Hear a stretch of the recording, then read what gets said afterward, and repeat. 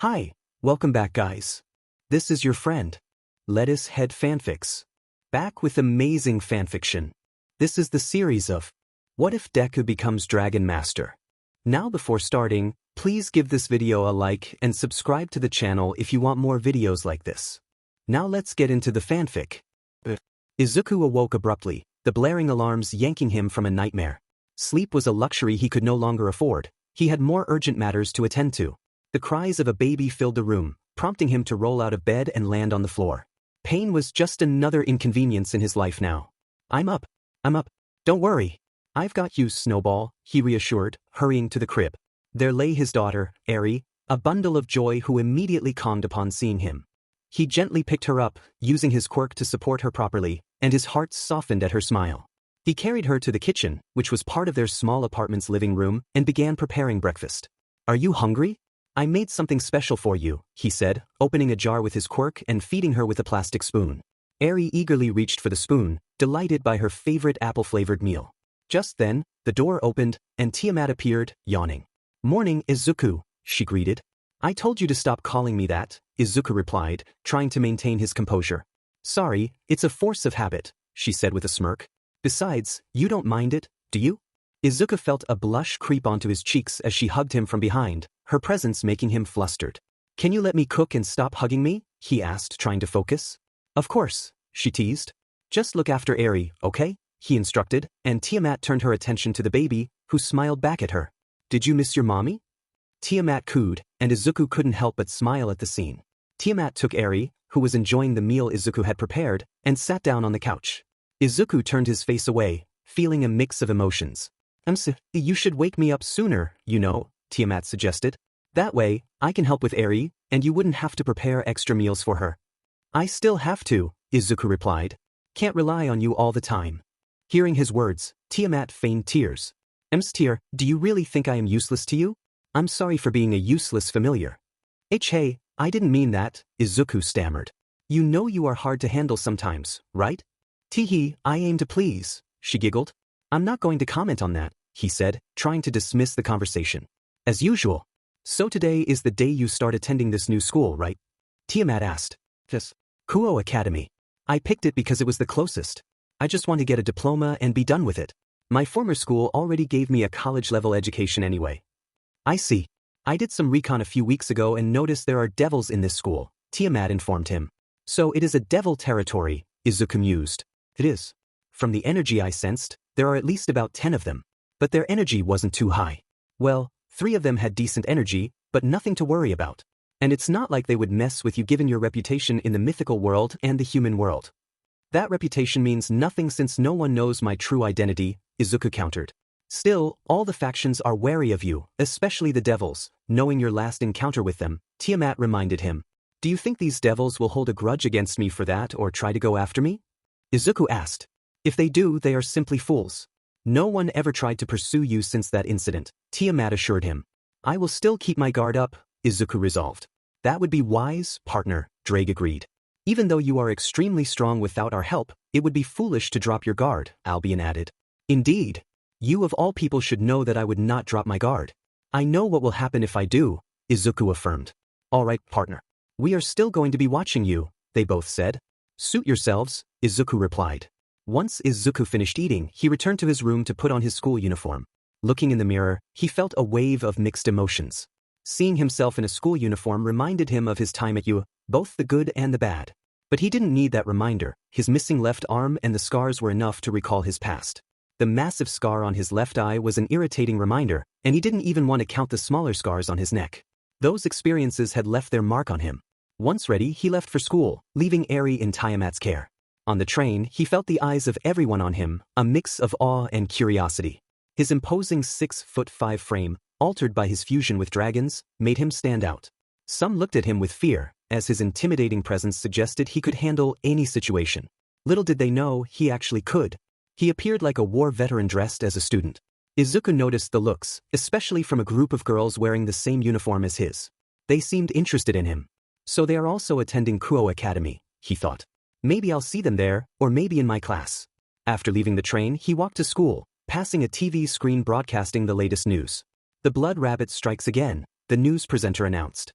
Last night, in an operation led by special units to dismantle a massive human trafficking chain, kidnapped victims from various countries rushed out to the special forces.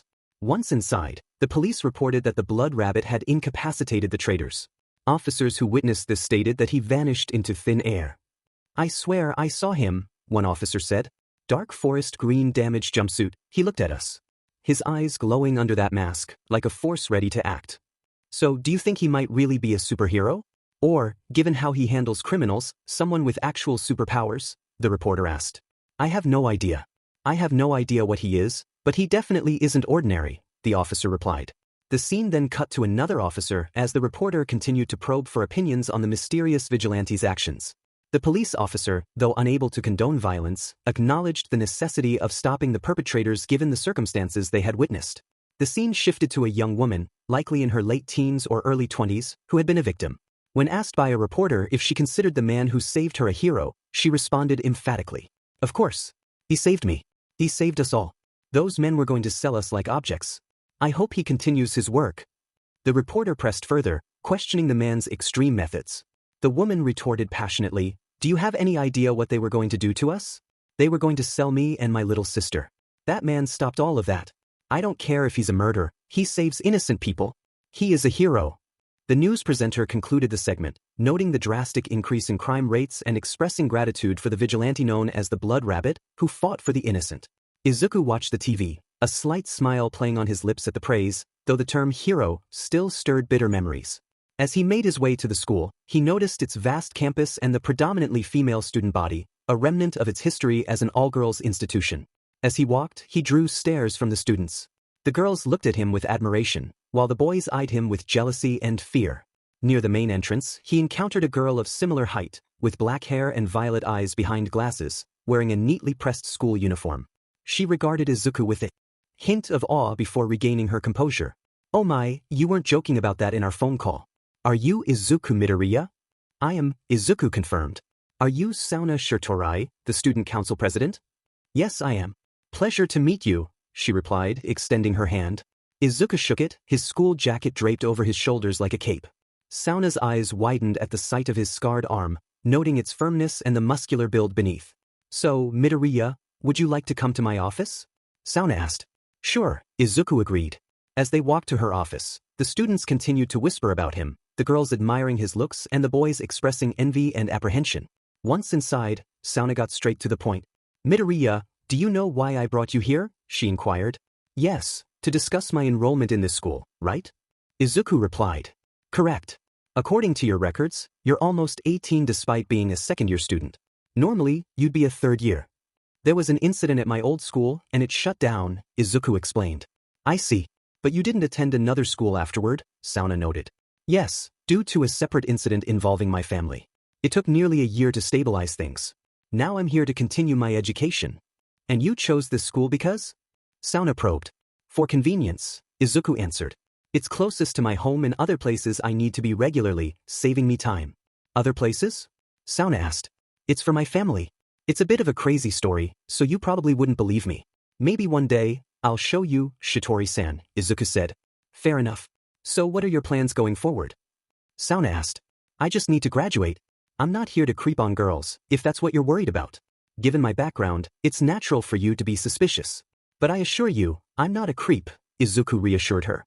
Sauna, curious about his scars, asked, "If you don't mind me asking, how did you get those scars?" Izuku's expression darkened, and he glared at her, causing her to tense up. Realizing her discomfort, he softened. "I'm sorry. That's a memory I wish I could erase, so I don't want to talk about it." "No, it's understandable. I'm sorry if I pushed too far," Sauna quickly apologized. "No, you just asked a question. There's no way you could have known." "If that's all, I'd like to go to my class," Izuku said. "Sure. Your class is 2B. I hope you enjoy your time here," Sauna replied. "Thank you," Izuku said, leaving the room and leaving Sauna in a state of shock. That was a rather powerful glare. It even took me off guard. This year will be interesting to say the least, she thought. Izuku approached his classroom, noting the door's size, which required him to crouch slightly to enter. He missed the large doors at you. Taking a deep breath, he entered the room and immediately met the teacher's gaze. "Hello, sensei," Izuku greeted. The teacher, surprised by his height, stammered, "All right, you are that new student. Plus, this is Izuku Midoriya, the new student. Midoriya, can you introduce yourself? Izuku walked to the front of the class and bowed respectfully. Good morning. I am Izuku Midoriya, and I look forward to being your classmate. Please take care of me. The class was silent for a moment before the girls erupted in cheers. The classroom erupted with excitement as a group of girls gushed over Izuku's appearance. He's so handsome, one exclaimed while another added, he looks so manly. A third girl boldly shouted, are you single? Izuku, slightly flustered by the attention, made his way to his desk. As he walked, he overheard a disgruntled male student muttering, great, now he'll get in between us and the girls. Will I really? Izuku asked, turning to the student. And exactly how am I supposed to do that? The student replied, why do you think? Because of guys like you, we can't get girlfriends. Izuku shook his head. I feel bad for you, but that feeling is overshadowed by how pathetic you sound. The student was taken aback. What? Izuku continued, you claim I'm an obstacle in your quest for a girlfriend. But am I really? Have you considered that you might be the reason for your own troubles? The room fell silent, with everyone, especially the girls, now focused on Izuku. He was addressing one of the school's notorious troublemakers. So let's get this straight. We're at Kuo Academy, Izuku began, addressing the class. Even with its college branch and middle school, there are about 600 students here, right? Sensei, how many boys are there? The teacher hesitated before answering, there are 23, including you, Midoriya. Izuku continued, so, out of 600 students, only 23 are boys. That means there are about 29 to 30 girls for every boy. Yet you still can't find a girlfriend? Why are the girls avoiding you? I doubt they all have boyfriends or other interests. What's really going on? The student was left speechless, and the class remained silent. Izuku pressed on, just because your approach isn't working doesn't mean you can blame me. If you're so desperate for a girlfriend that you're attending an all-girls school, maybe it's time to reflect on yourself. Perhaps then the girls wouldn't feel the need to avoid you. The boy stammered, I. Izuku added, earlier, I spoke with Sauna-senpai about why most boys are here. She mentioned that many are here for less than noble reasons. The boy slumped over his desk, defeated, prompting a flurry of reactions from the girls around. He is done for, one girl shouted. You got him, another exclaimed. Izuku sighed and took his seat. Another boy interjected, but what about you? Why are you in this school? Izuku replied, it's closer to where I live. Yeah, sure, everyone says that, the boy retorted. Izuku explained, 26 ST number, it's just 4 minutes from the train station, which takes 7 minutes to reach. The rest of the walk is 6 minutes, and then you're at Kuo. The boy looked shocked. That can't be your actual address. If you don't believe me, you can always come home with me, Izuku offered. Why would you tell us where you live like that? That's dangerous, the boy started. Dangerous? You have no idea what a truly dangerous neighborhood is. Trust me, Izuku replied, settling back in his seat as the class looked at him in awe. As lunch approached, Izuku noticed a girl with long brown hair and a confident presence.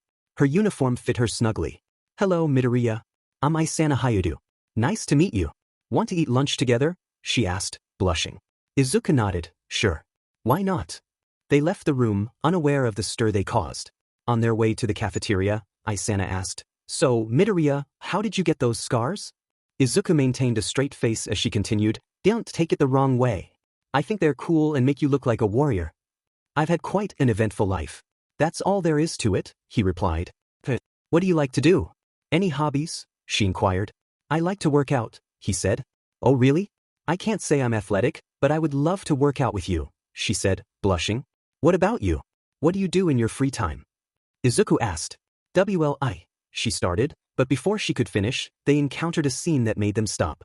A first-year student was on the ground, with a boy slightly shorter than Izuku standing over him, flanked by 3 others. That should teach you, you little brat, the bully sneered. Izuku didn't know what was happening, but he felt uneasy. Isana whispered, oh no, it's them. We should leave. Who are they? Izuku asked. That's Juzo, the toughest guy in the school, and his lackeys, she explained. Is he a bully? Izuku inquired. Yeah, he's the worst. Come on, the cafeteria is just behind that door, she urged. Izuku noticed her hesitation, as if she wanted to intervene but felt unable to. He decided to approach them and tap the bully on the shoulder. Hey there, what's the deal? Juzo turned to face him, surprised to see someone taller and bulkier than himself. So, care to explain what's going on here? Izuku asked. It's none of your business, pal. Just behave and leave, and we won't have any problems, Juzo replied. And exactly how am I supposed to behave?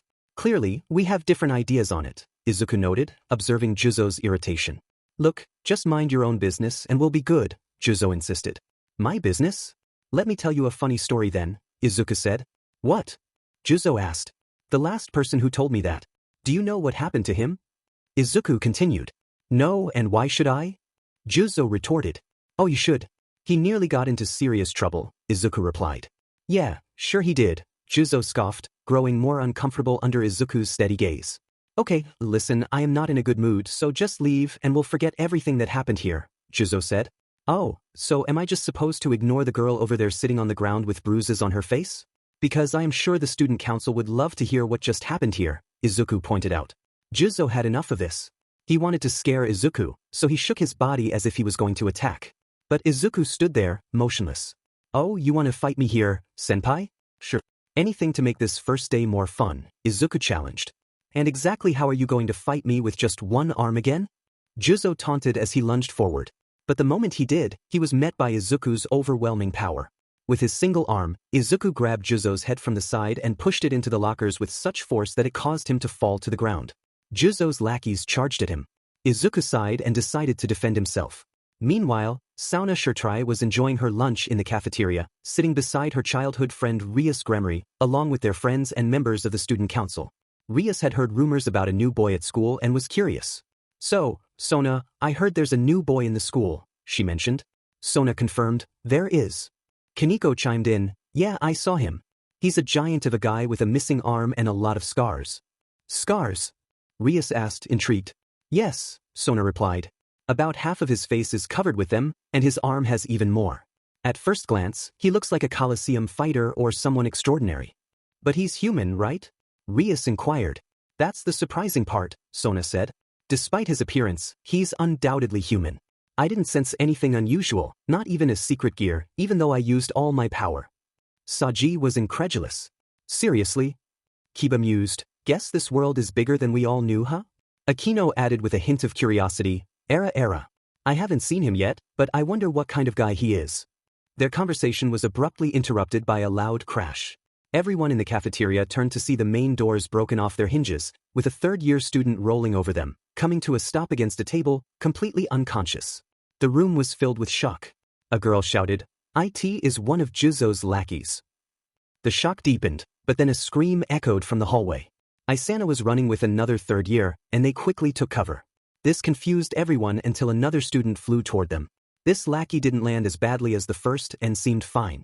The first day was chaotic for Izuku. Once it ended, he headed home, speaking with the dragons and other vestiges along the way. Man, this was annoying, Izuku said. Drake, Albion, have you sensed any devils around the school?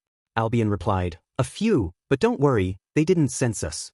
That cloak order you put on us with that quirk is useful. Kathleen added, indeed. Now I see why AFO really feared my power, not the power itself, but what happens if you mix OFA with it. Nana urged, indeed. Now let's go back, Izuku. I'm sure your daughter is missing you. You bet, Izuku agreed. When he arrived home, he found a group of dragons crowding around Eri like house pets while she played with them. In the kitchen, Tiamat was cooking, wearing an apron. Izuku paused, surprised. Tiamat, you're wearing an apron again, he exclaimed. So? Can't I wear one while cooking? Tiamat responded. It's not that, but the problem is, like last time, you're wearing an apron and nothing else, Izuku pointed out. It's more comfortable this way, Tiamat explained with a wink. I need to be presentable for my MSTR. Otherwise, what kind of familiar would I be? Eri is here, you know, Izuku reminded her. So? She's an infant. At best, she understands that her mama is here, and now her papa is also back. Do you think she's aware of such things already? Izuku sighed. Just don't do this when she's older. Tiamat teased, define older. You know that way too well, woman. Ha, I love you too, Mr. Don't worry. Dragons, take her to the other room. The dragons then gently carried Eri to another room to play, her giggles echoing through the house. Anyway, let's eat, Izuku suggested. Sure. What do you want to eat? We have rice with meat. What type of meat is up to you? Tiamat offered. What do we have? Izuku asked. We have pork, beef, and fish. Ugh, whatever, pick which one is best for me, he decided. Smirking, Tiamat said, as you wish. Drake interjected, you didn't hear her completely right, partner? What? Izuku asked, confused. Oh, you'll find out, Banjo teased. Nana laughed. Ha. What's so funny, Nana? Izuku inquired. Just wait. Kathleen giggled. Are you too, Kathleen? Izuku asked. As Izuku conversed with the vestiges and dragons, he suddenly felt a weight on his lap. He looked down to see Tiamat, playfully balancing a pan with her tail while serving rice onto her plate. She looked at him with a teasing smirk. Here you go, Mstr. Your favorite juicy dragon buns topped with rice. I even have milk for you to drink, she said. Izuku blushed, feeling flustered. Oh, you got something for me to eat as well? You are so kind, Tiamat winked. Internally, Izuku was overwhelmed as the vestiges and dragons laughed at his reaction, especially All Might, who gave him a thumbs up. Time passed. Several days after Izuku enrolled at Kuo Academy, people discovered that despite his appearance, he was genuinely kind and helpful. Due to his actions on the first day, he earned the nickname, the Guardian. He became friends with Kiba and Saji, which made him even more popular among the girls, causing the boys to resent him, knowing they couldn't act on it. During his first gym class, everyone learned more about Izuku, including his incredible fitness. The gym teacher noted that Izuku should train on his own since there was nothing they could do to help him get stronger. Isana, however, seemed more than happy to assist, often sitting on his chest during bench presses. Izuku blushed as she leaned forward, pushing him down while giggling. Despite the distraction, he focused on his training. It turned out the biggest flirt in the school wasn't among the boys, it was Isana herself. The other girls crowded around him, glaring at Isana with envy while looking at him with admiration. You yesterday, Matsuda shouted. You said you're not a pervert. Then why is Isana sitting on you? Motohama added. After finishing more presses, Izuku dropped the bar and got up, much to Isana's disappointment. I asked you to help me too, but you said it was unnecessary, Izuku said. Because we don't want to tie on your chest, a-hole. Matsuda retorted. Who said you needed to do that? That's simply what she is doing, Izuku replied. Shut up. Before they could complain further, the rest of the girls intervened. Izuku sighed and returned to his training. Okay, I'm going back to training, he announced. Isana winked. I can sit on you if you need me, Izuku.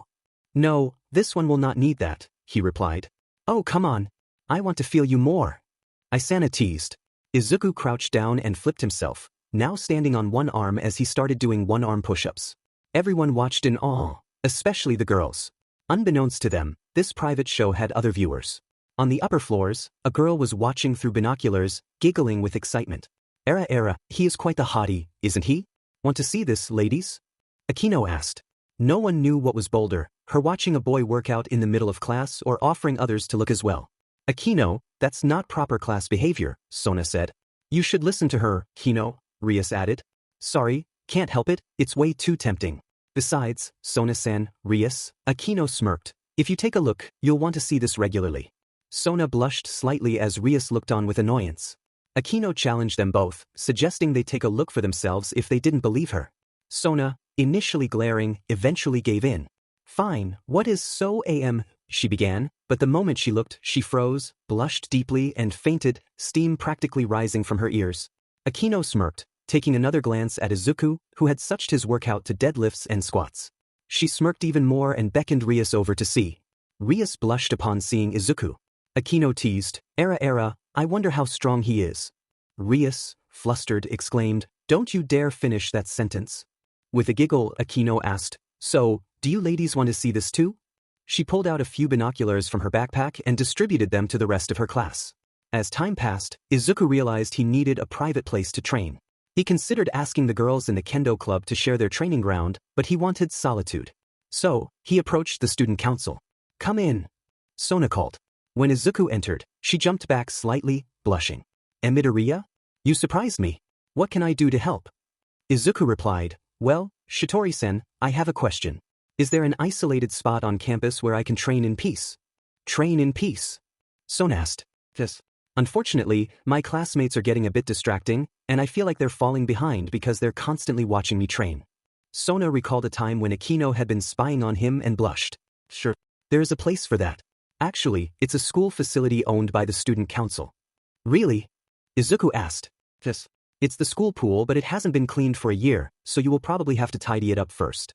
Here's the deal, you clean it up for us, and you can use it however you like. I accept that offer. Thank you, Izuku said. When he arrived at the pool, he found it in poor shape. He sighed and gathered what he needed to clean it. Thanks to his abilities, he cleaned it quickly, but to avoid suspicion, he made it look like it took him days. Afterward, he set up his custom-made punching bags and dummies, finding the pool to be a great place for stamina training. Overall, it was perfect for training in peace. Or so he thought. One day, while training shirtless, he heard a high-pitched scream from behind the wall. When he checked, he found Isana spying on him with a notebook containing a drawing of him.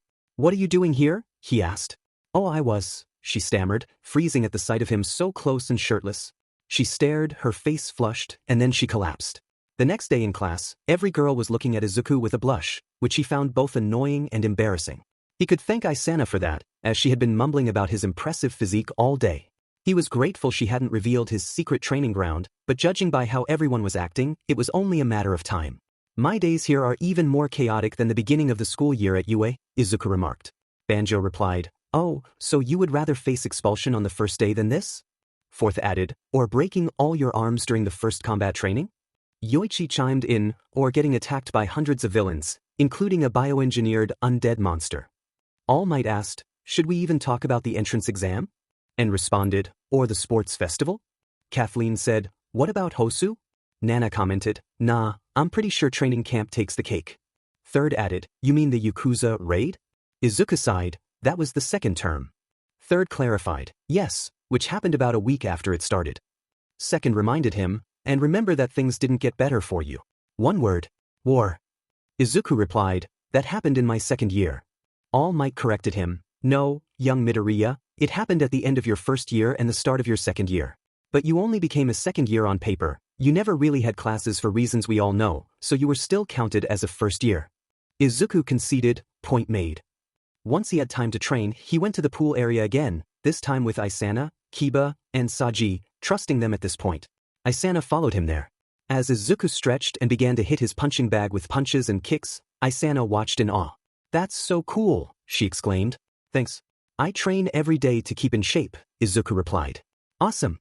Can you give me some tips?" Isana asked. "Sure, why not?" Izuku said. Kiba added, "Us too, dude. Every time I look at you, I feel insecure about my body. They say I was the fittest boy until you came." Saji chimed in, "Me too, mate. My girlfriend wants me to get thicker biceps since she saw yours." Izuku looked at them, sweat dropping, but nodded. After an hour of intense workout, they all lay on the ground, exhausted. Saji and Kiba were exhausted, and Isana was completely drained. Isana exclaimed, "I feel so dead." Saji replied, "You do this every day?" Izuku added, "I take my training very seriously." Kiba sighed, "Yeah, we can feel that. Man, I need to rest." Izuku asked, "Do you need my help?" Saji shook his head, "Nah, I'll be good if I rest a bit." Isana pleaded, "I need help. Please." Izuku looked down at her. She was gazing up at him with an innocent blush and puppy eyes. He sighed and lifted her onto his shoulder. Isana smiled, still blushing. Izuku said, "Once you're fine, I'll drop you back down." "Okay," she replied. After some time, she felt better and walked beside him. "So, wanna walk home together?" Isana asked. Izuku inquired, "Where do you live?" "Oh, blush. I actually live close to you," she admitted. Izuku raised an eyebrow. "Then how come I never see you on the way?" Isana stammered, I take a slightly different route, you see." "Do you?" he asked. "Was she?" "Confirmed." "And what route is that?" "Don't worry, it's nothing to be concerned about." In truth, they walked the same path. She just often got distracted by the toy store, checking for new merchandise that Izuku was unaware of. Little did she know, she was walking home with the very person she admired. As they walked, Izuku noticed a child trying to catch a ball while a car sped towards them. The vehicle was slowing down, but it was too late. Without thinking, Izuku dropped his bag and dashed toward the child, activating a fraction of his quirk. Only 0.2%, but that should give me enough boost. I've trained hard since arriving in this world, he thought. He had pushed his abilities to the limit, and now his output was significantly higher than before. Izuku reached the girl just in time, positioning himself between her and the oncoming car.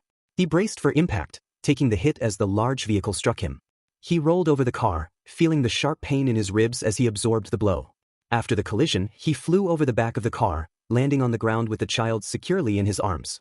They tumbled a few times before coming to a stop. Izuku groaned in pain, suspecting his ribs were either broken or at least fractured. He looked down at the girl, who appeared unharmed except for a few minor bruises. Her terrified expression was evident, with tears welling in her hazel eyes. She seemed very young, around 4 or 5 years old, and wore a white and red kimono. "Are you okay?" he asked gently. "I am okay. Thank you, mister," she replied, her voice trembling. "It's fine, Don't worry about it, he said, patting her head reassuringly. Isana rushed over, tears in her eyes. Izuku, are you okay? I am fine, he reassured her. What do you mean fine? You just got hit by a car. Well, it's not the first time. The driver was slowing down, and I hit the windshield, which softened the impact. At worst, I have fractures, maybe some damage to my lungs. He coughed again. Isana looked at him in horror as he slowly got up and gently set the girl down. Now sit here, it will be okay, he said softly. Turning his head, he noticed the car was gone. They ran off? He thought incredulously. Suddenly, a woman came running towards them, worry etched on her face. She shared similar features with the girl, but her hair was longer and tied back in a ponytail. She wore a purple kimono with a red cloth wrapped around it. Kunu, she called out, rushing to the child. Her shoulders relaxed, and she had a striking presence that caught Izuku's attention. He had never seen anyone quite like her before. Meanwhile, Tiamat, who was cutting steak, suddenly felt a tingle of jealousy. Tiamat thought, what was that feeling? But her thoughts were interrupted by Eri's cry. Mommy is coming, Snowball.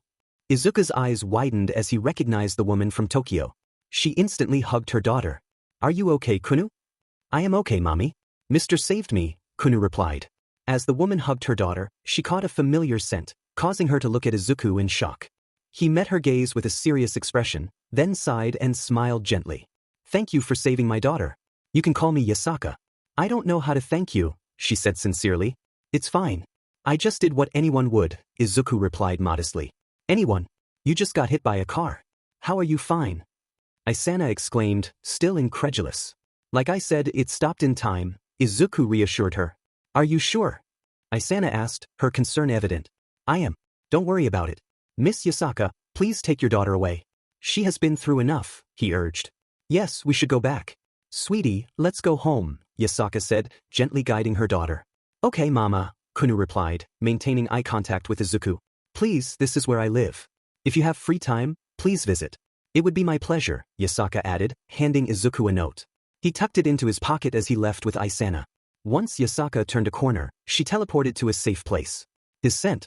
I can't forget it. Ever since he came to us for a favor. So that's what he looks like? Mommy, are you okay? Kunu asked, interrupting her thoughts. Oh, I'm fine, sweetie.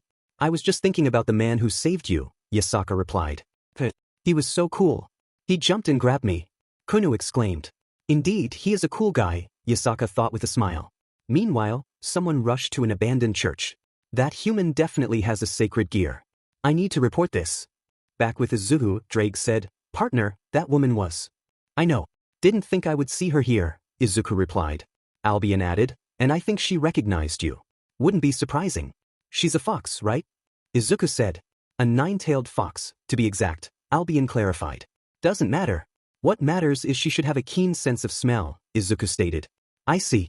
That makes sense, Drake agreed. So what should we do? Albion asked. I'll give her a visit. To make it look more family-friendly, I'm taking Tiamat and Eri with me, Izuku decided. Is this a good idea? All Might questioned. It will be fine.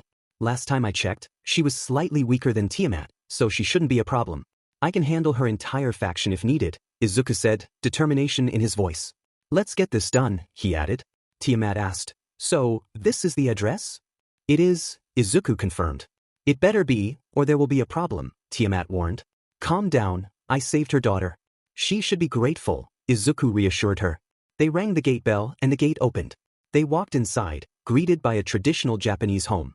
Welcome, Yasaka exclaimed, wearing an apron with Kunu beside her. Izuku smiled, reminded of a visit to Todoroki's house. Hello. Lovely house you have here. Thank you.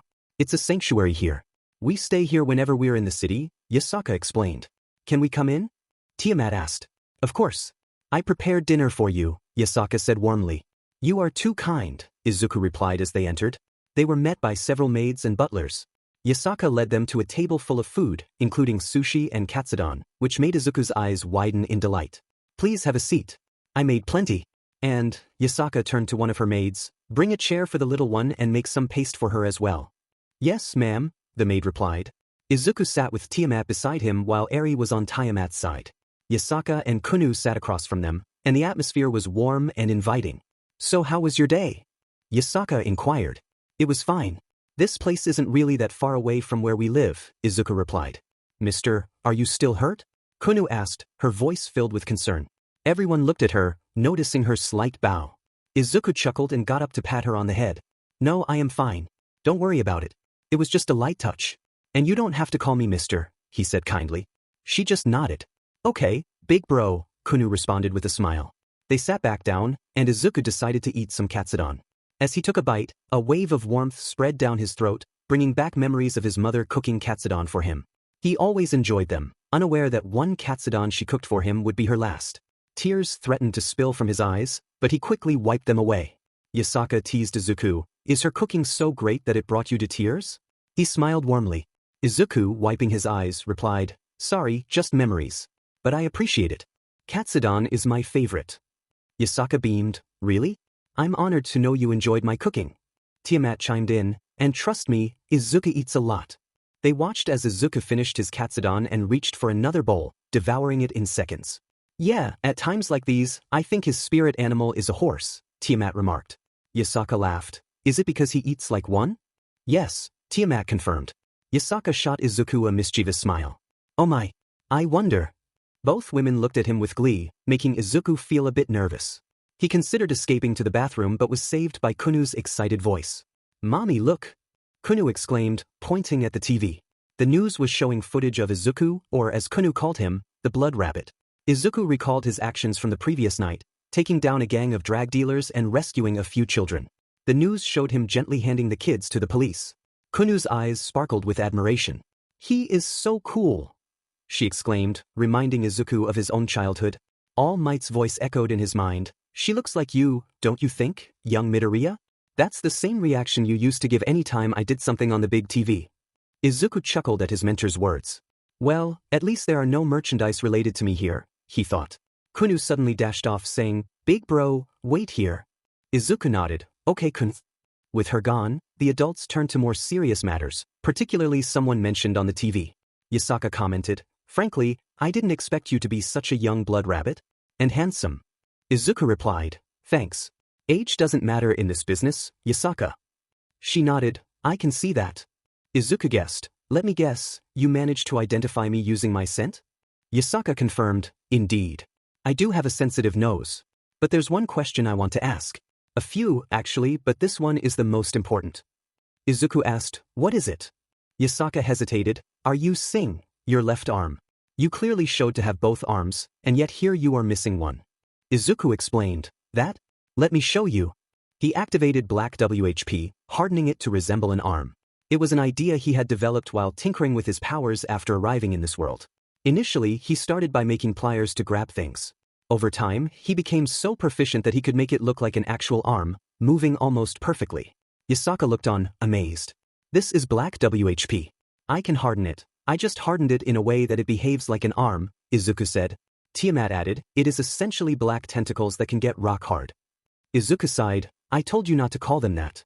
Tiamat retorted, would it be inaccurate?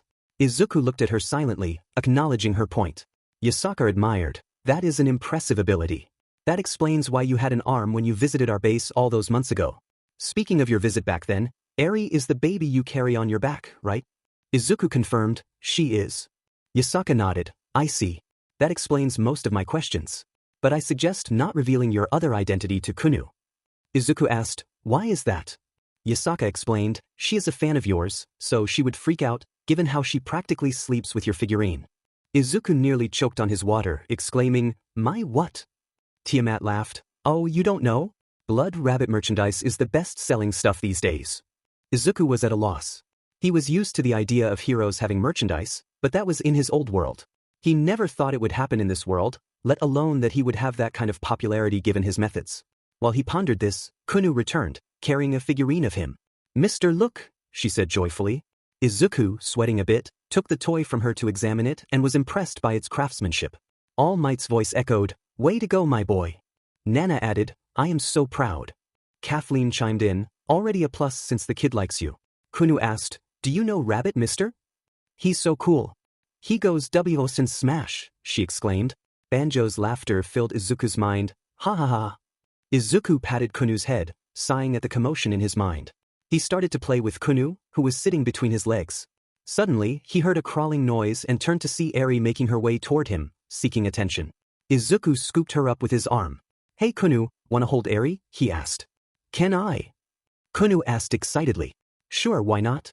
Izuku gently handed Eri to Kunu, who now held her on her lap while sitting between Izuku's legs. As Izuku helped her hold Eri properly, the other ladies took pictures, capturing the joyful scene. He's really good with kids, Yasaka commented. Tiamat replied. He was raising a baby alone until I came into the picture. What do you expect? Yasaka mused. I wonder if he has the energy to raise more. Tiamat teased. Oh, he's going to raise a dozen more once I'm done with him. Yasaka joked. Let's add another dozen to that list for me. Tiamat added with a grin. Oh, he can, all right. Certainly with that arm. Yasaka whispered. And that charm is quite inviting. Amen to that. Tiamat agreed, and the two ladies moved to another corner, away from Izuku and the kids. Meanwhile, Izuku was chatting with Kunu, who found his rabbit persona really cool. And then he jumps really high. Do you think he's a half rabbit? Kunu asked. Rabbits aren't usually coated with lightning, kid, but who knows? Izuku replied. Yeah. But why blood? It sounds scary, Kunu said. Maybe something happened to him. You never know, kid, Izuku explained. Okay, big bro, hey, can I tell you a secret? Kunu asked. Oh, what is it? Izuku replied. Mommy told me not to tell this to anyone. Then why tell me? Izuku asked. Because I like you, big bro. You saved me. I trust you, Kunu said earnestly. Okay, Kunu-chan, what's your secret? Izuku asked. Kunu leaned forward, whispering, I have superpowers too. Izuku, already aware of this, decided to act surprised. Really? What can you do? Kunu whispered, I'm actually a fox. Wow, really? Izuku said, feigning surprise. Yeah, but mommy told me to never show my powers to other people, Kunu confided. She's smart. If you show it, people might be afraid of you, Izuku cautioned. People are afraid of rabbits too, big bro. He doesn't seem hurt, Kunu pointed out. Izuku explained that the blood rabbit was strong enough to defend himself, using his powers for good and to help others. Only those with ill intentions feared him, while good people had nothing to fear. He cautioned Kunu that if she revealed her fox side indiscriminately, people might react negatively, possibly even harming her for their own gain. But you wouldn't hurt me, Kunu said. I wouldn't, Izuku assured her. But not everyone is like me. So, never show your powers until you're old enough. How will I know when I'm old enough? She asked. You'll just know, Kunu-chan. Don't worry. How about this? When we're alone, you can show me your powers, and I'll help you train them, okay? Her eyes lit up with excitement. Really? Can you? Yes. I'm good at analyzing things. I'll be able to help you. Thanks, big bro. Yasaka called over to them, curious about their conversation. Izuku replied that they were discussing blood rabbits and why Kunu found them so fascinating. Satisfied with the answer, Yasaka allowed Kunu to play with Izuku in the backyard. Izuku led Eri and Kunu to the mansion center, where a dry garden awaited them. Massive rocks formed a pathway, and perfectly round stones with intricate patterns were scattered about. The path crossed a koi pond, its colorful fish making the water glow. A small playground, complete with a baby swing, seemed perfect for Eri. He recalled fond memories of taking Eri to the park, where she could play and meet new friends. Her initial shyness brought back many happy moments, making him smile and tear up. For nearly 2 hours, Izuku played with the children, while Tiamat and Yasaka occasionally snapped photos. As night fell, he returned with a sleeping Kunu and Eri in his arms. Using his quirk, he crafted a makeshift bed that was both durable and soft for the little ones. Yasaka, seeing this, took Kunu to her bed and instructed the maids to bring a crib to Kunu's room for Eri. Sometimes I feel like it's a good thing that Eri is a heavy sleeper, Izuku remarked. Well, that's kind of my fault, Tiamat admitted. What? Yasaka asked, surprised. My milk is the reason she sleeps a lot, Tiamat explained. You're feeding her your milk? Yasaka inquired. Yeah, Tiamat confirmed. You know what happens, right? Yasaka pressed. Oh, I know, Tiamat replied with a knowing smile. Izuku was relieved that the explanation would be believable to any supernatural being. He appreciated Tiamat's idea that her milk would grant Eri magical resistance and dragon-like abilities, providing a plausible reason for her horn and enhanced strength. As the evening wore on, Yasaka invited them to stay the night. Izuku hesitated, citing a lack of clothes, but Tiamat teased him about his usual habit of sleeping topless. They shared a moment of laughter before Yasaka prepared green tea, and they all settled in the living room to enjoy it. So, you're attending Kuo Academy? Yasaka asked. I am.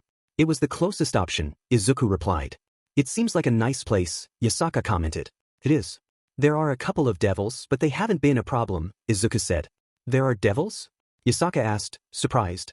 Yeah, I sensed some of them after being there for a while.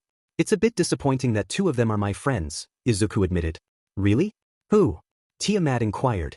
Saji and Kiba. They're devils. I was also surprised to learn that the school council president is a devil.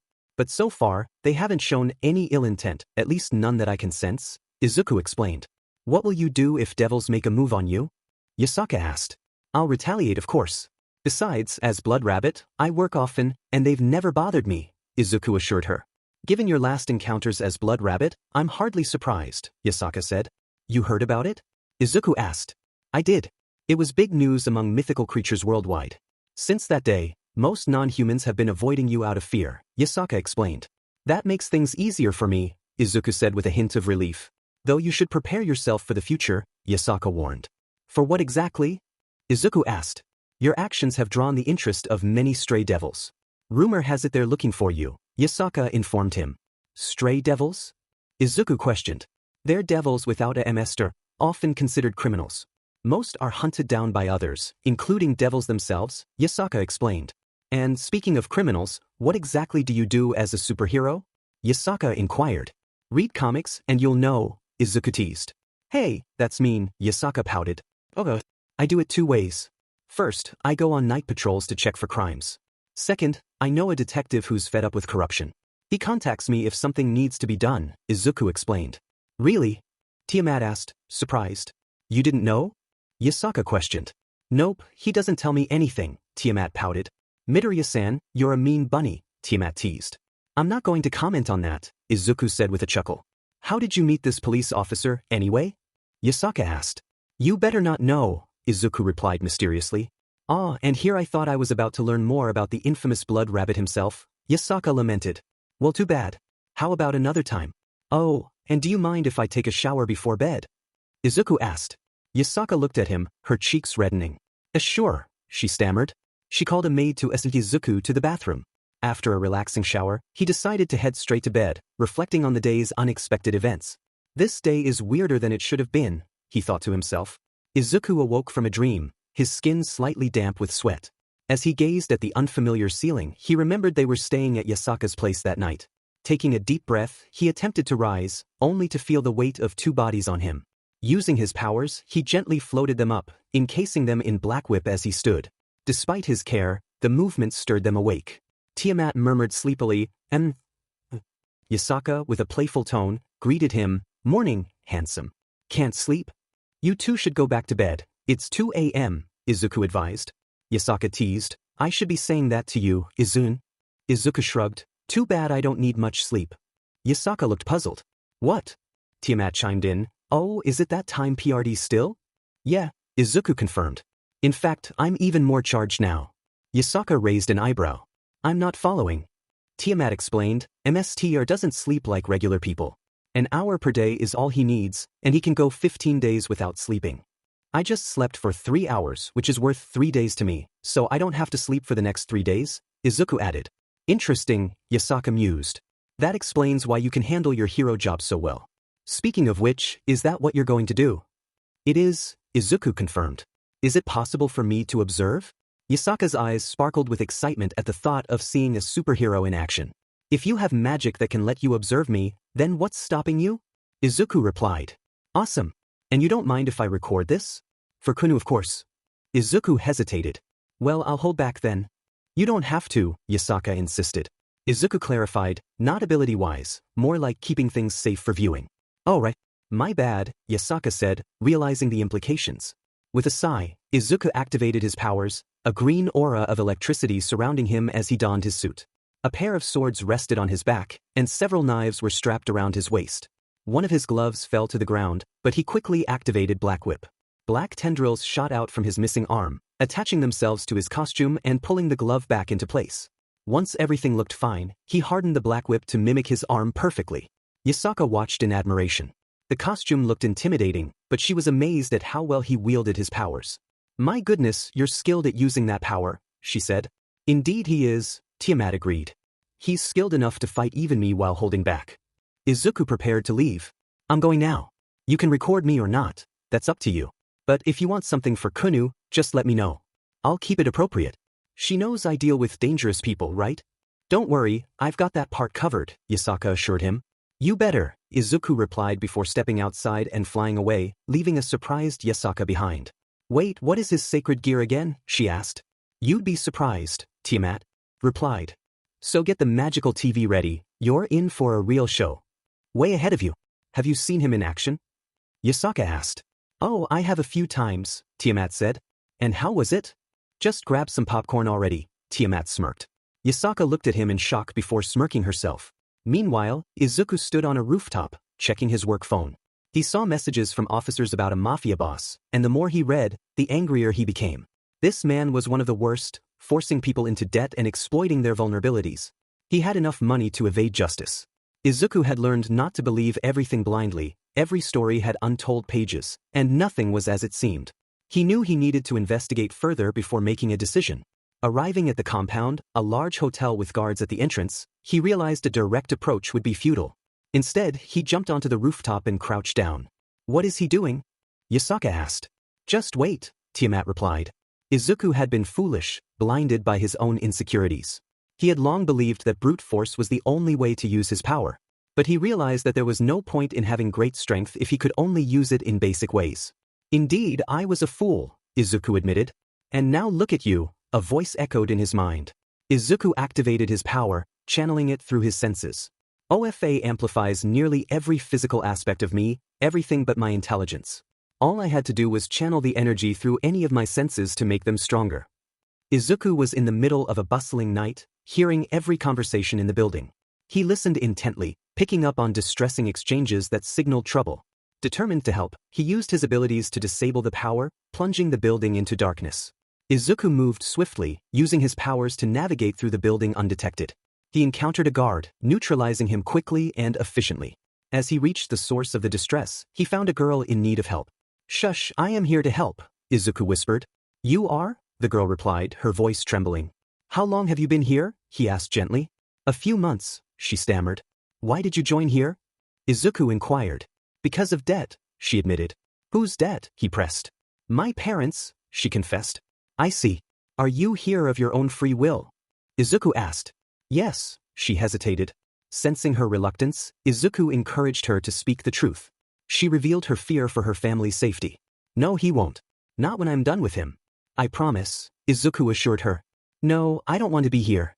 Please help us, she pleaded. I will. Now, is there a safe room for you and everyone else to hide? He asked. Yeah, I know a safe room, she replied. But it is smoky outside, but you can find your way there? Izuku confirmed. I can, she nodded. But I also need you to lead everyone else there as well, he instructed. With a plan in place, Izuku continued to take down guards, ensuring the safety of those trapped. He eventually found the leader, a man with distinctive orange hair and beard. Izuku used his powers to subdue him and demanded answers about the organization. What is this organization? Izuku demanded. You are real, the thug exclaimed in disbelief. You had doubts before? Too bad. Now speak. Izuku pressed. The thug tried to deflect, but Izuku was relentless, demanding to know why the girls were indebted. Why do they owe you money? Izuku asked. I don't know, the thug stammered.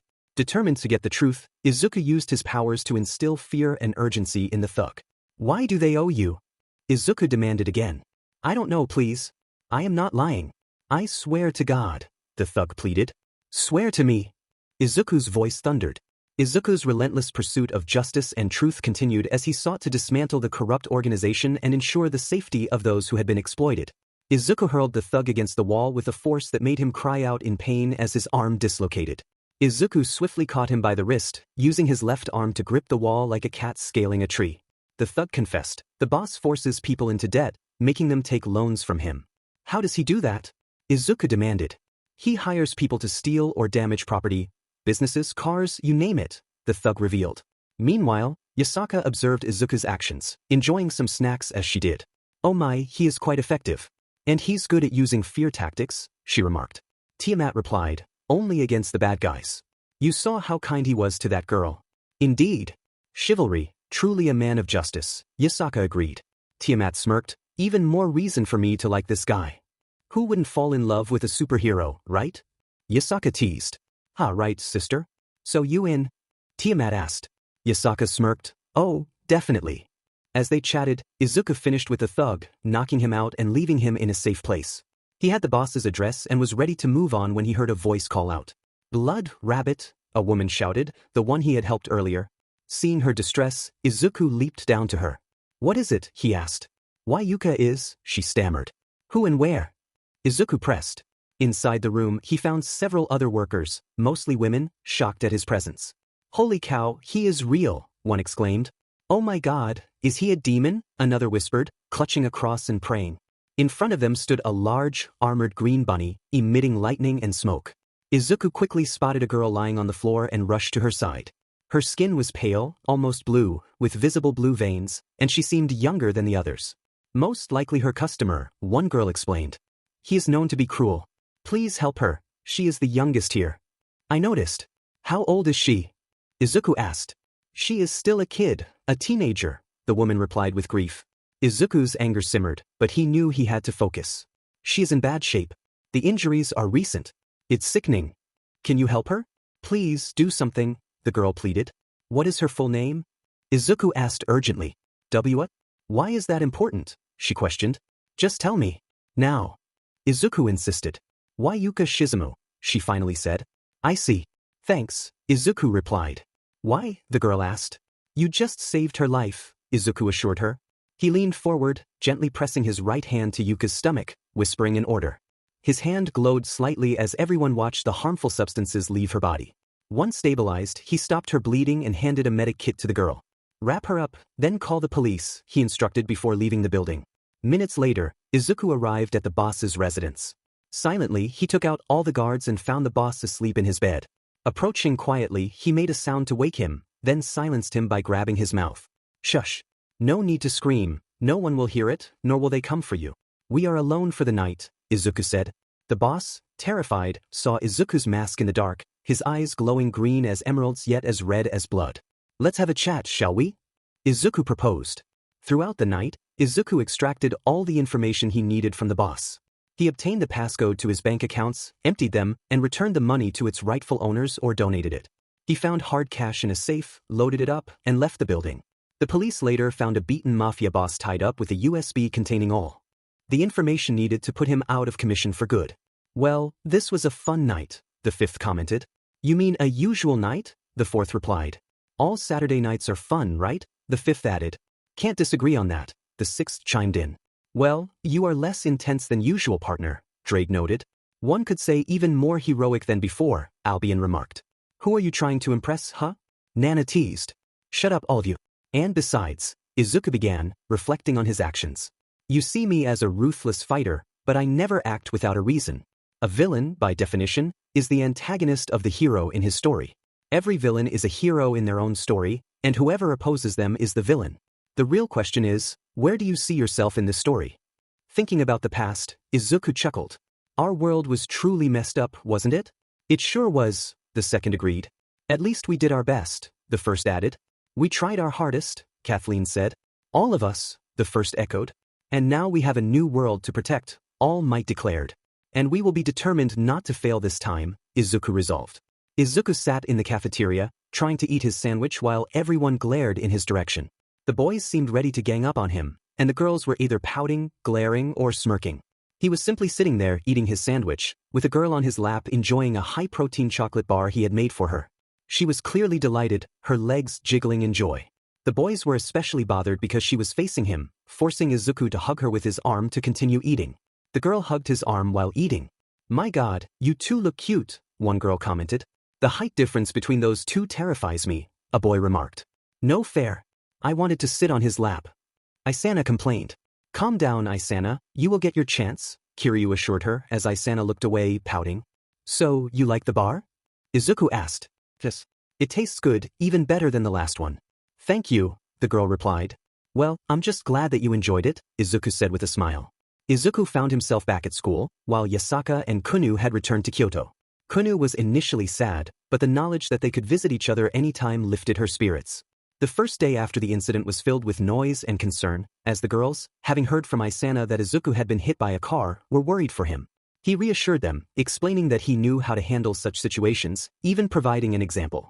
He explained, "You know how when you jump from a height, you roll to avoid breaking bones? Getting hit by a car is similar. When you fall, a lot of kinetic energy enters your body, which is what causes injury. To avoid that, you need to distribute the energy by rolling. If you roll, you can reduce the impact. When a car hits you, you need to find a spot to roll and redirect the energy to lessen the harm. The girls listened in awe, and even the boys, though jealous, couldn't help but be impressed by the life-saving trick they had just learned. Time passed, and Izuku returned to his routine of training, studying, and dealing with bullies from other schools who came to Kuo to harass the girls. Sitting at his desk, waiting for everyone to arrive, his mind wandered back to his time with Yasaka. He thought to himself, Yasaka-san is a nice lady. All Might's voice echoed in his mind, teasing, "You know, I always knew you had a thing for older women." "Shut up, All Might," Izuku retorted. Banjo chimed in, "Are you denying it?" Nana added, "Should we remind you of back then?" "Enough, Nana," Izuku exclaimed, momentarily panicking before something pulled him back to reality. He noticed some classmates being harassed, and this time the group was larger. Izuku sighed, muttering, "I swear, these people are such a nuisance." A girl nearby expressed her concern, "I think those guys have weapons." "What?"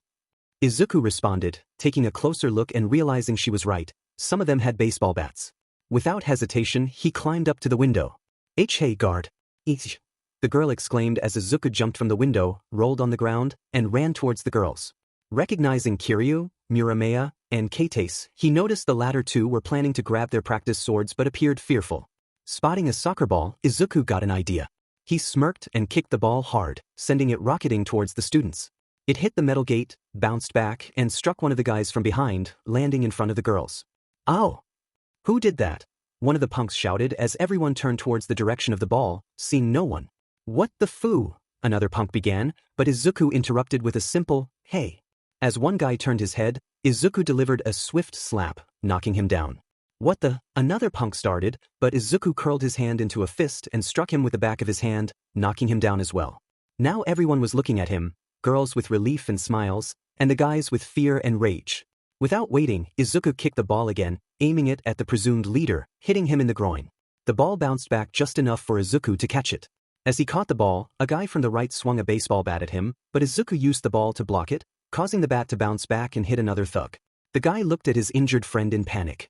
Seizing the moment, Izuku tossed the ball gently to another guy, then executed a Spartan kick to one thug's stomach with his left leg. Using the same leg, he spun and back-kicked another one while jumping. With half of the guys on the ground, he glared at the remaining ones.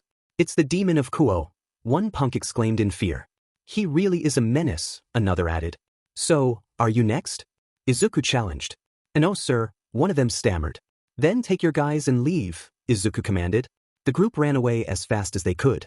Izuku rubbed his eyes and pinched the bridge of his nose, sighing, "I swear these idiots never learn. Makes me want to bring my desk here."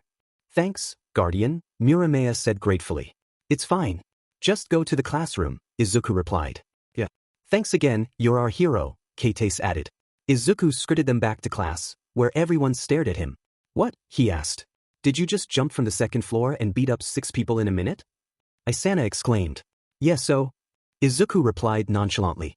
Just then the teacher walked in. "Good morning, class." "What's going on?" the teacher inquired. "Guardian here saved us from perverts," Muramea explained. "You mean he jumped down from the second floor and beat up thugs in front of the gate?" another girl added. "Oh, well, I hope you girls are fine," the teacher responded. The day continued, and Izuku headed towards the cafeteria alone.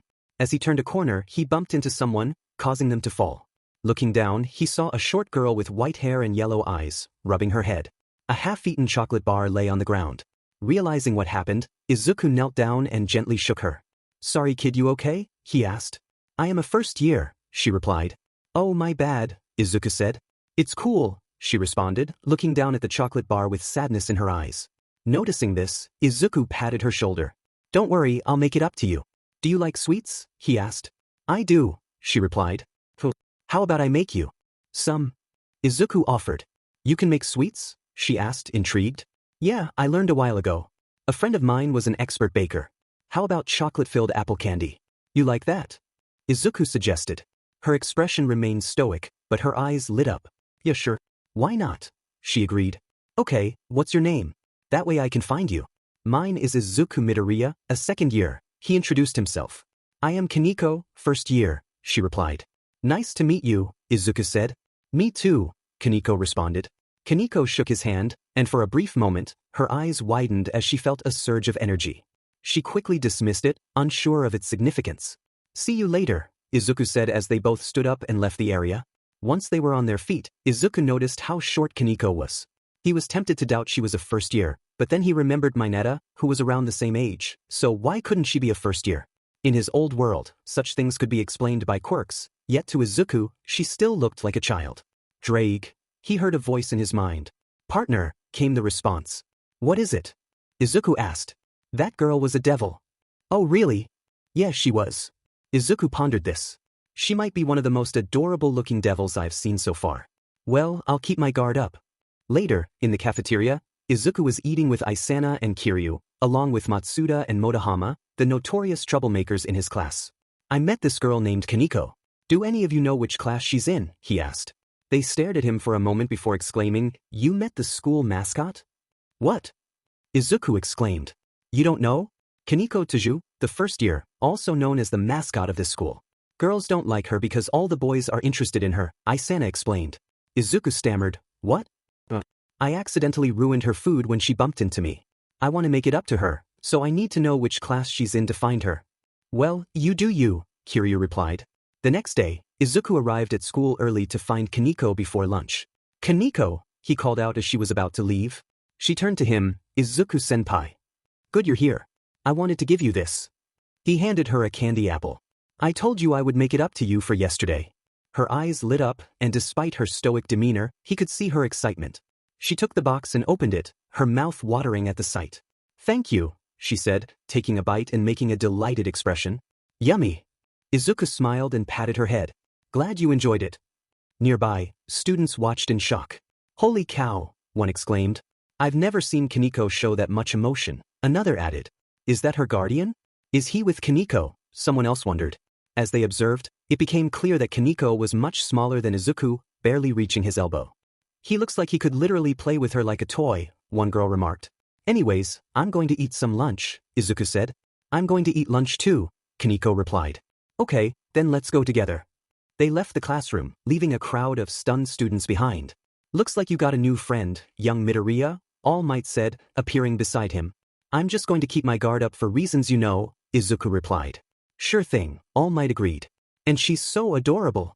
You can hold her like you used to hold Eri, Nana added. Maybe, Izuku said, considering it. A couple of days passed, and Izuku made even more sweets for Kaneko. While he was with Kaneko and Kiba, he acted surprised that the two knew each other, though he knew it was more complicated given their backgrounds. Well, Izuku, what are you going to do now? Kiba asked. Where is Saji? Izuku replied. Saji is with his girlfriend, Kiba said. Oh I see. I will do the usual. Training then? Kiba asked. Yeah. You. I gotta study, so I guess you'll train alone. Kaneko chimed in, so that's why you seem stronger than before. Yeah, he was giving me some intense training, Kiba admitted. What do you do for training, Izuku-senpai? Kaneko asked. Just regular training, he replied. You mean 200 push-ups, sit-ups, and squats a day while wearing weights probably heavier than both Kaneko and me combined? Kiba asked incredulously. It is regular to me, Izuku said. Both Kaneko and Kiba looked at him, astonished. How is he human? Or how does he not have a sacred gear? They wondered. Anyways, I'm going to train, Izuku said, heading towards the pool area. Wait, why is he going in that direction? Kaneko asked. Well, you know the pool? Kiba replied. Yeah. Kaneko said. Izuku cleaned it a while ago and uses it to train. So that's your secret training spot, Kaneko noted. Not really a secret since Saji and Hayudu also know about it, Kiba clarified. Hayudu? That girl? Kaneko asked. Yeah, that girl, Kiba confirmed. How does she know about it? Kaneko inquired. She followed Izuku once and found out that way, Kiba explained. Figures, Kaneko said, rolling her eyes. Anyways, I gotta go. Got a contract. See you later, Kiba said, leaving. Curious, Kaneko decided to see what Izuku was doing. When she reached the destination, she saw gym equipment, weights, and a punching bag, but no sign of Izuku. Where is, she muttered, but before she could finish, Izuku emerged from the pool, taking a deep breath. What are you doing here? He asked, spotting her. Kiba said you train here, she replied. Oh, come on, Kiba. Please don't tell anyone. I want to be able to train in peace.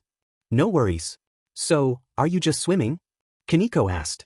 No, I'm trying to hold my breath as long as possible to regulate my oxygen better. Basically, stamina training, Izuku explained. I see, Kaneko said, intrigued. So what are you going to do now that you are here, Kaneko? Izuku asked. You are just going to watch, or you can join the training? I can't. Sorry, Kaneko said. Why? Izuku asked. I can't swim, Kaneko admitted. Oh, want me to teach you? Izuku offered. You would? Kaneko asked, surprised. Yeah. Do you have a swimsuit with you now? Izuku inquired. I do, Kaneko replied. All right then. Wear it and come back here, Izuku instructed. All right, she agreed. She left and returned 10 minutes later, wearing her school uniform.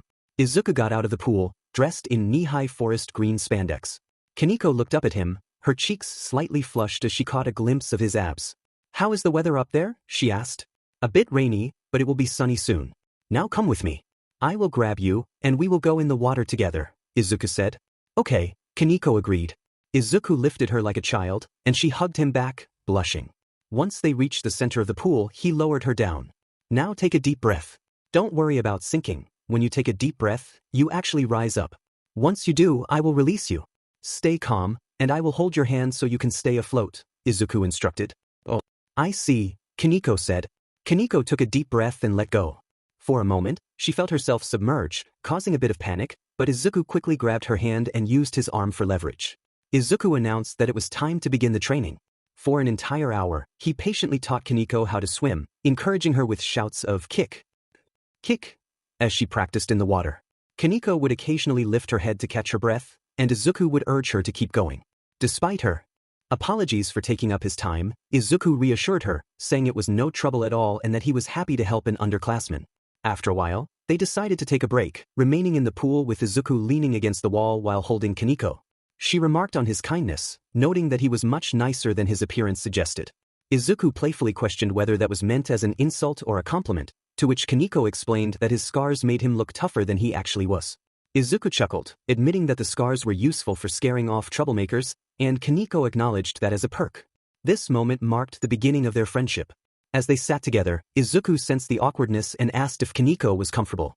She simply replied that his lap was nice, and he accepted her answer. Once they finished their meal, Kaneko prepared to return to class but paused to ask Izuku for something. She took his hand and placed it on her head, requesting her daily head pat, which Izuku obliged before she left. Their interaction caught the attention of onlookers, with girls cooing and boys expressing envy. After Izuku departed, Kaneko met up with her friends from the upper class and walked with them to their club room. Akino teased Kaneko about becoming friends with Izuku, the guardian, and asked how they met. Kaneko explained that Izuku had taught her how to swim, much to the surprise of Rias and Akino, who were intrigued by the discovery of his secret training ground.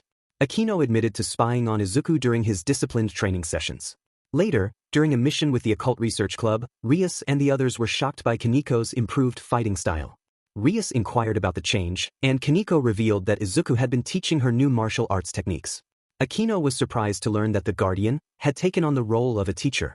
The girls in the Kendo club had decided to incorporate self-defense or martial arts into their activities and had persuaded Izuku to be their instructor. In a flashback, Izuku was in the cafeteria with Kaneko and Isana when the Kendo club's president and vice president approached him with their request. They wanted to transform the Kendo club into a self-defense dojo and needed his expertise. Izuku recalled the first time he met the Kendo club members. He had been training in the campus forest, focused on his practice, when he noticed a group of girls in kimonos watching him in awe. After demonstrating his skills by defeating several dummies, he turned to face them.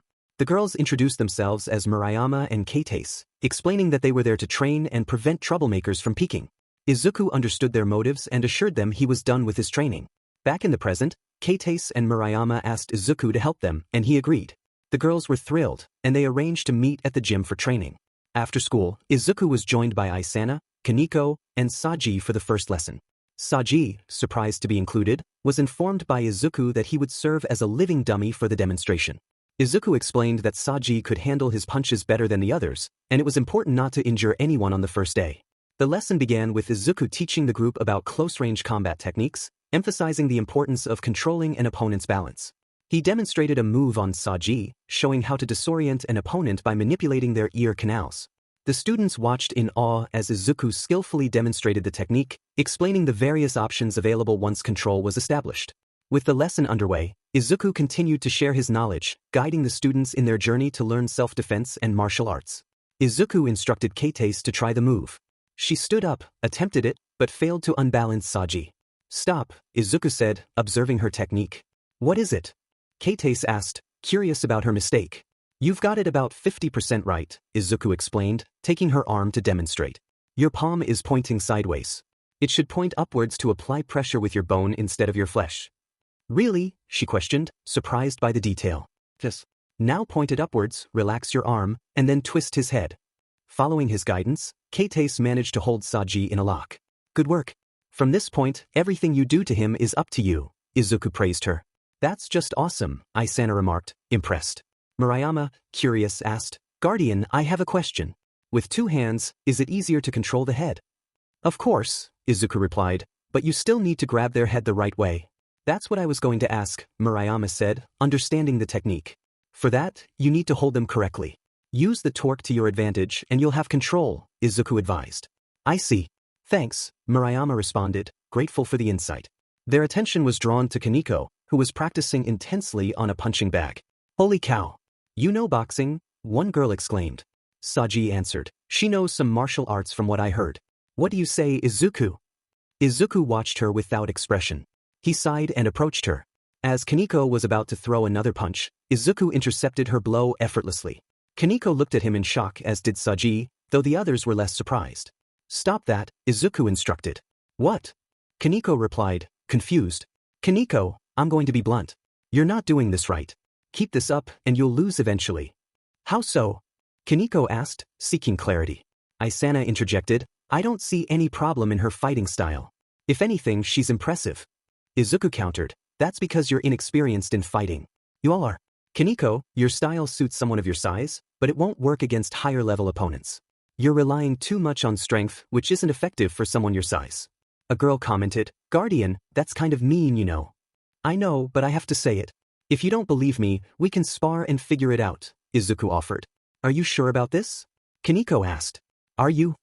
Izuku challenged. Kaneko decided, let's go for it, but don't underestimate me. Izuku warned, underestimating your opponent always leads to defeat. I've seen that enough. With that, Kaneko and Izuku charged at each other. Kaneko aimed a right hook, but Izuku used the size difference to his advantage, rushing forward even faster. Kaneko was not only parried but also took a serious hit, stumbling backward and holding her head. She attempted another hook, but Izuku countered effectively. She felt pain but had no time to think as Izuku continued his assault. He didn't pull back after hitting her arm, aiming beyond it to gain control. Kaneko gasped for air. What the? I am a devil. I know he is strong, but... Kaneko thought, bewildered. While she was distracted, Izuku used the move he had demonstrated earlier. Once Kaneko was flipped, he pushed her towards the ceiling with his legs, controlling her movement with full force, pressing her head down. Stand down, Kaneko. You lost this fight, Izuku declared. Kaneko gritted her teeth and attempted a grappling move, trying to lock Izuku by holding down his arm. However, he didn't budge. Instead, he got up and controlled her movement again, causing her to let go. He is overpowering me. Sure, I am not using my powers, but I am a rook, damn it. Just how? Kaneko thought in frustration. Do you want to continue, Kaneko? Izuku asked. She got up and attacked again. Izuku parried her attacks while striking back. After a minute, she fell, exhausted and bruised. This is my win, Izuku declared. Not bad, a voice commented. She seemed like a tough opponent, partner, another added. But she clearly lacked a few things, a third voice noted. She has some experience. That grab was good, but it doesn't mean instant victory for her. She still has a lot to learn. Still, she was somewhat better than some of the devils I've faced before, Izuku assessed. He gently picked Kaneko up and laid her next to the others. You are a brave opponent, Kaneko, but having a strength contest with someone stronger than you is a bad idea, he advised. Kaneko remained silent. I don't know who taught you how to fight, but they were clearly doing it wrong. Your fighting style lacks muscle, so you need to adjust it, Izuku continued. Keitase remarked. Guardian, maybe you should have held back a bit. I was, Izuku replied, surprising everyone. Kaneko reflected, and that's when he started teaching me how to parry and attack at the same time. I see, Rias responded. The next morning, Izuku was back in the dojo, teaching people how to fight better or giving tips on self-defense. He had even more students than before, though he suspected many were there just to watch him train. He didn't mind. At one point, he noticed Isana practicing and couldn't resist helping her out. In a meeting, Sona reported, nothing is out of the ordinary, Principal. Our analysis shows an increase in grades among the second-year students. That is great to hear, Shirtorai, the principal replied. Momo added, and the number of delinquents from other schools or troublemakers is decreasing rapidly. I think this is also affecting the overall grades of the students. Sona agreed, that is not out of the realm of possibility. If they feel safer, they can focus their energy on studying rather than other activities. Saji chimed in, and let's not forget one of the reasons why the students are feeling safe. He grinned, causing Sona to blush. The principal asked, speaking of him, how are his grades? A teacher replied, I'm going to be honest. We should just give him a diploma and be done with it. What? The principal exclaimed. The math teacher added, she is right. At this point, this kid knows more math than I do. I asked some professors in the college section to bring the final exams or other difficult tests, and this kid is still scoring at least 80%. Another teacher confirmed, same with my class. A third teacher agreed, also mine. The principal asked, what about his athletics? Saji replied, you've never seen the guy up close, have you? Not really, the principal admitted. Sona blushed slightly and turned to the gym teacher, asking for his opinion. The gym teacher warned them all against a particular student, expressing genuine fear. The teachers exchanged uneasy glances, sensing the gravity of his words. The gym teacher recounted an incident where he had asked a friend, a drill instructor in the Japanese Special Forces, to evaluate the student. The instructor had been astounded, claiming the student's regular activities were more grueling than the Special Forces punishments.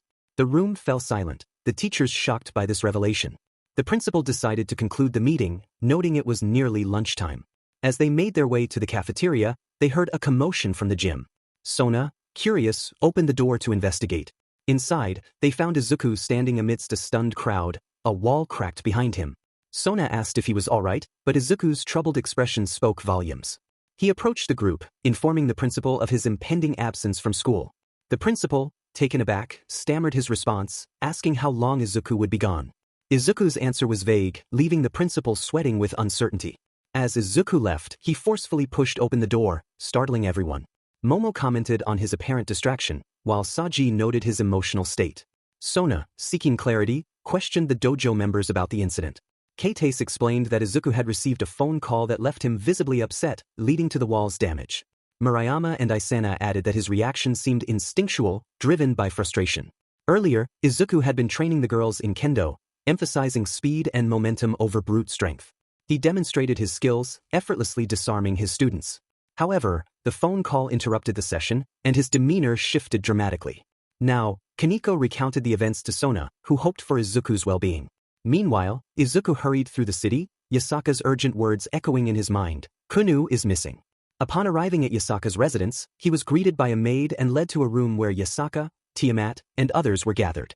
Yasaka, distressed, rushed to Izuku, explaining the situation. Kunu's disappearance was part of a larger pattern of people going missing.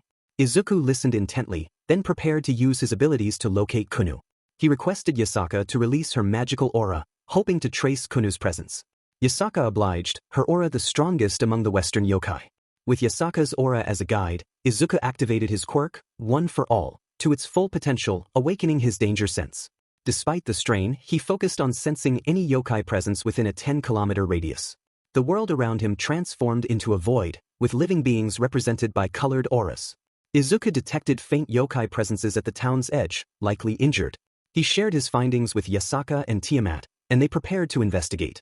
Yasaka agreed to leave Eri in the care of her attendants, trusting Izuku to bring her daughter and others back safely. Tiamat turned to her servants with a commanding presence. Protect her with your lives, do you understand? She ordered. Yes, ma'am, the servants responded in unison. Tiamat's form began to glow blue as she transformed. Her appearance became striking, with blue scales covering parts of her body and 2 blue horns adorning her head. She wore a white bikini top, a white skirt, and thigh-high boots, exuding a powerful yet elegant aura. Master, I am ready, Tiamat announced. Let's go, Izuku replied, and they took off together. Izuku flew at full speed, holding Yasaka securely, with Tiamat following closely behind. Within moments, they arrived at a small construction site nestled in the mountains. There, Izuku spotted a group of armed men holding a yokai family hostage. This is what you get for trying to escape. But don't worry, you'll go with the others soon, one thug taunted. That was all Izuku needed to hear. He and Tiamat quickly intervened, subduing the armed men while Yasaka comforted the frightened family. Tiamat, take them back. I will have a chat with this guy. Yasaka, stay here, Izuku instructed.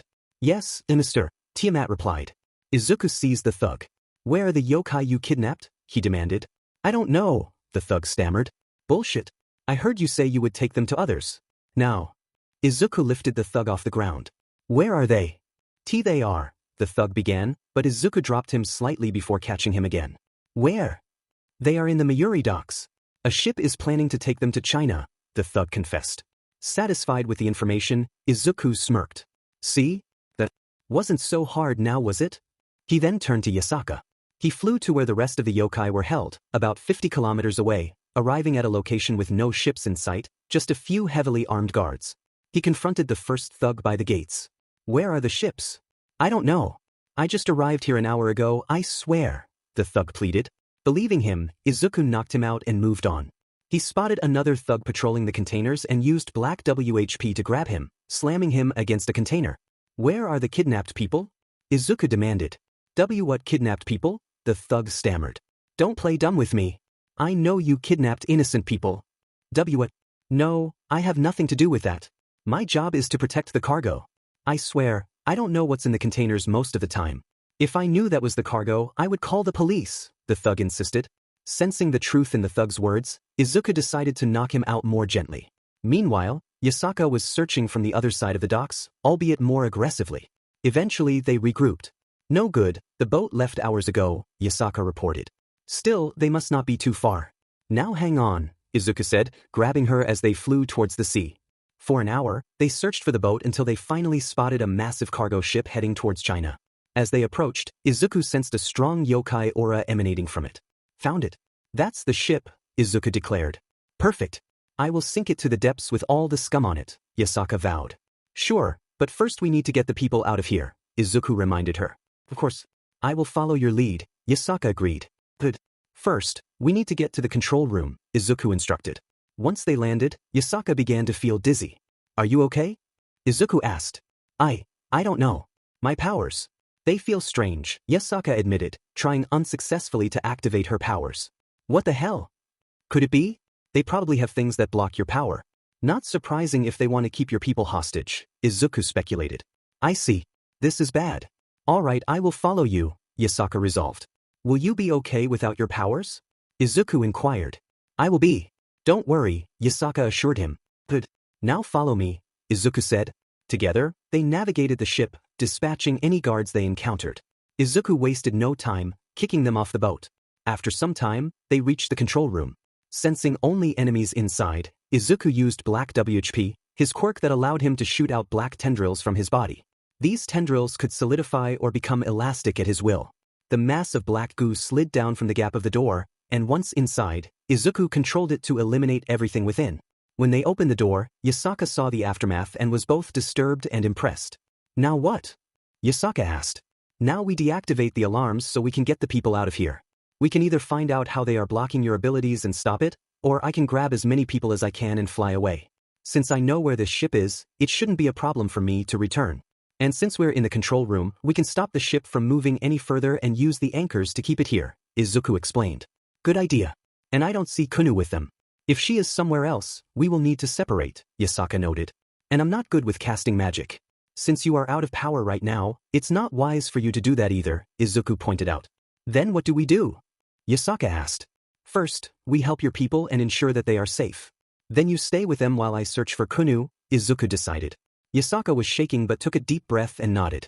Once in the inner cargo hold, Izuku and Yasaka wasted no time taking out the guards. Izuku even decided to use his sword for once. Princess Yasaka, one yokai exclaimed. Princess, another cried. Our protector, a third shouted. The yokai who saw her were suddenly filled with hope. It is not the time to celebrate yet. There is still magic blocking our chi. Izuku, the rest is yours, Yasaka said. You can count on me, Izuku assured her. Right before Izuku could leave to search for Kunu, Yasaka hugged his arm. Please bring Kunu back. I beg you, she pleaded. Seeing her teary eyes, Izuku hugged her back, causing her to blush. Don't worry. Like I said, I will bring her back no matter what happens to me, he promised. With that, Izuku left to search for Kunu. After defeating several guards, he finally found her in the captain's cabin. He broke the door and prepared to charge at whatever was inside but stopped when he saw Kunu being held by a man. Kunu, let her go. I will not repeat myself, Izuku demanded. Whoa. If it isn't the blood rabbit himself. I gotta say I am honored to be in your presence. I have no name, but you can call me Pina Selzen, the man replied. Izuku looked at him. He was a man with gray hair wearing a priest robe and had blue, menacing eyes. Oh, are you actually a god or part of the Greek pantheon, or are you simply calling yourself that? Izuku asked. Ha, it's expected that such a powerful devil killer like you would know about the mythical world. No, I am no god, unfortunately, but I do take inspiration from those I worship, Pina explained.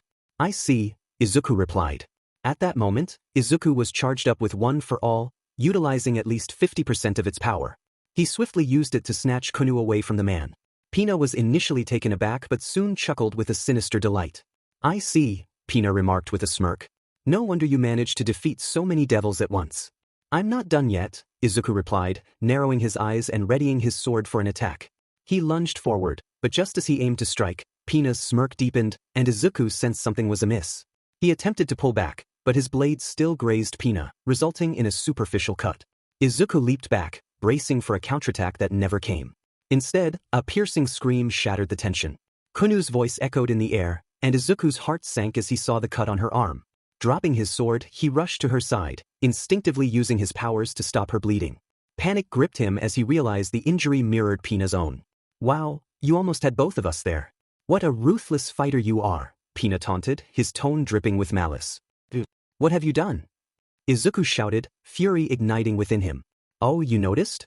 This is my sacred gear, Chains of Hell, Pina replied, summoning chains that coiled around him. Partner, I can sense it. There's a magical connection between Kunu and him, Drake warned. Izuku nodded, his resolve hardening. We need to break that connection. This sacred gear allows me to bind and harm anything I choose. And if you try to break the chain, it will harm her, Pina sneered, revealing a magic circle beneath his robe. If I go unconscious, this magic circle will activate. Izuku froze, understanding the gravity of the situation. So what will you do, hero? Hit me as much as you want. I can take it. But can she? Pina laughed, striking himself with chains, relishing Kunu's distress. Desperate to protect her, Izuku placed an order on Kunu to numb her pain. You sicko. What do you want? He demanded. I want to see who you are. Remove your mask, little bunny. No, take off your whole suit. I want to see what's underneath, Pina taunted. Izuku glanced at the frightened Kunu in his arms. Kunu, I promise everything will be okay, he said softly, smiling as he removed his mask and suit. Kunu gasped, Be big bro? It's me, my little fox. Don't worry, I'm here. Now close your eyes and cover your ears, okay? He reassured her. Kunu hugged him tightly, tears streaming down her face as she complied. Pina's laughter echoed around them. Bold words, hero. But I gotta say, you've got a lot of scars. Let's see if you can survive this. He unleashed a barrage of attacks, chains slashing through the air. Izuku braced himself, knowing he had to protect his vital areas while enduring the onslaught. After several strikes, he fell to the ground, exhausted but not broken. Kunu's desperate voice pierced through the chaos.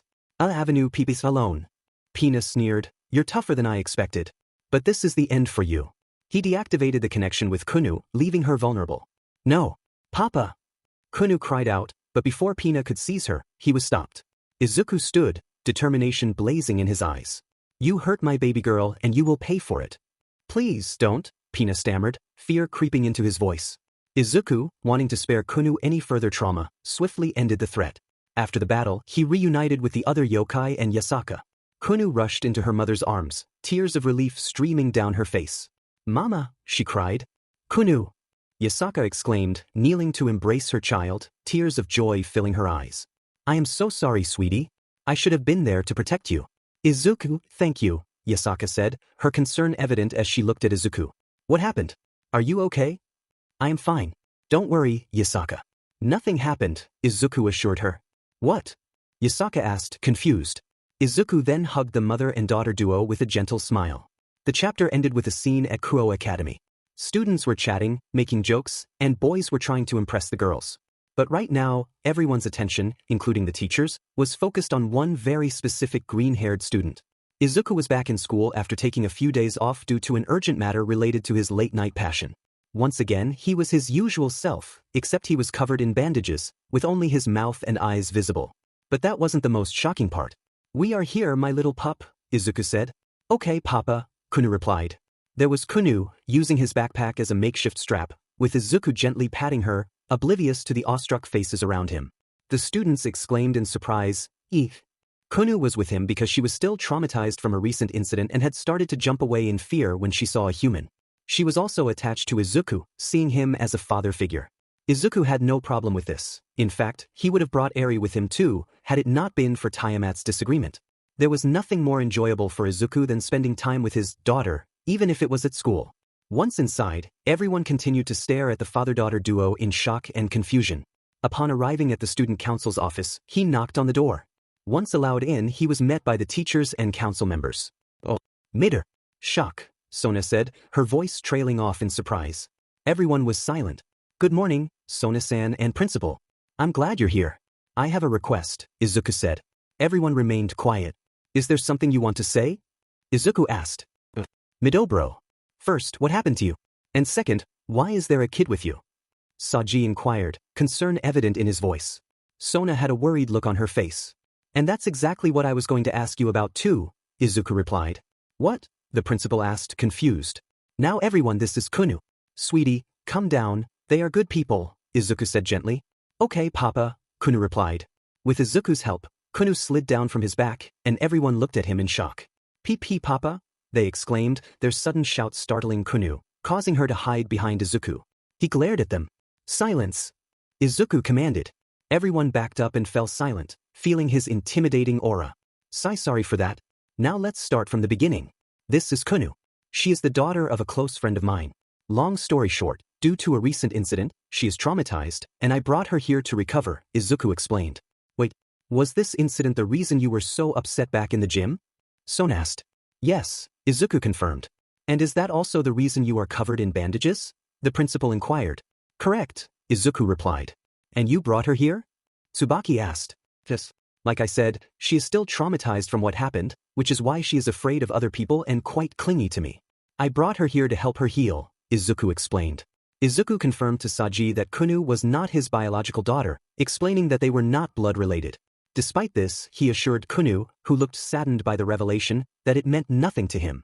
He embraced her warmly, declaring, "She is my daughter, and I am her papa. Right, my little pup?" His affectionate gesture, rubbing his bandaged face against hers, made her giggle, surprising everyone around, particularly Sona, who blushed at the scene. The teacher remarked on Izuku's ease with children, and Momo noted how surprisingly adorable he was.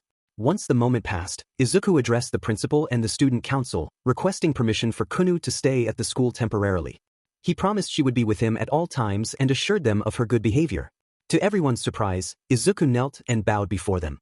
Sona, after a moment, agreed it would be acceptable, and the principal suggested it could serve as a test run for a potential preschool section they had been considering. Izuku expressed his understanding and readiness, despite his injuries, to which the principal expressed concern. Izuku reassured him, "Pain doesn't bother me that much anymore." Saji, curious, asked if Izuku's plan would work. Confidently, Izuku replied, "It will. This isn't my first rodeo," hinting at his experience with traumatized children. When asked by Sona about his plans for class, Izuku explained he would keep it simple, helping Kunu study at her level while managing the class. As the principal made an announcement, Izuku sat with Kunu on his lap, hugging her. The principal then invited Izuku to speak, and he warned his schoolmates not to negatively affect Kunu.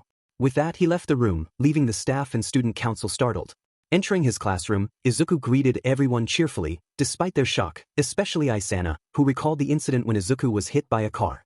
He introduced Kunu, prompting the girls to exclaim over her cuteness, startling her.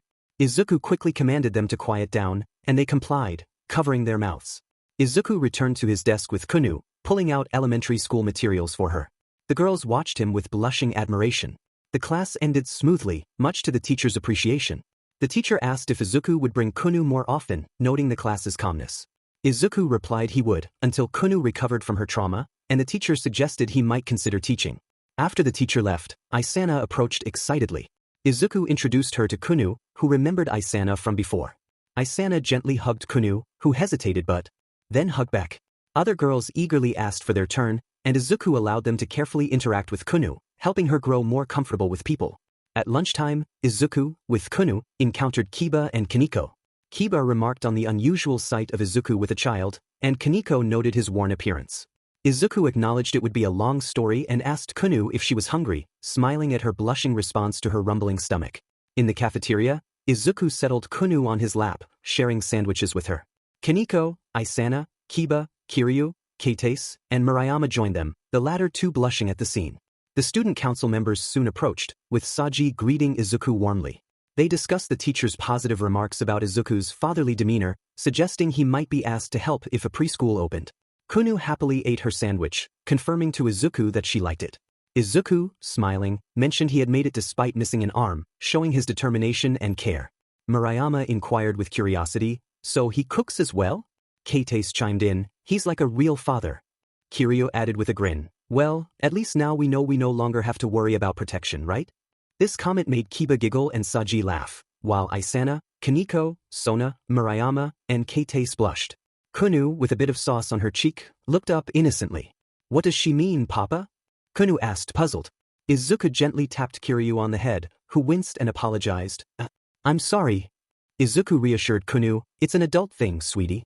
You don't have to worry about it." "Okay," Kunu replied, satisfied with the answer. After finishing his meal, Izuku engaged in conversation with the group. Kunu, not quite grasping the topics, grew bored and eventually fell asleep, exhausted from all her studying. Izuku noticed and smiled, planting a gentle kiss on her head, which made the girls blush even more. He then stood up, preparing to leave. "This place is too loud for her to rest. I'll take her outside for some fresh air," Izuku announced. Carrying a sleeping Kunu, he left the cafeteria, drawing the attention of every girl in the school, each casting him a small, admiring glance. Meanwhile, Sona discreetly pulled out a sheet from her bag titled, "Reasons to Marry Midoriya." Outside, Izuku wandered to the forest's edge and discovered an old mansion. The sun was obscured by the trees, creating a perfect spot for rest. He settled against a wall, placing Kunu on his lap and using his jacket as a blanket. "Partner," Drake's voice echoed in his mind. "Devils?" Izuku inquired. "Yes, two of them. They are powerful, except for one girl with short black hair and another with long spiky black hair," Drake confirmed. "Sona and Tsubaki? Really?" Izuku mused. "But one of them feels strange," Albion added. "Oh." Izuku replied, intrigued. A voice interrupted, Era, this is unexpected." Turning his head, Izuku saw a girl with long black hair tied in a ponytail reaching her knees.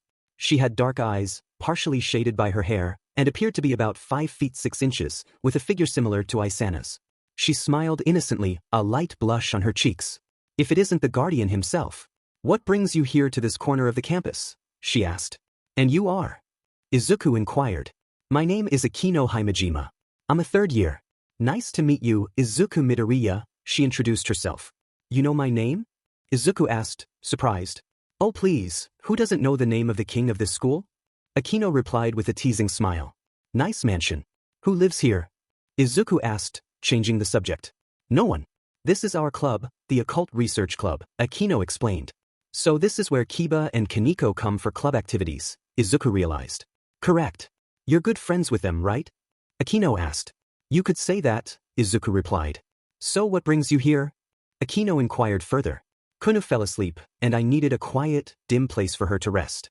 The cafeteria is neither," Izuku explained. "And this place is?" Akino asked, raising an eyebrow. "There's no noise other than us, and the trees block the sun just enough. It's perfect for her," Izuku answered. Era, you really take being a daddy seriously, don't you, Izuku?" Akino teased. Izuku looked at her, feeling Kunu stir slightly. He smiled, helping her get comfortable as she began to wake up. Papa?" Kunu murmured sleepily. "You fell asleep, sweetie. I brought you here to rest," Izuku explained. "Okay, Papa," Kunu replied, sitting up straight on his lap and examining his arm. "You have lots of scars, Papa," she observed. "I know, little pup. I have even more underneath my clothes," Izuku admitted. "I think they are pretty neat, Papa," Kunu said with admiration. "Oh, you think so?" Izuku asked, amused. "Yeah," Kunu affirmed, hugging his arm. "They make your arm softer." "Really?" "Thank you, little pup," Izuku said, kissing the top of her head. Akino watched their interaction with wide eyes, memories from her past surfacing. "As for your question, Akino, it's only natural for a parent to care for their child, isn't it?" Izuku remarked, noticing Akino looking away, covering her mouth. "Are you okay?" he asked, concerned. Her thoughts interrupted. Akino composed herself and replied with her usual smile, "I am. Thanks for worrying about me. You didn't have to, but that's exactly what I would expect from a man of your reputation in this school, right?" Izuku met her gaze but then sensed someone else watching him. He looked up to see a girl with spiky red hair and blue eyes observing them curiously, surprised by Akino's reaction.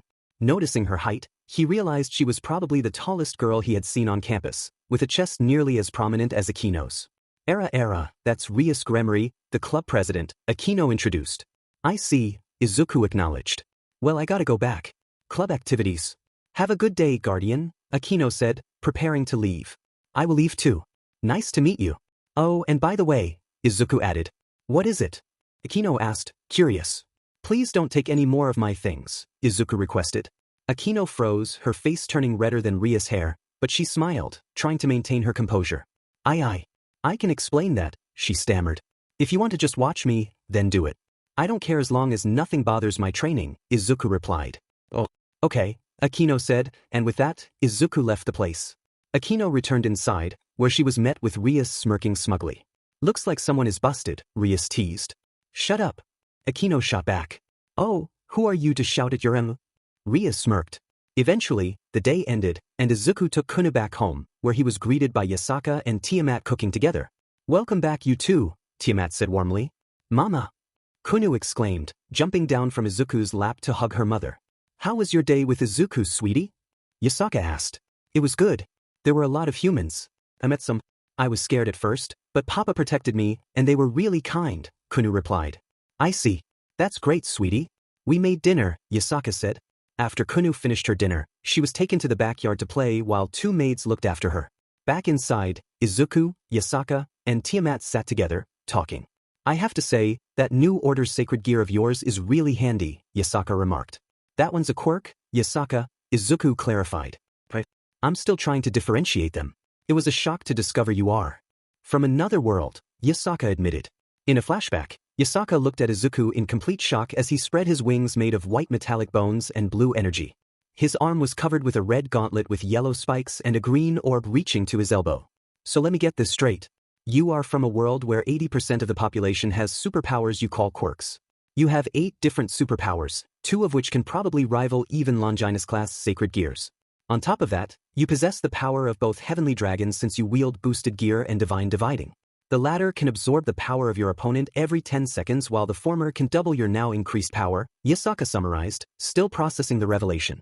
Tiamat noted the extraordinary power Izuku possessed, emphasizing that his ability to double his strength every 10 seconds was significant, especially since he could also absorb the power of his opponents. Izuku's gem and wings began to glow as Drake and Albion spoke up, confirming the truth of Tiamat's words and adding more context. This is why both of us have chosen to cooperate and become his hosts, Drake explained. Albion elaborated, his main quirk, One for All, OFA, specifically its stockpiling aspect, negates the drawbacks of our powers, making us stronger. Yasaka, astonished, asked for confirmation. Drake assured her, yes, because of this and Izuku's inherent strength, he is the strongest wielder we've ever had and likely ever will have. Albion agreed. He is the perfect host. Yasaka was in awe, while Izuku, still weary from his injuries, yawned. I see. You truly are amazing, Izuku, Yasaka said, though her thoughts lingered on his kindness and intelligence, particularly his dedication to helping Kunu. Izuku announced his intention to take a cold shower to soothe his wounds and then head to bed. Good night, ladies, he said. Tiamat replied, good night. After Izuku left, Yasaka instructed a maid to procure as much information as possible, regardless of the cost. Tiamat smirked, noting Yasaka's impatience. Yasaka retorted, as if you're any different. Reflecting on the past, Yasaka remarked on the versatility of Izuku's power. Izuku explained, now we know it can completely camouflage not just my sacred gears or anything magical in my body but also conceal the magical properties of others, provided they're not too large. None of the devils I know could identify her as a yokai or sense magical energy. Yasaka sought confirmation and Izuku assured her, I can catch such things. Observation allows me to do so. Yasaka questioned, wasn't it called danger sense? Izuku clarified, observation is its evolved form, akin to a balance break of a sacred gear, but permanent with new abilities. Yasaka inquired about achieving balance break and Izuku explained, it's similar, you need to train. They are physical abilities. My case is different because I learned a method to grow stronger 10 times faster. This allowed me to cultivate OFA rapidly, making my power output significantly higher. I became nearly 4 times stronger than my MSTR in his prime, but this created issues. Izuku continued, One for All enhances everything about me, including my quirks. The problem arose when new quirks became too powerful, posing safety hazards, especially the second user's quirk. I had to hold back more than usual. After much thought and research, I found a way to permanently enhance my quirks by sacrificing some of the one-for-all power I had cultivated. This trade-off made my quirks stronger and more versatile while keeping me physically stronger than my mentor. The voices of the vestiges of one-for-all echoed in his mind. Nana noted his significant growth in power, Kathleen mentioned his ability to use the new order quirk to increase his base strength, and All Might acknowledged that Izuku was at least 30 times stronger than he had been. Tiamat commented on his intense training, and Yasaka questioned how he avoided suspicion from other devils. Izuku explained, I conceal my magical powers using new order and apply debuffs to weaken myself, which oddly serves as good training during gym class. Yasaka observed, so you're growing even more powerful by the second. Izuku nodded, kinda. Drake and Albion then appeared, with Drake asserting that Izuku could defeat all the devils in his school if he removed the debuffs. Izuku replied, you can't say that for certain. Tiamat added, as foolish as Drake is, he's not wrong. Most devils today rely too much on demonic power, and when that fails, they fall into despair. I've met enough devils to know that's true. Albion added, that's why they cowardly begged for your mercy after failing to subdue you. Izuku concluded, but the world is vast, so I need to keep training to get stronger. Drake and Albion affirmed their support. Turning to Yasaka, Izuku asked, I have a serious question. Yasaka prompted him to continue. The people we captured, the ones who kidnapped Kunu and other yokai, have they spoken yet? Yasaka confirmed, they did, just recently. It took time, but we managed. Izuku asked what they had learned. Yasaka revealed, not much, only that they work for an organization called the Chaos Brigade. As time passed, Kunu fully healed, so Izuku no longer needed to bring her to class, much to everyone's disappointment. Meanwhile, the school dance loomed, an event Izuku was not eager for. He had never attended one, and with his missing arm, dancing seemed impossible. Nonetheless, Tiamat and Yasaka insisted on taking him shopping, ostensibly for clothes but clearly intending to enjoy themselves as well. Tiamat held up a suit ensemble featuring a black jacket, a white tie, and a green shirt. She insisted, I'm sure Mr. will look better in this green shirt. Yasaka, however, disagreed, presenting a dark purple suit with a matching tie and a white shirt. No, I think Darling's color is more dark purple, she countered. Their debate over which tuxedo would suit me best escalated, drawing the attention of everyone in the shop. The way they addressed me as darling and only added to the spectacle. I glanced around and noticed that the girls were staring at me in shock, while the guys either glared, looked down in shame, or gave me a thumbs up. I wished I could close my eyes and ears to escape the chaos, but my thoughts were just as tumultuous. Albion commented, Tiamat has great taste. Drake retorted, no, Yasaka. Albion shot back, what did you say, you oversized blood cell? Drake fired back, I'll rip you to pieces, you overgrown I finally snapped, can both of you shut up? They both quickly apologized, sorry. Banjo laughed heartily, haha. Yoichi asked, where did you even get the popcorn?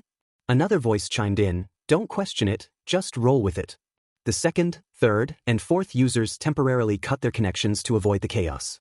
Nana observed, still, the one with the green shirt matches his hair and eyes, giving him a mysterious look. Kathleen added, while the purple one makes him look more handsome. Green and purple mix well, in my opinion, All Might commented. Thank goodness you two are not arguing like the rest, Nana added. Nana then asked, speaking of suits, Toshi, what do you think? All Might stammered, Her? Nana teased, I want to know your opinion too. Don't you want your surrogate son to look dazzling? All Might muttered, that last statement sounds creepily familiar. Kathleen called out, Yoichi, you joined too. Yoichi responded, I am not good with suits. Kinda don't like them. Kathleen asked, why? Yoichi replied, blame my brother. Kathleen apologized, oh, sorry. Yoichi reassured, no, it is fine. Izuku announced, anyways, I am going to look for myself. The vestiges offered, sure, we can help you. A mysterious voice added, in that case, I will lend you my hand too. Izuku, the vestiges, and the dragons turned to see a woman with long, silky blonde hair and blue eyes, wearing a shoulderless purple dress with long sleeves and white heels. She wore a crown-like hat, or at least that's what Izuku thought it was. Drake exclaimed, oh, Elsha. Izuku asked, who? Drake explained, she is one of the previous wielders of boosted gear. Izuku was surprised, wait, I can communicate with them too? Albion confirmed, yeah, you can. Izuku questioned, and why am I hearing this now? Drake replied, because you never asked, partner, but don't worry, most of them don't talk regardless. Nana greeted, Elsha-san, good to see you. Elsha responded, Nana. Kathleen, how are you too? Kathleen replied, we are good. Izuku asked, Wait, you know her? Nana explained, we chat every now and then. Elsa introduced herself. So this is the infamous Izuku Midoriya. I am honored to finally meet you. I am Elsa, nice to meet you. Kathleen smirked, I know, right? Nana added, I call this a glow-up. You should have seen what he used to look like. Don't get me wrong, he was really adorable back then. Now he is just impressive. Elsa offered, anyways, let me help you pick a good set. Izuku agreed, alright. Back in the real world, Izuku was walking around the shop until Elsa pointed out a gray tuxedo for him. Seeing it, Nana and Kathleen also smirked and agreed with her choice. Izuku then grabbed the suit and went to change. Izuku commented, this looks not bad. Nana exclaimed, not bad? Are you kidding?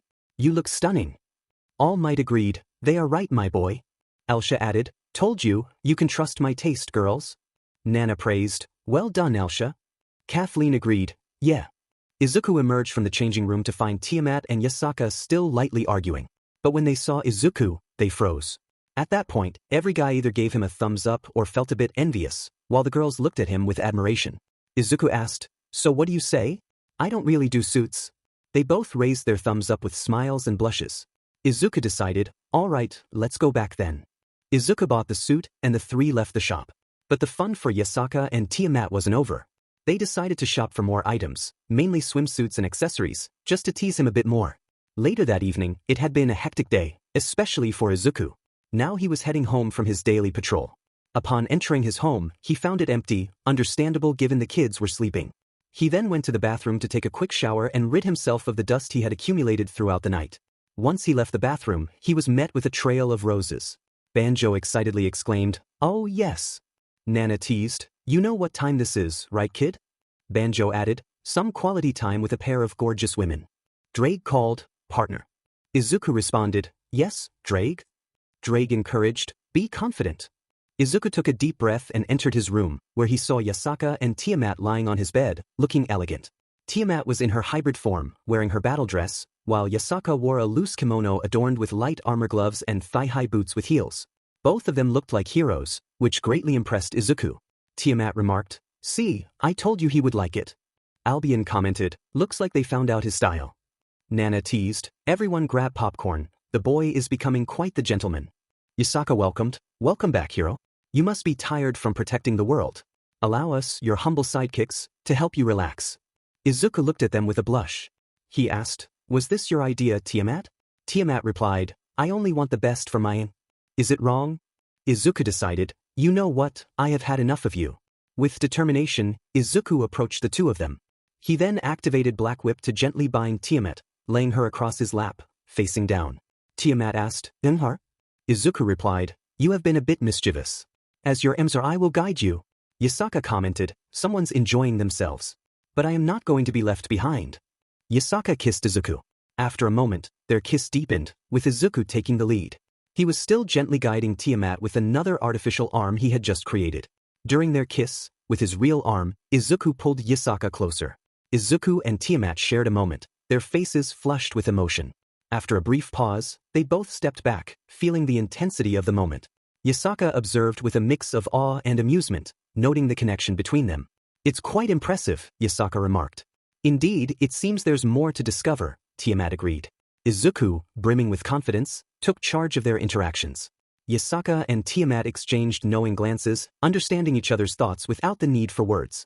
They all shared a moment of camaraderie, each contributing to the unfolding story. Yasaka and Tiamat supported Izuku, encouraging him to embrace his strengths and potential. We're here for you, Izuku, Yasaka assured him. Let's make the most of our time together. Yes, Tiamat agreed. Let's see where this path leads us. As they moved forward, their bond grew stronger, each finding their place in the narrative. The atmosphere was filled with anticipation and excitement for what lay ahead. In another realm, Banjo and the others watched with interest, their expressions a mix of curiosity and support. Banjo urged, go for it, Izuku. Stay focused, the sixth advised.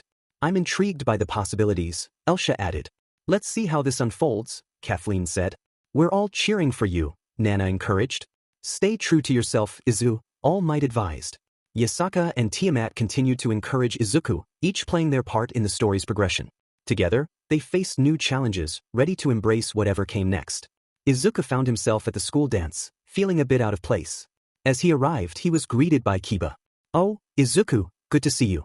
And you look good, Kiba remarked. Thanks. I had help, Izuku replied. Really? Well, let's go inside, Kiba suggested. The two of them entered the gym, where they saw Saji about to go in. Saji, Izuku, good to see you. And bro, you look good, Saji complimented. Thanks, you look good too, Izuku responded. Where's Momo? Kiba asked. Just got a message saying that she was inside, Saji answered. I see. Then let's go inside, Izuku said. Sure, Saji agreed. The trio entered the gym where the party was being held. As they walked in, they heard a girl scream, Keh. She looked at them with heart-shaped eyes. Everyone turned to look at the trio. Izuku was wearing a gray tuxedo with a black shirt and a gray-pink tie. Saji on his left was wearing a red suit with a white shirt and a purple tie, and Kiba on his left was wearing a black suit with a pink shirt and black tie. Four girls immediately blushed upon seeing the three, more specifically, Kiba and Izuku. Kaya, the prince looks so handsome, one girl exclaimed. Guardian, another shouted. Gray is my new favorite color, a third girl added. As the girls screamed, Izuku sighed while Kiba waved his hand. Sei laughed, saying, Sometimes I both envy you and pity you. Well, you gotta go without me. I'm going to find my girl. He then walked off to find his girlfriend. Izuku, a familiar voice called. Izuku turned to see Isana, who was wearing a shoulderless dress that barely reached her thighs, adorned with a thick golden choker and white gloves. She blushed as she looked at him. You look good in that suit, she said shyly.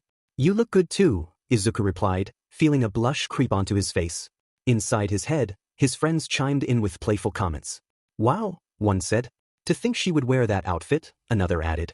I knew she was bold, but this is next level, a third remarked. Izuku felt flustered as they teased him. Shut up, Benjo. You're annoying, he snapped back at one of his friends, who was laughing heartily. Why are you embarrassed? You literally had an interesting encounter with someone the other day, another friend pointed out. Don't call her that. Izuku replied, blushing even more. Isana broke the tension, asking, So, you made it to the dance. Yeah. Can't say I'm a fan of it though, Izuku admitted. Why not? Isana inquired. First off, I've never been to a dance like this before. Really? You haven't? She asked, surprised. Yeah. Things happen sometimes. I'm just going to find a corner to wait it out, he said. Really? That's all you're going to do? No dancing? Isana pressed. I can't really dance. I'd embarrass myself and whoever I dance with. I can handle the former, the latter is the problem. Please, I'm sure you'll be fine. Have you ever really tried? Isana encouraged him. Izuku thought back to the last time he wore a tuxedo, which was at a gala. He realized he had never danced with anyone. Yeah. I admit I never really danced before, he confessed. Alright, you know there's always a way for you to figure it out, right? Isana suggested. By dancing with someone? He replied. Yeah, she said, blushing. I doubt anyone would want to dance with me though, he said, feeling uncertain. Isana was puzzled by his lack of confidence. After all, many girls were there to dance with him or Kiba. Just then, Sona approached, blushing as well. Midoriya, she called out. Glad to see you made it to the party, she said, wearing a black dress with long sleeves. Thanks. What is this for exactly? Izuku asked. It's a yearly tradition. Any more detail is unnecessary, Sona replied. Really? So if I were to miss this party, could I still attend next year? Izuku asked. Well, you could, but it wouldn't be the same, Sona explained. Oh, how so? He inquired. Let's say you have friends in upper class. They wouldn't be there with you, she said, a hint of sadness in her voice. Izuku understood her point. Yeah, not seeing some upperclassmen I consider friends would be sad, he admitted, thinking about the big three and how they might leave to pursue their hero careers. Sona and Isana noticed the sadness in his voice. Is something wrong? Sona asked. Are you okay? Isana added. Oh, just some old memories. Nothing to worry about, Izuku replied, trying to brush it off. Well, I hope you enjoy the party, Sona said before leaving to find the rest of the student council. Once they gathered, Sona outlined their plan. Okay, you all know the plan. Let people enjoy themselves for a while, then cut the music, get up on stage, and announce that they will randomly select a boy and a girl for the slow dance. Are the preparations ready? Saji asked. Yes. All the boys' names have been changed to Midoriya's, and the girls' names to yours, President, Momo confirmed. So when the time is ready, you will get your man, President, Tsubaki added. But having one arm might make things difficult to dance, Momo noted. But who cares? Saji laughed. I'm pretty sure the president can cover that up well. Yeah, him not being a good dancer doesn't bother me at all. I just want to dance with my future husband, enjoy my time with my dear underclassmen, Sona said. However, behind the wall, someone was eavesdropping. So that's your plan, Kiba mused with a smirk. Don't mind me if I make a few changes then. You are not the only ones who wish for this moment. What kind of knight would I be if I can't help my people? Kiba sat in the mansion, observing Akino, who seemed lost in thoughts of Izuku. It was obvious to everyone, but Kiba and Kaneko noticed she appeared less distracted than before. Kaneko broke the silence. So, should I conclude that you have more than just fleeting thoughts about him now? Akino replied, Oh, I still dream about him. Curious, Kiba asked, but what changed? Akino smiled, I've seen another side of him.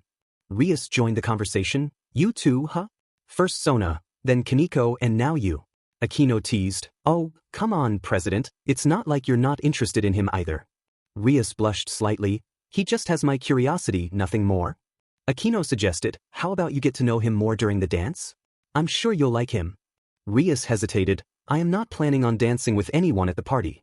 Kaneko reassured her, We know everyone tries to grab your attention, but he's not one of them. Trust me, I confirmed that. Intrigued, Kiba asked Kaneko, And how exactly did you do that?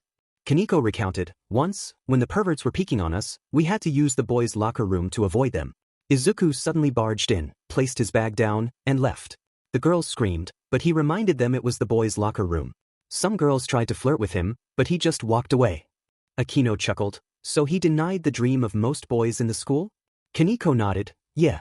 Rias blushed, Fine, I'll see what kind of person he really is, she said, looking away. I also want to see what made Sona fall for him. As the flashback ended, Kiba followed the group preparing for the event. He smirked at the sight of a bundle of sheets nearby. Meanwhile, Izuku leaned against a corner, watching everyone enjoy themselves. Momo and Saji took the stage to make an announcement. Kiba addressed the crowd, Ladies and gentlemen, welcome to the annual Kuo Academy dance. The next song will be a slow one, and you'll need a partner. We've prepared a special lottery to pick a girl and a boy to dance in the center of the room. The boys cheered, and the girls looked at him and Kiba with stars in their eyes. Izuku sighed. All Might advised, You should pay attention. Izuku asked, And why is that? All Might replied, Because you could be picked. The Vestiges warned, Don't jinx it. Momo announced, As for the boy we got. Oh, it's our favorite. Izuku Midoriya. Izuku's eyes widened in shock. Huge, he exclaimed. The Vestiges groaned, You jinxed it. Kiba laughed, Guardian, you lucky guy. Get in the center, bro. Izuku glanced at Saji, who smirked. Momo continued, Now for the girl we got. She froze, stuttering, Arnvimori. The crowd erupted in surprise. Lucky guy, one boy shouted. No, another lamented. Not the Crimson Princess, a third protested. A girl exclaimed, She is so lucky. Sona froze along with her peerage, then jumped up, slamming her hands on the table. W, she shouted, glaring at Momo and Saji, who shook their heads. Frustrated, she sat back down muttering, Who the heck did? She noticed something odd. Rias, Kaneko, and Akino were all surprised. While Kiba smugly drank his drink. Akino teased, Aratsu President, you're a lucky lady. Rias asked, How did this even happen? Kiba grinned, Yeah, I wonder that too. Kaneko questioned, What did you do? Kiba shrugged, Nothing really. Rias warned, You know Sona is going to be furious with you for this. Kiba admitted, It will be worse than that, given I foiled their plans. Rias inquired, What plans? Kiba explained, This whole matching thing was a way for the council to set Sona-san with Izuku. I just changed the names. Kaneko remarked, Yeah, she is going to be mad. Kiba nodded, I know. Kiba approached Izuku, who was still leaning against the wall, deep in thought. Alright my friend, it's your turn. Go get the girl and make her night magical, Kiba encouraged. Izuku replied, You just gave me the feeling that you're involved in this. Kiba confessed, Because I am. Izuku sighed and walked over to Rias, who was sitting with her friends. So, you're Rias Gremory, he said. Rias replied, Nice to meet you too, Midoriya. Izuku continued, We're in an interesting situation, and a certain blonde-haired friend we both know is somehow involved. I'll get back at him later, but for now, there's no escape from this situation. Would you like to dance with me? Izuku asked, extending his hand. Rias smiled and took it. He gently led her to the center of the room, where other couples were dancing. I'm sorry in advance, Izuku said. Sorry for what? Rias asked. I'm not exactly the dancing type, and missing an arm makes it more difficult. So please bear with me. You're strange, Midoriya. But don't worry, I've got you covered. Just follow my lead. I'll do my best, Izuku promised, placing his hand on her waist as Rias put her hands on his shoulders. They began to dance slowly, and Izuku started a conversation. "So, you're Kiba's and Kaniko's club president," he said. "They told you about me?" Rias replied. "Just briefly." "Oh," she said. "Be honest. Earlier you seemed bothered. Is it because you were chosen to dance with me, or was it something else?" "Frankly, I didn't even want to be at this party," Izuku admitted. "Why is that?" Rias asked. "First, I can't exactly dance without embarrassing myself or anyone who dances with me. Second, I'd rather be doing something more productive." "Oh, such as training, studying, or looking after your daughter." It's not every day a student brings a toddler to school, and that toddler calls him Papa while covered in bandages. Yeah, poor girl suffered a lot back then. I had to help her get over it. Are we just going to ignore the fact that you were injured too? You and I have clearly different priorities. Aren't you worried about your own health? Self-preservation is important, you know. It sounds like you've lost that feeling. How can I lose something I never had to begin with? You're making a woman worry. And I'm not apologizing. Rias chuckled, but as she did, she gazed into his green eyes. His expression conveyed a different story, yet she sensed a kind and warm aura radiating from him. As the minutes passed, Rias was captivated. Calling this dance magical would be an understatement. Izuku never made any inappropriate moves or broke eye contact with her, even though he could have easily looked elsewhere. He remained focused on her blue eyes, connecting with her on a deeper level. As the dance continued, Rias felt her blush deepening, despite her best efforts to hide it. He might not have been a skilled dancer, but she didn't care at that moment. Suddenly, a spotlight burst, startling some people. Instinctively, Izuku pulled Rias closer and turned toward the sound. "Emitaria," she stammered, looking up at him with a massive blush. He realized he was hugging her, his arm wrapped around her waist. Their faces were now closer than ever. Izuku mumbled, "Her eyes are pretty." Rias blushed even more, realizing how close they were. Izuku noticed what he had said and slightly blushed himself before letting her go. "Oh, sorry," he said. "And no, it's okay. Well, the song is over, so I'll take my leave."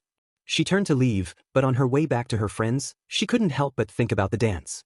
It was amazing how he acted, especially at the end when he pulled her close. It felt reassuring, like a knight shielding a princess.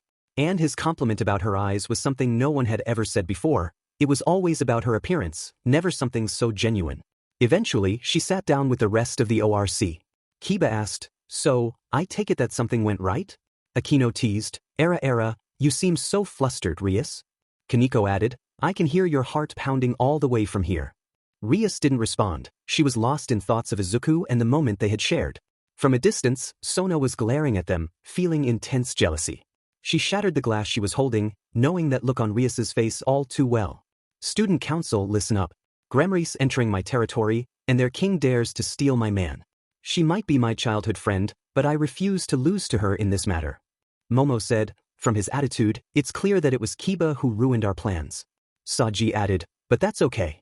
We can try again. The night is long and we'll have other chances." "Tsubaki, this time you're in charge of the draws," Sona instructed. "Roger that." Rias turned to see Sona glaring at her. Seeing her childhood friend jealous, Rias smirked, and that was the last straw for Sona. Sona declared, "You want war, woman? You will get it." About 30 minutes later, it was time for another slow dance. Tsubaki got on stage and announced, "Hello again, ladies and gentlemen. It is time for another dance, and once again we will be picking the lucky man and woman." She picked a letter with Sona's name on it. For the girl, it is our student council president, Sona Shirtorai. Most boys were excited at the chance to dance with her. Tsubaki continued, "As for the boy, we got. Oh my, what a coincidence. It is once again Izuku Midoriya." Izuku, who had been drinking soda, spat it out in shock. "What?" The boys reacted with disbelief, some shouting accusations of cheating. Izuku glared at them, silencing their complaints. However, he noticed Sona was also jealous. He sighed and approached her. "Hello, Izuku. Would you like to dance with me?" Sona asked. "Sure, but I warn you, I'm not a good dancer," Izuku replied. "Don't worry, I've got you covered. Just follow my lead." For the next 5 minutes, Izuku danced with Sona. It was magical for her, even if he was a bit clumsy. After the music ended, she left with a blush, only to find Rias glaring at her, joined by Kaniko and Akino. Sona smirked and waved them off. Rias challenged, "Oh, you want to go at it, Sona? You are on." As the dance reached its end, the host announced one last slow dance. Both Sona and Rias glared at each other, determined to have this final dance with Izuku. However, Isana, looking impatient, dragged him to the center of the dance floor, causing both girls to glare at her. That girl, Sona muttered. I underestimated her, Rias admitted. As their glares intensified, they felt something shift within them. Rias, Sona said. Yeah. I felt it too, Rias replied. It's small but it's there, Sona noted, surprised. Izuku, Yasaka, Tiamat, Kunu, and Eri were heading to a location in China to meet a potential ally. Using a dimensional barrier to separate them from regular humans, they enjoyed a family picnic while waiting for their hosts. Is this where we meet them? Izuku asked. Yeah, it took some time, but I managed to convince them, Yasaka replied. I see, Izuku said. I know at least he will come with his partner, but I'm not sure about the snake, Yasaka continued. If he doesn't come, it's just him being lazy as always, Tiamat added. What about you, Tiamat? Tannen said he will come. Don't worry, he will be quite surprised. Well, that's good news. But the problem is that he is a devil, Izuku noted. Don't worry. He may be a devil now, but that's mainly for the sake of his nest, Tiamat reassured him. As the family waited, Izuku played with Eri and Kunu while Yasaka and Tiamat watched. Suddenly, they noticed a portal opening in the sky. Izuku looked up to see a massive green Chinese dragon descending. On top of the dragon was a man in green and red monk robes, with a long brown beard and spiky hair. The man jumped down to greet the family. Well, hello, young blood, and long time no see, Yasaka. Long time indeed, Sun Wukong. Glad to see you made it. This is the mischievous dragon Yu Wang and his partner, Sun Wukong, Yasaka introduced. So this is the person you were talking about, Yu Wang remarked. Correct. Darling, come here, Yasaka called to Izuku. As Izuku approached, another portal appeared from the ground, pure red with a demonic aura. A dragon emerged, dark purple and gray with black armor and yellow sharp horns, towering at about 10 meters tall. I have arrived, Tiamat, Tannen announced. Glad to see you, Tannen. How many centuries has it been? Tiamat asked. Too many. I was surprised to see you formed a familiar bond with someone, Tannen replied. Have you heard anything about Midgardsormr? Tiamat inquired. Knowing him, he is most likely sleeping as always. Tannen then noticed Izuku, who was looking at him intently. So you are a devil, Izuku stated. You noticed, Tannen replied. Tiamat told me, and I've met enough devils to recognize them, Izuku explained. And that black arm.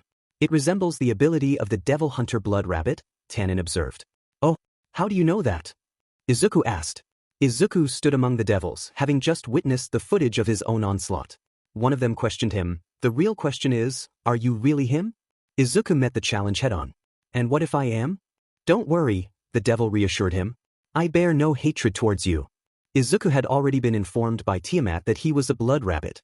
He turned to her, glaring momentarily before letting out a sigh. Tannen spoke up, but what I really want to see is something else, something Tiamat also informed me about. This was arguably the most shocking. And what is it? Izuku inquired. Tannen replied, he is within you. Right, Drake? At that moment, the boosted gear manifested on Izuku's arm, impressing the other Wulong and Sun Wukong. Drake greeted, good to see you too, Tannen. Izuku realized, so you knew each other. Tiamat explained, he was Drake's vassal. Sun Wukong remarked, kid, you have a great amount of magic oozing out of you. But that explains it. Is this why you wanted us to meet him, Tiamat? Yasaka added, that's just the half of it. Tannen continued, I'm glad to see Drake again, but you hate him for stealing your treasure, Tiamat. Why did you decide to become the familiar of his most recent host? Tiamat admitted, oh, you are not wrong. I still hate him. But the other one vouched for the guy, and after testing him myself, I couldn't resist. The other one? Tannen asked. Izuku smirked and released the wings of divine dividing from his back, shocking all three of them. Sun Wukong removed his glasses for a better view, and Yu Wang and Tannen leaned in closer to see if they were hallucinating. Albion greeted, hello, Tannen. It has been a while. Yu Wang and Sun Wukong, pleasure to meet you. Sun Wukong exclaimed, well, I will be demed. Later, Izuku found himself back in the cafeteria with Kiba, Saji, Matsuda, and Motohama. Kiba turned to him, so, Izuku, I've wanted to ask you something for a while. What is it, Kiba? Izuku replied. Do you have a crush? Kiba asked as Saji listened closely. Unbeknownst to them, the entire cafeteria had gone silent, with nearly every girl turning their faces toward them, eager to hear Izuku's response, especially Rias, Sona, Isana, Akino, Kaneko, and a few others. Izuku pondered, my crush? I don't know. Really? Kiba pressed. Saji chimed in, what type of girl do you like anyway?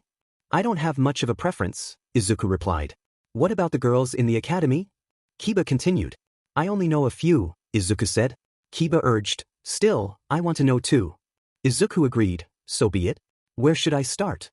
Saji suggested, you can start with the council president. Sauna-san.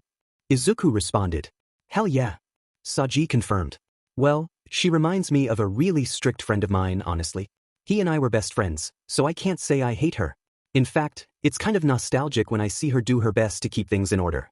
At least I can say she is succeeding at her job. So yeah, she is nice, Izuku explained. Sona, hearing this and seeing his smile, blushed while her heart filled with joy. She then noticed Rias glaring at her and simply smirked while covering her mouth with her hand. What about other girls? Kiba asked. Izuku thought for a moment. Kaneko gives me cat vibes for some reason, which kind of explains my urge to put her on my lap and pet her every time she is near me. Are you a cat person? Saji asked. Kinda. Blame my old teacher, Izuku replied. Kaneko felt surprised for reasons only a few knew, then blushed despite her stoic face. Who else? Saji asked. What about Rias Gremory? The girl you danced with? Kiba inquired. That girl? I don't know much about her, so I can't say for sure. Her eyes were pretty though, Izuku said. Rias blushed upon hearing this and noticed Sona glaring at her, smirking back. What about others? Kiba asked. My Sana is really lively, but I've seen worse. Other than that, she is a nice girl. Frankly, she is the girl I am most comfortable with, Izuku mused. Hearing this, Isana struck a victory pose across the mess hall, while many girls glared at her. Really? Kiba asked. Yeah. She and I live really close actually, and sometimes we walk to school together. I even met her parents, Izuku confirmed. Matsuda exclaimed, Holy cow, for real? Yeah. I was going to tutor her for the upcoming test and well, Izuku explained. In a flashback, Izuku sat on the couch with the Hayudu family, Isana on his left and her parents in front of them, looking at her in awe. So you are the Izuku, Miki said. Nice to meet you, my boy, Goro added. Thank you for having me. And you heard about me? Izuku replied. How can we not hear about you, son? Isana talks about you all the time, Goro said. Dad. Isana exclaimed. Izuku chuckled. What? Miki added, Isana regularly talks about you, so I'm glad to meet you in person. Isana blushed deeply, and Izuku said, I'm going to pretend I didn't hear that. And I have to say, when Isana described you to us, I didn't believe it. But now, Miki continued. You are a big guy, Goro remarked. And this girl is really into you, Nana teased. Just take her out already, Banjo joked. Shut up you guys, Izuku replied. He turned to Isana. Anyways, let's start. Where is your room? You upstairs, Isana blushed. Izuku picked her up, and they headed to her room. Downstairs Miki and Goro exchanged glances. Honey, did she clean her room today? Goro asked. No, why? Oh, Miki replied. Upstairs, Izuku looked around her room, noticing the various posters and plushies of rabbits that caught his attention more than anything else. He turned to see Isana blushing and looking away, which made him smile. He picked up a book from the floor, its cover depicting a fantastical scene. So, you had fun last night? Izuku said, pointing at the book. Dear God, make me a bird so I can fly away, Isana replied, her embarrassment evident. In his mind, he could hear his friends laughing. Oh, she will love it when you two hang out, Nana teased. Just add her to your group and be done with it, Elsha chimed in. Or is he too young for you? Banjo joked. I am not into older women. Izuku protested, but his friends shouted back. Sure. I think I saw another book cover with an orc and an elf, Kathleen added. Izuku quickly shut down the conversation in his head and turned to Isana. Okay, anyway, let's just start, shall we? Please. Isana exclaimed, and they sat down to begin their tutoring session. Later, as Izuku prepared to leave, Saji remarked, You are a workout freak. Maintaining his physique wasn't easy, Izuku mused as he left a group of admiring girls behind and walked home with Isana. On their way, they encountered a girl with silky black hair and violet eyes, dressed in a school uniform that clearly wasn't from Kuo Academy. She appeared nervous, trembling slightly. Hello, she stammered. Izuku noticed her limp and felt a wave of concern. Another devil? Drake inquired. No, this one's a fallen angel, Albion corrected. Hi. Have we met? Izuku greeted her. I am Yuma Mano. You are Izuku Midoriya, correct? Yes, how do you know my name? He asked. I've seen you at school and I wanted to ask. Izuku's silence made her more uneasy. Please go out on a date with me, she blurted, bowing deeply. Izuku sensed something was amiss, noting the warning signs. She's thinking about something but isn't sure, he thought. Is it even our business? Nana questioned. Would it really be fun if it was? All Might added. Izuku placed a reassuring hand on her shoulder, causing her to flinch. Sure. How about in 2 days? Today is Thursday, right? Really? I would love to go out with you, Yuma replied, leaving him to ponder the encounter. Isana, who had witnessed everything, was shocked. What the hell? Why did you accept? That's not our school uniform. I know, Izuku said. Then how did she know about you? That's a red flag. More than you think. I saw even more red flags. Isana was puzzled. Wait, then why did you accept the offer? Because I have a bad habit of getting involved in other people's business. Looks like this weekend won't be as boring. Seeing his grin, Isana blushed. Okay, but please be careful. After parting ways with Isana, Izuku returned home to find a couple of yokai maids greeting him. Since Yasaka and Kunu moved in, the house had been renovated and was now much larger. Welcome back, Izuku. Something's up? Yasaka asked. I got a date offer from a fallen angel just 10 minutes ago, he replied, and both looked at him in shock. How did that happen? Tiamat asked. She came and asked me out. She seemed a bit off and didn't appear to be in the best physical condition. And you accepted? Tiamat questioned. Of course I did. Yasaka laughed. You and your habits, darling. Izuku smirked. Let's see what the fallen angels are up to. 2 days later, Izuku dressed in a forest green shirt, a brown jacket, and black briefs. He turned to see Yuma in a black short dress with pink accents and heels. Did I make you wait? She asked nervously. No, I just arrived. You look good, he complimented. Thanks. He'd never been on a date before. Me neither. Let's go. Where are we going? She asked. Everywhere and nowhere. The days stretched ahead of them, filled with possibilities. Yuma looked at Izuku, who gestured for her to take his arm. She smiled and did so. They first entered a cafe for lunch. Izuku ordered several sandwiches while Yuma chose a salad. You eat a lot, Yuma remarked. I do. I have a big appetite, Izuku replied, noticing the attention he was drawing, especially from the girls around them. He sighed but remained vigilant, sensing a hint of tension from Yuma. After they finished eating, Izuku bought her some crepes. Aren't you going to have some? She asked. No thanks, I'm full right now, he replied. Suit yourself, she said as they walked. They soon encountered a group of guys whose gaze made Yuma uncomfortable. Before anything could happen, Izuku glared at them, projecting enough intensity to deter them. As they continued walking, Izuku spotted an arcade. Wanna go inside? He asked. Never been to one, Yuma admitted. Really? Let this be a first then, he said, leading her inside. Yuma watched in awe as Izuku dominated a punching machine, drawing the attention of staff and other kids. He then helped her with a throwing game, and they moved on to a dancing game, where Yuma surprisingly won against him. Finally, Izuku excelled at a mole-smashing game. After leaving the arcade with a plush toy Yuma had won, they wandered through the streets and found a clothing shop. Yuma picked out a t-shirt for Izuku. You know, you should try black, she suggested. Really? He asked. Yeah, it goes well with your hair, she said quietly, but he heard her. By this point, her earlier tension seemed to fade. Afterward, Izuku suggested they go to the cinema, and Yuma agreed. They watched a comedy movie and shared some laughs. As their date neared its end, Izuku led her to a spot in the forest where they could see the sunset from a hill. It's appealing, Yuma said, admiring the view. It is. I found this place a while ago. It calms my nerves. But I noticed you seemed anxious, Izuku said. Are you okay? Or do you not want to be with me? At that moment, Yuma broke down and knelt before him. Izuku sensed that she was struggling with something deeper. Izuku. No, I loved all of this. But I have no other choice. I'm sorry. I love you, she confessed, tears streaming down her face. Suddenly, her outfit transformed, and her wings appeared. Izuku was taken aback, not just by her appearance but by the signs of distress he noticed on her. As she held a light sword, she swung it at him with her eyes closed, believing she had harmed him. But Izuku caught the blade effortlessly between his fingers. Sorry. Izuku, she sobbed. And so am I, he replied, surprising her. She opened her eyes in shock, realizing he had stopped her attack. W, she exclaimed as a surge of magical energy emanated from Izuku, overwhelming her. W, what your sacred gear was supposed to be, she stammered. Sealed? To us. But not because I hadn't awoken it yet, but because I can actively hide it. A low-level fallen angel like you can't sense it, he explained. Yuma's eyes widened. Why you know what I am?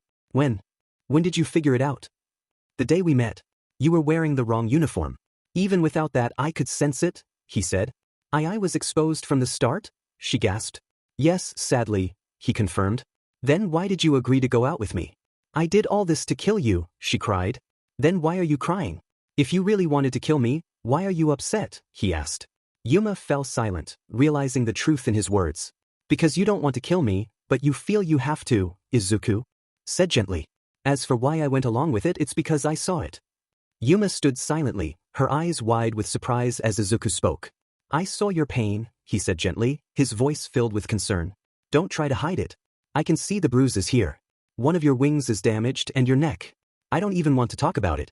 Tell me, who is forcing you to do this? Conflicted, Yuma hesitated. She wanted to confide in him. It was clear he was strong and capable. But the fear of that man and the safety of her friends held her back. I can't. I'm sorry, she stammered. Why? Izuku pressed. You don't know him. He is. Please, just stop, Yuma pleaded. She swung her weapon again, but Izuku dodged effortlessly, cutting through a tree behind him as he evaded her attacks. Eventually, he stopped and faced her, watching as she closed her eyes and prepared for another strike. He sighed, deciding on a different approach. As he stood still, her sword pierced his stomach. Izuku swallowed the pain, refusing to make a sound. When Yuma looked up, she saw that he had taken the hit willingly. "W-I," she whispered, bewildered. Izuku did the unexpected. Instead of shouting in pain or retaliating, he embraced her warmly. Her knees weakened, and she collapsed to the ground. Izuku knelt down, holding her securely. You are foolish, you know, he said softly. Trying to harm a guy who wants to help you. At that moment, Yuma could no longer hold back. She broke down, hugging Izuku tightly and sobbing into his chest. Please, help me. Help us, she cried. Once she calmed down, Izuku released her. Are you not bleeding? She asked, astonished. An ability of mine. It's useful, he replied with a small smile. My real name is Rainer, she confessed. I see. Well then Rainer, tell me, who is your boss and what does he want? Izuku inquired. I can't tell you who he is, but he is a high-class fallen angel. He has been collecting sacred gears for months, Rainer explained. Why? Izuku asked. I don't know. He is secretive about it, at least to us, she admitted. Izuku pondered for a moment. I'm thinking about why he would send you to harm me. What did he tell you about me? Nothing except that you were dangerous and needed to be taken out, Rainer replied. I see. So either this guy was completely clueless about me, or he sent you to your defeat. But that doesn't matter now. Anyway, what will be their next move? Izuku asked. There is a girl. A nun. I don't know her name, but she was supposed to arrive here. Her sacred gear is really useful from what I've heard, Rainer revealed. I see. And your base of operations? Izuku continued. I don't know. I just arrived in this town. I was supposed to meet my friends and go to the base after this mission, she said. Your friends? Izuku queried. 2 of them. Middlet and Kalawarma, just us 3, Rainer answered. I see. And everyone else? Izuku asked. The rest could leave for all I care. They are all terrible, she replied. That's all I need to know, thanks, Izuku said. Suddenly, Izuku's phone rang. It was Isana. Isana, he answered. What do you want from me? Her voice was low, as if she was holding the phone but not near her ear. He then heard another voice, a man's, and the next thing he heard caused his blood to run cold. Then he heard a cry. Izuku. Flower, Isana sobbed weakly. Isana. Isana. Izuku shouted, his heart racing. He turned his gaze toward the city, his eyes glowing green as he prepared to leap. Go! Rainer urged him. He looked down at her. Help your friends. Just promise me that you will save us, she pleaded. Izuku nodded and flew off, leaving an awestruck Rainer behind.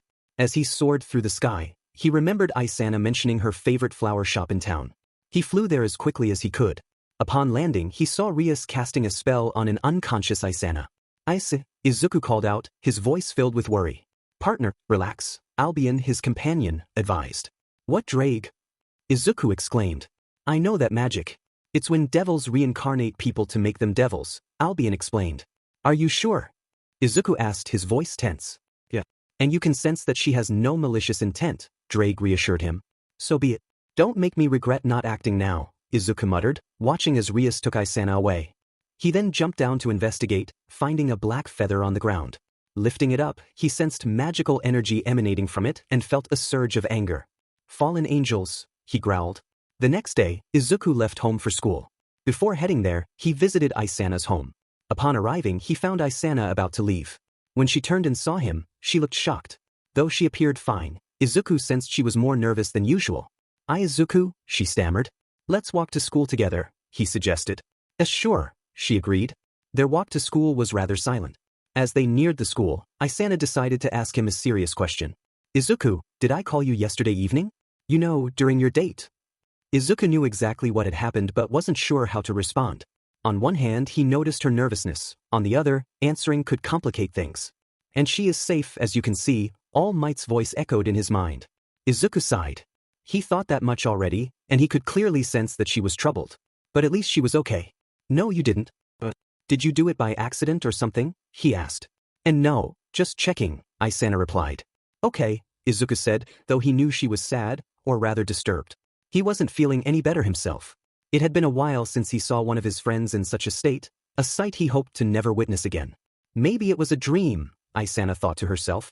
She jumped slightly as Izuku hugged her from behind, holding her tightly. Noticing what he was doing, Isana blushed deeply. Izuku, what are you doing? She exclaimed. Izuku simply hugged her tighter before letting go and mumbling, I am glad you are okay. However, Isana heard him. Being a devil now had its perks. Her eyes widened in surprise, and she stood there, blushing and in shock. The day had started with Izuku burying himself in his studies, which were a bit advanced even for the teacher. Once he finished, he walked up to the teacher, dropped off the materials, and left. He seems upset, the teacher remarked. Did something happen, Isana? Kiryu asked. Why are you asking me? Isana replied, flustered. This morning, while walking to school, I saw him hugging you from behind, Kiryu explained. Wait, you saw that? Isana blushed, and the other girls gasped. Wait, he did what? They exclaimed in unison. Isana covered her face, still embarrassed. Time passed, and it was lunchtime. Izuku simply left without waiting for anyone. After he left, Kiba arrived, causing all the girls, except Isana, to crowd around him. Hi girls, Kiba greeted them. Hi, Kiba-kun, sorry, Guardian left, one of the girls said. Oh well, that's fine. I wasn't here for him. Is Hayadu here? Kiba asked. Isana, another girl inquired. Isana lifted her head to see Kiba approaching her. Kiba approached Hayadu with urgency. Hey Hayadu, I need you to come with me. This is important. Isana, caught off guard, could only manage a hesitant, oh. Together, they left the classroom, and Isana followed Kiba to the Occult Research Club mansion. Upon entering, she was greeted by the student council, along with Rias, Akino, and Kaneko. Confused, Isana asked, what's going on? Rias stepped forward, her expression serious. There is something you need to know, especially about last night. A chill ran through Isana as she recalled the events of the previous night. It had felt like a dream, yet disturbingly real. Rias continued, what happened back then was real. She revealed photo evidence, leaving Isana in shock. As for why you are here, Rias added, and with that, everyone in the room revealed their devil wings, further astonishing Isana. Sona explained, we are devils. And starting last night, so are you. Isana staggered back and instinctively, her own wings emerged. Wa. Meanwhile, Izuku was in the gym, training intensely, crushing the dummies. Once school ended, he left early, while Isana remained with the Occult Research Club. So you're saying that devils, angels, and fallen angels exist? They're at war, and I was attacked by a fallen angel last night, and you reincarnated me as one of your devil servants? Isana asked, trying to grasp the situation. Rias nodded. That's how we sum things up. Isana began to piece things together. That makes sense. My new senses and how I heard Izuku. Wait. Sona inquired, what is it? Last night, before I was hurt, I called Izuku. He was my emergency contact. And this morning, Izuku hugged me from behind, sounding sad, saying he was glad I was okay, Isana explained. Saji was surprised. Wait, really? Yeah, maybe he knew what happened to me? Isana speculated. Akino chimed in, that is a possibility. He has always been a curious case. What do you mean? Isana asked. Rias took a deep breath. That actually brings us to our next topic. Why that fallen angel targeted you. Isana listened intently. Isana, you are a person who wields a sacred gear, Rias revealed. Sacred gear? Isana repeated, puzzled. Sona elaborated, those are powers humans are granted by the God of the Bible. They usually manifest occasionally, but people awakening sacred gears is rare, and most aren't too special. You, Isana, possess a sacred gear within you. I have powers? Isana exclaimed. Rias confirmed, yes, and from what I sense, it's a decent one. That's why they targeted you. And what does Izuku have to do with any of this? Isana pressed. Rias admitted, we don't know. He shows hints of possessing a sacred gear, but we can't sense any magic from him. Normally, fallen angels erase all evidence of their deeds, including the memories of anyone who has come into contact with them. But judging from what you said, he seems to know what happened to you last night. It's strange that the fallen angel would have erased his memory of you calling him. Meanwhile, in Kuo, Izuku was feeling down and avoiding people. This time, Isana ran up to him. Izuku. Izuku turned to see Isana approaching. What is it, Ayase? Breathing, Isana asked. You have been acting strange lately. Are you okay? I am. Why wouldn't I be? Izuku replied. Then why are you avoiding me? Isana pressed. Izuku looked at her with wide eyes before averting his gaze. And not just me, but everyone. Izuku, are you really okay? Isana persisted. Sorry. It's just complicated, Izuku admitted. Just tell me, okay? We are friends, Isana urged. Izuku simply smiled and walked away. All Might observed, you know, you are acting like young Ida when he was going after Stain. I know, but this is different, Izuku responded. Yeah, but I can't help but feel like it, All Might mused. Me too, old man, Izuku agreed. As night fell, Izuku was on a relentless pursuit of fallen angels in the city. He had already dealt with several stray devils and numerous criminal groups, but unfortunately, he found no clues. Izuku thought to himself, do I really have to wait for the nun? I have no idea who she is, so I might miss her arrival entirely. For hours, he leaped around the city and even ventured into neighboring areas. On his way back, he sensed something. Drake, what is it? He asked. Partner, a pair of devils are fighting, Drake replied. It might be one of your friends, Albion added. With that, Izuku rushed to see what was happening. He arrived to find Isana breathing heavily as she fought another stray devil. She appeared injured, her clothes torn, and her wings were visible.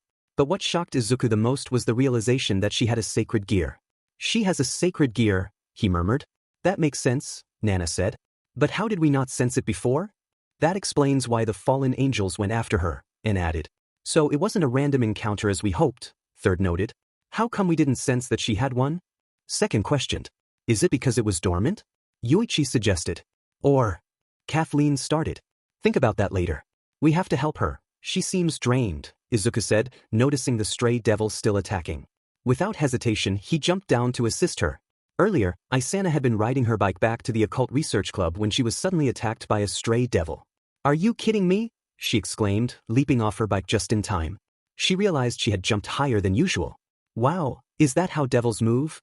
But her thoughts were interrupted as the devil attacked again. This time, she noticed it was a male, a grotesque hybrid with crab-like arms and a spider-like face. Disgusted, Isana shouted, You! Thanks to her training with Izuku, she dodged the first attack, but not the second. The creature yanked her into the air and spat acid at her. She fell to the ground, her clothes further damaged. CD, she cried out. The monster grabbed her with its tentacles, pulling her limbs apart. Let me go, you creep! Isana shouted, horrified. Suddenly, a flash of light enveloped her. Her arms and legs were covered in a powerful set of armor, allowing her to break free. The devil was pushed back in pain. Is this my sacred gear? She wondered, feeling a surge of power. Now I will smash you. Isana charged at the stray, delivering a powerful punch that sent it flying. However, using so much power for the first time took a toll on her body, and she began to shake, feeling faint. Just then, the stray returned, furious. You think you can defeat me?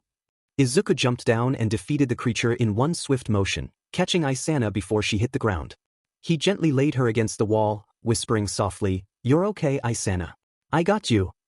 He sensed other devils approaching and prepared for what was next.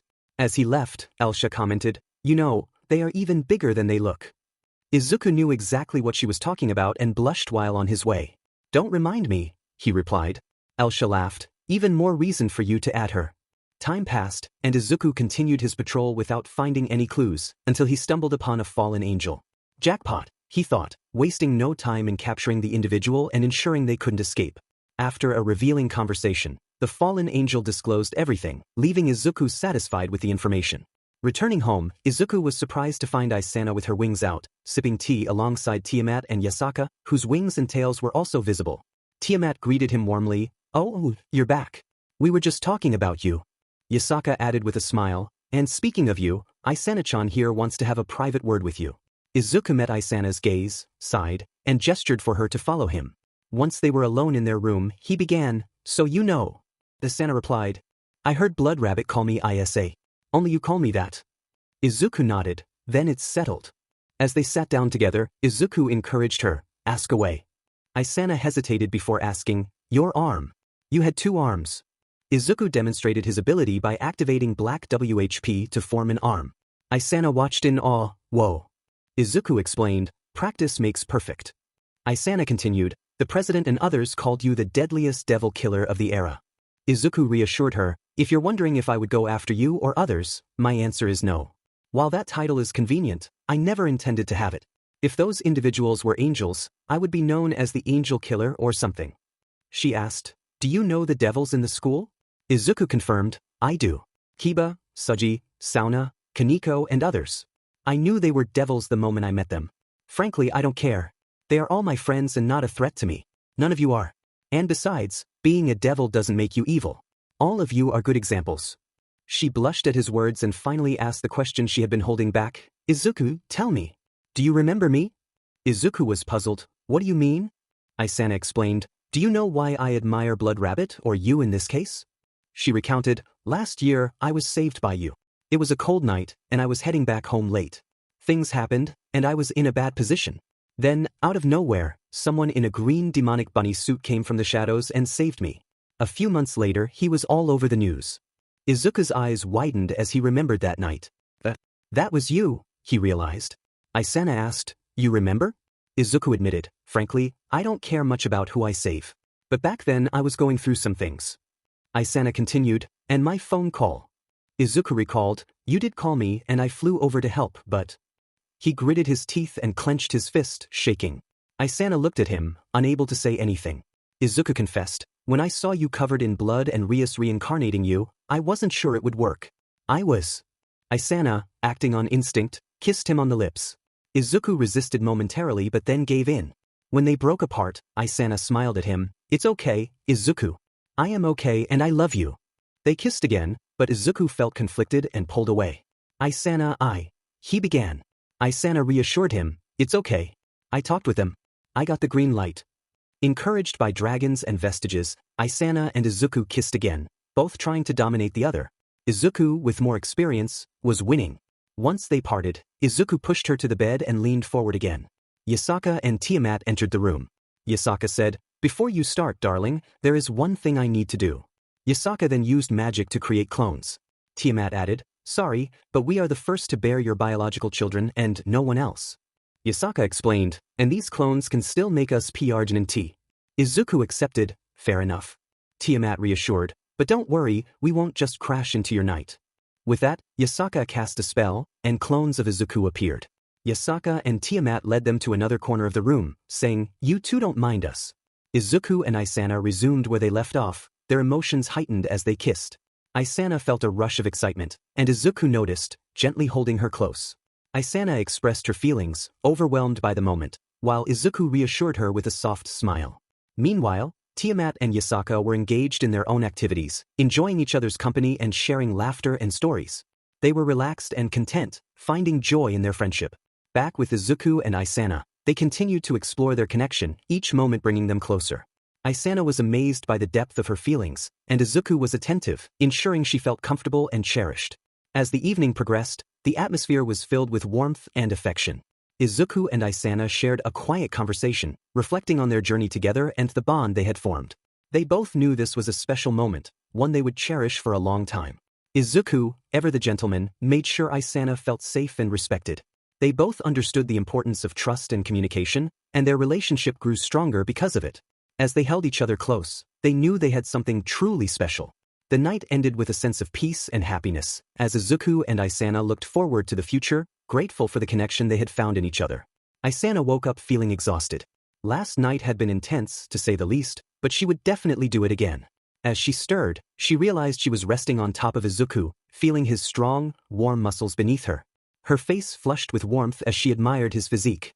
She noticed Tiamat waking up beside her, who gave her a playful glare. Tiamat leaned in and whispered, "Mine," before turning her attention to Izuku with a mischievous smile. Yasaka, observing the scene, chuckled softly. "Don't mind her," she said. "She's a bit cranky when she wakes up hungry."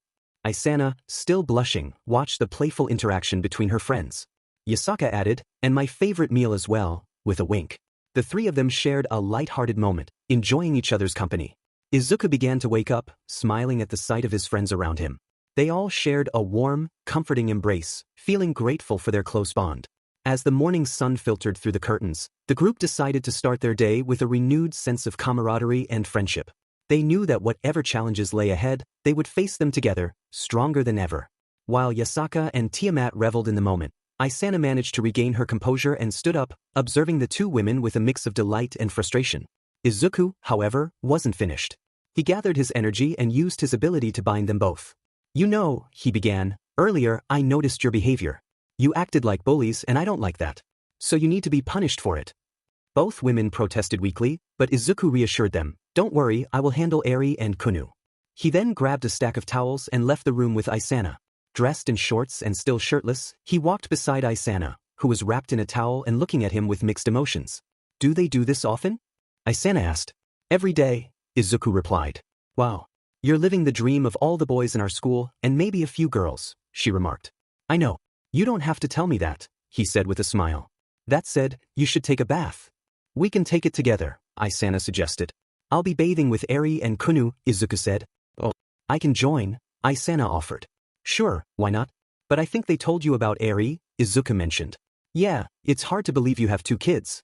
So, what's the deal with her?" Isana inquired. "I found her in an alleyway. Her parents abandoned her because of her features," Izuku explained.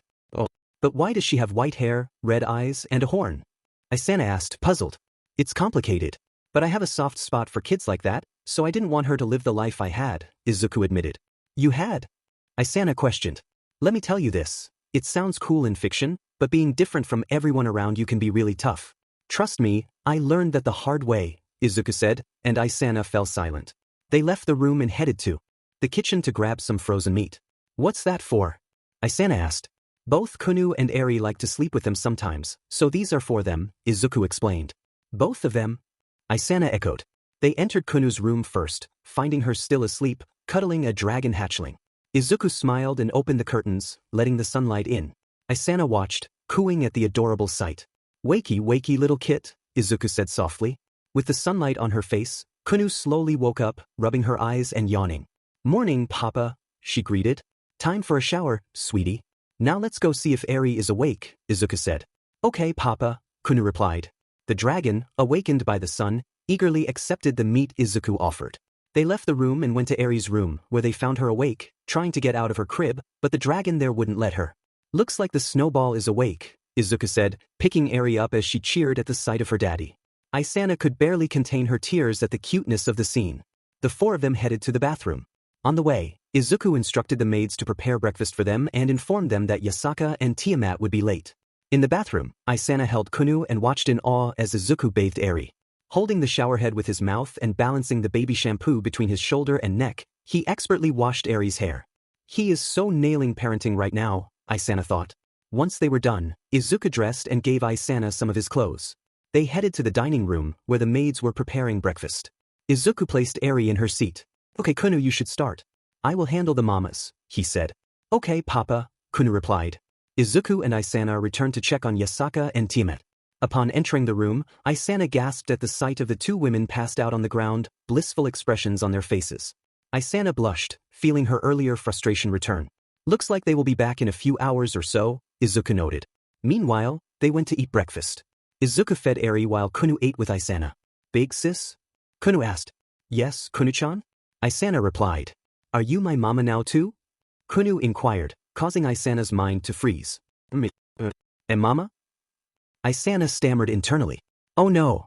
I know I got the green light from them, but this still hit me like a truck." "She is little Kit," Izuku confirmed. Isana looked at Izuku in shock. "What? I don't just get involved with someone and leave them. Since we did it, you are part of our family now," Izuku explained. Isana's shock quickly turned into a smile. "Why yes, I am your new mama, sweetie." Izuku smiled back.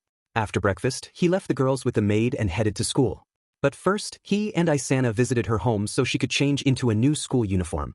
As soon as she opened the front door, her parents pulled her inside. "Isana, why didn't you answer our calls?" her father, Goru, exclaimed. Isana checked her phone and saw 14 missed calls. "Oh no. Okay, before you yell at her, hear us out, will ya?" Izuku interjected. Miki, Isana's mother, blushed as she listened. "And that's what's going on." Suddenly, her parents cheered and hugged each other in joy. "Honey, we no longer have to worry about her. I was scared she would end up with the wrong crowd." Goru said. "Dee dad." Isana exclaimed. "And here I thought she would end up a single mother from a one-night stand forever." Miki added. What the heck?" Isana replied, flustered. Goru turned to Izuku. Oh, and Izuku, please take care of her. Izuku stood and bowed. I will, don't worry. With that, Izuku and Isana left for school, everything seeming fine. As they walked, Isana asked, Izuku, what's a familiar? Did Tiamat tell you? He replied. Yeah. They are supernatural companions bound to you. They do the tasks you order them to do. I am her emissary, and she is my familiar. Oh, so you are her emissary, quite literally, Isana said. Yeah, but at school, you can mention her as T. That's it. Why? Despite being my familiar, she is actually a well-known figure in the mythical world. The devils would instantly recognize her name, and that would create suspicion. Right, things would get awkward if they discover you are the blood rabbit, Isana said. Yeah. Are you afraid that will happen someday? Izuku considered the situation thoughtfully. Not really, he mused. At best, it would be an annoyance. Worst-case scenario, I might have to defend myself. You seem confident, Isana remarked, recalling the times she had seen them fight. They're amazing. To you, maybe, Izuku replied. To me, not so much. Honestly, there are only 3 devils at school worth noting. One is Rias, the other is Sona, and the last one. The last one? Isana inquired, curiosity piqued. I haven't seen him around campus, but I can sense his power. Whoever this devil is, he's stronger than both Rias and Sona combined. Combined? Isana exclaimed in disbelief. Yeah, but I can't pinpoint his exact location. Should I ask Rias about it? Isana suggested. No, leave it for now. This devil is much stronger than the rest, but still no match for me. You are quite confident, Isana noted. Trust me, Izuku assured her. I've seen much more powerful things than them. Okay, Isana conceded. They boarded a crowded train, pressed against the wall. Isana felt flustered by Izuku's proximity, her thoughts racing as she tried to maintain composure. Once they exited the train, Isana, blushing, whispered to Izuku, I'm feeling a bit overwhelmed. Izuku paused, considering her words. Drake's voice echoed in his mind, You know what to do, partner. Albion added, The corner alley here seems fine. Izuku sighed, You guys? I'll talk with you later. He gently guided Isana into an alleyway, seeking a moment of privacy. Time passed, and they gathered at the front gate, surrounded by a mix of emotions, particularly jealousy. Izuku carried Isana, her arms wrapped around his neck, her face glowing with happiness. In the classroom, Izuku settled into his chair while Isana sat beside him, looking tired yet content. Their classmates stared, and Kiryu broke the silence. So, you two are together now? Izuku sighed, Yes, we are. So, Demon it all Midoriya? Matsuda exclaimed. I thought you were asexual. Motohoma added. Why would you think that? Izuku asked. Because you never try to make moves on anyone, the boys shouted. Oh please, just because I don't act like you desperate guys doesn't mean I don't appreciate the opposite section. Demon it. Sil laughed, and Izuku turned to see Kiba and Saji, the latter nearly falling over from laughter. Oh, why are you here? Izuku asked. We heard you and Isana are together, Kiba said. How fast does news travel around here? Izuku wondered aloud. Unbeknownst to them, Kiba and Saji weren't the only ones listening. Behind the door, Rias, Akino, Kaneko, and Sona felt a mix of emotions. Saji remarked, Looks like you're the first among us to have such an experience. Izuku looked at his friends and sighed. Bold of you to assume that was my first time. Everyone froze at his words. Isana raised her head slightly. He wasn't.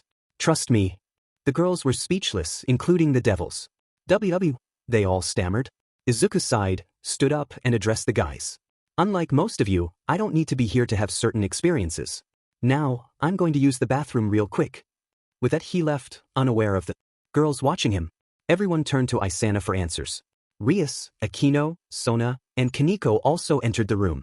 Isana turned to Kiryu. Oh, and Kiryu. Kiryu looked at her, surprised. Yes. Isana smiled. You were right about him. Kiryu looked at Isana in shock. Why, you can't be serious. The classroom erupted into chaos, and even the teachers didn't dare to intervene. In the bathroom, Izuku gazed into the mirror, seemingly talking to himself. So, are you going to explain what happened last night? All Might's voice resonated in his mind. Right? Yasaka-san's technique. It wasn't exactly cloning. Izuku was puzzled. What? Yoichi clarified, it was more like splitting your essence. Albion added, that explains why I felt strange back there. Second chimed in, according to her, regular clones can't use your abilities. They appear to have them but can't utilize them fully. Drake noted, and clones without essence can't have certain impacts. Izuku asked, and how was she able to divide my essence like that? All replied, because we allowed it. Izuku was taken aback. Wait, all of you? All confirmed, yes. Izuku sighed. A little heads up would have been nice. Albion admitted, we didn't know it would work. All Might offered, but look on the bright side. Since you've experienced it, you can learn the technique from her. Izuku considered the potential. It can help me cover more ground. Elsha added, and not gonna lie, it was impressive. Izuku rubbed his temples. I still have a slight headache from that, you know. The next day, Izuku and Isana were walking back to school. Izuku asked, so what happened with Rias and the others? Isana replied, they were, well, jealous. Izuku nodded. Oh. As they talked, Izuku heard someone fall. He looked down to see a small girl with long blonde hair and green eyes, wearing a black religious robe. Izuku activated his senses and was surprised to detect some magical power within the girl. The dragons within him urged, partner. The vestiges echoed, this girl. Izuku acknowledged, I noticed. Isana asked, are you okay? The girl, with a high, pure voice, looked at them in confusion. Why did I trip? Isana stammered, who is that? Days earlier, Rainier had arrived at the base she was supposed to report to, her heart heavy with fear for her life and her friends, who were like sisters to her. She entered the church nervously. A voice called out, walking away without a report? She stopped, eyes wide, feeling a sense of dread. Behind her stood an imposing figure, a man with long black hair and an intimidating presence. So tell me, have you dealt with him? He inquired. Rainier stammered, that's Seruniel-sama. Seruniel pressed, what is it, Rainier? You can't answer? You know I want results. Rainier struggled to respond. He was. Seruniel interrupted. He was what? You know what happens if you test my patience, right? Rainier whispered, strong. Seruniel concluded, oh, so you failed? Rainier remained silent, flinching when he patted her head, then moved his hand lower, not gently. Seruniel continued, I see. You did fail after all. You know how I feel about failure, right? Rainier was visibly distressed as he spoke. They need to be addressed and made an example of. This time, it's rather disappointing. Hearing that, Rainier panicked, trying to break free but to no avail. At some point, Seruniel let her go, and she crawled to a wall. Rainier pleaded, no, not that, please not that. Seruniel demanded, are you defying me? He grabbed her and led her away. All the other fallen angels and stray priests gathered with them, including her friends. The Grigori were approached by his right hand, a fairly good-looking man with blonde hair and red eyes, along with 6 wings. Seruniel asked, what is it? The right hand replied, looks like they failed their tasks again. Seruniel sighed, them too, huh? Well, their tasks were minor. But it looks like there is nothing they are good at apart from that. Rainier here, oh bad girl. Bad girls need to be disciplined. With that, he cast a spell, and Rainier was bound. She was still standing but now bent forward, her arms and neck trapped in a metal pillory. Seruniel cast another spell that summoned a large creature. Seeing this, Rainier started to cry in fear. Rainier begged, oh not this, please I beg you. The right hand coldly declared, too late. You need to learn. Seruniel observed with disdain, looks like all you can do is be obedient after all. Her friends watched in helpless horror, tears streaming down their faces. Rainier attempted to use her wings, but they were quickly pinned down by a stray priest. Her mouth hung open as she struggled. In that moment, another man seized Kalawarma by her hair, dragging her towards the others. Despite their resistance, it was futile. Why resist? A voice taunted. You know what happens if you do, right? They restrained her arms and legs, their hands roughly handling her. Back with Rainier, her legs were weakening. Her eyes were half open, and she was on the brink of losing consciousness. Noticing this, a fallen angel conjured light W's, lashing her back to awareness with a muffled scream. In the corner, Middle was curled up, covering her ears and rocking back and forth, trembling. Several men approached her. Looks like we forgot about this one remarked. Do you think you can escape your training, brat? Another sneered. They grabbed her, and she kept her eyes shut, hoping it would end soon. Meanwhile, Rainier's legs continued to give way. Her eyes were half open, and she was slipping into unconsciousness. A fallen angel whipped her back to consciousness with light WHPS, eliciting a muffled scream. In the corner, Middle was held down by 2 men while others continued their actions. Screams echoed through the tiny room Rainier, Middle, and Kalawarma shared, agonizing cries of men in pain, pleading for mercy, and the sound of explosions. Rainier stood by the door, clutching a spear of light, while Kalawarma held Middle tightly, covering her mouth to silence her panic. They were all terrified, tears of fear in their eyes. Despite their hatred for those who had wronged them, whatever monster was outside must be incredibly powerful to evoke such a reaction. The oppressive atmosphere paralyzed them, preventing any movement or escape. They hoped to be overlooked. Suddenly, footsteps approached, stopping just outside their room. The girls braced themselves for the inevitable, wishing for a painless end. 10 minutes earlier, Izuku had arrived at the compound. Few posed a threat to him. Inside, he discovered a concealed staircase leading down to a secret chamber. It was a simple setup, with stairs leading to an altar. What do you call this? Izuku asked. Who knows? All Might replied. A voice warned, incoming behind you. Izuku quickly hid, watching as a man entered to inspect the room. Recognizing the man as a priest, Izuku saw an opportunity for interrogation. He leaped in front of the priest, using black WHP to restrain him. Before the man could scream, Izuku covered his mouth and eyes. They fell to the ground, the priest in pain. Quiet down and I'll let you live, Izuku said, slowly removing his hand from the man's eyes. The priest's fear was palpable as he recognized Izuku. Autumn, the priest muffled, trembling. Quiet down or you will regret it, Izuku warned. The priest complied, and Izuku prepared a voice recorder. What is this altar? He asked. I don't know, the priest replied. Wrong answer. Izuku covered his mouth again, twisting one of the tendrils. The man's muffled scream echoed in the chamber. What is it? The cost of the next lie will be much more severe. It is a ceremony, the priest stammered. Be specific. Izuku twisted another tendril. Please. The priest's pleas fell on deaf ears as Izuku applied pressure again. It is to take sacred gears away, the priest finally admitted. So that's possible? It is a delicate process done by fallen angels. What happens to the users? Izuku pressed. The priest hesitated, and Izuku punched him in the nose. What happens? To the users? They die. I see. Who are you planning to target? The priest hesitated again. What? Afraid to speak? Tell me, who do you fear more? Your boss? Or me? Izuku unleashed his intense presence, breaking the priest's resolve. Her name is Asia Argento.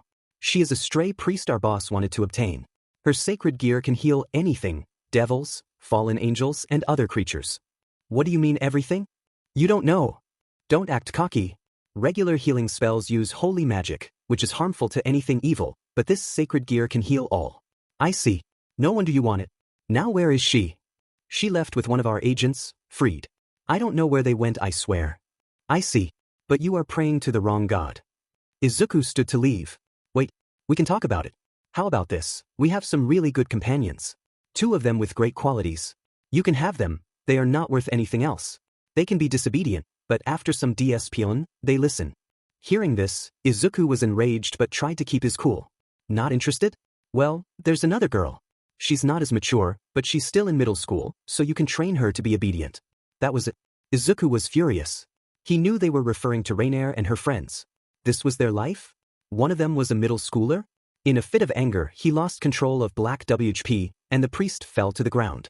Izuku, still enraged, smashed his leg down on the man's head. He looked up at the altar, charged one for all to his fingers, and flicked them. The shockwaves destroyed the entire area, drawing attention and putting the place on high alert. So much for a stealth mission, he muttered as the doors opened, revealing fallen angels and stray priests in shock. Izuku unleashed his intense presence. One man managed to flee, but the rest were paralyzed with fear. He jumped at the first guy, stomping his head into the ground, emotionless as chaos erupted around him. 4 others attacked from different directions, but Izuku effortlessly grabbed the first man and slammed him into another, their bodies crashing against the wall. He dodged an attack from behind, a priest with a knife. Izuku seized the man's arm, breaking it, and took the knife, disarming him before finishing with an upward strike. Izuku felt a surge of adrenaline as he faced the remaining threats. He had just dealt with the last of the fallen angels and priests, leaving only a few survivors trembling in fear. You don't seem to understand, he declared, his voice steady. I'm not locked in here with you. You are locked in here with me. Izuku amplified his intense presence, ensuring it reached Rainier and her friends, keeping them hidden and safe. The remaining enemies looked at him in horror, one stammering, "W didn't mean to," but before he could finish, Izuku swiftly neutralized the threat, hurling his weapon at another opponent. Chaos erupted as the remaining foes charged, launching magical arrows and gunfire. Izuku activated his black whip, the tendrils deftly deflecting every attack. He dashed toward one attacker, delivering a devastating punch that sent the man reeling. Seizing the opportunity, Izuku kicked the blinded man and used his new order ability to solidify the air around his leg, slicing through his opponent with ease. As more priests advanced, Izuku dodged their attacks effortlessly. He used his tendrils to slam the remains of a fallen enemy into the attackers, hardening the mass before impact. With only a few foes left, he turned his attention to the fallen angels, using his solar forge ability to incapacitate one instantly. The sight of their ally falling sent the remaining angel into a panic, but the tendrils ensnared him, leaving him vulnerable. Izuku looked down at the last 4 priests, swiftly dispatching one with a clean strike. Another fell victim to a flick of his finger, and in a moment of sheer terror, one priest turned the gun on himself. With the battle won, Izuku took a deep breath and focused on finding Reiner and her friends. He approached the door, ready for whatever lay ahead. As he opened it, a spear of light swung toward him. He caught it effortlessly, recognizing the magical signature. "No need for fights," he murmured, realizing it was Reiner. Izuku shattered the spear, causing Reiner to fall backward. She crawled back to the other girls, who were all scared. How could they not be? In front of them stood the infamous Blood Rabbit, a vigilante known for having taken down hundreds of devils, including high-class ones. He was also covered in battle marks. "Why, Blood Rabbit?" Middle stammered. "Please don't hurt us," Reiner pleaded. Izuku looked down at the 2 other girls. One was older, with long dark blue hair and orange eyes, wearing a torn dark red miniskirt and a matching shirt. The other was a younger girl with blonde hair tied in twin tails, dressed in a French-made outfit. She looked about 14 or 15, which annoyed him, while the older girl seemed to be in her early 20s. Please leave us alone." "We'll do anything," Kalawarma said. "Geez," Izuku replied. Huh?" the girls responded. "We really shouldn't be meeting like this, huh, Reiner?" Izuku continued. "What? How do you know my name?" Reiner asked, surprised. "Really? You don't remember our date?" he teased. Reiner's eyes widened, and Izuku deactivated his pseudo-arm, grabbing the fallen glove. Seeing his left arm disappear made Reiner cry. "Don't tell me you," she started. Izuku simply smiled and removed his mask, revealing a kind expression. "Remember how you asked for my help on that hill as the sun was going down?" Tears fell from Reiner's eyes as she jumped up and hugged him tightly. The other girls looked at him with hope. This was the guy Reiner had told them about. "Izuku, you really came for us?" Reiner exclaimed. Feeling the joy in her voice, Izuku patted her head. "Like I promised. But we need to go. I still need to find Asia." "I know where she might be," Kalawarma said. Izuku replied. "Hours ago, I heard a conversation while she hesitated, but Izuku could feel the pain in her tone. "That's not important. Let's go," he said, creating an arm again and putting his mask back on. As they were about to leave, Izuku suddenly stopped. "Worried what's going on?" Reiner asked. "A stronger one is approaching," Izuku warned. The girls gasped. Whoa. Being useless is one thing, but mutiny is a whole different crime," a voice said. The girls froze, looking up to see a fallen angel with 6 wings flying above them, looking menacing. "Pleasure to meet you, Blood Rabbit." "I am," the fallen angel began. "Don't care. I don't need to know or remember the name of every opponent I defeat," Izuku interrupted. "Oh, arrogant much? You better know why you're talking to a human," the fallen angel retorted. "What, are you a higher-class fallen angel? All I see is an oversized crow." "You better be stronger than the ones I just dealt with," Izuku replied. "I can assure you, there's no need to compare me to them," the fallen angel said, creating a massive axe the size of a pickup truck and swinging it down at Izuku, who merely stared blankly. The resulting shockwave blew the girls away, and Reiner cried out, "Izuku, no!" As the dust settled, the girls were shocked to see Izuku clad in lightning, holding the axe with one hand. "Well, that's a shame. I thought you were a lot stronger," he said, removing his mask to show his bored expression. "This is nothing," the fallen angel shouted, creating a full set of light armor and 2 light swords. Izuku pulled out his sword and transformed his left hand into a large blade, charged with electricity and fire. The two clashed, with the fallen angel attacking fiercely, but Izuku remained stoic, which infuriated his opponent. "Still think I'm weak? How about this?" the fallen angel shouted, spinning around to kick Izuku. Izuku was blown back several hundred meters but got up and dusted himself off. The girls flew toward him, anxious to see what would happen next. The fallen angel, seeing Izuku's casual demeanor, became even angrier. "Don't look down on me, damn it," he yelled, creating a gauntlet of light with all his power and charging at Izuku. The girls watched in fear, knowing this was his signature skill. "Die!" the fallen angel shouted. Izuku took the hit, and a massive burst of light followed, creating a shockwave. The girls feared their hope was lost, but as the dust cleared, they were stunned to see Izuku standing still, now surrounded by even more lightning. "Are you done?" he asked, sighing. The fallen angel fell backward in shock and horror. "Why, what?" Izuku asked. "Do you know how much power I was using against you earlier?" He then appeared right behind his opponent, patting him on the shoulder. Only 8%. With that, he slammed the guy hard, sending him flying several kilometers, but he didn't get far as Izuku used his quirk, Attract. This quirk, inherited from the 7th user, allowed him to float himself and anything he touched in the air, enabling flight in any direction. However, it came with a drawback: severe nausea. Awakening his telekinesis, Izuku levitated the fallen angel, pulling him back before slamming his head into the ground. He then kicked the guy into a tree. The fallen angel gasped in pain. Izuku taunted, "What? You said you were strong?" Now feeling fear for his life, the fallen angel tried to play it off. "Stay back," he stammered. Izuku stood over the fallen angel, a fierce determination in his eyes. "Not so tough now, are you?" he taunted. "What happened? Did you finally realize I'm not a defenseless girl you can abuse at will?" The fallen angel stammered, "Why?"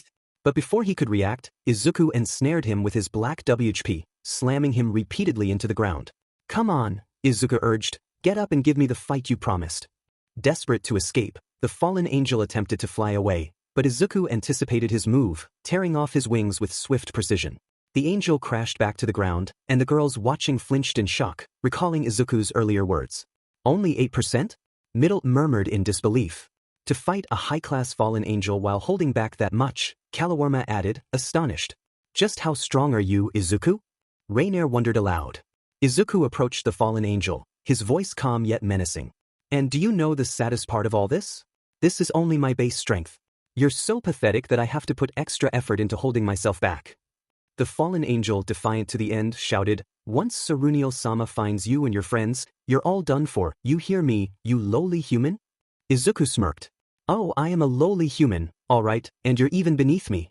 Do you know what you are?" With a swift transformation, his left arm became a giant dragon. A simple chewing toy.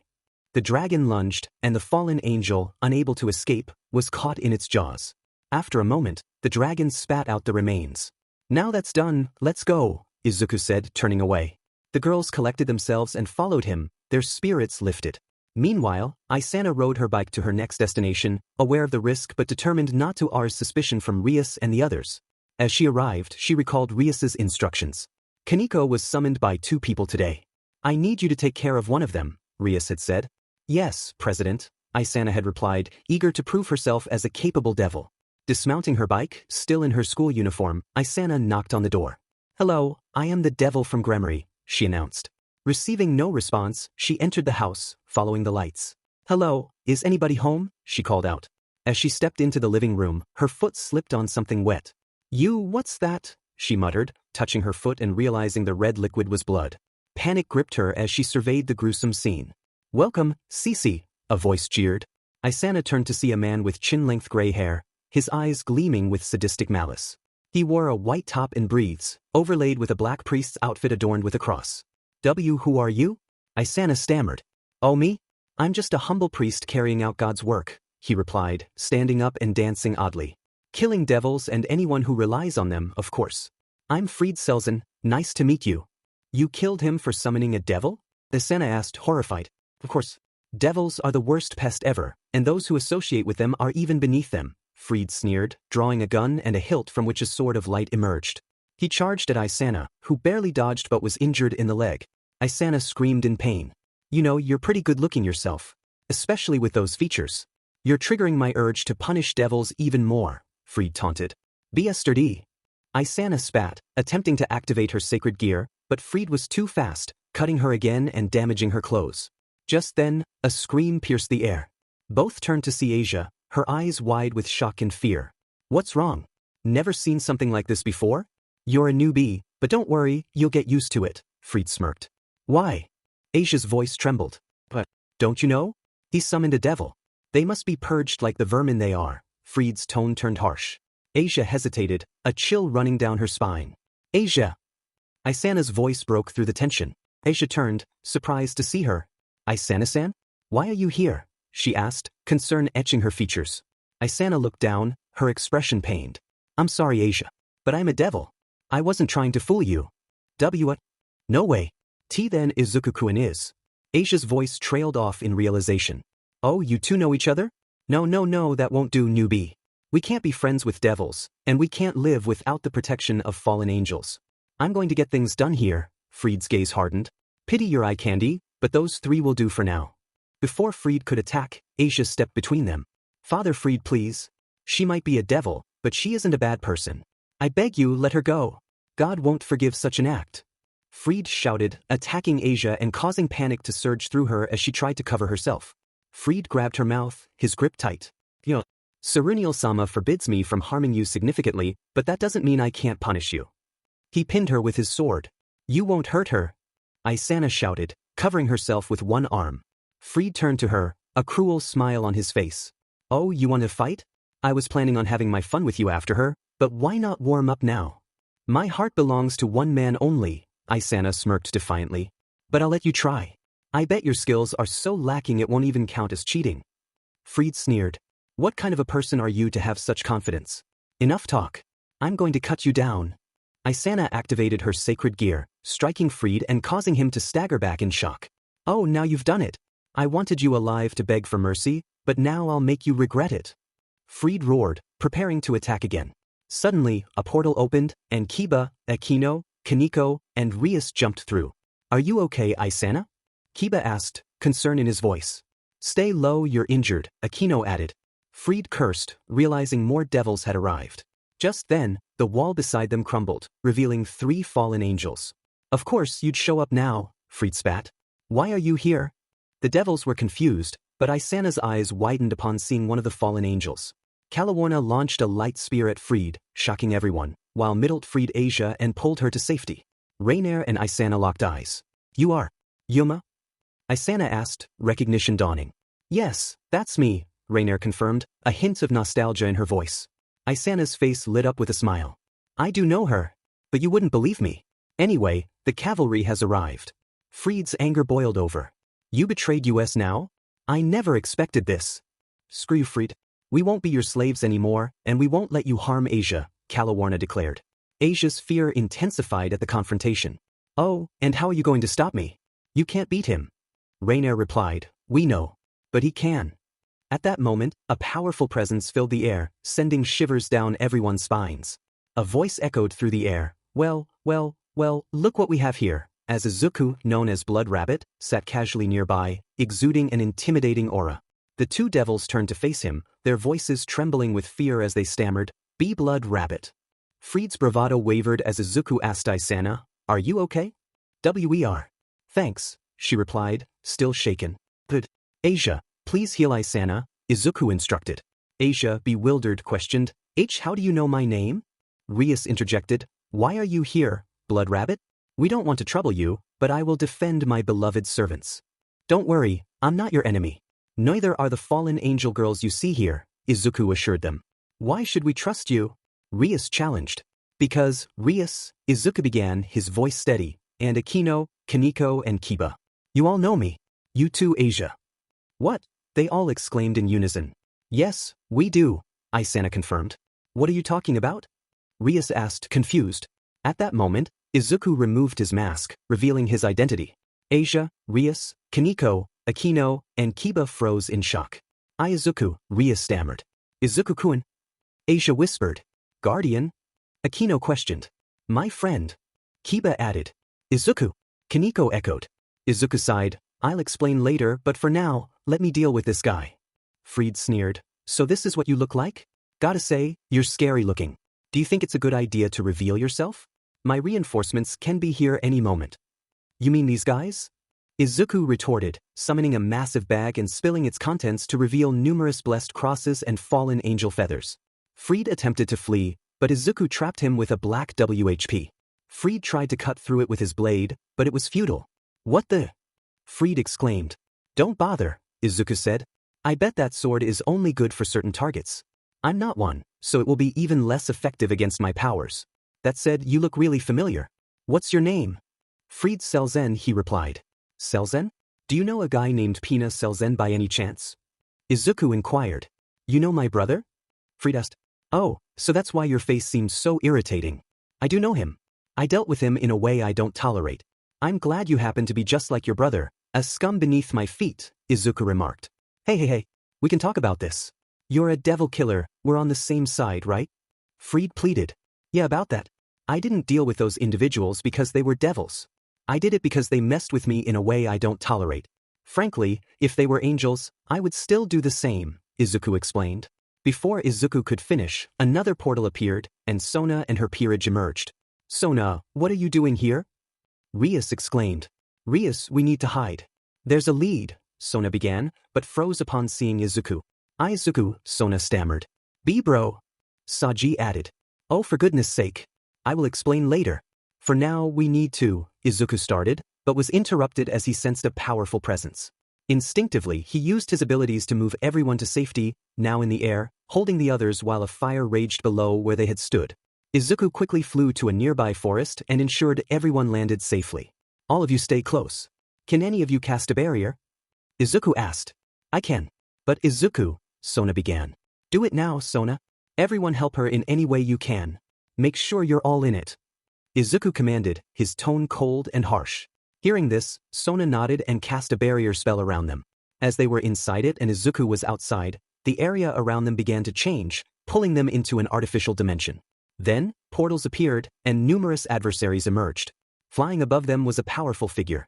Seeing him, Rainier, Middlet, and Kalawama panicked and fell to the ground in fear. Asia was also afraid, as were the devils, given the magnitude of his magic. Izuku looked up at the man. So you are the final boss? He asked. That's one way to say it. We finally meet, Blood Rabbit. I am Seruniel.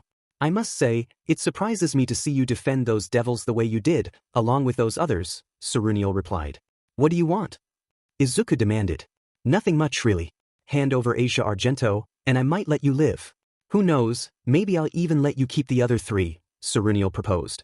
So you could take her sacred gear away. Don't bother denying it, your priest revealed everything, Izuku countered. I see. So you are aware of my intent. But still, why defend her? I mean, look at her. She's even more pathetic than the other 3 you're also defending.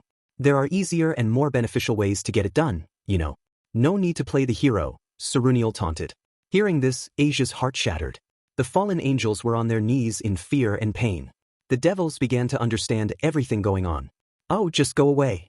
I'm not desperate enough to do any of this just to get something. A no is a no, or wait.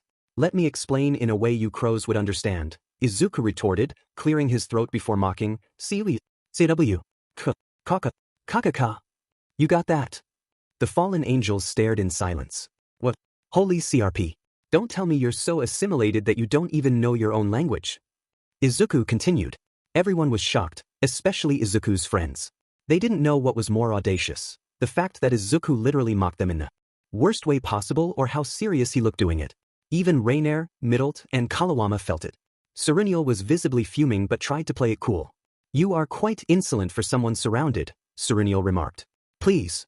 All I am surrounded by is fear and defeated foes, Izuku replied. Bold words, given 50 of us here have sacred gears we obtained in time, Seruniel said. Hearing that, one adversary charged at Izuku from his right. He attacked, but Izuku simply dodged. Then he charged one for all to 100% at his finger and flicked it. The shockwave created blasted the fallen angel and everyone behind him away, clearing a significant portion of the forest. Those in the barrier were shocked to see the sheer power Izuku effortlessly displayed. Seruniel then activated his full power. The energy and intent he released made everyone expect Izuku to cower in fear. Instead, Izuku stood there unamused. He looked up and charged up to 1,500% OFA right off the bat, matching Seruniel's intensity. Seruniel stopped, realizing that Izuku was actually a worthy opponent. In an instant, Izuku vanished into the air, and in less than a millisecond, he defeated every single foe around him, moving as fast as lightning. He returned to his original spot, leaving only Seruniel standing, while the others lay defeated. Those within the barrier looked at him in awe, shock, and amazement. His hair glowed in cyan, red veins covered his skin, and jade lightning crackled around him. Kiba exclaimed, Jay, just how fast is he? Or strong, Saji added. Isana shouted, he went Super Saiyan too. I underestimated you, Seruniel admitted. Izuku responded with a determined, "CW." Seruniel charged at Izuku, sword in hand, but Izuku transformed his left arm into a massive shield, blocking the attack and creating a shockwave. Though it appeared Seruniel was pushing Izuku back, Izuku was merely allowing it. He whispered something to Seruniel before leaping away. Still harnessing one for all at 1000%, Izuku launched himself at Seruniel again, this time with a punch instead of a blade. Seruniel dodged and attempted a slash from the right, but Izuku spun, striking Seruniel's arm from below, then delivering a kick from behind. Seruniel laughed. That didn't even hurt. I thought you were stronger. Izuku maintained a neutral gaze and simply replied, CW. With that, Izuku charged again, his fist engulfed in green fire, launching a fiery blast shaped like his fist. Seruniel flew up to dodge it. Green fire? Saji remarked in surprise. I've never seen such flames before, Sona noted. Same with the color of his lightning, Tsubaki added. What is his sacred gear? Rias questioned. Before Izuku could pursue Seruniel in the air, he dropped a black goo covered in energy. He then ascended, charging a massive lightning blast to ensure Seruniel couldn't evade. The attack struck Seruniel, sending him crashing to the ground, but he quickly rose, seemingly unfazed by the burns. Give me more, you! Seruniel shouted defiantly. Caw-caw! Izuku responded. Izuku raised his hand, releasing a white mist from his body. This was his quirk, Smokescreen, which allowed him to produce dense gray smoke that was harmful to inhale. The user had to be cautious, as it could affect them too. As the mist filled the air, Izuku unleashed a surge of lightning upwards. The charges were absorbed by the mist, transforming into a massive dragon made of jade lightning. Kirin! Izuku declared. The dragon charged at Seruniel, who panicked and created a barrier to defend himself. The impact created a massive shockwave, leaving everyone in disbelief, especially Akino, who thought, his lightning is far superior to mine. I've seen this much power only once. It's almost like his lightning is at least on par with it. Izuku descended and prepared for a strike. He grabbed his light shield and shattered it using New Order, then delivered a powerful left hit, transforming his arm into a fiery mace and slamming Seruniel to the ground. Filled with rage, Seruniel shouted, That's it. Am I done holding back? He charged up a tremendous amount of power and rushed at Izuku, igniting a full-blown brawl. Even Izuku had to exert more power than usual, straining his body, but he knew he was winning. After exchanging blows for some time, something unexpected happened. Izuku jumped back and powered down, confusing everyone. What the heck? Seruniel asked. The fight is over, Izuku replied. Are you finally admitting defeat? Seruniel questioned. Why would I admit defeat to a corpse? Izuku responded. This statement puzzled everyone. What do you mean? Seruniel demanded. I already defeated you, Izuku declared. Seruniel was taken aback. What? At that moment, Izuku snapped his fingers. Seruniel squirmed, and as he took his next step, he fell to his knees in pain. What the heck? What did you do? Seruniel cried out. I can do things. Long story short, I reversed your own resistance to light, and now your powers are affecting you from the inside out, Izuku explained. Seruniel struggled to move or speak, but the pain only intensified. I bet you're wondering why I didn't even feel that? I used my powers to block out your pain receptors. Maybe you shouldn't go for that power high from earlier, Izuku said. Everyone's eyes widened. Seruniel was on the ground trying to teleport away, but Izuku didn't let him. He grabbed Seruniel and landed right next to where his friends were, then dropped him to the ground. Seruniel tried to crawl away in fear. What? Running away? Earlier you had such a power high. What happened? Did you lose your nerve? Izuku taunted, kicking Seruniel, making him roll over. Come on, look at me, you power-hungry crow. What changed? Are you sad that you lost all the power you were so proud of? The power you used to abuse helpless people? Where is it? Izuku then grabbed Seruniel by the face. Let me tell you this, you will pay for everything you did to them, and I will make sure of it. Then, Izuku used his powers to amplify Seruniel's pain receptors. That's lethal. But you still have time, about 30 seconds. I hope you think about your life choices before you go. Don't worry, I will accompany you until your last breath. Time passed as Seruniel's fate was sealed. Izuku then took care of the aftermath. The ORC and the rest got out of the barrier and walked up to Izuku. He looked at them. Are you all okay? Izuku asked. We are, but... Rias began. But we need to talk, Aino. Come with me to where I live. Isana, has Asia healed you? Izuku inquired. She did. I'm okay now. And man, are you a scion? Isana replied. Wait, Sona interjected. You knew, didn't you? Akino asked. Discovered it 2 days ago, but yeah. Sorry, Isana admitted.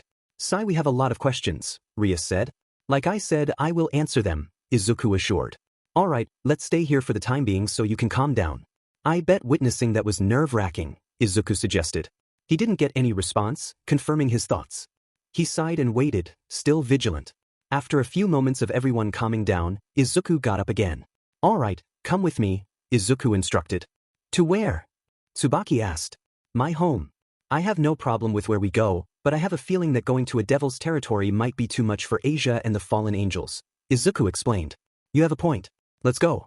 And please give us a proper explanation, Sona agreed. Izuku then approached Asia and picked her up gently.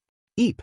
Asia exclaimed, blushing mildly, and most girls around them were also looking at him with a blush. They flew off to Izuku's home. Upon landing at the entrance, Kaneko froze. Senpais, this is where you live? Kaneko asked. It is, Kaneko, don't worry, Izuku reassured. What is it, Kaneko? Rias inquired. This place is full of yokais, Kaneko revealed, surprising everyone. Really? Kiba asked. Don't worry, there are no enchantments or spells preventing devils or fallen angels from entering, Izuku said, slowly opening the door. Yasaka, I'm home. And we have guests. Izuku called out. Suddenly, the sliding door opened, revealing Yasaka and Tiamat. Welcome home, darling. Yasaka greeted. We prepared dinner, Tiamat added. Or would you prefer a bath? They said playfully. Izuku slapped himself in the face as the ORC, fallen angels, and council tried to comprehend the scene before them. They were all shocked to say the least, and half of them were blushing. What's going on? I can't see anything, Asia said, as Izuku turned to see Isana covering Asia's eyes. Do you girls now see why Izuku doesn't bother with relationships in school? He's already surrounded by. Well, you can see, Isana explained. The girls looked at Yasaka and Tiamat in surprise. Tomo and Momo were engaged in a playful debate about the size of a certain pair of attributes, with Momo confidently asserting they were eye-cups. Their conversation drew the attention of everyone present, including Asia, who had just arrived. Kiba, attempting to lighten the mood, made a comment that only added fuel to the fire, suggesting, so that's what you're into, while nervously sweating. This remark caused Izuku to blush and glare at him. Isana joined in, teasingly acknowledging the surprise. I know, I was surprised too. He's into. Well, you know. Izuku, flustered, protested loudly, no, I am not. Akino, amused by his reaction, smiled and remarked, Era, looks like I've got the advantage here. She playfully emphasized her own assets and pulled Izuku closer, pressing his arm against her. Isana, not missing a beat, teased further, oh please, I have the real rockets here, senpai, not you. Izuku, eager to change the subject, suggested, can we go inside now? We have things to talk about. Sona, trying to regain composure, agreed. That's right, Rias, tell your subordinates to stop it. Rias, however, couldn't resist a jab. Are you just jealous that yours aren't as big? Sona, taken aback, defended herself. It's not true, and you know it. Meanwhile, Asia was bewildered by the banter, and Kaneko quietly expressed her frustration, muttering, so unfair. Yasaka intervened, inviting everyone inside. Jokes aside, come inside. We have lots of food and drinks for you devils and fallen angels. Calawarna, surprised by Yasaka's knowledge, asked, you know what we are? Tiamat confirmed, we do, and I think you are also aware that we are not human, am I correct? Once inside the large room, they found a table laden with authentic Japanese food. Yasaka inquired, darling, are you going to eat now, or would you prefer to take a bath first? Izuku decided, I'll eat first. I might as well tell them what's going on at the same time. Yasaka nodded, of course. As they settled down, Izuku began, let's start with a few things. Don't feel bad about your secrets. Frankly, I knew you were devils from the start. This revelation shocked the devils, causing a stir. Rias, incredulous, asked, really? How? Izuku reassured them, don't worry, as I said before, I have no ill will towards you. If I really wanted you harmed, I would have done it months ago. Relief washed over them, but curiosity lingered. Sona pressed, then how? How do you have magic? Tsubaki added, we knew something was different about you, but every time we tried to sense if you had a sacred gear, our results came back negative. Saji chimed in, even in direct contact, we couldn't sense anything. Kiba agreed, Saji and I were around you the most. Izuku explained, oh, that's because I can actively seal my own powers at will and prevent others from sensing it. Think of it like active camouflage. He demonstrated by sealing his presence, leaving the devils and fallen angels astonished as they could no longer sense him. Middle remarked, that's intense. Rainier agreed, I know. It threw me off too at first. Rias, curious about another matter, asked, that brings me to the point, how did you encounter fallen angels? Izuku recounted, it all started when Seruniel assigned Rainier to target me. The room erupted in disbelief. Rias and Sona exclaimed, you tried to harm Izuku? Izuku quickly reassured them, relax, she was forced into it, so don't blame her. And does it look like she succeeded? I'm more than fine. Yasaka added, and besides, do you really think a low-class fallen angel like her could harm darling? Sorry girl, but you must know your place. The room fell silent, acknowledging Yasaka's point. Izuku was far beyond their league. Rias and Sona understood that there was no way they could defeat him, even being in his presence confirmed that he was far above any high-class devil. Izuku continued, Rainier realized it too, and I was able to persuade her to let me help her. She informed me about Asia's arrival and how it was detrimental to their plans. I didn't know what it was, but I knew it wasn't for good. At first, I was just roaming the prefecture, hunting any stray devil or fallen angel to gather information. Eventually, I met Asia this morning. After skirting her to where she lived, I pinpointed Seruniel's base of operations. I waited for nighttime, invaded the compound, dealt with the fallen angels, and saved the girls. The rest is history. Asia, curious, asked, how did you know Izun? Izuku replied, simple. The church you said you were going to stay in was filled with malice, so much so that I could almost sense it. Even if I was wrong and that wasn't your base, for a gentle girl like you to take refuge in a place like that was too big of a red flag for me to ignore. Kiba inquired, how did you sense their malice? Izuku explained, the same way I was able to tell that you were devils and fallen angels. I have a sacred gear named Danger Sense. It grants me a sort of sixth sense.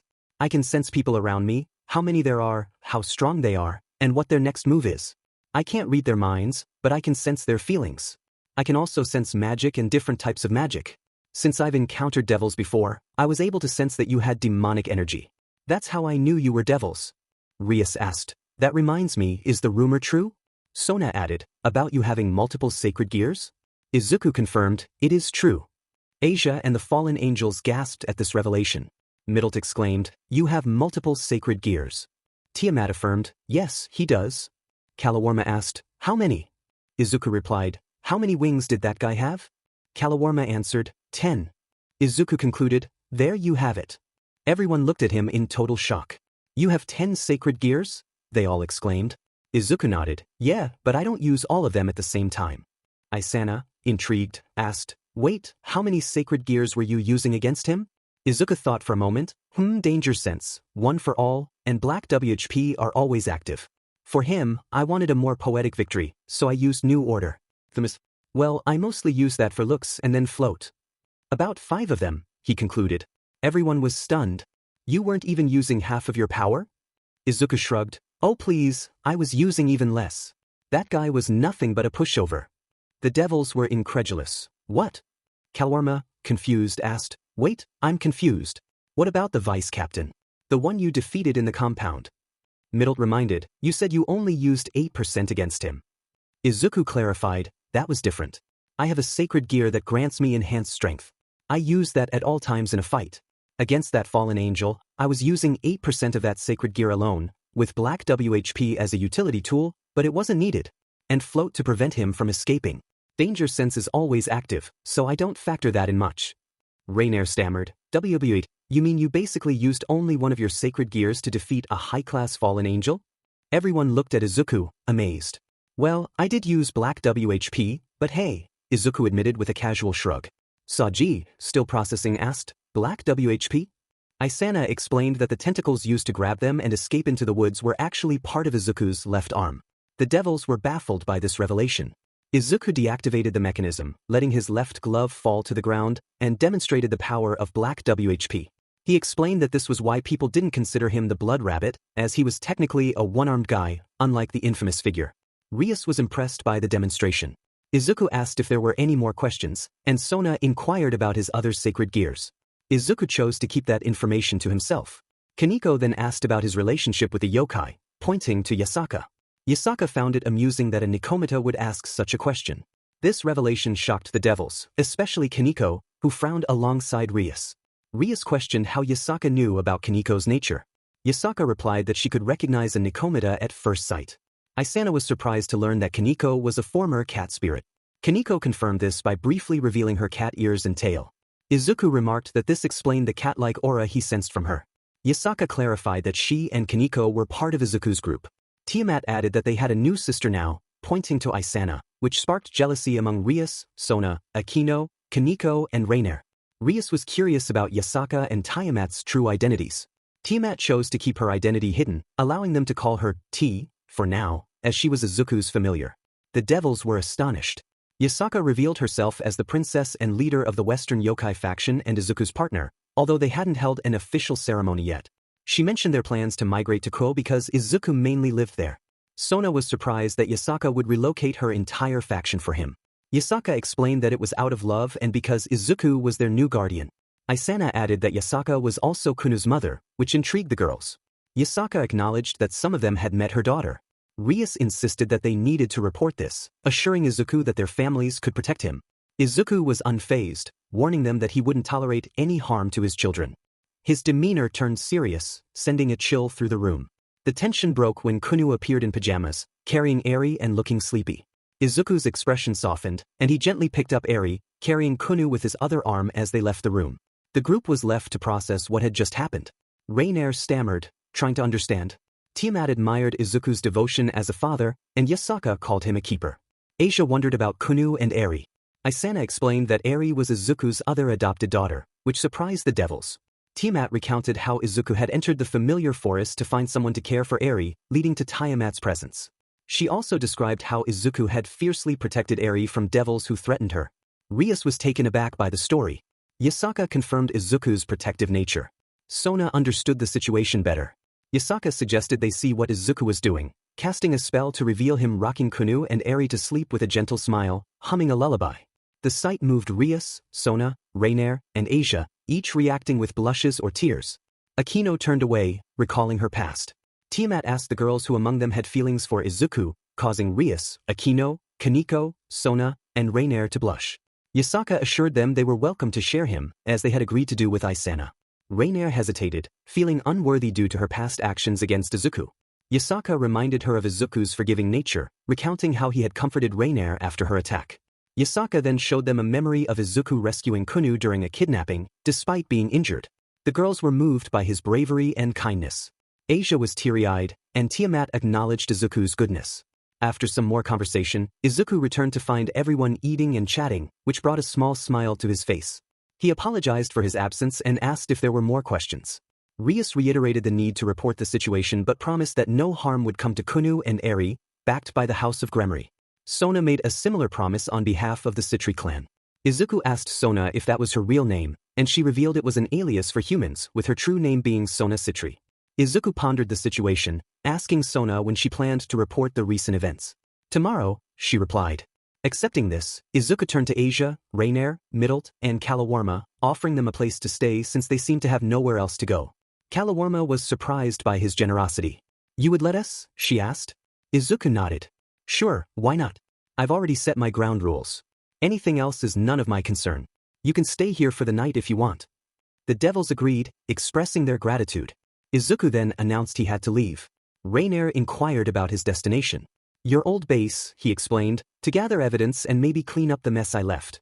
Yasaka offered to record the scene for evidence, and Izuku agreed, cautioning her to ensure it remained unseen by others, as they might not handle it well. Izuku donned his suit and leapt towards the compound he had left an hour earlier. Upon landing, he surveyed the aftermath of the battle. Yasaka, concerned but trusting, communicated with him through magic. "You didn't hold back, did you?" she asked.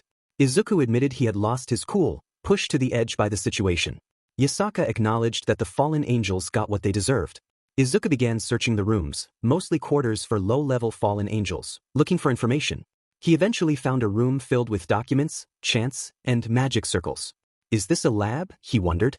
As he sifted through the papers, his eyes widened at the sight of a list of people the fallen angels were hunting, including a picture of a child. He struggled to maintain his composure, calmed by the vestiges. Yasaka, equally upset, took a deep breath to steady herself. "At least they got what they deserved," she reiterated. Izuku continued organizing the files by importance, shocked by a particular document. Yasaka shared his disbelief. "This," she remarked, leaving the implication hanging. Returning home, Izuku was agitated. Everyone was asleep, but he couldn't rest, burdened by the weight of his discoveries. He retreated to his office to assess the situation. "I don't know if this is good news or bad news. On one hand, I have a lead, on the other, they could all be involved. I doubt Rainier and the others knew about it, and certainly not Asia. I regret what I did." Suddenly, he remembered he hadn't dealt with Fried. "Oh no," he exclaimed, rushing out to where he first encountered Fried, only to find the entire block demolished. There were no signs of magic or bodies. "Oh darn it," he muttered, returning home with a heavy sigh. "Shame he's gone," All Might commented. "Or missing," Nana added. Izuku replied, "Honestly, all I needed was his information." Kathleen suggested using New Order to retain the information.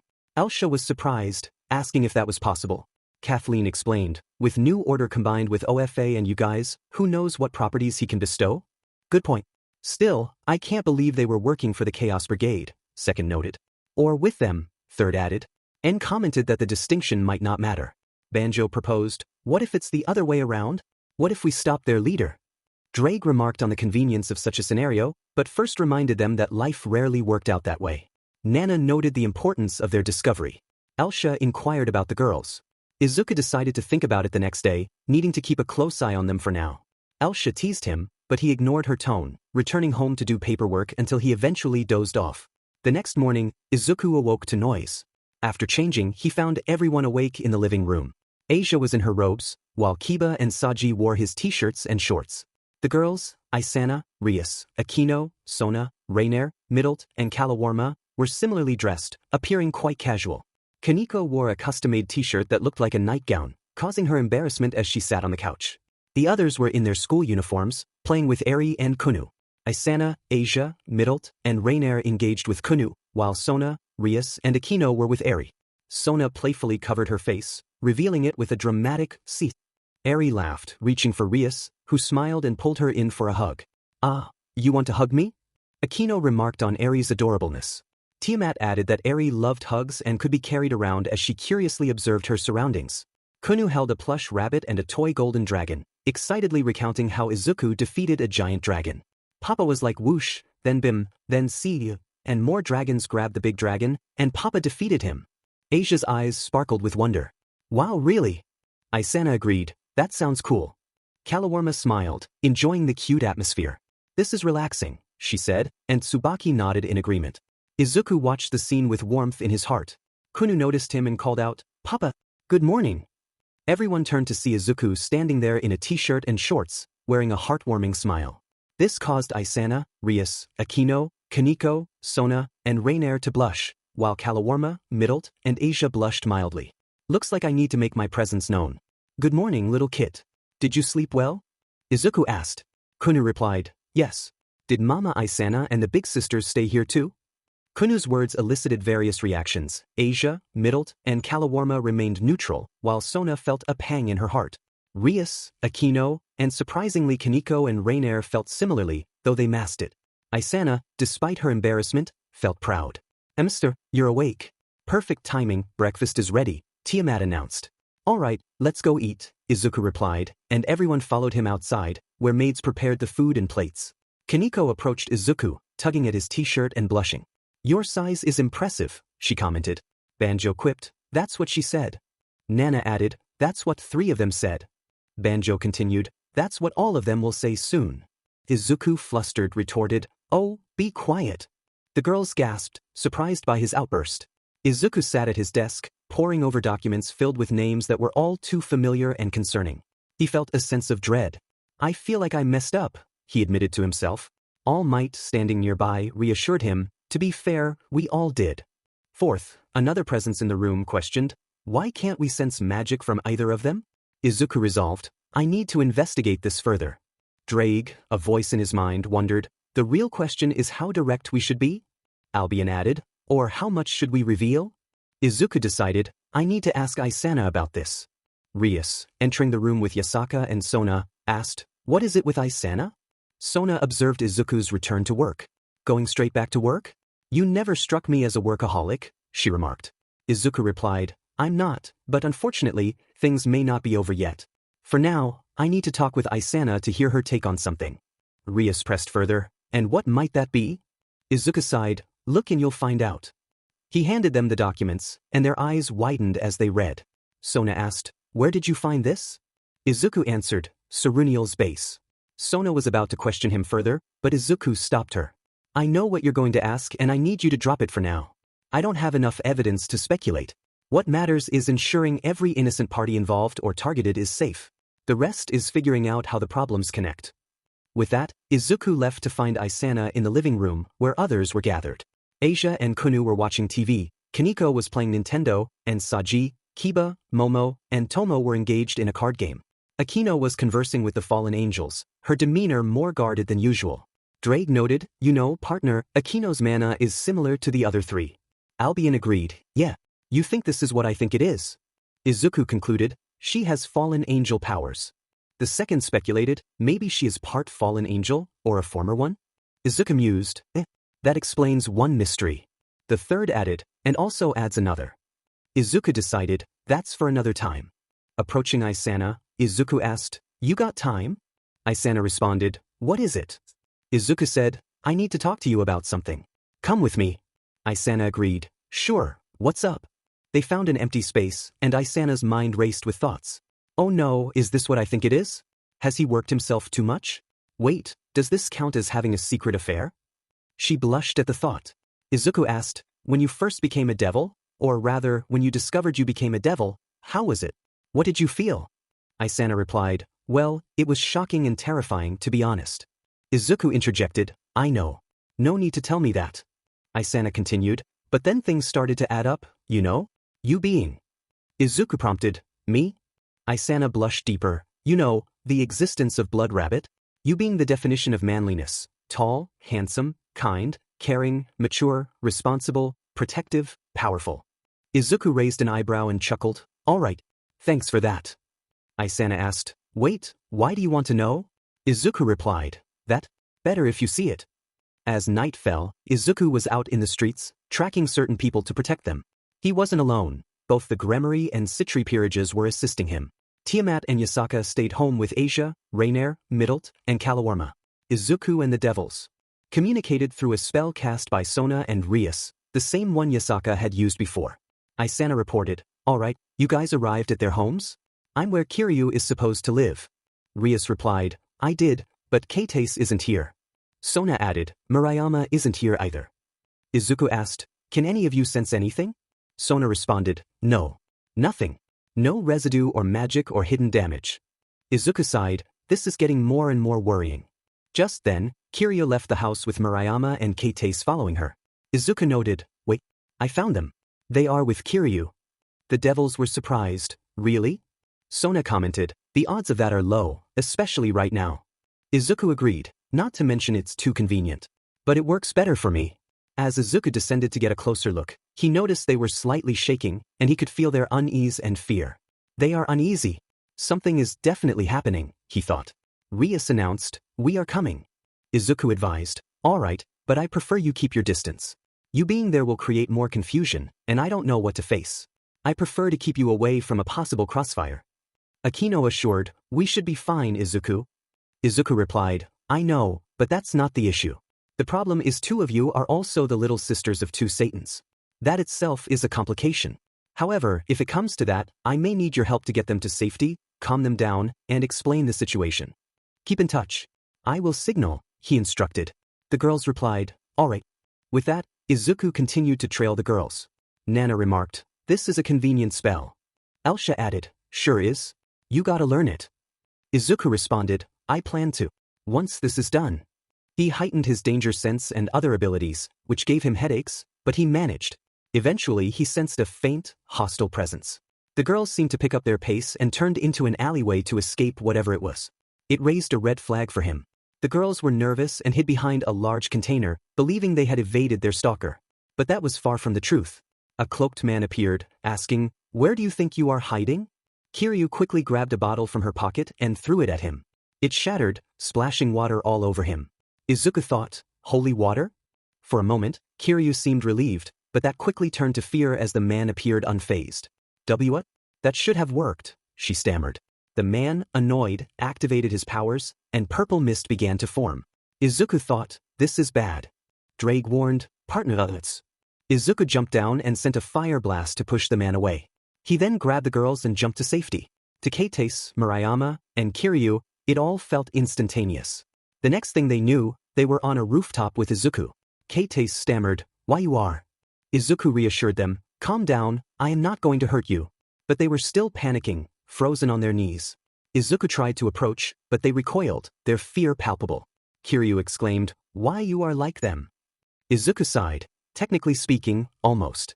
And given how that holy water didn't work, I think that adds to this whole situation. How do you know her name? Izuku replied, I know her name the same way I know yours, Keitase Murayama. He removed his mask, revealing himself. The shock on the girls' faces was evident. Murayama whispered, Guardi, but couldn't finish as Izuku jumped, using black WHP to pull them away from the creeping mist. Not so fast, he said, sending tendrils of black WHP into the area to force the man out, but he hit nothing. Izuku pondered, not there, huh? As they landed safely, the cloaked man revealed himself. So this is what you look like, Blood Rabbit?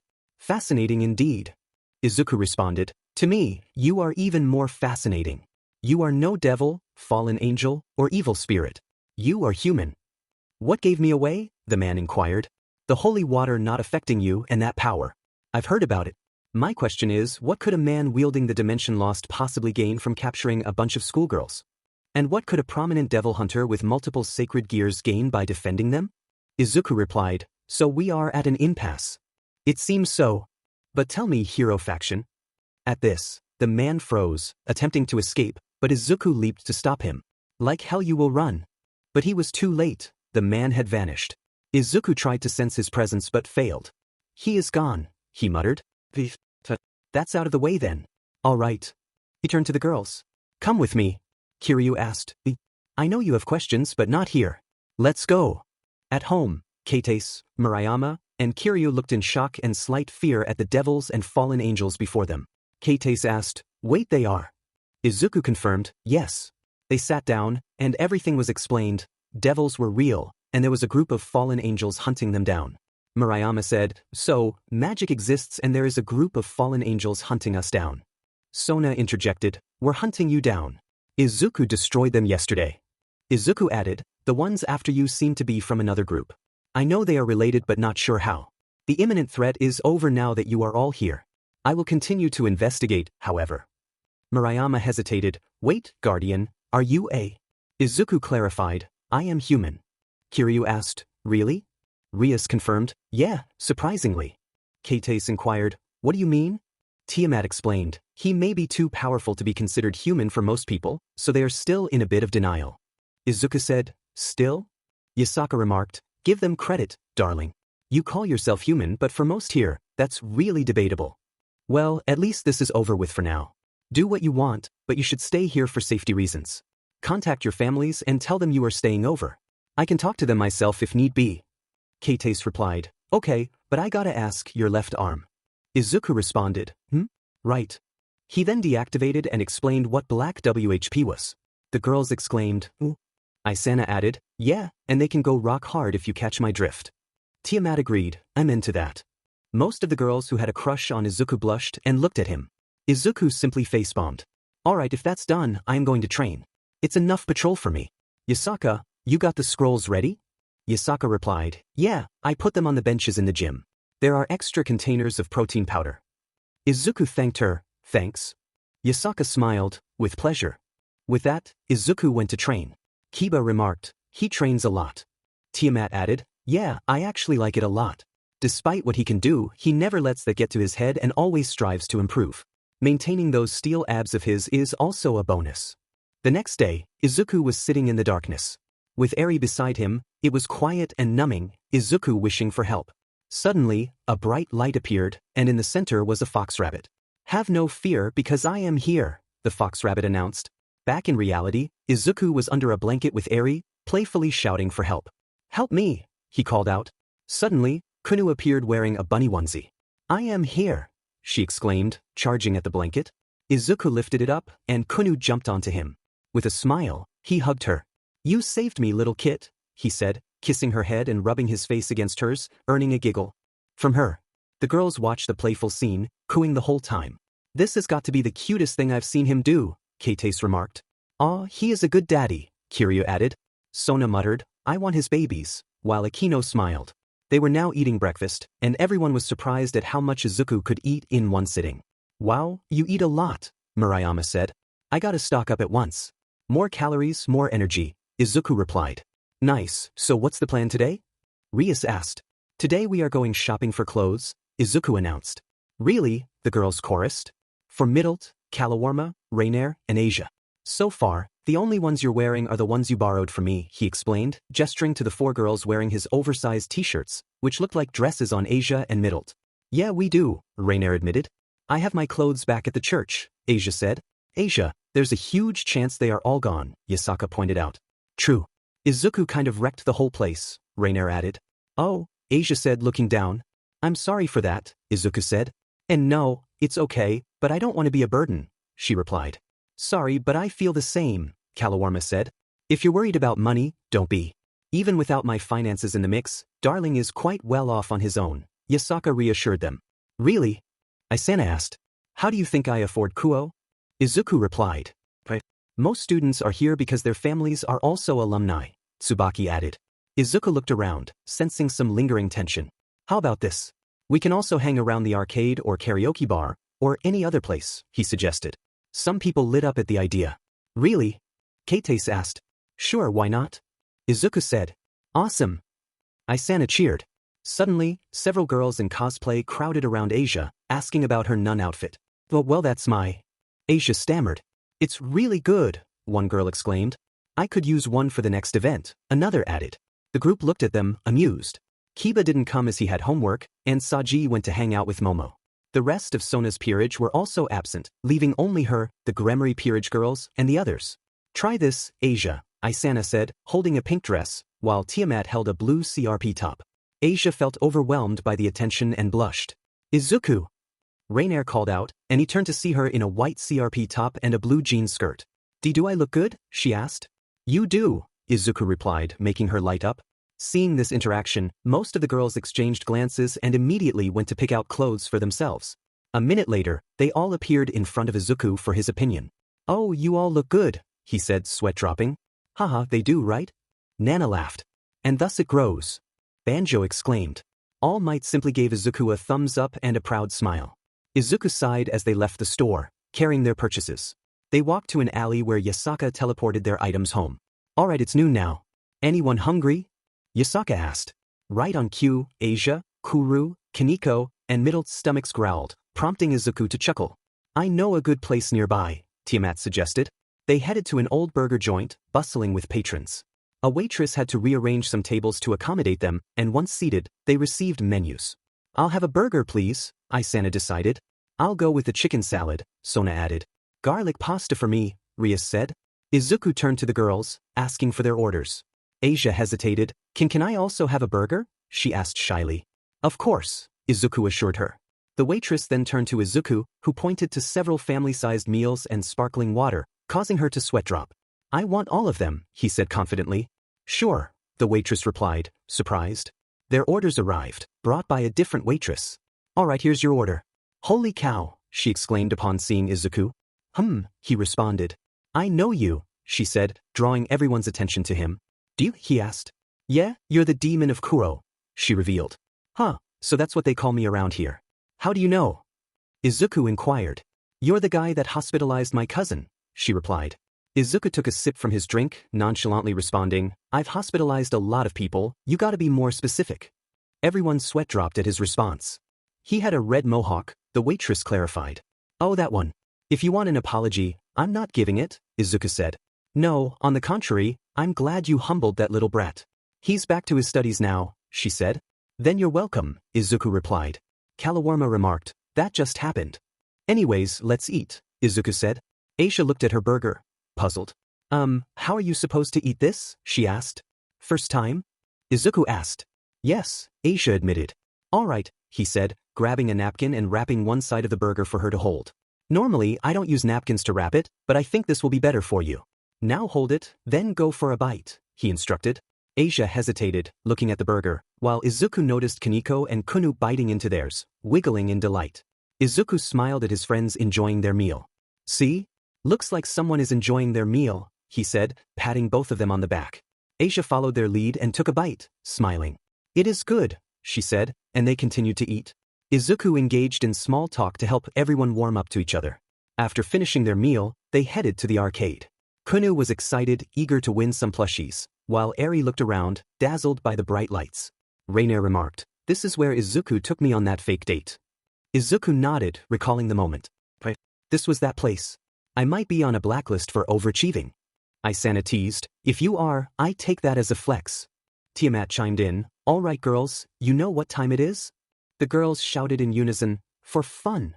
Yasaka added, and for darling Tio win us as many gifts as we want. Izuku chuckled, looking around for games to play. The scene shifted to Asia playing a racing game with Kaneko and Middlet, while Rainier danced with Akino and Rias. Kates and Murayama were tossing rings to win a toy, and Kunu was with Yasaka, trying to win a plushie from a claw machine. Asia joined them, hoping to snag a golden duck plushie. Isana approached, offering help. You two look like you need it. I've played these enough to know the tricks. Yasaka encouraged, all right darling, the stage is yours now. Izuku smiled at the girls, and for the next half hour he dominated nearly every game, earning record scores and winning the biggest plushies for them. Once they finished, the girls carried their prizes, and Izuku joked, I might get banned from here. Tiamat replied, maybe you shouldn't train as often. Izuku smiled, would you want me to? Tiamat shook her head, and lose my favorite pillow? Hell no. Did you all enjoy today? Izuku asked. Yeah. The girls cheered, and they headed home with smiles on their faces. Later, Rainier found herself engulfed in darkness, unable to move or see. A familiar voice called her name, and she felt a chilling presence behind her. She woke up, nearly screaming, but covered her mouth as she realized she could move again. In her room, she got up and entered the bathroom, looking at her reflection. Her mind was clouded with dread. But he is dead. Izuku killed him. He freed me. Why, please? Whispered, tears streaming down her face. Memories haunted her, and she created a small light, hoping to feel something other than the echoes of cruel laughter in her head. Just as she braced herself, she felt a hand grasping hers. Izuku, she gasped, surprised to see him. Nightmares? He asked gently. Yes, she admitted. I see them often too, he confessed, surprising her further. You do? She asked. Yeah. More than I'd like to. How long have you been feeling this way? He inquired. I don't want to talk about it, she replied. Trust me, it doesn't silence the voices. I'm speaking from experience, he said, sharing his own struggles. Rainier's eyes widened as he revealed, I used to feel lost too. But I found ways to cope. It wasn't because things got better, I just got used to the pain. That's when I started focusing on what I could change. He stood up, offering, if you want to talk, I'm here for you. Rainier smiled at his kindness. Thanks. Why were you up this late? She asked. I was training. I don't sleep much, even without the nightmares, he replied. As she turned to leave, she caught a glimpse of Izuku removing his shirt. She froze, taken aback by his muscular build and the scars that adorned his body. Those? She gasped. These? I've had my fair share of battles, he said, gesturing to a particularly prominent scar. Rainier's concern deepened as she noticed the similarity to the scar on his face. Izuku, can I join? She asked, blushing. Izuku chuckled. Sure. Izuku wore a swimsuit, and Rainier changed into a bikini they recently bought. The water was running, and Izuku was on the bottom, snuggling with Rainier. He used some fire to warm the water a bit. Every time I think about it, I see his face. I feel his presence. She started to sob. A flashback invaded her mind. She had failed a major task, causing Seruniel's group to lose important assets.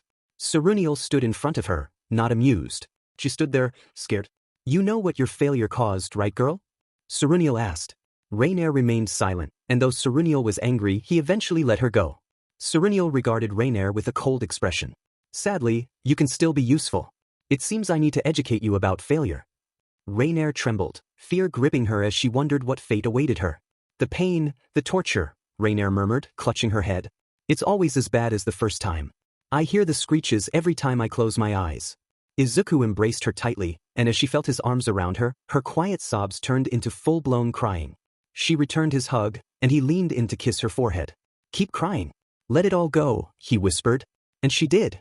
She poured all her sorrows, pain, and nightmares into his chest, crying until she finally passed out. Izuku couldn't bring himself to wake her, especially when he noticed the small smile on her face as she slept. The next day, Middlet awoke in the room she had been given. It was furnished with a queen-sized bed, a decent wardrobe, a desk with a chair, and several dressers, all set upon a carpeted floor. It felt like an improvement she didn't deserve. She caught sight of a mirror in the room and immediately felt a pang of hatred. Mirrors always made her want to look away. As she dressed slowly, lost in thought, a maid entered the room unnoticed. Good morning, the maid greeted, startling Middlet, who immediately felt a wave of dread. Get out! Middlet shouted. Oh, the maid stammered. Get out! Middlet repeated, and the maid quickly left as Middlet sat down, tears streaming down her face. The maid reported to Izuku, Sir. What is it? Izuku asked. It's the fallen angel with the blonde hair, the maid explained. Middlet. Rainier interjected. What about her? Izuku inquired. Earlier, a maid saw her changing and she almost had a breakdown, the maid reported. Kalawarma and Rainier exchanged worried glances. They must have seen her back. She's insecure about it, Kalawarma explained. I'll handle this, Izuku assured them. We'll help you, Rainier offered. Don't worry, I've got this, Izuku replied. They reached Middle's room but found it locked. Izuku used a MSTR key, only to discover it was barricaded. Middle, it's me. Open the door, he called out, but there was no response. With a sigh, he instructed, okay, move away from the door. Inside, Middle sat deep in thought, sobbing. She knew she should respond or apologize, but her trauma overwhelmed her. In a flashback, Middle recalled being alone with an agitated Seruniel after another failed mission. You are as useless as the others. And just like them, you have no other use, Seruniel had said. I am sorry, I will do better, Middle had pleaded. You say that, yet I don't see it anywhere, Seruniel replied, leaving her feeling worthless. The following days were no better, filled with the horrible treatment from other fallen angels. At night, she sought comfort in the arms of Kalawarma or Rainier, even though they were suffering just as much. Lost in her memories, Middle didn't notice Izuku's determination to enter. Go, I've got this, he told the maids, who bowed and left. He broke down the door without hesitation and found Middle sitting on the ground, sobbing and curled up. Izuku, she whispered, looking away in shame. Don't look, please. But Izuku did, and his eyes widened at the sight of the scars on her back. He sighed, then began to remove his shirt. Look at me, Middle, he urged. She turned, her eyes widening in shock at the scars on his body. I have even more, but that's beside the point. Come here. When she didn't move, he approached her, gently lifting her onto his lap, earning a small gasp from her. He wrapped his arms around her, her back facing him. He could feel her tension as if she was bracing for something terrible. It's okay, he reassured her, then leaned in and kissed her back, right on the largest scar. Her eyes widened at the gentle gesture, and he continued to kiss her scars, enveloping her in his warmth as if shielding her from the world. Middle clung to his arm, feeling the warmth radiate from him. Slowly, her body relaxed, her grip loosening. Listen, he said softly, scars aren't a bad thing. They show that you survived. I did, and so did you. There's nothing to be ashamed of. Middle didn't respond, simply sobbing as Izuku continued to hold her gently. He kissed the back of her ear and ruffled her hair, calming her down. It doesn't matter what others think of your scars. Your opinion is the only one that matters. And if someone says something about them, I can stand up for you. Pinky promise. Hearing that, she managed a small smile. I count on that one then, Onin, she said more joyfully, and Izuku smiled, patting her head. Eventually, she got up and left the room, and he put his shirt back on before heading to the living room, where he saw the three girls hugging each other. Thank you, Rainier said. It was nothing. She needed that, and that's what I needed to do, Izuku replied. As it got late, he found himself in the library, studying scrolls and books. This is harder than I thought, he muttered. Don't worry, partner, Drake said. Thanks to us, you can use OFA energy to cast magic, Albion added. And given how much you generate daily, you shouldn't struggle at all, Albion continued. You try self-learning magic, Izuku retorted. You could have asked Yasaka or even Tiamat, Drake suggested. They're sick and I want them to rest, Izuku replied. They didn't seem. That's sick to me, Albion countered. They were unwell for days. They are sick to me. I can't bother them with anything. The hand signs seem interesting, Banjo chimed in. Does doing the same hand sign with multiple arms make the Jujutsu stronger? If so, you'll nail it with black WHP. I wonder how some of the spells here would mix with New Order, Kathleen added. I'm not learning for that purpose, Izuku said. Oh come on kid, think about what you can do, Kathleen urged. Though I can't say I'm not getting inspirations, he admitted. Speaking of New Order. No, I haven't figured out how to make proper combat effective healing flames, Izuku interrupted. Still not? Elsha asked. You weren't watching? As interesting as they are, we don't always have to watch your daily antics. We can chat without interacting with you just fine, Nana said. I can turn solar forge fire into healing flames with a powerful order and a lot of OFA energy. But the problem is that these flames also heal the opponents when I use them in a fight, and the constant CYCL is too energy consuming. Why don't you use multiple orders? Elsha suggested. That's inefficient. And are we sure it should be healing fire? It's called Phoenix Fire, Izuku. You can't say that wouldn't be cool, Nana replied. I know, but I'm pretty sure if Phoenix exists here. What happens when people ask about it? Elsha assured Izuku, we'll deal with that when the time comes. Drake suggested, you could use my flames instead, partner. They're stronger. Izuku shook his head. I can't do that without revealing I'm the Red Dragon Emperor, and that's not something I want to do right now. All Might chimed in, you two are too well known. The moment you use those powers, the world will notice. Remember, you fought the three great factions during the Great War. Using your power around devils and fallen angels could attract unwanted attention. Izuku nodded. That's a concern for later. Right now, I need to master the shadow clone technique. From what I've learned, it's quite weak and not ideal for combat. At 5 a.m., a loud voice echoed through the room. Come on, it's time to all wake up. Isana groaned, turning off her digital alarm clock, which displayed an image of a muscular man. It's too early, she muttered, then panicked. Oh no, I'm almost late for training. She quickly dressed and dashed out of her house, meeting Rias outside. Good you're here. Let's start with jogging. Izuku gave me an address. We can jog there and complete that part of your training, Rias instructed. Isana glanced at the address and shivered. That's a bit far, don't you think? No complaints. I won't tolerate weakness in my peerage, Rias replied firmly. As Isana jogged, Rias rode alongside her on a bike. Why am I the only one here? Where are the others? Isana asked. They're already on their way. You're the last one, Rias explained. Come on, Isana, you can do this. What is this place anyway? Isana wondered aloud. Rias blushed slightly. It's where he trains. Hearing that, Isana felt a surge of energy, speeding up with a blush and a smile. Hey, wait for me. Rias called, pedaling faster. Upon arrival, Aisha ran up to them with a basket in hand. Hey, you made it, she exclaimed, but then tripped and fell. Ugh, why did I trip? She said, embarrassed. The two girls giggled. Asia, were you waiting for us? Isana asked. I wanted to greet you outside, Asia replied. That's sweet of you, Rias said. The three of them entered to find Izuku setting up a picnic table while the rest of the group sat around. Yasaka and Tiamat were absent, still unwell. There you are. You should eat something, Izuku said as Rias, Isana, and Asia joined the others. While they ate, Sona asked, What's on your mind, Izuku? Right now, I plan to help some of you with your sacred gears, specifically to activate them, Izuku replied, pointing at Isana, Murayama, Kates, and Kiryu. But I've already activated mine, Isana said. Do you know what it does, though? Izuku asked. It's a sword, right? Isana replied uncertainly. As for the rest of you, you can join in, Izuku said. Alright, they all agreed. After finishing their meal, Izuku called the girls over. So, how does this work? Kiryu asked. A strong emotional outburst is a good trigger for sacred gears to manifest, Sona explained. What kind of emotion? Kiryu inquired. Anything really. Love, hate, or fear, Sona replied. Sit down and focus on your strongest emotion, Izuku instructed. The girls tried for a while, but nothing happened. I don't think this is working, Murayama said.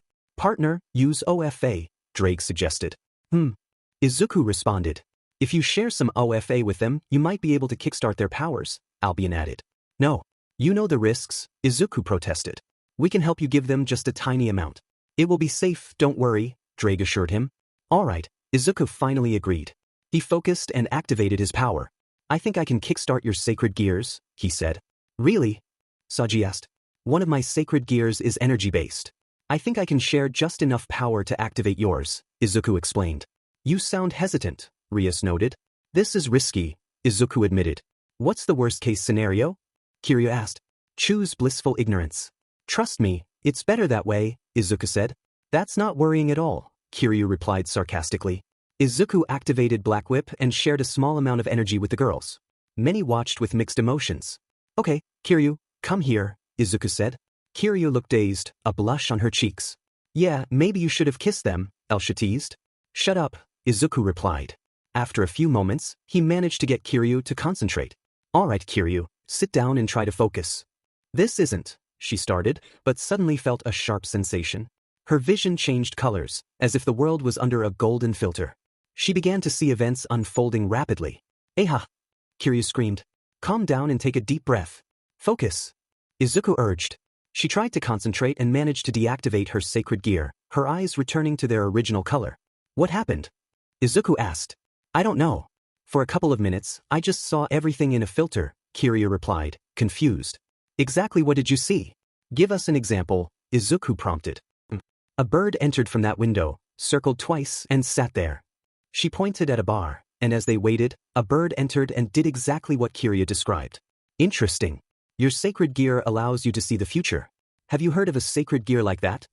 Izuku asked. As of now, I can't think of one, but I can check, Rias said. Me too, Sona added. Alright Murayama, Kates, come here. Your turn. They stepped forward, and something strange happened. They began to share their senses. Partner, their magic feels nearly the same, Drake noted. Yeah, it's strange. As if they possess the same sacred gear, Yoichi added. Or as if they are sharing one, another voice chimed in. This is weird, Izuku said. What is it? Keitase asked. I am sensing your magic.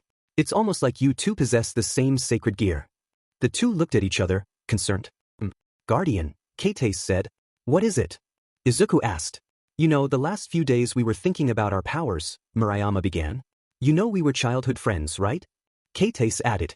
Yes, I remember you telling me about this, Izuku replied. Well, when we were little, our families took us on a trip. We decided to explore the forest and found a weird shrine hidden in the woods, Murayama explained. Oh, Izuku said, intrigued. I don't know, but ever since, we've had this connection between us. Now that the supernatural world is a thing, maybe we should check. Keitase suggested. We should, Izuku agreed. Definitely, everyone chimed in. But before that, I at least need to examine Isana and her powers. He turned and motioned for Isana to come forward. Alright, your turn, Isana. Show me your gear. Okay. Isana pulled out her sword, which was impressively large. Impressive sword, Izuku remarked. Isana reflected on how things had changed. It wasn't like this before, she mused. Izuku, curious, asked, Oh? How was it? When I first activated my sacred gear, it was a pair of gauntlets, she explained. Really? Izuku's interest was piqued. They even glowed somewhat. As Izuku touched the gear, he felt energy drain from his body. Red veins of one for all appeared on his arm, traveling to the sword. He pulled away, startled. Guys, he said, his voice tinged with alarm. We felt it too, a voice confirmed. Isana looked at him, concern etched on her face. Are you okay? Are we good? I am.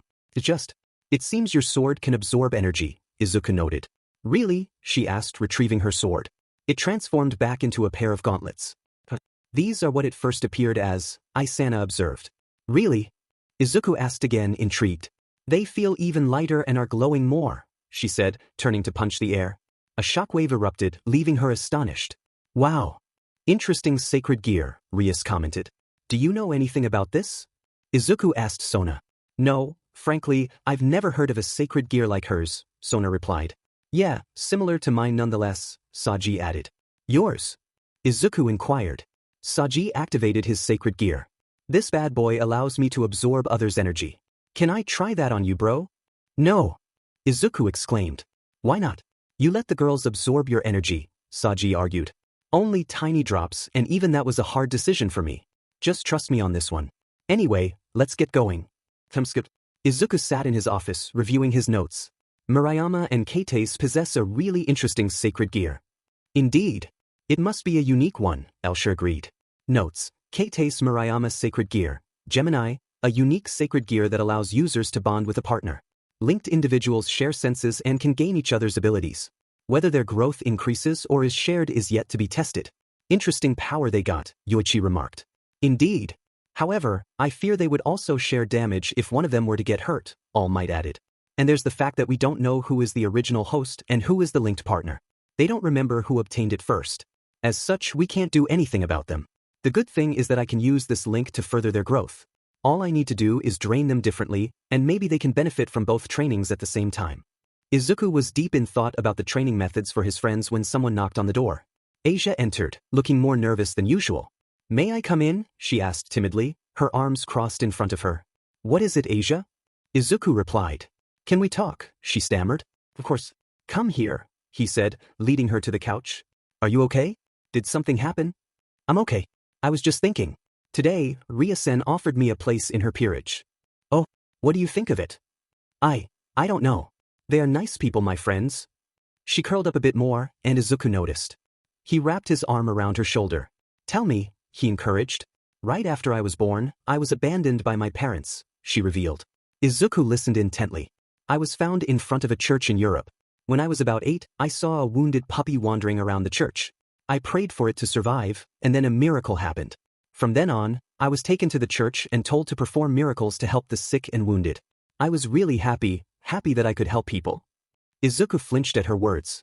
One day, I helped someone who turned out to be a devil, she continued.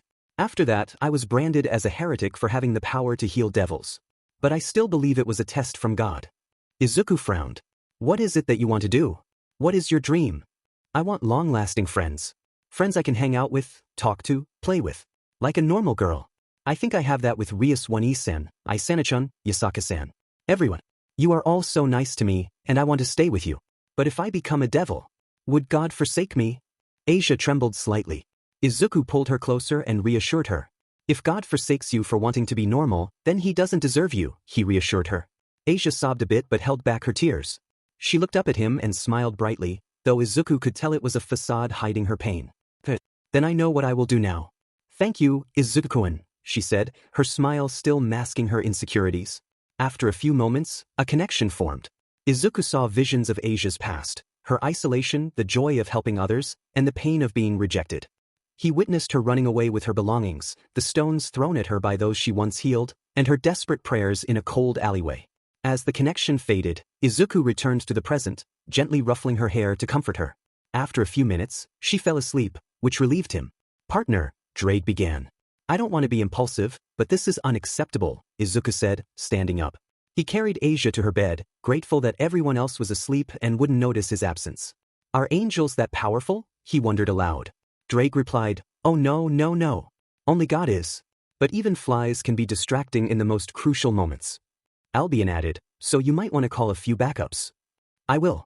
Tannen gave a circle to contact him back then. And what did Tiamat call that? Dragon Gate. Izuku pondered.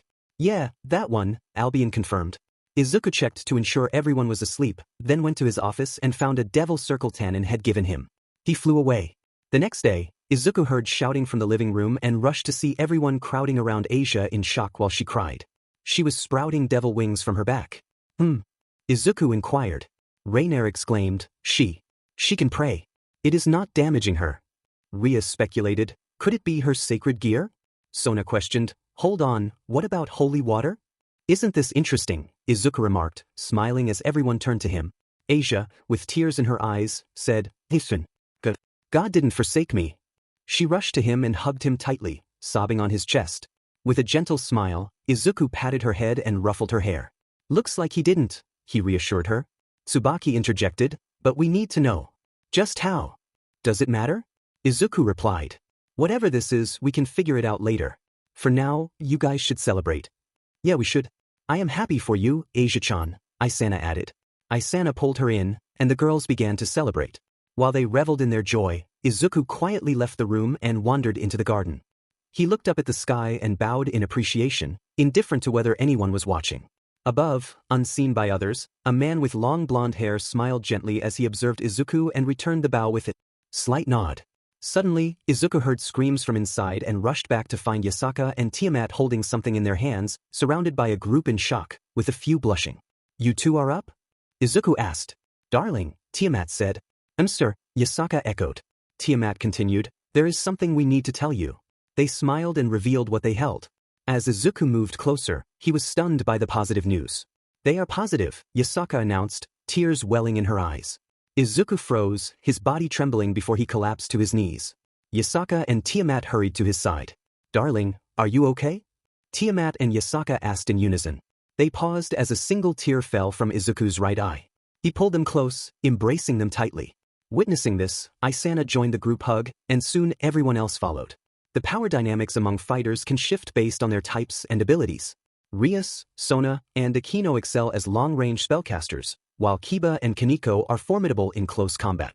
Support types like Asia should avoid direct confrontation, with Gasper serving as effective frontline support.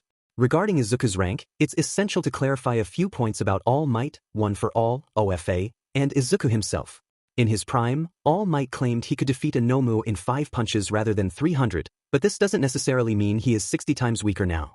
If Izuku were to face Stain, would he truly be 3 times stronger than All Might? Considering speed and kinetic energy, All might be approximately 7.5 times slower. He was pushing beyond 100% against the Nomu, which could affect this calculation. OFA seems to affect each host differently. Izuku doesn't exhibit the same physical enhancements as All Might. Instead, OFA may function more as an energy manipulation quirk for Izuku, explaining the green electricity he generates. The behavior of One for All, OFA, might be due to its evolution reaching singularity. In terms of pure enhancement, Izuku might be weaker than All Might, though the extent is uncertain. However, he has other quirks to compensate, particularly FA Gene and Gearshift, which provide significant power boosts. All Might has demonstrated incredible feats, such as covering 62 cities in a single day and running from Tokyo to Osaka in mere minutes, an impressive distance of 397 kilometers. If he managed that in 2 minutes, it would be nearly Mach in this fanfic. Izuku is portrayed as very strong, utilizing energy manipulation. To compare him to the world of High School DxD, in Season 1, Issei's boosted attack was powerful enough to destroy a mountaintop, which Rias indicated was typical for a high-class devil. While All Might can achieve similar feats, it doesn't mean that Rias, Sona, or Akino are as strong as him. Matchups and types matter. They may deal comparable damage but lack the same speed or strength. Serorg is a fitting candidate for scaling. He trained his body to withstand attacks from high-class devils and even defeated Issei in a fistfight while in Balance Breaker. His feats in the light novels suggest he is stronger than All Might, who, while capable, is not at the Satan class level. Serafal can destroy small countries with ease, and Tannen might surpass her even in his base form. Thus, I would rank All Might as mid to high-end high class, possibly ultimate class if pushed. Interestingly, in High School DxD, while high-class devils can destroy mountains, the damage in raiding game arenas appears limited. This may be due to the magic saturating those zones, making the land more durable. Readers of Solo Leveling might recognize a similar theme, where magical and physical attacks are affected by the environment. Characters like Rias can withstand magical hits due to their inherent magic, but they remain vulnerable to physical attacks, which explains Serorg's demps over other devils. Regarding the three great factions and the Great War, Azazel likely had a more defensive stance in the conflict with the devils and gods. God, as a creator, probably didn't engage directly in battles but may have empowered angels to fight against devils. The original Lucifer grew stronger and more arrogant, leading to his rebellion and eventual creation of the devil race with Lilith. The origins of the four great Satans are complex. They could be either Lilith's children or a division of Lucifer's power. The original four had similar personalities, suggesting that Lucifer may have split his power among them. Even after this division, he would still be stronger than the Seraphs. If he was 8 times stronger than other Seraphs before splitting, it raises questions about the power scaling of other characters like Michael, Gabriel, and the Heavenly Dragons. The dynamics of their battles against Heavenly Dragons remain a point of intrigue in this universe. How strong does God have to be to fight the Heavenly Dragons? If dragons are 25 times stronger, is God 40 times stronger? But that would make him weaker than Surzex or Ajuka. Maybe the original Lucifer lost most of his powers when he was cast out of heaven. How much power did he lose? How were he and Lilith able to create 3 other Satans as powerful as him? Did he wait to recover his powers before creating the other devils? But that leads back to the idea of dividing power into 4. I also don't believe Lucifer or the other Satans were completely ego-driven. Otherwise, why ally with God or the fallen angels? That seems contradictory to their personalities. And saying they allied with others after being defeated by the dragons wouldn't work either, because I doubt they would survive that encounter alone. Speaking of alliances, if someone is allying with their archenemies, things must be dire. Both God and Lucifer probably understood this. I also believe that Sealing 666 happened in the late stages of the war, as it disrupts the power scaling. After its seal, God likely faced off against the Satans, and they perished together. I'm not sure if Azazel was involved. Maybe he was and even assisted God, as I don't think he hates him or wants to wage war. Here's a timeline of what I believe happened. 1. Original Lucifer rebelled. 2. Lucifer created the devil race, fallen angels were cast out of heaven. 3. The Great War began. 4. Heavenly dragons attacked, the factions got sealed after the alliance. 5. God sealed 666. 6. God and the Satans died, ending the Great War. But these are just my ideas. I continue to research and my theories can be proven right or wrong. We just need more information. Isana, Tiamat, and Yasaka desperately urged Izuku to take a break from his relentless work in the office. Asia stood nearby, frightened, while the fallen angels hesitated, wanting to assist Isana but unsure of Izuku's reaction. The maids waited outside, anxious about the commotion. Since learning that Yasaka and Tiamat were expecting, Izuku had been overjoyed at the prospect of more children, but his protective instincts had driven him to overwork himself. I can't stop now. There's so much to do. Izuku insisted stubbornly. No. You need a break, damn it. Isana retorted. Saji and Kiba arrived just then, shocked by the scene. Sweet Satan? Saji exclaimed, taking in the chaos of empty energy drink cans and scattered paperwork. Izuku looked exhausted, his eyes bloodshot from lack of sleep. Dude, what the heck are you doing? Saji demanded. What's going on here? Kiba added. Guys, please help. He's not listening to us. Isana pleaded. Sona arrived with the girls from Kuo Academy, gasping at Izuku's state. Izuku! Izuku-kun, this isn't healthy, Asia voiced everyone's concern. I don't need to be healthy. I need to be productive. Izuku shouted, startling everyone. Suddenly, he froze, clutching his chest as he realized he was having a health scare. In desperation, he activated his quirk, zapping himself with electricity to regain composure. But before he could continue working, others intervened. Did you just have a health scare? They all exclaimed in unison. It's fine, just a minor setback, Izuku insisted. What do you mean, a minor setback? They shouted collectively. Darling, I know you're resilient, but... Yasaka began. Papa. Kunu's voice cut through the tension, and everyone turned to see her looking at Izuku in horror, having just returned from preschool. Kunu, he said softly, and she began to cry. Instinctively, Izuku rushed to hug her, comforting her as best he could. Yasaka and Tiamat approached him gently. Listen, we know you're worried about us and the babies. But please, we're fine. We will be fine. Take a break, please. Fine. I suppose I can slow down a bit, he relented, and the girls sighed in relief. Great. The hot spa it is. Yasaka cheered. I also know a private island where we can spend the day, Rias added. Excellent. That's where we'll be going, Yasaka decided, and the maids outside bowed, as if already briefed on their orders. Time passed, and the sun shone brightly over the island, with a gentle breeze sweeping through as everyone enjoyed the beach. Izuku sat there, attempting to relax but struggling. They had all teleported to the island Rias mentioned. Come on, young Midoriya, you need to take it easy, All Might encouraged. Toshi, you're the last person to give that advice, Nana replied. If you're talking about my injury, yes, I know. But that's exactly why he needs a break, All Might insisted. Izuku sighed, feeling the weight of the world on his shoulders. The girls approached Izuku excitedly, calling out to him. He turned to see them and froze momentarily, surprised by their beach attire. Tiamat was holding Eri on her lap. Despite having seen some of them in casual outfits before, he was still taken aback. He simply sighed and turned away. Yasaka asked, So, darling, how do we look? Tiamat smirked, adding, Do you think the buns you put in us are showing yet? Isana teased, I want to go for a swim, but there are kids here. Maybe that forest is secluded enough. What do you say? Kiryu chimed in, that's a future I'd like to see too. Murayama and Kates asked if their outfits looked good, while Rias and Akino requested help applying sunscreen. Sona mentioned she had planned activities for them, and Rainier reminded Izuku of the bikini they picked together. Asia timidly asked if he liked her outfit, and Kaneko expressed her longing to continue swimming lessons. Overwhelmed by their enthusiasm, Izuku managed to say, You all look great, okay? Tiamat asked why he wasn't in a swimsuit, and Yasaka insisted he should relax. Izuku replied, I'm wearing comfortable clothes. Yasaka encouraged him to change, and Isana added, Take them off, Izuku, I want to see your muscles. Kunu excitedly called out, Papa, let's swim together and take Eri too. Her excitement was contagious, and Izuku agreed, saying he'd change quickly. As he went to change, the girls continued their playful banter. When Izuku returned in his swimming shorts, the girls were visibly impressed. His appearance, highlighted by the sun, made his scars and muscles more pronounced. Kaneko blushed and momentarily lost control of her cat features, while Asia turned away, flustered. Sona, overwhelmed, fainted comically. Kalawarma and Rainier blushed, and Middle looked away. Isana gazed at him with admiration, causing Rias to gasp. Yasaka and Tiamat exchanged amused glances, giving the girls a thumbs up. Izuku approached, and Eri lunged at him. Oh my snowball, you want daddy? He said with a smile, picking her up. She wore sleeves to keep her afloat. All right little kit, let's swim. Kunu cheered, splashing water at him from her floating ring. Sweetie, you are not beating me at that fight, Izuku teased. Why, Papa?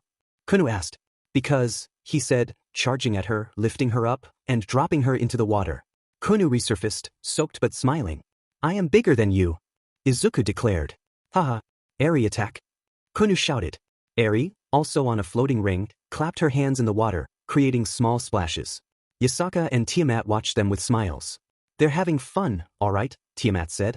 How is Citri? Rias replied, turning to see Citri's peerage surrounding Sona, who was still steaming. Momo pouted in the corner while Suji looked down, and Kiba patted him on the back. Isana watched Izuku having fun. We should join too, she suggested. Yeah, let's go, Asia. Isana urged. I can't swim, Asia admitted sheepishly. Oh well, we have floating rings, Isana replied. As they spoke, Izuku continued to dominate the kids in their water fight. Girls, get the water guns, Yasaka called. Yeah, the girls cheered. Suddenly, Izuku was hit by water splashes from behind. He turned to see the girls charging at him with water guns. Isana held a water pistol, pulling Asia along, while Rias and Akino were armed as well. Even Sona joined in after seeing the rush. Kunu smiled at the sight. Mamas. Help, she called. Reinforcements arrived, sweetie. Get him. Yasaka shouted. The girls attacked, and Izuku found himself blasted from all sides. Just then, Saji and Kiba rushed to his side, umbrellas in one hand and guns in the other. We got you, bro, Saji said. We'll watch your back, Kiba added.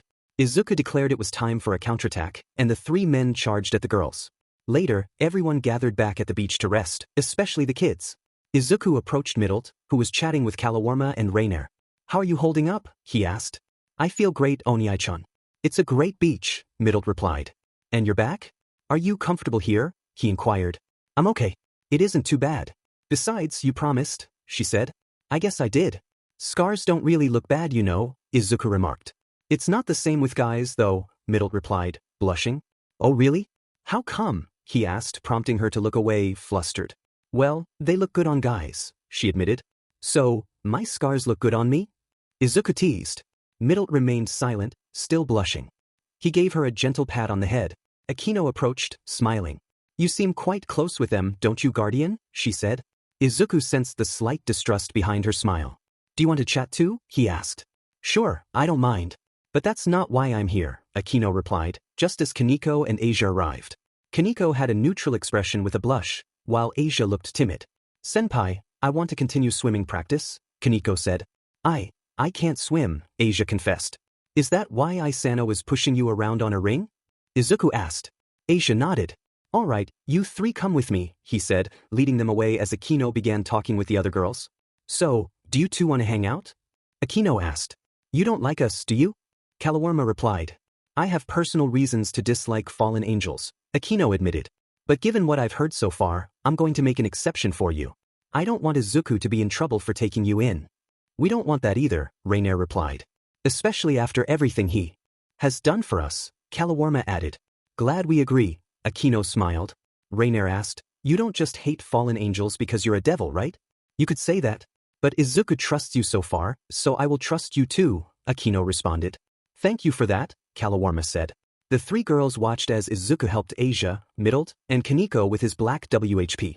Water is salty, so be careful. Now kick. Kick. Izuku encouraged them.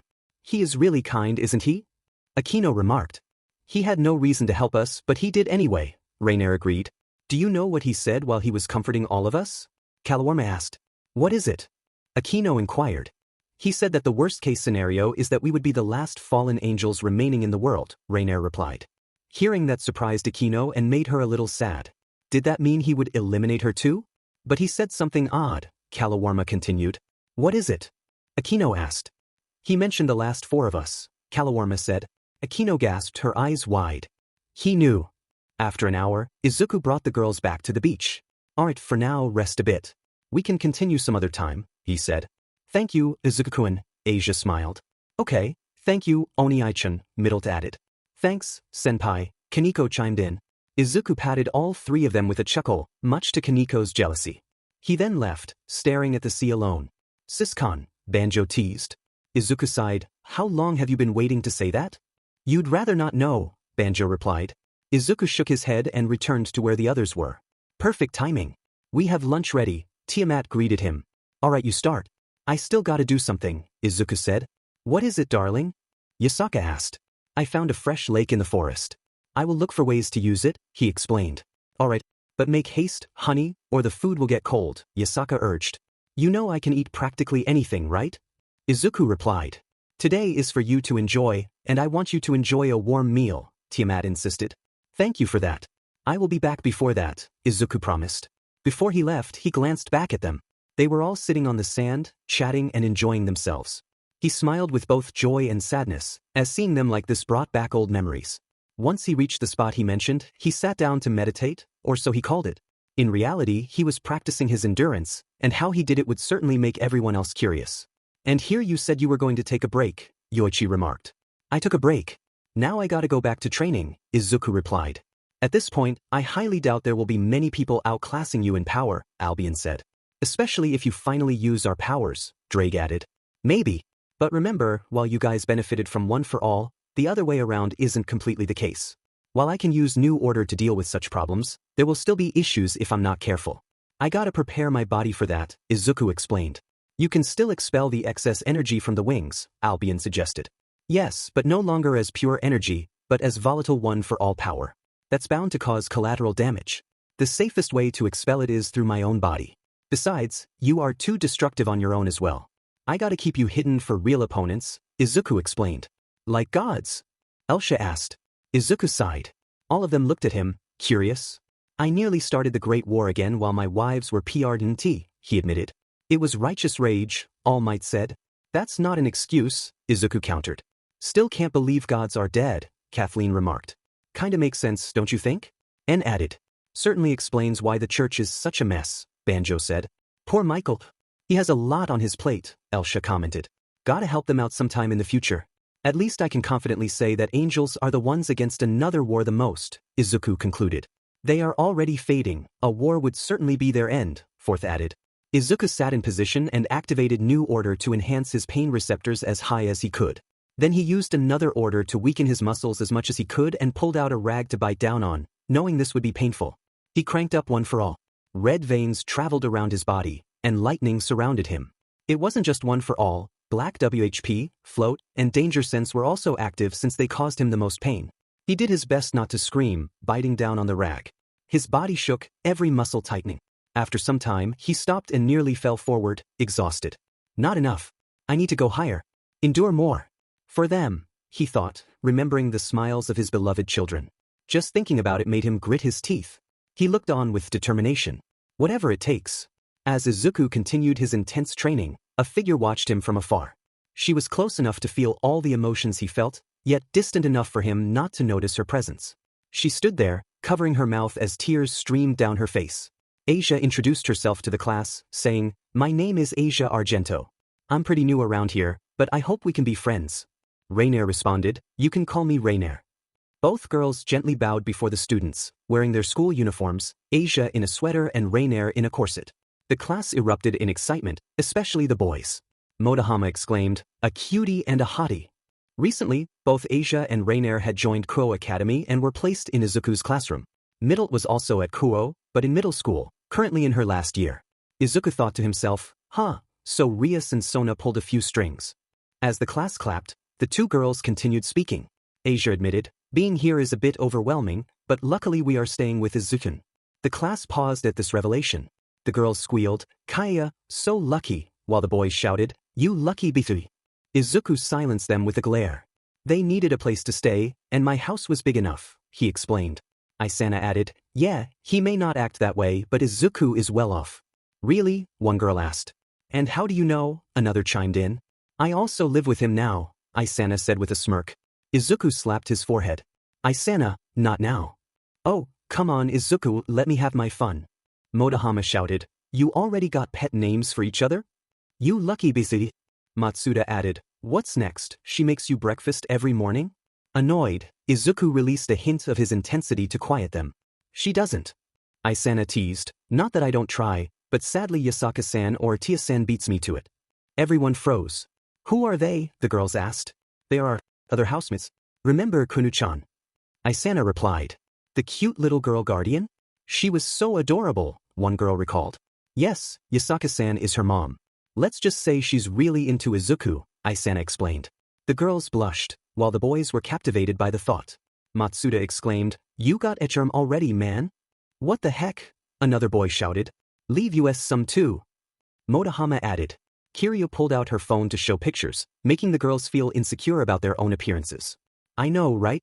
You could feed a whole country with those, Kiryu joked. Asia looked confused. What are we talking about? She asked shyly, blushing. Izuku smiled at her innocence. She is adorable, he said, causing the class to turn and stare at him, surprised by his reaction. Later, at home, Izuku was with everyone discussing their new roles. Are you sure Asia is ready to be a devil? Maybe we should wait a bit, Isana suggested. Relax, Isana. She'll be fine, Rias assured her. Izuku asked, What do you actually do as devils? Kiba replied, Kaneko, for example, has a regular client who plays video games with her. Izuku raised an eyebrow. Wait, that guy summoned a devil just to play video games? That's a bit strange. The devils looked at him curiously. What do you mean? Son asked. I mean, without context, it sounds odd. Imagine making a deal just because you're too lazy to make friends, Izuku explained. Rias nodded. Yeah, but we charge based on the task. Fair billing is our motto. Fair enough, Izuku replied. But from an outsider's perspective, it could seem unusual. Sona agreed. True. I'm actually interested in tagging along. You don't mind, do you? Izuku asked. Me too, Keitase added. Yeah, that sounds fun, Murayama chimed in. Kiryu grinned. I have a costume to try. Wanna see, Izuku? Izuku blushed slightly. Not you too. Rias said. We'll let you go, but only under supervision. Sona added. So we'll be monitoring you. Both Rias and Sona had a hint of jealousy in their expressions. Later, Izuku, Isana, Asia, Kiryu, Murayama, and Keitase stood in front of an apartment door. Isana rang the bell. That was the most uncool way to appear, Keitase remarked. Sorry, I can't use circle magic to teleport, Isana replied. In a flashback, Isana stood in the Occult Research Club, preparing for her first job as a devil. Just stand in the middle, Akino instructed. A summoning circle appeared but then vanished, leaving Isana standing there confused. The heck, she exclaimed. Oops, Akino said. Looks like we need to try a different method, Rias suggested. The flashback ended. Yeah. I've been traveling by bike since then, Isana said as Izuku rang the bell. They heard a noise, and there stood Asia, crouching and trying to look intimidating in a white jacket and clothes, resembling a member of a baking gang. What are you doing, Asia? Isana asked. I am sorry, Asia said, standing up and returning to her shy self. Since I became a devil, I decided to be a bad woman. A bad woman? Rainier questioned. Yes. You know. You want to do bad things?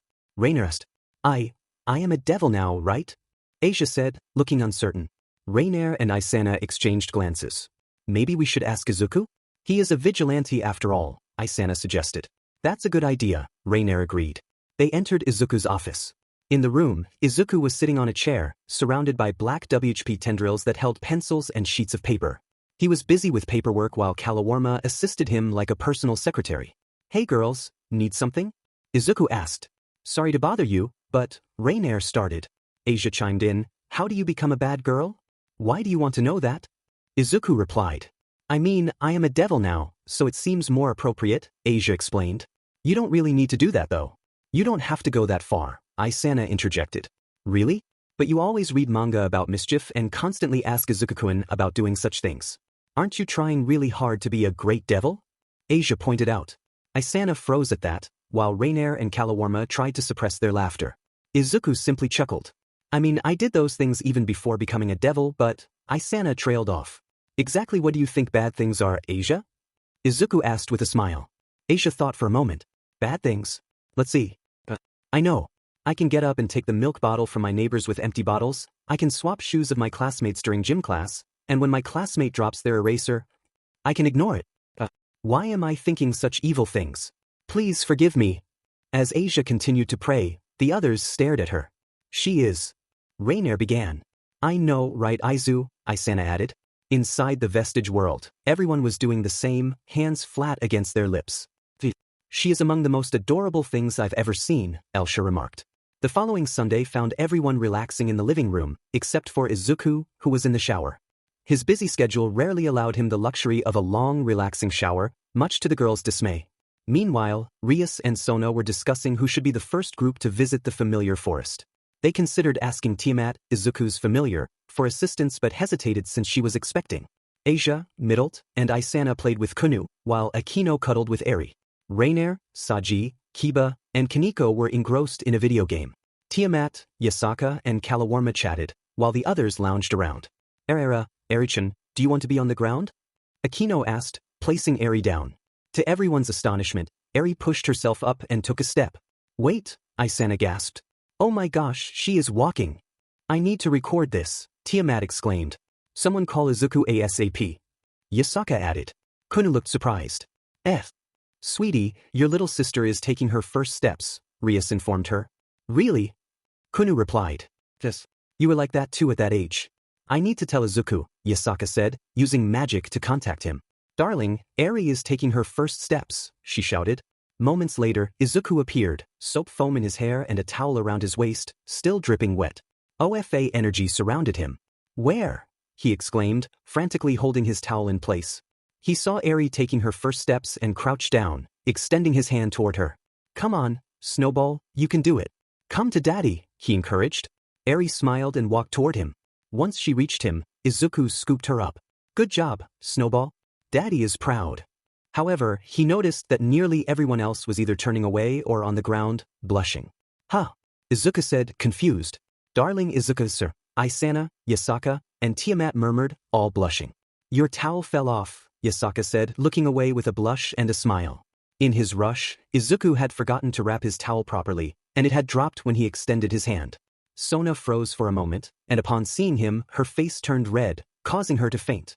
Kaneko blushed, turning into her half-cat form without realizing it, and turned away, meowing to herself. Akino covered her mouth, blushing, but not with the intention of truly hiding her reaction. Rias simply froze, unable to move, as her mind raced with various scenarios. Asia quickly jerked her head away, embarrassed, while Isana covered her eyes. Middlet fainted with a nosebleed. Kalawarma and Rainier shook, blushing and rubbing their legs together. Kates and Murayama held hands, intensely staring at each other, trying to avoid looking at him. Meanwhile, Kiryu was on the ground with heart-shaped eyes, giggling to herself. Izuku simply said, wow. The following day, the Gremory and Citri peerages stood in front of the Occult Research Club with Izuku and Rainier. Funny, this isn't the first time being near this building, Izuku remarked. Era, last time you were with Kunu-chan, Guardian, Akino teased. Sure. So, Rias, lead the way, Izuku replied. Once inside, Izuku froze, his abilities slightly active. Everyone looked at him with surprise and a bit of worry. After a few seconds, he stopped with a soft grin. I see, he said. You see what? Isana asked. Where that power was coming from, Izuku replied. What are you talking about? Rainier inquired. Izuku walked his own path, eventually stopping in front of a door covered with warning signs. Everyone aside from Asia, Isana, and Rainier froze. Izuku, Rias said. What is this? Isana asked. Want to know something about my abilities? Izuku asked. They all responded. When I concealed my abilities from you, it didn't mean I was unable to use them. That's how I sensed you were devils or fallen angels. But my abilities back then were limited. Right now, I don't have to hide, so things are much clearer to me, Izuku explained. Like what? Isana asked. There is a devil here, Isana. A powerful one, Izuku said. Really? Isana replied. Yes, whoever is inside here is much stronger than all of you combined. So tell me, Rias, since this is your domain, who is this devil? Izuku asked. Rias was surprised but then sighed. Behind this door is where my other bishop lies. Other bishop? Asia exclaimed. The said bishop is sealed here for safekeeping, Akino explained. I see. Are you unable to deal with their power? Izuku asked. You're right. The bishop is too powerful for any of us to manage, so he is sealed here, Rias admitted. Then you don't mind if I take a look? I should be able to handle it, Izuku offered. Of course not. In fact, please do so. Given what we've seen so far, you should be more than capable, Rias agreed. I see, don't worry, I got this, Izuku assured. Thanks. But I still have to report this to my family, Rias said. Do what you must, Izuku replied. After that, they headed to Rias's office, where she called someone with a magic circle. After a conversation, she closed the circle and sighed. Well, good news, you got the green light, Rias informed. Good, Izuku replied. In front of the door again, the seals were removed, and they entered the room. Rias entered first with Akino. The room was a bit girly, and there was a coffin in the center covered with curtains. A coffin? Izuku noted. Inside the vestige world, some were curious. Is that a coffin? The first asked. Is this bishop a vampire? Nana wondered. Careful boy, don't stick it in crazy, Banjo warned. Huh? Elsha asked. Last vampiric chick he met was too much for him, Banjo explained. For once, I agree with you, All Might said. What made you think this is a girl? The fourth inquired. Educated guess? I mean, look around, Banjo replied. Not to mention his record with girls lately, Kathleen added. We will see, Izuku said. Gasper, are you there? Rias called. Came a sudden scream. Everyone was surprised by the outburst. I don't understand what's going on. Too many people are here. Why can't you act like I don't exist like usual? The voice continued. There stood the bishop, dressed in a school uniform, with chin-length blonde hair and red eyes, looking timid and scared. Holy cow, a blonde blood-sucker? Careful, boy, remember what happened last time. Banjo exclaimed. Gotta say though, this one is cute, Nana commented. And so was the last one. Beware, kid. Banjo warned. Izuku tried to ignore his inner thoughts as they screamed at him. Almost everyone aside from Sona, Rias, Akino, Kaneko and Kiba looked surprised. So this is the infamous Bishop of Rias Gremory, Momo observed. Why are you all here? Gasper cried. Well, Gasper, the seal is broken, so you can come with us, okay? Rias offered. No, I don't ever want to leave here. The outside is too scary. Gasper protested. Look at him. He is cute, Isana said. Hearing that, Kiba laughed. What? Isana asked. You see, Hayaru, Kiba began. The child is a boy, Rias revealed. Most were surprised by this. As you can guess, he likes to dress up like a girl, Akino explained. So he is a cross-dresser, Izuku noted. The boy. Asia stammered. Inside the vestige world, emotions were all over the place. He is cute, Elsha remarked. Hear that, Banjo? And teased. Oh, he is a boy. Wait, that's worse. Banjo exclaimed. All Might's exclamation of disbelief echoed through the room, his voice booming, Wait, what? Nana, equally exasperated, retorted, Quit making this worse, you fool. Izuku, fed up with the escalating tension, was relieved when the others intervened, pulling the two apart. Ria stepped forward to introduce a new face. Everyone, this is Gasper Vladi, my other bishop. He's a first-year student here and was half human, half vampire before becoming a devil. Izuku nodded, intrigued. Interesting, he remarked. Rias encouraged Gasper. Come on, Gasper, why don't you join us outside? But Gasper resisted. No, I don't wanna, he replied, his voice tinged with fear as he caught sight of Izuku, who appeared intimidating to him. It's okay, Gasper, Rias reassured him. Izuku is here to help us. He's strong. Still, Gasper protested, but he's scary. Isana tried to coax him. Come on, buddy, it won't hurt, she said, grabbing his arm. At that moment, Gasper's sacred gear activated, freezing everything around them. Panicking, Gasper backed away, distressed by the unintended consequences of his power. No, they froze again. I did something wrong, didn't I? He fretted. Izuku, unfazed, observed the scene with interest. So this is your power. Stopping time? I see why Rias couldn't handle your powers, he noted. Gasper was shocked. You're not frozen, he stammered. Izuku smiled. Well, I did promise Rias that I could handle your power, didn't I? As Gasper's sacred gear deactivated, confusion spread among the group. What the? Saji exclaimed. Izuku? Rainier called out, bewildered. What is going on? Kiryu wondered aloud. Rias sighed. Oh dear. Akino explained. It seems like Forbidden Baylor View was activated. Izuku nodded. So that's the name of the sacred gear. I see. He's quite powerful, alright. I understand why you struggled with it. Kates, curious, asked. What is going on? Izuku clarified. His sacred gear can stop time. Isana and Murayama were incredulous. Really? Gasper, still anxious, asked. Why weren't you affected? Izuku replied. Well, I am stronger than you, am I not? Perhaps that's why. Rias reassured Gasper. Don't worry, Gasper. This is Izuku Midoriya. As you can see, he's really strong. Even if we freeze, he won't. You don't need to worry about it anymore. Gasper hesitated but eventually complied. As they headed to the office, Izuku inquired, so he's a vampire. Should we wait until night, or is there a spell that protects him from UV lights? Rias explained, no, he's a daywalker. He can move freely in daylight. Izuku nodded, that's good. Despite the reassurances, Gasper protested, no. I don't want to go outside. It's too scary. Akino and Rias sighed, knowing this would be a challenge. Kaneko tried to comfort him. Don't be scared, Gasper. Outside is safer, she said, holding a clove of garlic behind him. Gasper screamed and ran, inadvertently getting lost, prompting a search party. The situation worsened when Gasper learned that Izuku was the Blood Rabbit, a figure surrounded by terrifying rumors on DevilTube.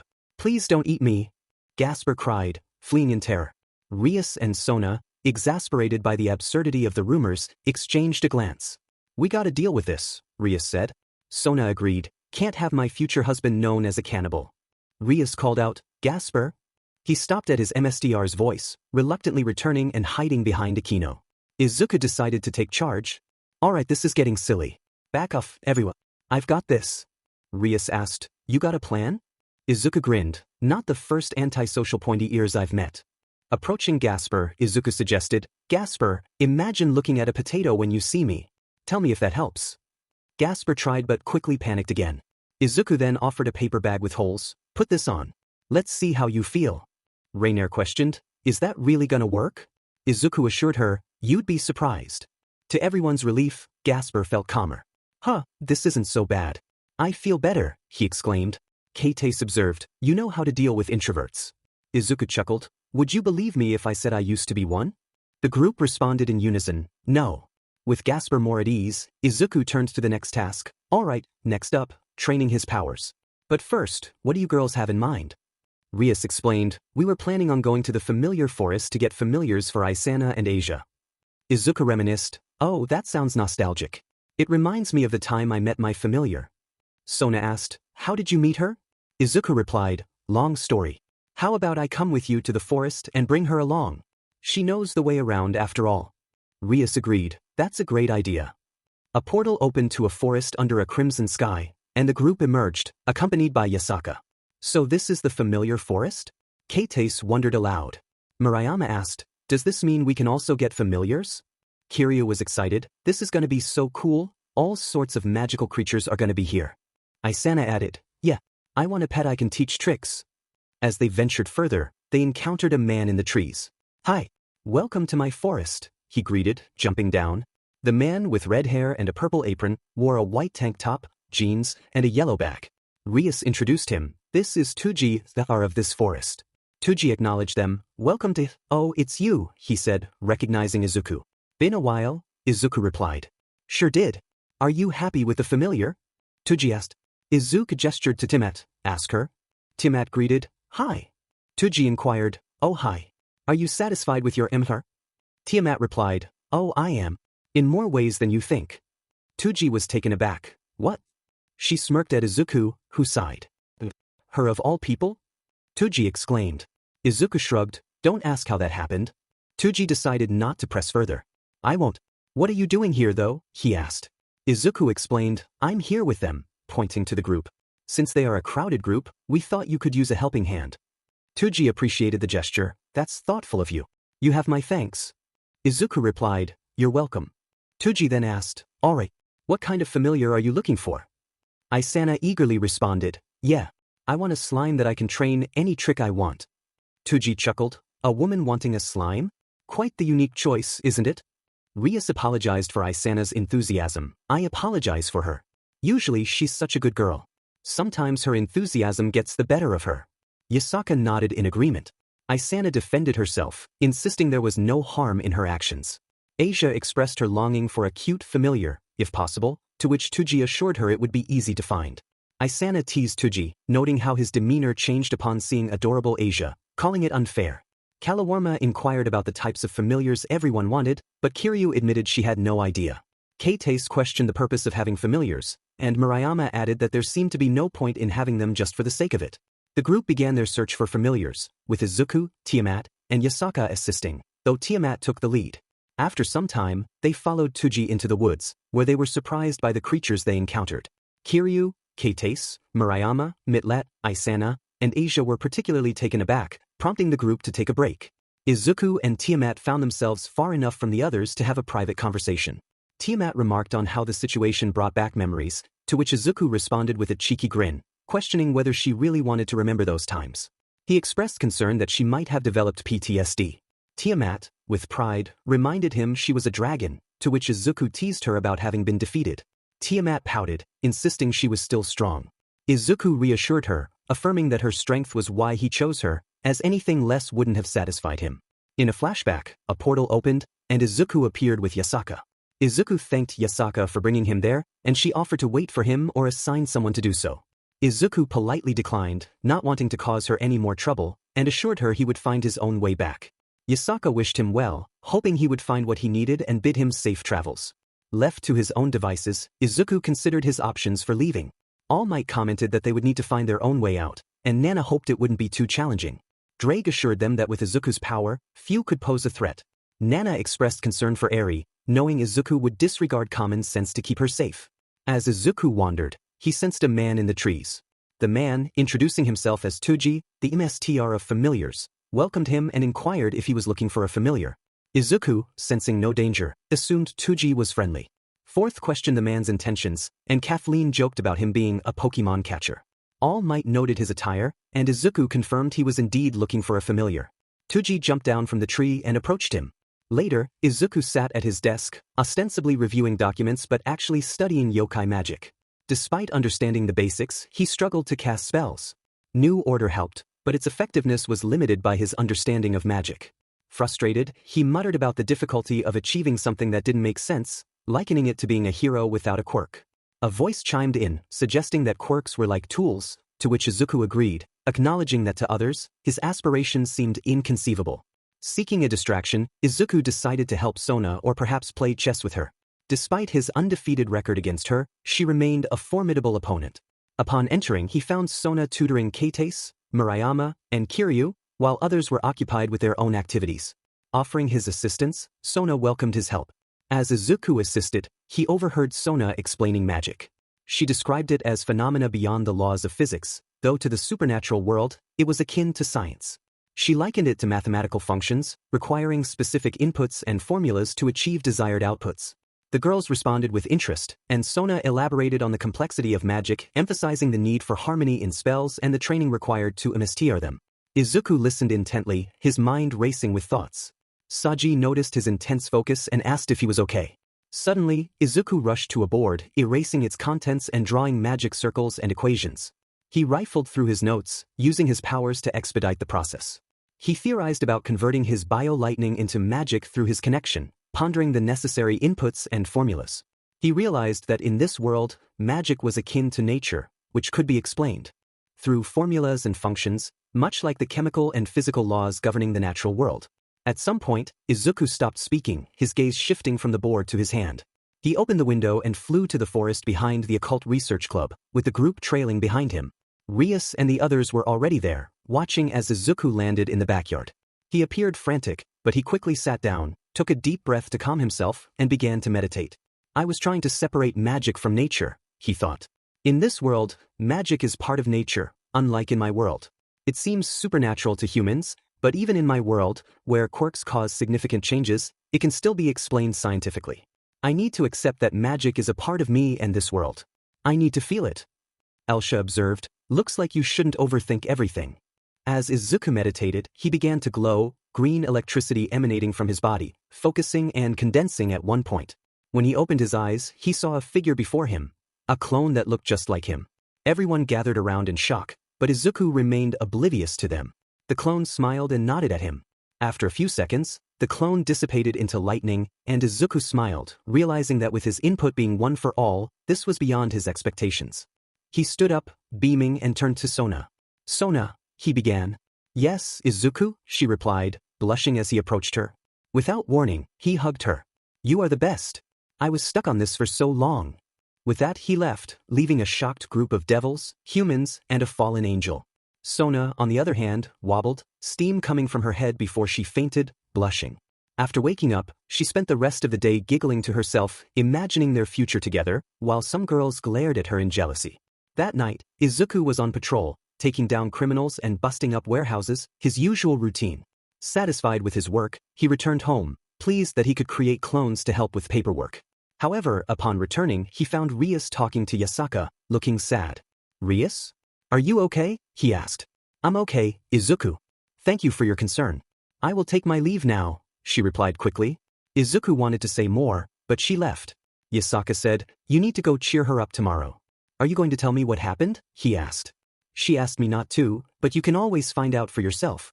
The next day after school, Izuku decided to take the kids to the mansion to cheer Rias up, knowing they all enjoyed each other's company. Rias, Nate-chan and others are here? Kunu asked. They are, little Kit, Izuku replied. Now let's go. I want to see them more often. Izuku, Kalawarma, Middlet, Rainer, Keitase, Kiryu, and Murayama entered the building. Kalawarma was holding Eri while Rainer held Kunu's hand. Upon entering, Izuku sensed a powerful aura and the presence of many other devils. Looks like Rias and the others have company. Has Leviathan returned? When Izuku entered the room, he was taken aback by the sight in front of him. A blonde man stood with a group, and there were more than a dozen other women behind him, some from different species. Looking at the shocked and confused faces around him, Izuku mostly focused on Rias, Sona, and a maid sitting in Rias' office chair. The first two were for obvious reasons, but the maid exuded an aura far too powerful for her occupation. He noticed Kalawarma covering Eri's eyes and Rainer doing the same for Kunu. Izuku sighed. So, one of you swings that way, huh? Because it's either that or this is for the boys. But she can't be for Saji since he already has a girl. And I'm pretty sure Kiba has no interest in women right now, especially older ones. If he did, I'm sure he would find a client. So which one is it? Sona asked. What are you talking about? Wait, don't tell me this is for a lucky individual in the school? Looks like someone decided to become a big sister. Rias stammered. They're not here for that. Why you? Then explain why there's a guy here with a group.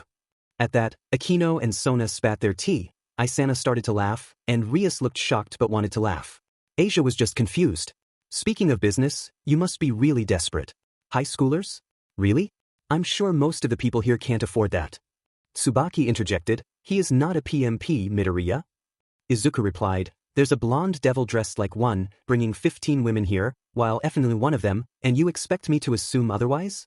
Turning to the guy, do you need advice? I'm pretty sure I can help with marketing your merchandise so that you won't have to do this. Suddenly, a powerful aura filled the room. You insolent hum. Riser Dano. Everyone turned to the maid, who was now radiating power. I understand your frustration, but that man is off limits. So you will stand down and calm yourself. Riser grumbled in anger and confusion, and exactly who are you? The maid stood up and bowed. Greetings, Mr. Midoriya. I am Graphia, a maid serving the Gremory household. Izuku replied, as amusing as this is, lady, it's not nice to lie. So drop the act. Graphia asked, Kates chimed in, an act. Izuku explained, this woman is no maid, Kates. I can sense it. From what I know, devils acknowledge strength. But if so, then why is a woman on par with Seraphal serving as a maid? Graphia responded, Leviathan-sama was right about you, and so was Tanin-san. Rias added, Izuku, this is Graphia, she is the ultimate queen serving under Oniai-sama. Izuku remarked, Lucifer's queen, huh? I see. Given how the peerage system works, you must be the strongest queen-type devil. Graphia confirmed, quite perceptive. Allow me to introduce myself again. I am Graphia Lucifuge. I serve as queen for Lucifer-sama and am here to run an errand for the Gremory household. Leviathan-sama mentioned quite a lot about you. Everyone's eyes widened, some shocked that this woman was on par with one of the Devil Kings, while others, mainly Riser and his group, were shocked that this man met Leviathan. Really now? And exactly what is going on? Izuku asked. Rias replied, why are you here? I brought Eri and Kunu, but it appears my timing was undesirable. But I'm sure it's fine, is it? Calawarma walked up to Rias, and Eri stretched her arms to grab Rias. Seeing this, Rias blushed and smiled. Oh, it's fine. Come here, Ergen. Riser interrupted. Who is the kid? Rias answered, my daughter. What? Riser exclaimed. My body, my choice. I don't care what you say, Riser, she said while cuddling with Eri. Izuku asked, can someone give me the rundown of what's going on? Graphia offered, I can help with this. Everyone sat down, with Izuku sitting casually, showing a lack of respect from many present. Graphia explained, this is Riser Phoenix of the Phoenix household, and he is arranged in a marriage with Rias. The girls gasped in shock, their eyes fixed on Riser. Suddenly, a sharp crack echoed through the room as Izuku shattered the glass he was holding. I'm sorry, what? He exclaimed, sitting upright and glancing between Rias, Riser, and then Graphia. Explain. Graphia continued calmly, since the Great War, the number of pureblood devils has drastically decreased. And even after all these years, you haven't been able to replenish the pureblood population due to the low BRTH rate among devils? Izuku asked. Graphia nodded. To preserve the history and tradition of devils, pureblood devils must mate with other purebloods to maintain their numbers. I see. While that sounds unreasonable, does being a pureblood offer any advantages? There are demonic powers that only the 72 pillars or their descendants can use. These abilities and traits can vanish if there is no one to carry on their bloodline, Graphia explained. Izuku acknowledged, that's a fair reason. Does one need to be pureblood to use these powers? He inquired. Graphia replied, technically, no, but culturally, yes. Izuku interjected, it's about your culture and tradition, right? She nodded in agreement. Frustrated, Izuku slapped his forehead. This is ridiculous. Riser sneered, you're human, you can't understand this. Izuku shot him an annoyed look before turning back to Rias. Really? Your parents couldn't find anyone else? Are nobles so desperate they'd let you marry someone like him? Riser erupted, what did you call? But he was cut off as Izuku powered up and used telekinesis to pin him down. The fiery aura of Riser's anger vanished under the weight of Izuku's power. Riser-sama. You dare, one of the devils shouted, but they too were effortlessly pinned down. Quiet down, I'm talking to the maid, Izuku said, casually holding them in place. Grafia watched calmly, impressed by his ease. Midoriya-san, please release them. Don't worry, I'll ensure they behave, Grafia assured him. Izuku complied, and they gasped for air as they regained their footing. You, one devil stammered. How did? Grafia addressed Riser. I highly advise you not to anger this man. This is for your own good. Before you stands no ordinary human. Riser scoffed. What do you mean? Allow me to introduce you to Izuku Midoriya. I cannot provide details, but we suspect he is on par with the Devil Kings in terms of power. The room fell silent in shock. Riser laughed. This human, on par with the Mao Samus? Ridiculous. He might overpower me, but that won't happen again if we fight. Izuku turned to Rias. What do you want to do? I've told you before. I'm not marrying Riser. Not now, not after college, not ever. Grafia sighed. I knew this would be your reaction. Your father and brother suspected as much. Here's a proposition. The marriage will be cancelled if Ria-sama wins. If Riserdano wins, the arrangement continues. Rias nodded. Very well then. I accept. Riser smirked. Cocky, aren't we? Remember, I'm a pro in raiding games. This benefits me more than you. Grafia added, Ria-sama will have 2 weeks to prepare. Fine. I'll see you in 2 weeks, Rias, Riser said as he and his group left. Rias sighed and looked down at Eri, who was still smiling at her. Rias smiled back, rubbing her cheeks against Eri's. Izuku spoke up, my personal opinion is to avoid this. I've seen worse places where arranged marriages lead to dire consequences. Grafia replied, it's not exactly up to me, I'm just the messenger.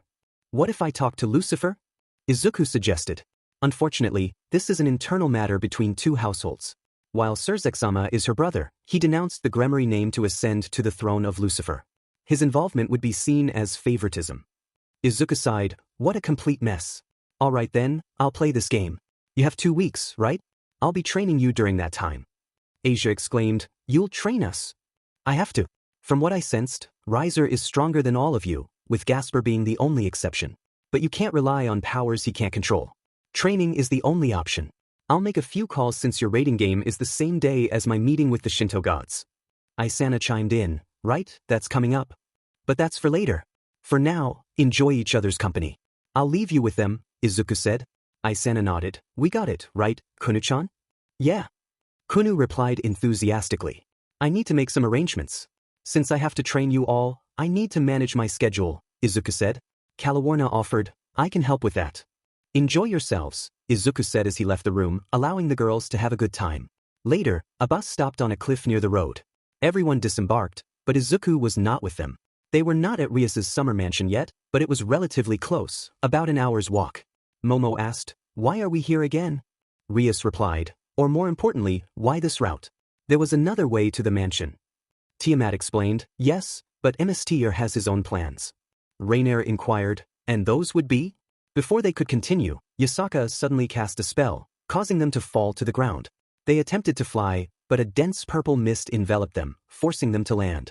Isana remarked, this looks like. Kates asked, what is that? Rias responded, this. Looks like. Izuku's voice emerged from the mist, stand on the ground all of you. No flying above the mist.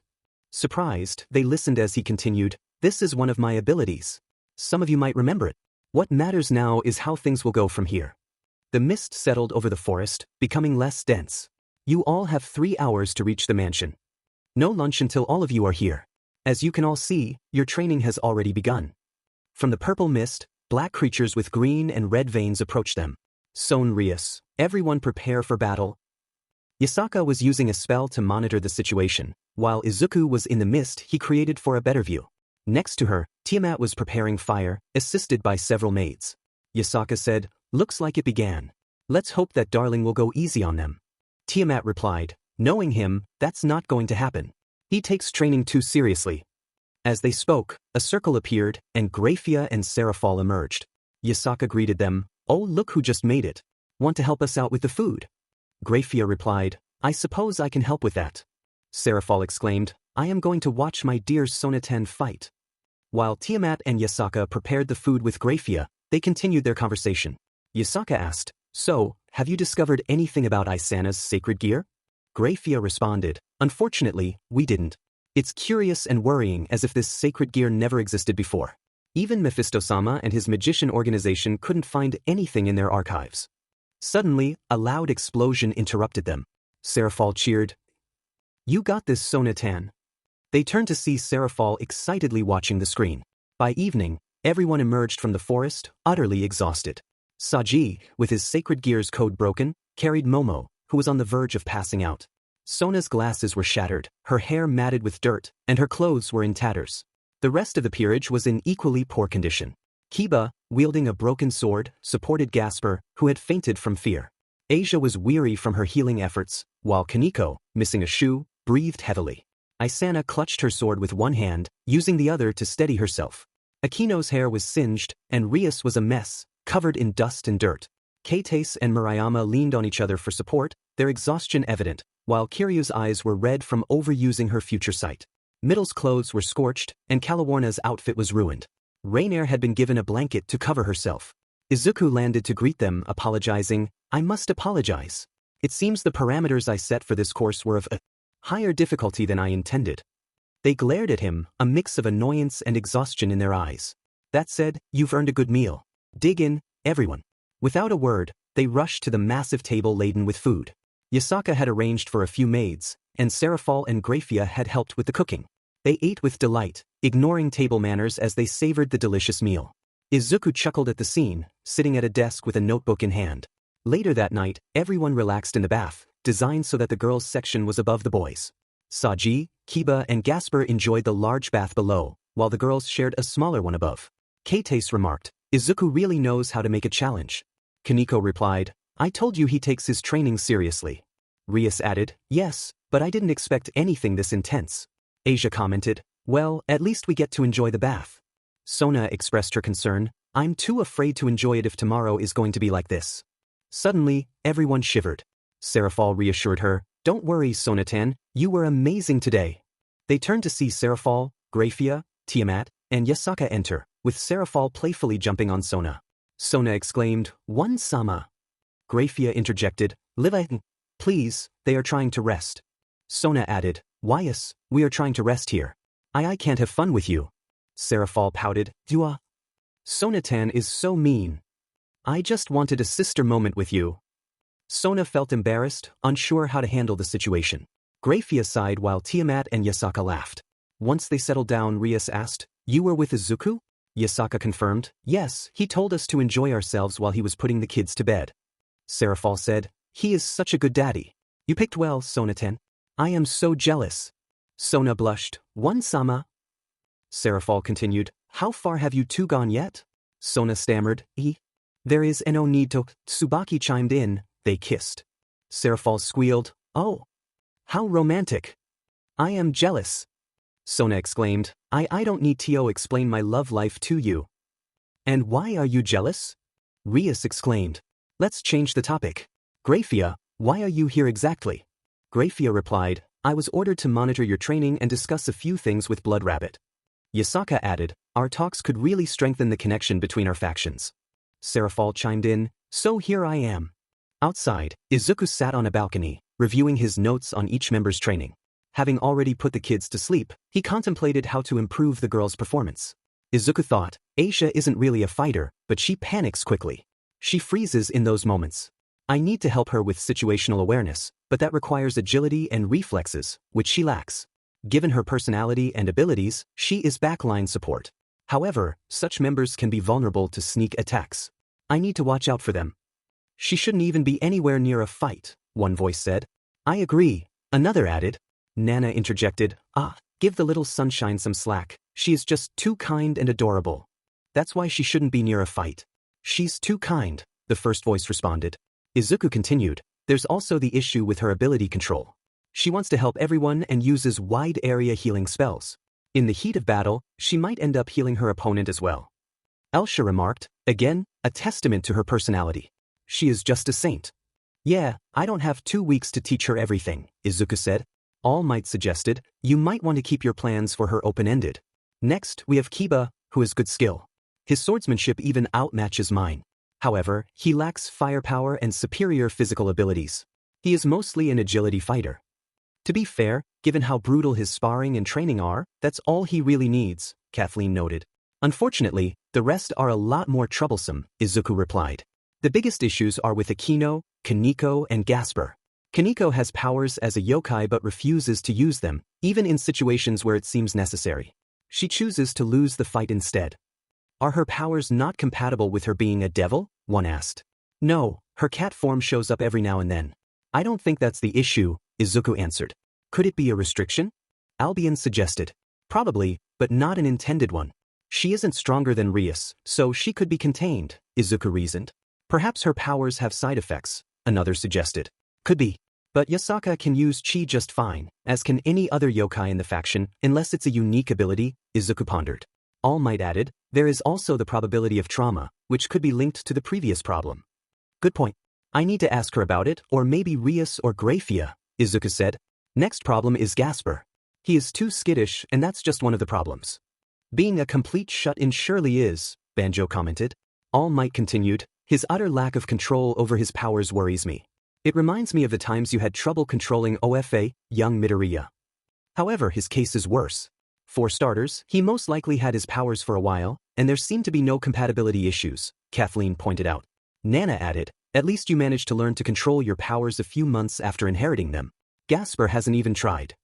It's almost like that Kaminari boy or that Aoyama kid, one of them remarked. Hearing their names sparked painful memories for Izuku, but he decided to ignore them. True, but Yuga's quirk was incompatible with his body and resulted in leakage. Kaminari was more or less too lazy to try. Gasper seems to be similar to Kaneko in this regard, but his case seems even worse. Again, I must ask about this. Drake interjected, what about that Akino girl? Sir, she is also not using any fallen angel abilities, like the previous two.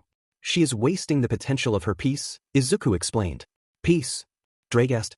She possessed the queen piece, granting her extra magic power, speed, and strength, yet her fighting style resembled that of a bishop. While her capabilities often masked this discrepancy, against a superior opponent, holding back was not an option. Her attack potency was decent, but she needed training in other areas. Rias, on the other hand, had significant power and seemed to be a competent leader, though her tactical skills were lacking. Observing her combat alongside Akino revealed the dynamics of their peerage. Before Asia and Isana joined, and Gasper was released, they operated as a four-member team. Kaneko and Kiba led the attack, while Akino and Rias provided long-range spell power. With such a small team, an all-offensive approach was natural. In contrast, Sona was Rias's opposite. While somewhat comparable, Rias had more attack potency, whereas Sona excelled in tactics. This was evident when Rias deferred to Sona for planning. Sona's larger peerage allowed for more complex battle strategies, although individually, her members were weaker. Typically, they managed school affairs while the Gremory peerage hunted stray devils. However, that doesn't mean they lack wild cards, Drake noted. I'm not sure if Saji or Sona are aware, but we are certain. Saji wields one of the sacred gears containing Vitra's soul, Izuku concluded. Albion added, it's easier for dragons to sense each other's presence. Saji can absorb energy, but unsure if his sacred gear has additional abilities. Tsubaki also requires training. Her sacred gear is effective, but its efficacy depends on her opponent. Once she's in cooldown, her defenses are significantly reduced. Kathleen suggested, continue training Keitase, Kiryu, and Murayama as planned since they're just starting. Rainier, Kalawarma, and Middle lack power, so I need to enhance their attack potency. And then there's Isana, Izuku continued. Her situation is tricky due to the lack of information about her sacred gear. Her training will involve experimentation. We know it absorbs energy, but not like Saji's. All Might cautioned, that sword was almost taking OFA from you rather than absorbing the energy I was generating. Be careful around it. Looks like tomorrow will be interesting, Izuku mused. In the Phoenix domain, Riser Phoenix sat on a balcony, sipping wine and contemplating his upcoming raiding game with Rias. Riser-sama, you have a guest, a maid announced. Riser turned to see another devil noble with dark blue hair and a gentle smile. You seem to be in a good mood. Care to entertain my curiosity? The noble inquired. My marriage with Rias Gremory is going to be certain, Riser replied confidently. Oh, has she finally agreed? The noble asked. No, but she will once I crush her in a raiding game, Riser declared. Interesting. But you're a professional, wouldn't that be unfair to such a young devil like Rias Gremory? She was the one who agreed first despite knowing my skills, Riser retorted. Quite bold of her to fight against the legendary Phoenix. She's a feisty woman for sure. That said, are you sure you have what it takes? Who do you think you're talking to? Riser snapped. Oh no, not you. You're powerful, but what about your peerage? You're used to finishing them all by yourself. It would be a pity if they defeat some of your peerage members. Please, even if they manage to defeat my girls, there's still no match for me. Besides, it's not an official game, so as long as I win, nothing matters. Oh really? Then perhaps you might want a backup just in case. I don't need any. Just a suggestion. You know what they say, all is fair in war and love. This is for both.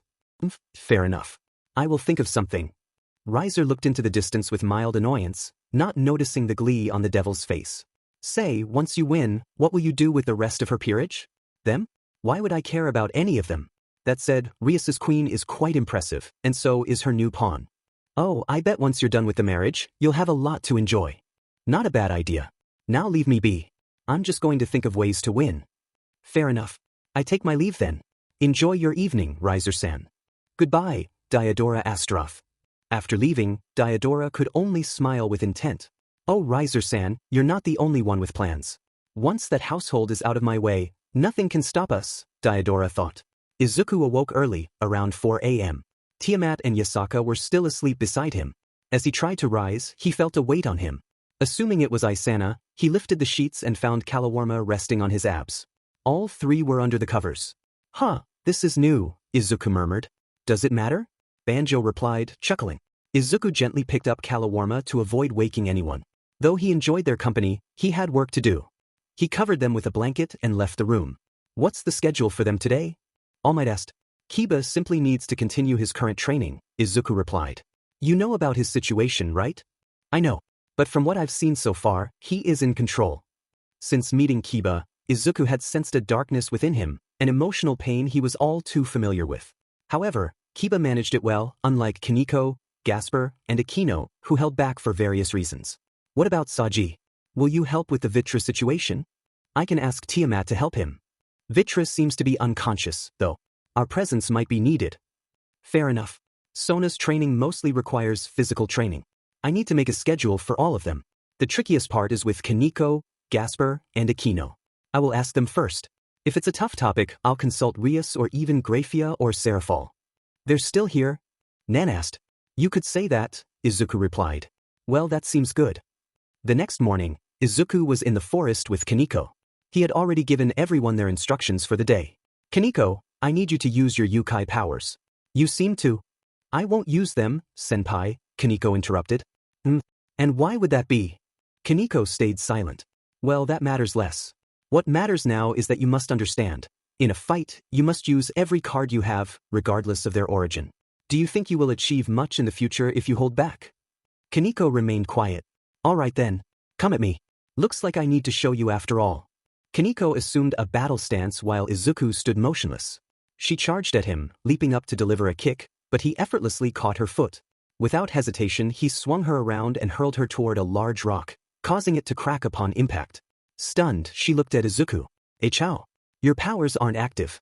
In school, Kaneko, camouflage isn't the only enchantment I use. I also cast a weakening spell on myself to blend in better. This is how strong I am even without my powers. Izuku then launched himself at her with incredible speed. Kaneko barely managed to dodge his punch, which shattered the rock behind her. Not giving her a moment to recover, he grabbed a piece of the rock and threw it at her. This time, she couldn't react in time and tried to shield herself with her arms. It worked momentarily, but she ended up injuring her arms and obscuring her vision. When her sight cleared, Izuku was nowhere to be seen. And you lose, he said from behind her. She turned, but he round-kicked her into a tree, breaking several branches as she landed on boulders. She fell, clutching her ribs and coughing. Izuku approached her slowly. This is why you mustn't hold back against stronger enemies. If this were real, you'd be in serious trouble. Kaneko coughed. Aren't you also holding back? Yes, but that's because you're not stronger than me, even in my most powerless state. Izuku removed his foot, allowing Kaneko to sit up. Use your powers, Kaneko. No, she replied. Why not? I don't. Izuku's eyes widened as he noticed tears in her eyes. Listen, let's stop now, he said gently. She nodded. You know you can talk to me, right? This training is going to be harsh, but I still care about you. She remained silent, allowing Izuku to leave. An hour later, Izuku sat worried and irritated on a box that Gasper was hiding in. They hadn't even sparred, as Gasper couldn't activate his powers properly. Now he was inside the box, upset. Izuku tried to get him to talk, but it only made things worse. This is way too worrying even for him, Izuku thought. Sure is, All Might's voice echoed in his mind. You gotta get answers.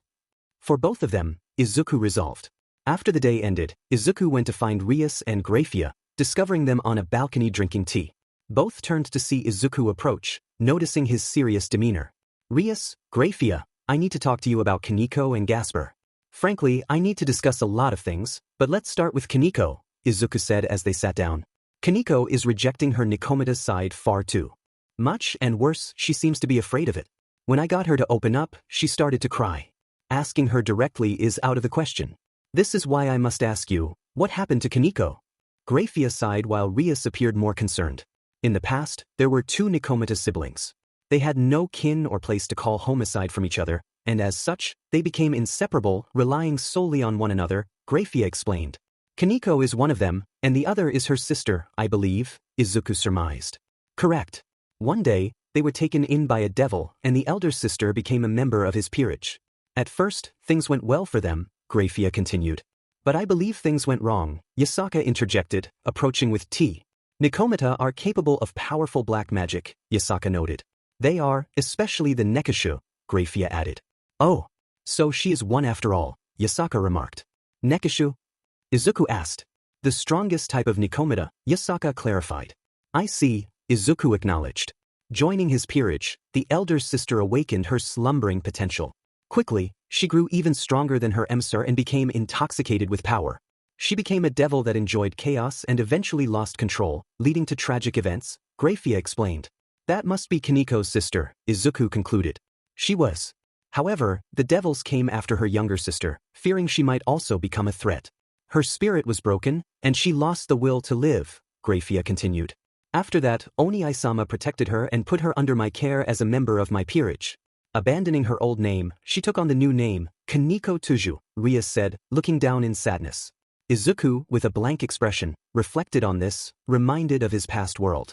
You know, my familiar used to work with a devil, so she has some understanding of how the system in the underworld works. She did?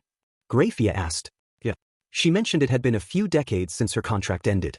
From what I've seen, devils respect power, right? Izuku asked. You could say that. The raiding game is one way to showcase a devil's capabilities, Grafia replied. Why are you asking this? Rias inquired. Izuku remained silent, then sighed. One more question. Is it safe to assume that Gasper was also in the same boat? His symptoms are much more visible. He is. Gasper is a half-vampire from the Vladi household. Vampires are known to be more rigid about the purity of their bloodline than devils. Due to being a half-blood, he was isolated and loathed by everyone, including his family. Having the forbidden Baylor view made it worse for him. Since he is unable to control it, even the humans living there were afraid of him, and he was treated as an outcast. Arguably, his life was more challenging than Kaneko's, Rias explained. Izuku slapped his own face, realizing the situation for both of them. He sighed and got up, looking for Kaneko. Soon enough, he found her training hard, breathing heavily until she passed out from exhaustion. Izuku rushed to her and caught her before she fell. Upon catching her, he saw tears in her eyes as she mumbled about not wanting to use this cursed power. With sadness, Izuku took her to the mansion to rest. As he passed Gasper's room, he heard his cries about his own cursed powers and existence. In Kaneko's room, he laid her down to rest. He then walked out to the balcony with a frown, feeling angry, sad, and worried about the two. Looking down at his hand, he activated One for All. Red veins covered his hand, and lightning crackled around his arm. They can't keep doing this. They will only suffer more if they stay like this, All Might's voice echoed in his mind. And it's not just them, those around them will also suffer, Yoichi added. Deal with Kaneko first. Her powers seem easier to handle, Elsha suggested. It doesn't matter which is first, but Kaneko seems like she can recover faster. So I will deal with her first, Izuku decided. And how do you plan to do that? And asked. You can already figure it out. Whose powers are the most intense here in this camp? Izuku replied. Hearing this, the dragons and the vestiges were surprised. Partner, are you sure? Drag asked. Gotta lead by example, Izuku affirmed. Are you at least going to take care of yourself? Elsha inquired. Izuku was accustomed to challenges, and he knew the side effects of his powers all too well. The next day, everyone trained according to the instructions he had given them. As they practiced, Izuku arrived, searching for Kaneko. Kaneko, he called, and everyone turned to see him approaching her. To the woods. Come with me. Despite her sadness, Kaneko followed him, and the others watched, curious about their interaction. I want to see what they're doing, Kiryu said. But isn't it their private business? Murayama asked. Yeah, but Kaneko-chan doesn't seem well. I'm worried, Isana added. Me too, Asia agreed. I have an idea, Serafal said, creating a magic circle to observe them. Wani-sama, that's an invasion of privacy, Sona admonished. Maybe, but it might be good to observe. Worst case scenario, we might have to interfere. Still, you cannot go there, Grafia warned. Rias hesitated, torn between her trust in Izuku and her concern for Kaneko. Izuku and Kaneko reached a small clearing with a log on the ground. Are we going to spar, senpai? Kaneko asked. Sit, Izuku instructed. Confused, Kaneko complied, sitting on the log as she watched him. Izuku stood still for a moment, enchanting himself with a weakening order. He made his body softer and more brittle, then activated one for all at 100%. He flicked his finger upwards, creating a shockwave that cleared a significant portion of the forest. Even Izuku's surroundings were damaged, and Kaneko was pushed back slightly. He repeated this several times, further destroying the forest. Why are you doing this, senpai? Kaneko asked, concerned about his visibly injured hand. I know. Look at my hand, Kaneko, Izuku said, revealing his injured hand. Her eyes widened in concern. Senpai, your hand, she exclaimed, ready to run for help. We need to get that treated, senpai. I'm going to call Asia, she insisted, but Izuku used his telekinesis to stop her. You are not leaving. The class isn't over, he said firmly, causing Kaneko to fall back, scared and worried. And this hand? Don't worry.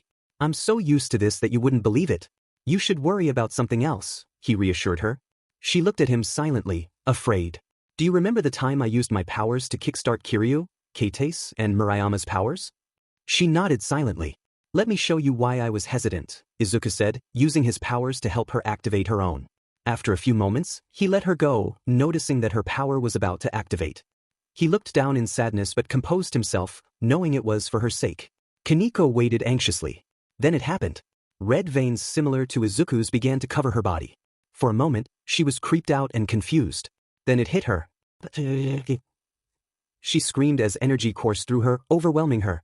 She struggled to breathe, visibly distressed. It only took a few seconds, but it felt much longer to her.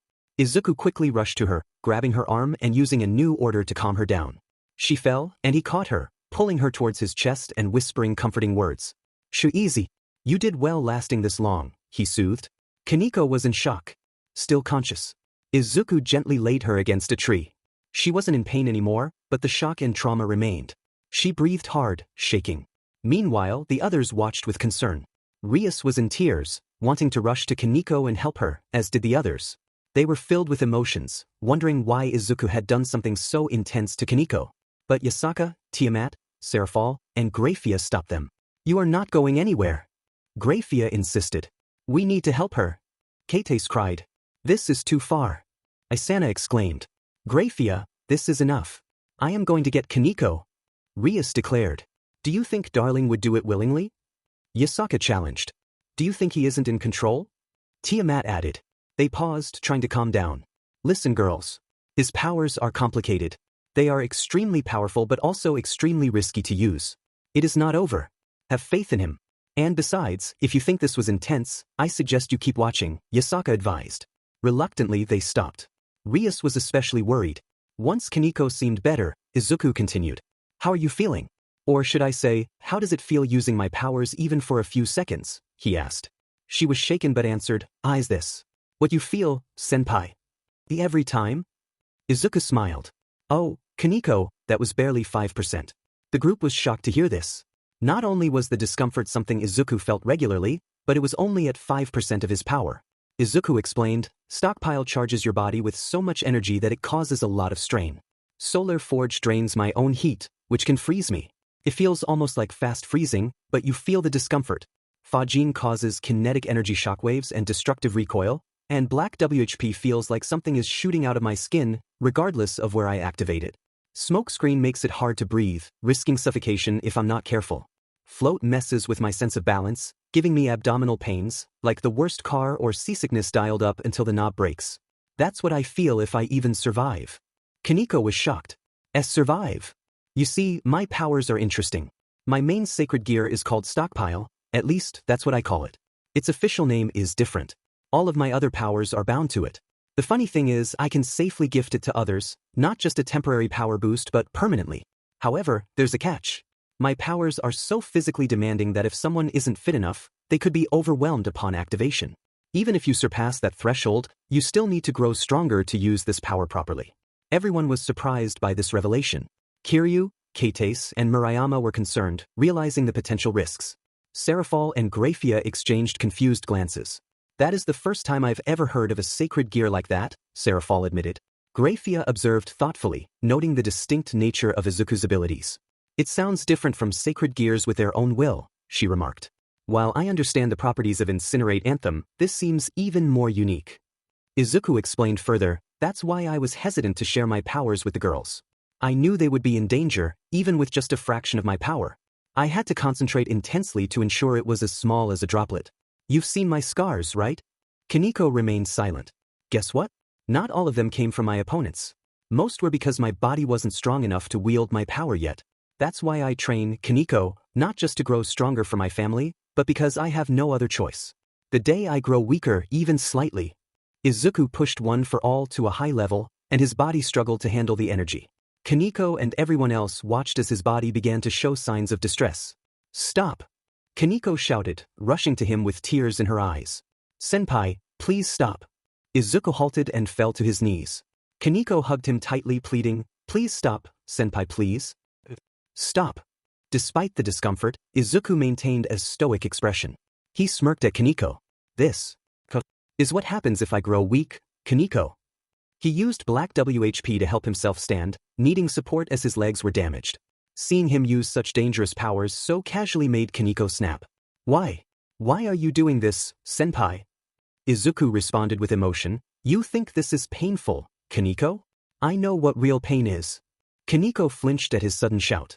Izuku reached toward her, and she closed her eyes, feeling his gentle touch as he cupped her face with his damaged arm. I'm sorry for the outburst, but you must understand, Kaneko, I'm doing this to teach you a lesson. What lesson? She asked. In this world, cursed power doesn't exist, only those who are too weak for them do. You, a Nekasho, think you possess great black magic? That's not true. You have great power, a kind power as kind as you. He pressed his forehead to hers. They called you a monster simply for being too dangerous for their comfort. But let me tell you, you are not. You are not evil. You are Kaneko Tuju, a member of the Gremory family and a Nikomata. Never let anyone, never, tell you otherwise. Not me, not anyone, and certainly not those fools who were too afraid to help you. He kissed her head for comfort and then stood up. When you're ready, go all out. But you are injured, Kaneko protested. Please. You think this is the first time I've been hurt like this? It means nothing to me now. From now on, go all out. I will not push you, but you must understand yourself. And don't worry about me. You would be delusional to think you can even hurt me. With that, Kaneko stood up, ready to face her own challenges. She was nervous, but she trusted her senpai. Then she activated her powers. Kaneko shouted. Izuku saw the aura around her and smiled brightly. He could feel all of her frustrations and fears leaving her body. That's it, Kaneko, let it all go, he encouraged. Kaneko did just that. Although she struggled to control her powers, it didn't matter against Izuku. Senpai. Kaneko called out, tears in her eyes but smiling. I am in control, she declared. What else were you expecting? Izuku replied with a smirk. With that, she charged at Izuku, who met her with his powers active. They sparred until Kaneko passed out from exhaustion. Izuku smiled and picked her up in a bridal carry. Upon returning to the training ground, everyone rushed to him, worried. Some were crying, like Asia, while others were on the verge of tears. Izuku! Asia cried, rushing at him with her powers active, but Izuku stopped her. Heal Kaneko first, Asia, he instructed. But you are. Asia began. Izuku smiled and patted her head. This isn't new to me. At this point it just gets numb. Bro, do you even feel pain? What the hell? Saji exclaimed. Well, Saji, you get used to it, Izuku replied. What do you mean you get used to it? Rias shouted, losing her cool and crying alongside Sona. You went this far just to prove a point to Kaneko? Rias questioned. Was it not worth it? I mean, look at how she is smiling, Izuku pointed out. They all looked at Kaneko, who was still smiling even after passing out. You. Rias began, watching as Izuku left, carrying Kaneko in his arms. He returned, allowing Asia to heal him. She was frantic, rushing to his side to heal every injury he had. Izuku smiled at her enthusiasm. Eventually, everyone returned to their training, though they were still on edge from what Izuku had done for Kaneko. Two people were affected the most, Gasper, who was doubting himself, and Akino, who left the training ground and found herself in the woods. Once alone, she sat down, feeling conflicted about her powers. Later, Izuku found Akino alone. Akino, today I need to talk to you about something, specifically your powers, Izuku began. Akino smiled bitterly. I know, Guardian. After seeing what you did for Kaneko, I kind of figured. Then you know why I am here, Izuku said. Yes. And you know about my secret, Akino replied. Yes. I know you have fallen angel powers. Your lightning has a fallen angel signature, Izuku acknowledged. Tell me, do you hate fallen angels? Akino asked. Only individuals. I can't say they made a good first impression, but I wouldn't hate a whole race for the actions of a few. That said, I have questions about them, and I'm certainly not going to drop my guard, Izuku responded. Akino smiled bitterly at his words. She revealed her back, showing a set of wings. Her right wing was that of a devil, and her left was that of a fallen angel. My mother was human. One day, she found a powerful fallen angel wounded in battle. Nursing him back to health, they fell in love, leading to my CNCPTN. I hate these wings so much. I tried to become a devil to get rid of them, but in the end, I became this being. I guess that's only natural when you have different blood in your veins, Akino confessed. So you see fallen angels as evil? And wanted to change? Izuku asked. She didn't respond, simply looking down. But if so, what do you think that makes you now? Izuku questioned. She looked up at him. You know I don't see you as evil, right? Your wings are simply different from others. If I hated you, I wouldn't be here, would I? Izuku reassured her. But after everything the fallen angels have done to Isana, what they tried to do to Asia. Akino trailed off. And what about Rainier, Calawarma, Middlet? They also suffered at the hands of those fallen angels, just like you. Tell me, Akino, what did they do to you? Izuku asked gently. Akino looked at the ground, contemplating his words. After her Jinsui, Akino's mother was exiled, leaving Akino to grow up alone. Her mother was always with her, but her father, a fallen angel, was seldom around. Akino assumed he was busy, but when her mother's clan came to harm them, he was absent. Izuku listened intently, his eyes widening at Akino's story. She recounted how they were labeled as evil, how the clan harmed her mother because of this belief. In desperation, Akino fled into the woods, where she met Rias and became her queen. She had hoped her wings would disappear, but they remained. Izuku questioned her about her father's whereabouts during those times. Does it matter? Akino snapped, tears brimming in her eyes. To the bitter end, my mother believed in him. Even when they came for us, her faith in him didn't waver. He left us. I will never forgive him. He is nothing but a monster. Izuku listened, shadows falling over his eyes as he recalled his own painful memories, especially the day his mother died. So you chose to be a devil? Swapped one for another? He challenged. Akino looked at him and he continued, if your father was a devil, would you hate all devils too? This isn't about fallen angels or devils. You just hate your father. That doesn't change what he did. He should have been there. Akino insisted. But he wasn't. Izuku's voice rose and her eyes widened. And we can't change that. You can't change that. You don't know what he did, why he was late. But he left us, Izuku. Left us, she said, sniffling. Just like the monster he is. Like the monster I am. Akino was confused by his words. What? Izuku approached her, pulling a picture from his wallet. Back then we were at a training camp. We were ambushed by enemies, and some of our friends were captured. I was injured badly. He showed her the massive scar on his right shoulder. I was hospitalized, missing friends. But it wasn't all for nothing. Our teachers found their base and prepared to go there. We wanted to join and save our friend, but we were told not to. It was too early for us. He handed the picture to Akino, who gasped at the image of a slim woman with flowing green hair and green eyes, resembling Izuku. I still remember the phone call with her. She was yelling, not out of anger, but fear for my safety. My injuries were too much for her to handle, but I told her I was okay. He sat down in front of Akino. A few friends and I decided to go anyway, to the rescue mission they told us not to. We were determined. A friend of mine managed to track them, and we waited for the right moment to strike. He looked down, struggling with the pain of his past. But it was a trap. Not for the teachers or the students, but for me. This whole thing was a setup for me. He recalled the moment they saved Bakugo, but panic set in when AFO revealed truths about his origins and family. He ran home with his quirk active, arriving to find his apartment frozen in shock. He fell to his knees, tears flowing as he gripped his hair in sadness and regret. He looked at his mother's picture and the message left behind. He screamed, overwhelmed by every negative emotion, every bad memory resurfacing. Akino looked at him with concern, her eyes pale, almost in a trance. Izuku continued, the worst part is, a year later, my friend died too. What was all that for? Some said if we hadn't pulled the stunt we did, the operation would have failed. To this day I wonder, did I choose my friend over my mother? Did I do the right thing? Or did I abandon my mother? Akino didn't know what to say, still looking at the picture of the woman and him, while Izuku covered his face with one hand. Akino looked down, her sadness evident. Izuku said softly, "Don't. It's okay. You didn't know, and I forgive you for that. But listen, Akino." He looked up at her, his own sadness clear. Every action we take has consequences. Good or bad, it doesn't matter. Now standing above her, he looked down, tears welling in his eyes, which he quickly wiped away. Kneeling, he met her gaze. And sometimes, he hugged her tightly, trembling slightly, trying to comfort her. He felt her pain, remembering the night he lost his mother to a monster. We have to live with them too. Izuku leaned in and kissed her fallen angel wing. Akino gasped, surprised and saddened. He then stood and left the woods, leaving her to reflect. She felt frozen in shock, sadness, fear, and realization. Her face paled as she grabbed her head, sweat dripping down. What have I? That night, Izuku was deep in thought. Reflecting on his past was always challenging. He couldn't say he had lost everything, he still had friends and Eri. But he was unsure if the Eri he saved was still there beneath her current self, a thought that frightened him. Looking in the bathroom mirror, he felt like a coward. He had the courage to fight formidable foes, yet when it came to Eri, he was paralyzed by fear and worry. After a while, he opened his bedroom door and found Akino waiting for him, wearing a bathrobe.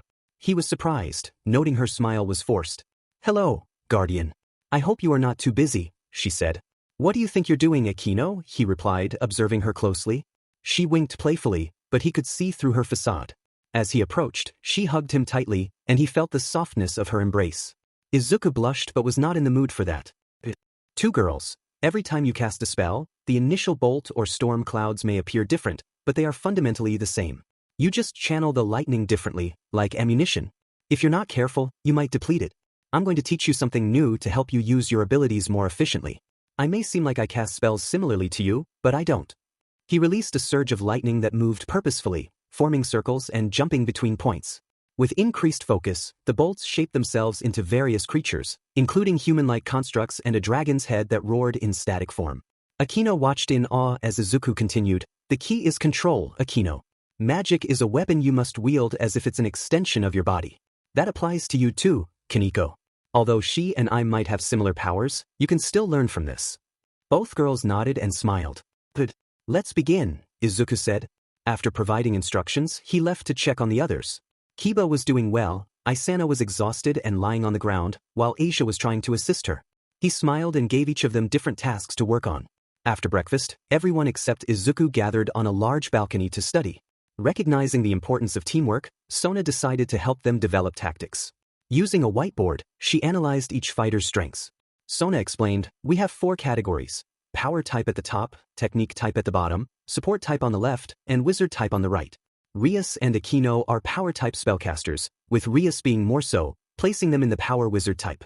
Kaneko is more aligned with power type, while Kiba is technique type.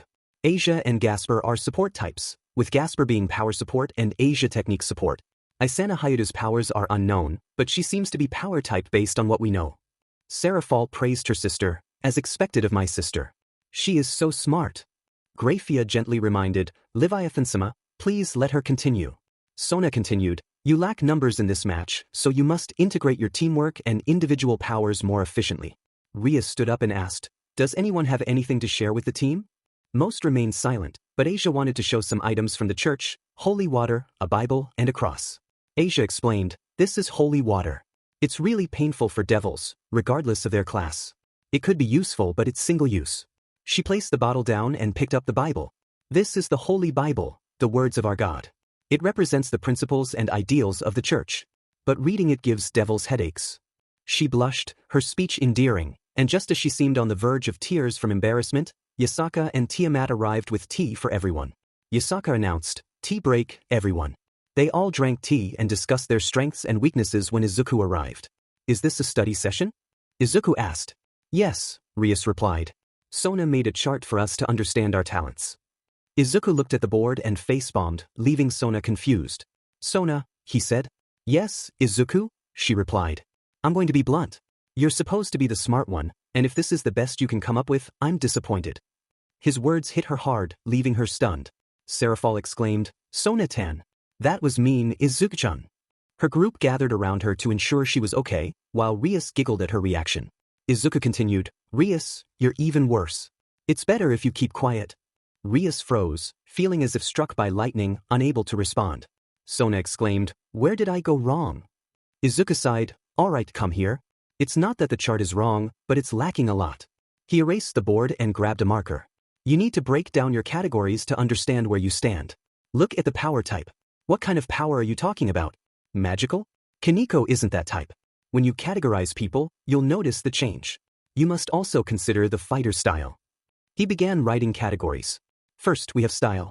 This is whether you prefer short range, mid-range, or long range. Short range is close combat, while long range involves taking down enemies from a distance. Akino, Sona, Rias, you three are prime examples of long-range fighters, while Kiba and Kaneko are short-range.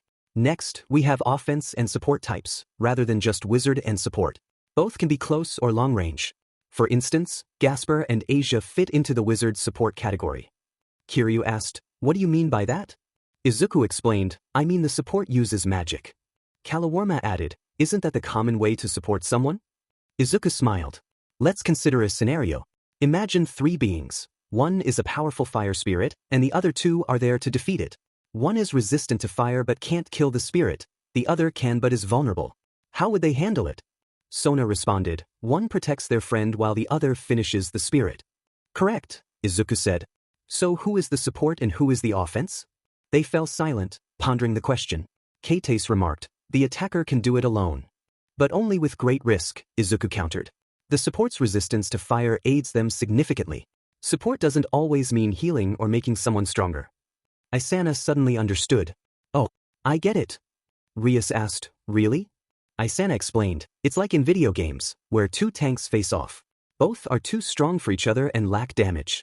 Serafal chimed in, So you need to bring a DPS into the fight. Yeah. Isana exclaimed. You play games. I do, Serafal replied, and they high-fived, much to Sona's surprise. Izuku began explaining the different types of power, breaking them down into strength, speed, magical, and stamina. He noted that Kiba was a speed type, while Kaneko was a strength type, aligning with their abilities. Magical power suited bishops well, and stamina was a universal trait. When it came to defense, each type had its own form. Strength types were tough, speed types elusive, and magical types could cast barriers. Asia inquired about who would win in a fight between these types.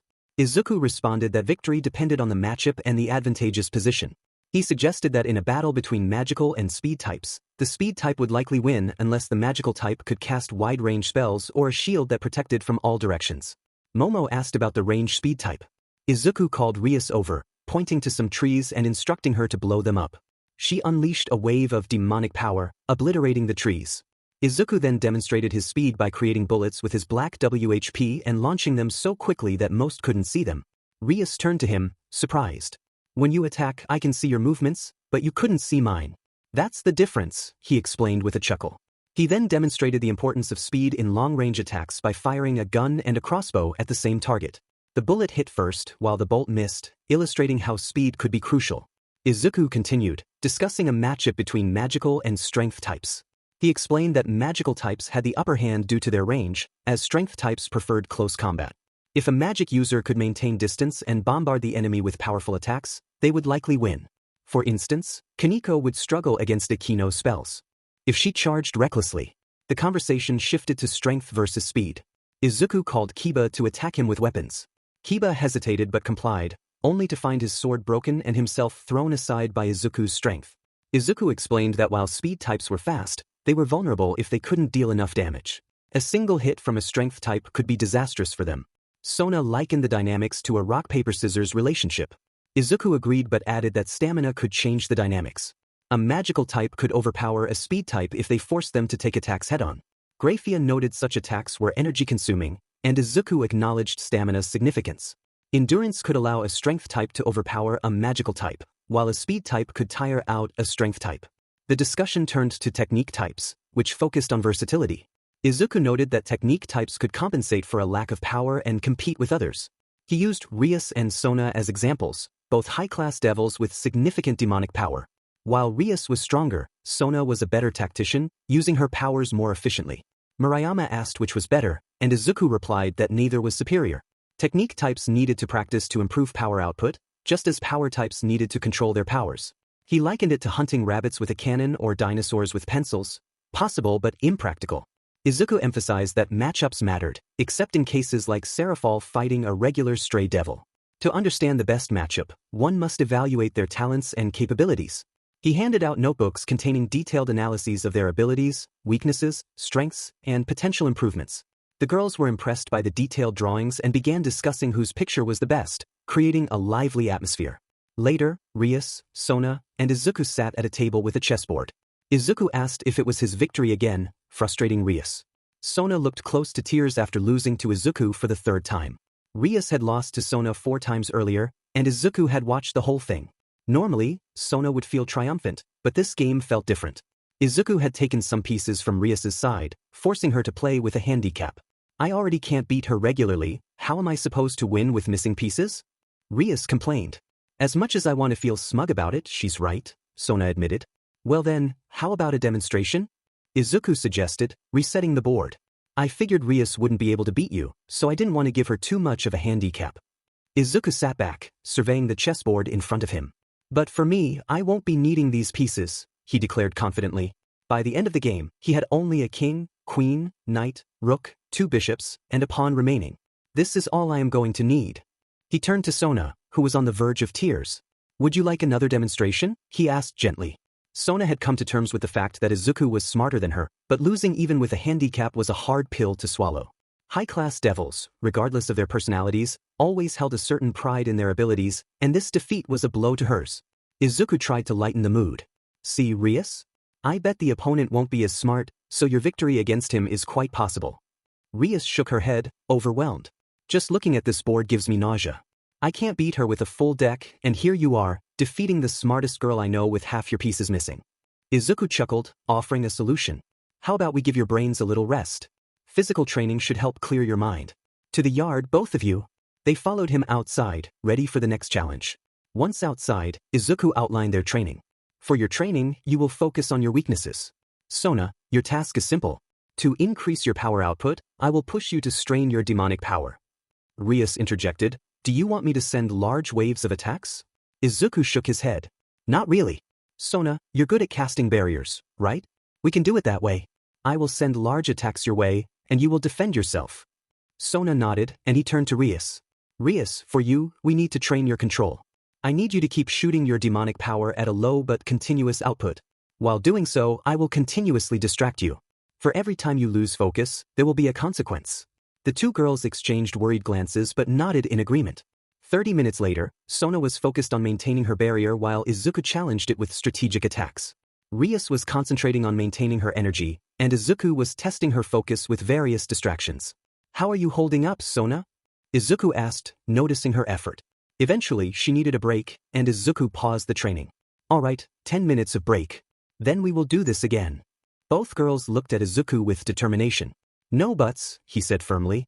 Today's training will be exclusively for you two. They realized it was going to be a long day.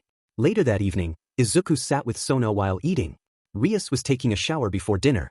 Since Sona wasn't as tired as Rias, she decided to eat first, though she wished she could rest more. You look tired, Izuku joked, glancing at her. Thanks to a certain someone, Sona replied with a smile. Izuku chuckled. Then it's better you don't join me whenever I train. I heard from Saji you train intensely. If you're talking about the one in school, no. My actual training is more challenging. Exactly how much more challenging? You would find it very difficult if you attempted it. Sona was silent. I have superhuman strength. Such things are normal for me. You are also a spellcaster, so it's natural that you wouldn't be able to perform the physical activities I can. You would be a good gym teacher at my school. Your school? After graduation, I plan to start my own raiding game school. A raiding game school? In the current underworld, raiding games are seen as almost sacred. Many participate to gain status in Devil Society, but there's severe unfairness regarding experience. Only noble devils are educated in key elements of raiding games, leaving low or mid-class devils behind. I plan to found a school for common people to learn about raiding games and help them develop their skills. Just because they don't have a lot of demonic power doesn't mean they are useless. I want to prove to the higher-ups that sometimes all it takes is a little help, and you never know what miracles they can achieve. Hearing this, Izuku's eyes widened, and he remembered the days he was seen as less capable for not having a quirk. He recalled that UA was allowing quirkless people to try the hero course. Sona, however, noticed the sudden change in Izuku's mood. "Are you okay?" she asked. "I am. Just old memories. It's said you have a wonderful dream. If possible, I hope I can support it the best way I can." Hearing this, Sona smiled brightly. "You can be a teacher at my school. I'm sure you would have a lot to teach them. Currently, I am the new guardian of the Western Yokai, but if I can, I would love to." Later that night, everyone had free time before taking a bath and going to sleep. Izuku, on the other hand, was training since this was the best time for him. Before leaving, however, he found Rias sitting on the balcony reading a book. She was wearing a white nightgown and had a cup of tea next to her. Opposite her, Greyfia was helping her. "Still studying?" Izuku asked. "I have to. Sadly, I don't have the analytical minds that Sona and you have. So, in order to cover for that, I need to do what I can. I was going to train by myself. Since everyone is done and I am not going out for vigilante work, this is the best time of the day. But I still have time." Izuku then pulled a chair and sat down with the two girls. "You two seem to get along quite well. Are you friendly with all of your peerage?" "You can say that. I've known them since I was a baby. In fact, Greyfia is my sister-in-law."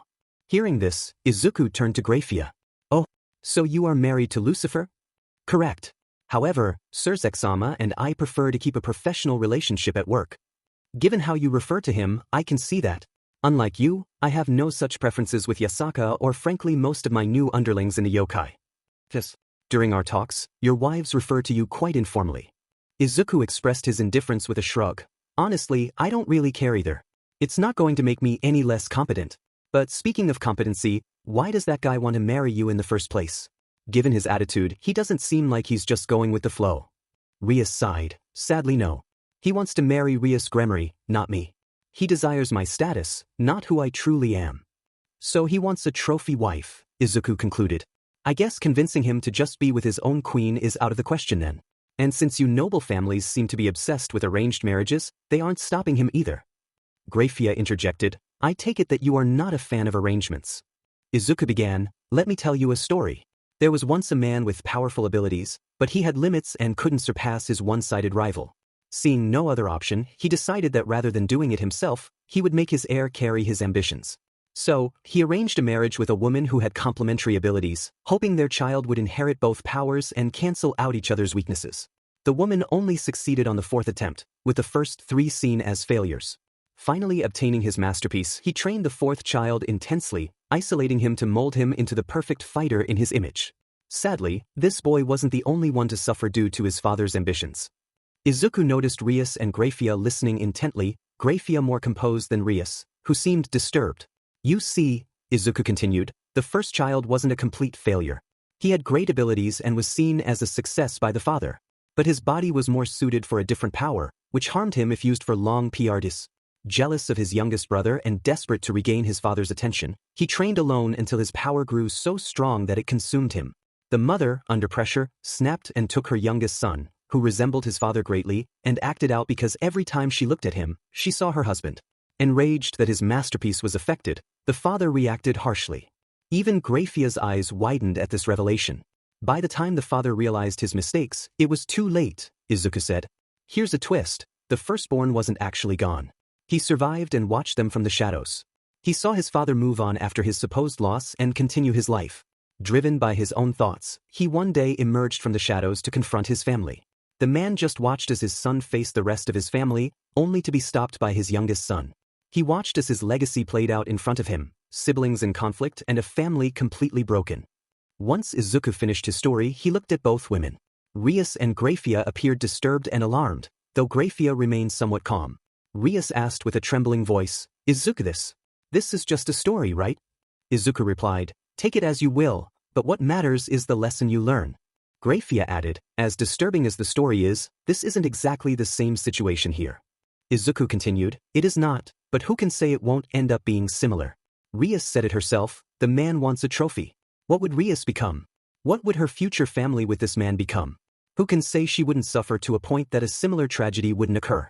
Can you tell me that this man would be a loving father or husband? You can't, and that's the problem. This marriage has more than enough potential to create a future disaster. This is why I am against it. Seeing the gloomy mood, Izuku sighed, well, at least we have a chance. All you have to do is stand up to him, and given your progress, it should be pretty doable. Hearing this, Ria smiled, then smirked. And you must know that Riser can never intimidate me. So rest your heart, Izuku. I am strong. Izuku smiled and patted her head. Oh, are you now? Rias pouted, hey, I am strong. Izuku chuckled, well, I won't deny that you have potential. Good talk, but I gotta work out now. With that, Izuku left. Later, after finishing his workout, Izuku was enjoying a short bath. All the chores were done, all the documents completed, and his workout was over. Now it was time to relax, or so he thought. Rias walked in, and what do you think you are doing here? Sona followed, planning to spend time with my man, duh? Rias retorted, you keep talking like he is your man when you two haven't even done anything. Sona replied, says the girl that was never kissed by him. Rias blushed, he only kissed you like that because he was in a good mood. And I'm pretty sure he intended to kiss you on your cheek. Sona teased, if it wasn't so, then why do you sound so jealous? Rias and Sona entered the room, continuing their playful banter. Izuku blushed for a moment but quickly composed himself and turned away. What are both of you doing here? He asked. Rias smiled and hugged him from behind. I am here to help you wash up. I am pretty sure it would be difficult to wash your back with one arm. Izuku asked, aren't you going to use a sponge or something? Rias smirked, I have something better. Sona, feeling competitive, added, well, I must inform you that while I may not have the same assets as you, I can assure you that I have my own strengths. Izuku found himself between the two, unsure of what to do. In his mind, he sought advice from his inner thoughts. Izuku sighed and said, you both are amazing in your own ways, but remember, it's not just about appearances. He stood up, placing both girls next to each other. I understand you are both leaders in your own right, but don't forget who really leads here. With that, he left the bath, leaving Rias and Sona surprised and flustered. They exchanged glances, both feeling the lingering tension in the air. Unbeknownst to them, Akino, Isana, Kiryu, and Rainier had been watching from a distance, their reactions revealing their own excitement. The next day, as everyone gathered for breakfast, they noticed Izuku and Gasper were missing. Did Izuku and Gasper eat already? Rias asked. Tiamat replied, he did. He took Gasper to train early this morning. He mentioned wanting to experiment with something. The atmosphere shifted abruptly as darkness enveloped the sky, causing everyone to tense. Yasaka clutched Kunu tightly while Tiamat readied her sword. Isana's voice, filled with concern, broke the silence. What is going on? Kino. And Kunu exchanged worried glances, and everyone stood on high alert, particularly Yasaka and Tiamat, who were anxious about Izuku and Gasper. As they looked up, they noticed multiple eyes peering down at them. Sona attempted to shoot blasts at the sky, but they froze midair. What? That's Gasper's powers. He's out of control again, she exclaimed. Before they could react further, strange creatures resembling distorted animals attacked them. Tiamat instinctively drew her sword and unfurled her dragon wings, shocking everyone. We need to defend ourselves, she shouted. As they fought, the darkness lifted slightly, easing some tension but not enough for Grafia to lower her guard. Just then, Izuku returned, carrying an unconscious Gasper. Izuku, are you all right? Sona cried out. We need to talk, he replied, landing heavily. Rias, you need to explain to me what just happened. What are you talking about? Is Gasper okay? Rias asked, worry etched on her face. Izuku's frustration grew as he realized their confusion was genuine. You don't know, he said, his tone shifting. That darkness was Gasper's powers. The revelation shocked everyone. Sona's peerage looked at Gasper in fear, and Rias's concern deepened. It can't be. The little Gasper? Kaneko murmured. Izuku pulled out a glowing red bishop piece. This is Gasper's evil piece, he stated gravely. How did that happen? Kiba asked, bewildered. Grafia explained, that can occur when someone is too powerful for the piece they have. But for a mutation piece to break. This has never happened with Gasper before, Rias added, her voice trembling. The power he just unlocked must be too great, Grafia concluded. Izuku nodded, his expression serious. Then we have a serious problem to deal with. As Gasper rested, Izuku remained with the others, preparing for the challenges ahead. The girls were both worried for Gasper and equally shocked by the true identity of Izuku's familiar. They sat at a table, staring at her. Since her identity was revealed, she didn't bother to hide her dragon features. Isana exclaimed, wait, you are a dragon king? Rias replied, the strongest one at that. Isana gasped, so you are on par with Leviathan-sama or Grafia-san? Izuku interjected, she is stronger. They all turned to Izuku, who had just returned from Gasper's room. Tiamat, I would say she is stronger than them, but not necessarily by a large margin. That would instantly change if she were in her enraged state. Isana, Asia Kiryu, Kates, and Murayama looked at her in shock. Tiamat simply smirked. Asia then smiled. That's amazing, Tiamatsan. Rias asked, how is Gasper, Izuku? Izuku replied, he is sleeping. Earlier he was awake but had no recollection of the event. It seems he isn't aware of his powers either. In a flashback, it was early morning, and Izuku was alone with Gasper. Gasper, I know that you don't like how your powers work, but I can assure you, I can help you with it. Gasper hesitated. I know, senpai. After seeing what you did for Kaneko-chan, I also want to try. I want to be a man. A man like you. Izuku was surprised by this sudden surge of courage but welcomed it. I know you are a vampire, and blood makes you stronger. Gasper was taken aback. Are you gonna? Izuku quickly clarified, no, not like that. But I can still use my blood to create a connection between us. I can even kickstart your sacred gear that way. Since you are unable to properly activate it, we cannot test its limits the conventional way. I am not going to force you, it is your decision. Gasper was hesitant but complied. Izuku cut his finger to draw some blood. After drinking it, Gasper waited, and Izuku stood in front of him, also waiting. This shouldn't take long. Give it a fei. Suddenly, Izuku felt a massive surge of power. It felt dark and ominous, and what was most worrying was that it was coming from Gasper. Suddenly, Gasper's whole body was engulfed in darkness. Without wasting a beat, Izuku activated his powers and rushed at Gasper, but he was too late. The entire land and sky were covered in darkness, blacking out the sun. Looking up, Izuku saw many pairs of eyes staring at him, surrounded by constructs of monsters that attacked him with incredible speed. He tried to send projectiles at them, but some were frozen in midair. Forced into close combat, even with his danger sense, he was overwhelmed. After taking a few hits, he activated more of his power, gaining the upper hand against the monsters, but he still didn't know how to stop Gasper. He had one idea in mind but had to be discreet about it. Making sure no one was around, Izuku activated a special ability and flew upwards. I need to discharge this later. He managed to absorb a lot of energy from the environment, cutting Gasper's powers in half. As the energy was absorbed, it converted to his own energy. Realizing the output wouldn't be too problematic, he released all the energy from his wings, not as raw magic, but as powerful lightning.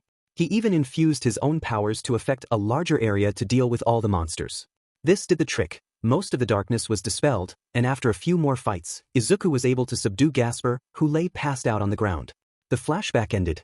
Of course, Izuku didn't tell them about the special ability, but at this point, they wouldn't question it.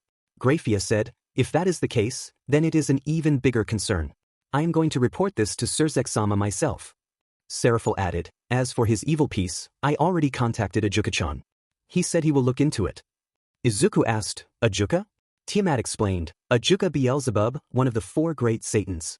He is also the devil I had a contract with previously. Izuku responded, oh, so that was the guy. Tiamat continued, yeah. Sona asked, you had a contract with Beelzebub-sama? Tiamat replied, yeah. He asked me to be a secret referee for the raiding games. I left after serving him for a century and have been living all over the place ever since. Izuku inquired, is he also on par with Leviathan? Tiamat said, with him, I can't really say. He is good at hiding his presence, like me. Sona added, he is a MSTR magician said to be capable of thousands of different magic. Izuku asked, interesting. So what will happen to Gasper? Is it up to Rias or someone else? Graphia answered, in this case, Lucifer-sama will decide what will happen to Gasper. Kates expressed, I hope nothing bad comes out of this. Seraphil reassured them, don't worry girls. He is an easygoing guy. Rias sighed, way too easygoing sometimes. Izuku instructed, let me know when he arrives or is about to, alright? I need to check on Gasper again. With this new power, I'd rather not take any risks. As Izuku departed, Tiamat accompanied him, leaving the devils, fallen angels, and humans to themselves. Akino mused, I can't believe his familiar is the Queen of Dragons. Graphia nodded, indeed. It's quite alarming. Seraphil added, and frightening. Kiryu inquired, why is that?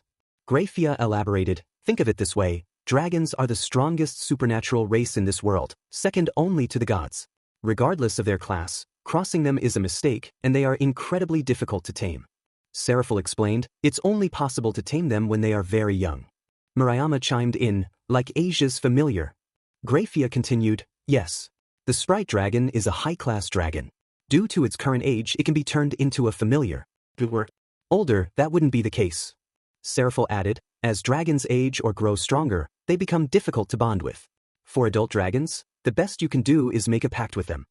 Isana asked, what's the difference between a familiar contract and a pact? Grafia replied, with a pact, the dragon can demand something from you, whether it's treasure or something they fancy. The two parties are more or less on the same level. Sona commented, it's like having business partners. Grafia clarified, with the familiar contract, it's more one-sided. The dragon acts as a servant, while the other person is the MSTR. Tsubaki added, hence her calling Midoriya. Kates remarked, so that's why she calls him that. Grafia returned to the topic, for most adult dragons, they won't yield due to their pride and power, making it nearly impossible to form a familiar contract with them. Serafel added, this is the interesting part, and here is the alarming aspect. Grafia continued, Midoriya somehow managed to make the strongest dragon king his familiar. Do you know how strong someone has to be for the strongest dragon king to agree to become his familiar? This realization struck the devils and fallen angels. Even those unfamiliar with the supernatural world understood the implications.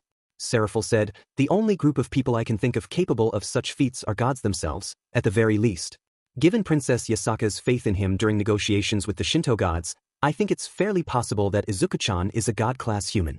Everyone froze at that revelation, turning in the direction he had gone, cold sweat dripping from some of them. Rainer asked, Izuku, how strong is he? Kalawarma responded, you know, I need to add this. What is it? Kalawarma continued, back when we first met him, I was hesitant to stay, fearing the wrath of the fallen angel cadre. He simply responded that in the worst case, the four of us would end up as the last fallen angels of our kind. Rias asked, how confident was he when he said that? Kalawarma replied, far too much. Sona suddenly realized something. Wait, if that's the case, he has multiple sacred gears, right? He hasn't revealed all of them yet, so it's possible. Isana asked, what is possible?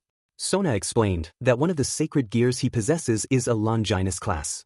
Grafia confirmed, yes, it's highly possible that he possesses one of them. Everyone began to chat among themselves. Isana, Asia, Kates, Murayama, and Kiryu were confused. Asia asked, what is a Longinus? Akino answered, they are the strongest class of sacred gears.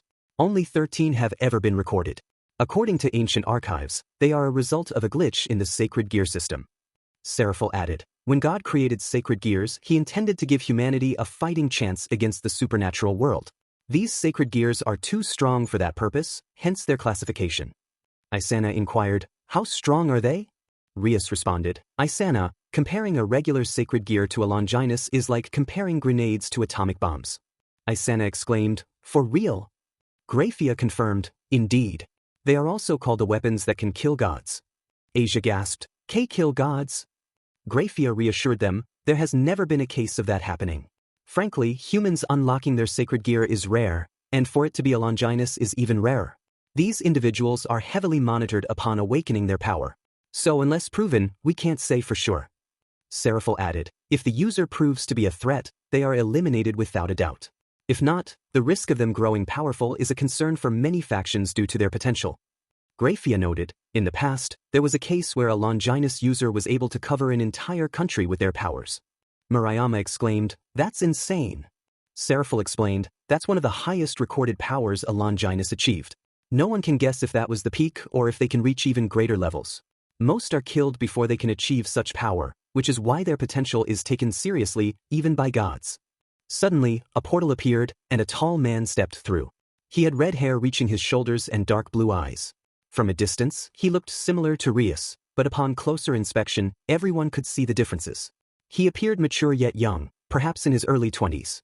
Most of the devils kneeled, except for Rias, Sona, Isana, and Asia, who were confused about what to do. Saji and Kiba motioned for them to kneel as well. Grafia welcomed him. Welcome, Serzex-sama. Serzex replied, Grafia? Hello, good to see you too, Serafel. I hope your time with the yokai has been pleasant. Kates whispered, so that's the Lucifer?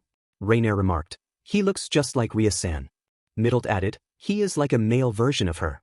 Kiryu commented, he looks so handsome.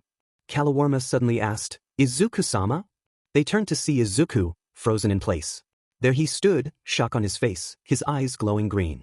After a moment, he charged up his fist and, to everyone's surprise, punched himself. The force of the blow sent everyone flying. Once they recovered, they looked at him in concern. He was clearly hurt. After rubbing his face, he used his senses again, and it was still the same. Okay, what the heck? Drake exclaimed. Holy cow, Albion added. This guy. Is he for real? Bruce asked. Sweet mother of, that's a lot of power, Banjo remarked. So I take it that he is the devil's version of me or something? All Might said. Izuku glared at him in shock, his senses active.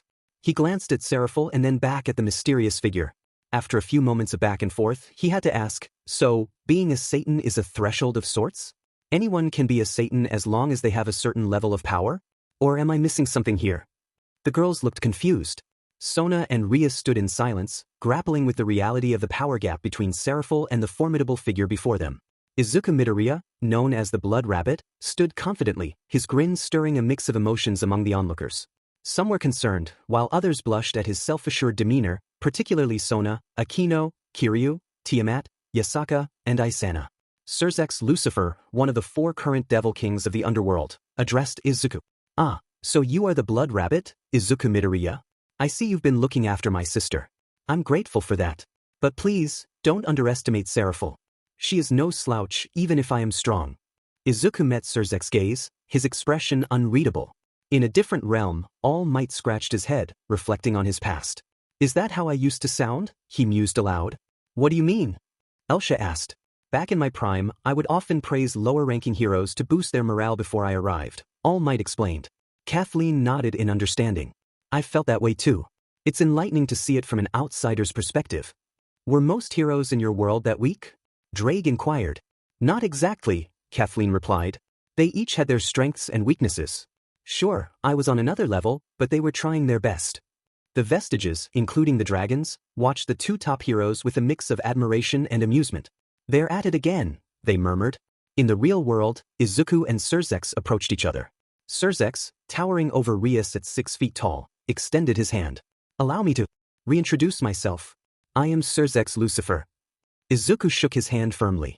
I am Izuku Midoriya, the new guardian of the Western yokai, known to your kind as Blood Rabbit. As their hands met, Surzex sensed the immense power within Izuku, realizing it surpassed even Graphia's.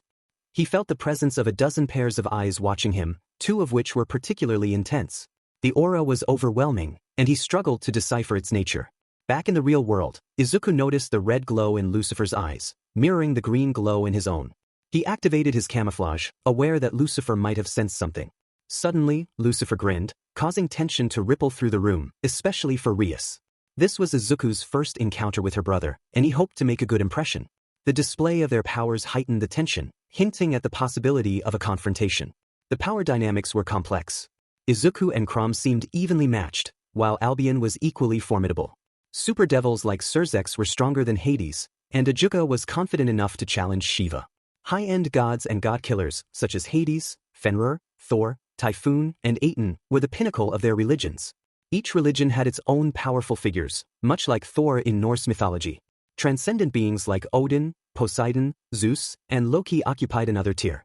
Loki, in particular, was far stronger than Azazel and Barakiel combined, and neither Michael nor Azazel dared to provoke Odin. In the canon of DxD, Issei also belonged to this category. The ranks continued to shift as characters grew stronger. Ultimate class beings like Yasaka, Kuroka, Son Goku, Arthur Pendragon, and Elmenhild were formidable, while high-class beings like Rias, Sona, and Ravel followed. Mid-class beings included Saji and Kiba, and low-class beings were represented by Asia, Kiryu, and Keites Murayama. The list was ever-changing, with certain individuals growing stronger than their canonical counterparts, promising more thrilling battles and higher stakes. The original rank of Lucifer was uncertain, and the top gods were separated for narrative purposes. Shiva stood apart from the other Trimurti, likely stronger than them in canon. The god of the Bible might be weaker than Shiva but closer to Brahma and Vishnu in terms of feats. Indra, a combat enthusiast, might rival the god of the Bible or the rest of the Trimurti, but this was not definitive. The heavenly dragons were distinct from the super devils. In Volume 25, Drake was resurrected and fought a team of kings, including Typhoon, Apollon, Vidar, and Artemis. If unleashed, Drake could have likely defeated the entire team, given his handling of Typhoon. Thus, the heavenly dragons were ranked higher, though super devils like Surzex and Ajuka weren't far behind. Both were considered technique types, possessing immense demonic power and potential for developing new abilities. A battle between them and Drake and Albion would be challenging. Surzex once defeated a devil as strong as a Zizel or Seraphil, and Seraphil could handle any member of the Gremory peerage in earlier seasons. Both Surzex and Ajuka could likely take on the three great factions with ease, with the only real challenge being the god Yahweh himself. 4 dragons, their enraged state complicated comparisons. Issei in DXD form defeated Ryzavim and Apophis and also fought Vidar. Issei noted that Vidar was stronger than both Ryzavim and Apophis, although Apophis was in his base form. Apophis and Azidahaka were classified as Heavenly Dragon class. Drake and Albion might also be at that level at their base, but with Boost and Divide, they gained the upper hand. 4 gods, the gap between god-class beings was difficult to measure. Zeus wasn't among the top 10 but was slightly weaker than Hades, while Odin was much weaker than in his prime. Magic was a complex element. Some magical formulas allowed individuals to consume less magic while dealing more damage, explaining the combat prowess of humans like Luffy, who was considered high-class or even ultimate class in terms of abilities. Sacred gears are classified into 4 distinct groups. The first group consists of weak individuals with weak sacred gears, like Asia Argento, who lacks significant strength and whose sacred gear is not particularly powerful. The second group includes weak individuals with powerful sacred gears, a combination that can be perilous. Issei once belonged to this category, as does Gasper, who struggled to control his powers. The third group comprises capable individuals with average or weak sacred gears, who excel in technique and can compete with stronger opponents. Kiba is an example. Despite his sacred gear not being top tier, he developed enough strength to face formidable adversaries. The fourth group features capable or strong individuals with strong sacred gears, often skilled Longinus users. Notable examples include Serorgbale and other Longinus users like Chow Chow, most of whom are likely around Satan class or possibly higher. Holy weapon users share similarities with sacred gear users, but their powers are not innate. Only the most skilled can wield them effectively. A comparison can be drawn between Zenobia and Vasco Strata, the current and former users of Durandal. While Zenobia is formidable, Vasco Strata once faced a powerful opponent, demonstrating the true potential of holy weapons. These weapons, like top-tier sacred gears, require exceptional users to unlock their full capabilities. Human Longinus users are typically exceptional individuals wielding powerful weapons, but their humanity is a vulnerability. They are generally top-tier fighters but can be defeated if their techniques are bypassed. Vasco Strata might be an exception. Recently, I explored classifications within this context, realizing that attack power and destructive power are not synonymous. For instance, Izuku can be compared to Mitsuya Kanzaki, a new character possessing 2 complementary Longinus, Telos Karma and Innovate Clear. Mitsuya is known as the man who impersonates a god, suggesting that at his peak, he is a god-class human. Izuku, on the other hand, is like Mitsuya on steroids, indicating that it would take a god-class being to challenge him seriously. Izuku has mastered his sacred gears and can use Balance Breaker, donning red and white armor. He faced Tiamat with all his strength, as she was the strongest opponent he had encountered at that time. Despite being weaker then, he managed to overpower her. However, he would likely struggle against deities like Yahweh or Shiva. A curious detail, Izuku's wings and gems flicker before he uses Balance Breaker, serving as a warning for Tiamat to get Eri to safety. Izuku and Saji stood alone, and Izuku prepared to reach the dragon inside Saji's sacred gear. Before we begin, Izuku said, I need to make something clear. What is it, bro? Saji asked. What I'm about to do, you cannot reveal to anyone, not to Momo, Sona, or even the Satans. Sure, bro, but what is it? Izuku activated his powers, and Saji's shadow was engulfed by massive wings. Saji stared at Izuku, dumbfounded, as Izuku used One for All to connect with Saji's inner world, hoping to find Vitra. 2 days had passed since the Satans left, and the raiding game was scheduled for tomorrow, along with a meeting with the Shinto gods. Izuku had asked everyone to train independently while he made final arrangements at home.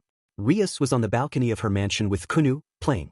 Together, Kunu held dolls while Rias narrated a story using a plushie. Oh no! That beast is coming! Rah! Rias exclaimed. Run, princess! Kunu responded. They laughed together until Sona entered, carrying Eri. Hey Rias! Hi, Kunu-chan, Sona greeted. Sona, are you taking a break too? Rias asked. Yes. Do you know when Izuku is returning? No, why? I need to ask him something. Saji has been acting strangely since Izuku helped him with Vitra. What happened? He seems shell-shocked and silent, but otherwise fine. I wonder what Izuku did. Were you going to ask about Izuku's powers? Kinda. I asked Saji if he learned how powerful Izuku is, and he just shook his head, as if afraid to talk. By the way, how is Gasper doing? He's in his room, playing the game console we got him. Since Izuku isn't here, I just leave him be. I know it's frustrating, but they were right. None of us have the power to deal with whatever Gasper actually has. I know, but it seems not being able to do anything. It is frustrating, but we just have to get stronger. Yeah. You know what?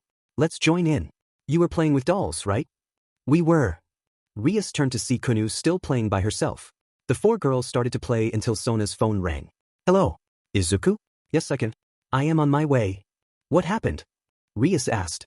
Izuku asked me to help with some paperwork. Apparently, he also needs my signature. Can you look out for both of them? Sure. With that, Sona left. Rias remained with Kunu and Eri. Eri sat on Rias's lap, and Kunu began to draw a picture. Eri smiled at her, and upon seeing her smile, Rias's heart fluttered. She hugged Eri tightly while gently rocking herself sideways. Rias, nay and look! Kunu exclaimed. Rias looked down to see that Kunu had drawn them. She blushed and picked her up to hug her too. Her performance tomorrow could change her life, but she wanted to savor this moment with them. From a distance, someone watched them, using spells to conceal his presence while gathering data. He wished he could have done this more than a week ago, but his mentor had requested an errand. How could he refuse? He had come to understand what a devil truly is and realized his dreams were shallow. He could aim for higher, and for that he was eternally grateful. He recorded the Thunder Priestess sparring with one of the last Nekashu left alive. Both were impressive and far excelled mid-class devils. The Knight Kiba was sparring with the new pawn, while Asia Argento watched them, clapping and cheering. He longed to be there, to take Asia away, but he had to be patient. He needed to maintain his facade as the next successor of his house. Once he gathered information about the strength of the Gremory peerage, he decided to check on Rias, spying on her to find her weakness. He saw her on the balcony, cuddling a baby while a little fox girl drew a painting. When the girl showed her the painting, Rias smiled and kissed her forehead, then cuddled with both children. It disgusted him. He had always hated the Gremory clan for their interactions with what he considered inferior species. But he wouldn't act on it yet. He knew the Gremory was in contact with the Western yokai. He didn't have much intel on them, but he was aware of Princess Yasaka and her good relationship with her. The fox girl was her daughter, the little sister of the Crimson Satan. Despite not being nearly as strong as the false Satan, she possessed immense potential. Potential and power were distinct concepts. Potential was merely a promise for the future, while power was the reality of the present. Despite her potential, she was currently just a high-class devil, impressive, but not invincible. Perhaps she could be useful. She carried the blood of the Baal clan, and any child of hers might inherit the destructive power that the great king of Baal was so proud of. If she wanted to meddle with lesser beings, what better way than to become their ally? Her peerage seemed decent enough as well. Diodora returned to the underworld with a grin. On one hand, the strength of the Gremory peerage vexed him, but on the other, he was gleeful, knowing he could use this to his advantage. He could still eliminate them if he wished, but he knew Riser would undoubtedly lose. He just needed to show this to him, and then the manipulation could begin. Upon arriving at the Phoenix Castle, he was granted entry to speak with Riser. Unsurprisingly, he found him drinking wine on a balcony. Diodora was unimpressed by the scenery. Pathetic, Diodora thought, observing Riser. Arrogant and twisted, Diodora was no fool. He knew better than to remain idle. With numerous cloaking spells, he concealed the fact that he was much stronger than the rest of his generation. His mentor had praised him for achieving the power of an ultimate-class devil. Once he received the promised blessings, he would become unstoppable. But for now, he needed a scapegoat. Are you sure you want to continue? Diodora asked as Riser turned to greet him. Don't mind me, I don't want you to pause your moment. But it might be better if you finish this quickly. I have something to show you, Diodora continued. After Riser finished, the two nobles began to talk. I must say, Diodora remarked, you're really going to need some assistance, especially now. And why would I? Riser replied. I am immortal, how could they possibly defeat me? Diodora then showed him what he had recorded. Riser watched intently, alarmed by the strength of the Gremory peerage, even with his ego. Gritting his teeth, he searched for a way for his peerage to defeat them but found none. Still, he was confident he could handle them himself. So be it, Riser said. My peerage cannot defeat them, but that doesn't mean I can't. Diodora smirked. Sure thing, Riser-san. But even if you remain undefeated, you would still lose by the end of the game due to the rules. What will you do then? It would still count as a loss, and your reputation would suffer, considering a professional like you lost against first-timers. How would that look in the news? Riser clenched his teeth and looked away. Diodora seized the opportunity. With a few whispered spells, he began to plant seeds of doubt. I can help you win. Everyone expects you to win, so no one would question it. Gremory would simply be seen as a spoiled girl throwing a tantrum. Her family doesn't need her to carry on the legacy, so they would be forced to disown her. Riser stood there, somewhat blank. Diodora knew the spell was working. It didn't need to be powerful, just a subtle influence his mentor had taught him. After planting the seeds of doubt, he left with good manners and a smile. Once away from everyone, he teleported to the sanctuary, where he was greeted by his playful mentor. "My boy, how are you doing? How is your plan brewing?" his mentor inquired. "The seeds are planted, and his ego will be the perfect fertilizer." "I know who my target will be," Diodora replied. With a spell, he looked at Rias Gremory, who was cuddling with 2 kids, her joy evident. "I see," his mentor said. "The Western yokai isn't a powerful faction on their own. Even if she is ultimate class, you should be fine against her. You won't have to worry, I will ensure your hands remain clean. I know the perfect person for this task." He turned to a dark corner where a man sat, still as a statue. The demonic power emanating from him was intimidating. Diodora admired his mentor for managing to keep such a powerful devil obedient. "I will summon you when you are needed," the mentor said. The devil rose and stomped the ground with his weapon, barely visible in the darkness. He vanished instantly, as if he had never been there. The next day was the day of the raiding game and the meeting with the gods. Everyone was back in Izuku's mansion. Since their training was complete, they had left Ria's summer mansion. Izuku had prepared everything he needed to take with him. Yasaka and Tiamat were ready, and Kalawarma was also going with them, as she had helped with the documents. "Alright, we are ready. You all know what to do," Izuku said. The Gremory peerage replied, "We are ready. Rainier, you are with Rias and the others watching the raiding game." "I will be cheering for them," Rainier said. "Middlet, I will leave the kids with you." "Roger." Middlet smiled and saluted. Izuku knelt down to Kunu and smiled. "Listen, Papa and Mama are going to be away for now, but your big sisters are with you. Be a good girl, okay?" "Okay, Papa," Kunu replied. Kiryu pouted, holding Eri. "Hey, I am here to help too." She would stay behind to help Middlet with the kids. Kates and Murayama were going with Rainier to watch the raiding game. As Izuku turned to leave, Rias spoke up. "No cheering or encouraging?" "For what? Do you encourage dark clouds for rain? I know you will win as a fact. You all have grown strong enough to defeat them." They smiled and Rias felt especially proud. Isana smirked. "When you are back I will tell you how we beat them. And afterwards, you better give us a reward." Izuku turned away with a slight blush but composed himself quickly. "Focus on winning, Isana." Rias silenced her with a blush. "She is right, Isana. Focus on the raiding game." "What? Like you don't want to do it?" Isana exclaimed. Rias remained silent. "That has nothing to do with our current situation. Just focus. Please." Isana said. "Fine. But you owe me," Izuku replied. "Yes." With that, Izuku's group entered a carriage and left. Rias addressed everyone. "All right, everyone, you all know what to do. Get a good rest. Today we will win." Everyone cheered. Izuku and the others arrived at their destination, where they were greeted by a maid. As they walked through the large hallway, they stopped in front of a grand door. The maid announced, "Queen Amaterasu is waiting for you inside." They entered, and Izuku immediately felt the powerful presences surrounding him. Each was at least on par with Wukong, if not stronger. One god among them radiated even more power, though not quite at the level of Lucifer or Beelzebub. In the center of the grand hall sat Queen Amaterasu, a strikingly appealing woman who appeared to be in her late 20s or early 30s.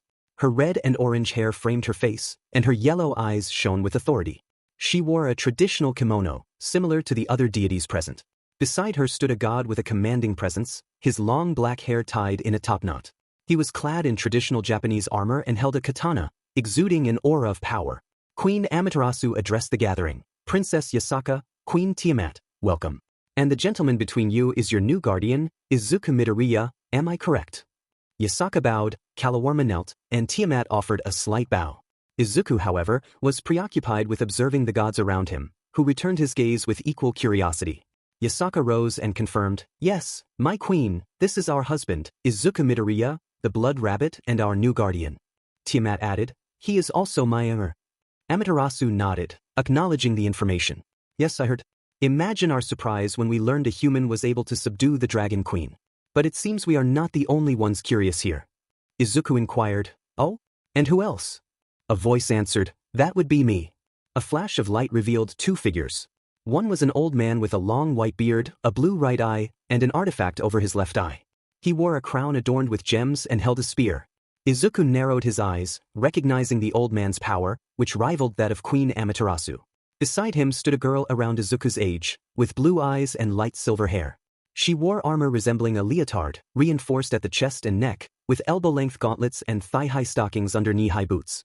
Compared to the old man, she seemed much weaker, likely on par with Kaneko. Izuku asked, "And you are?" The girl introduced herself. "Greetings, sir. I am Rosweiss, a Valkyrie responsible for protecting Lord Odin." Izuku was momentarily taken aback. "I'm sorry, what?" Odin introduced himself with a chuckle. "Greetings, Midoriya boy.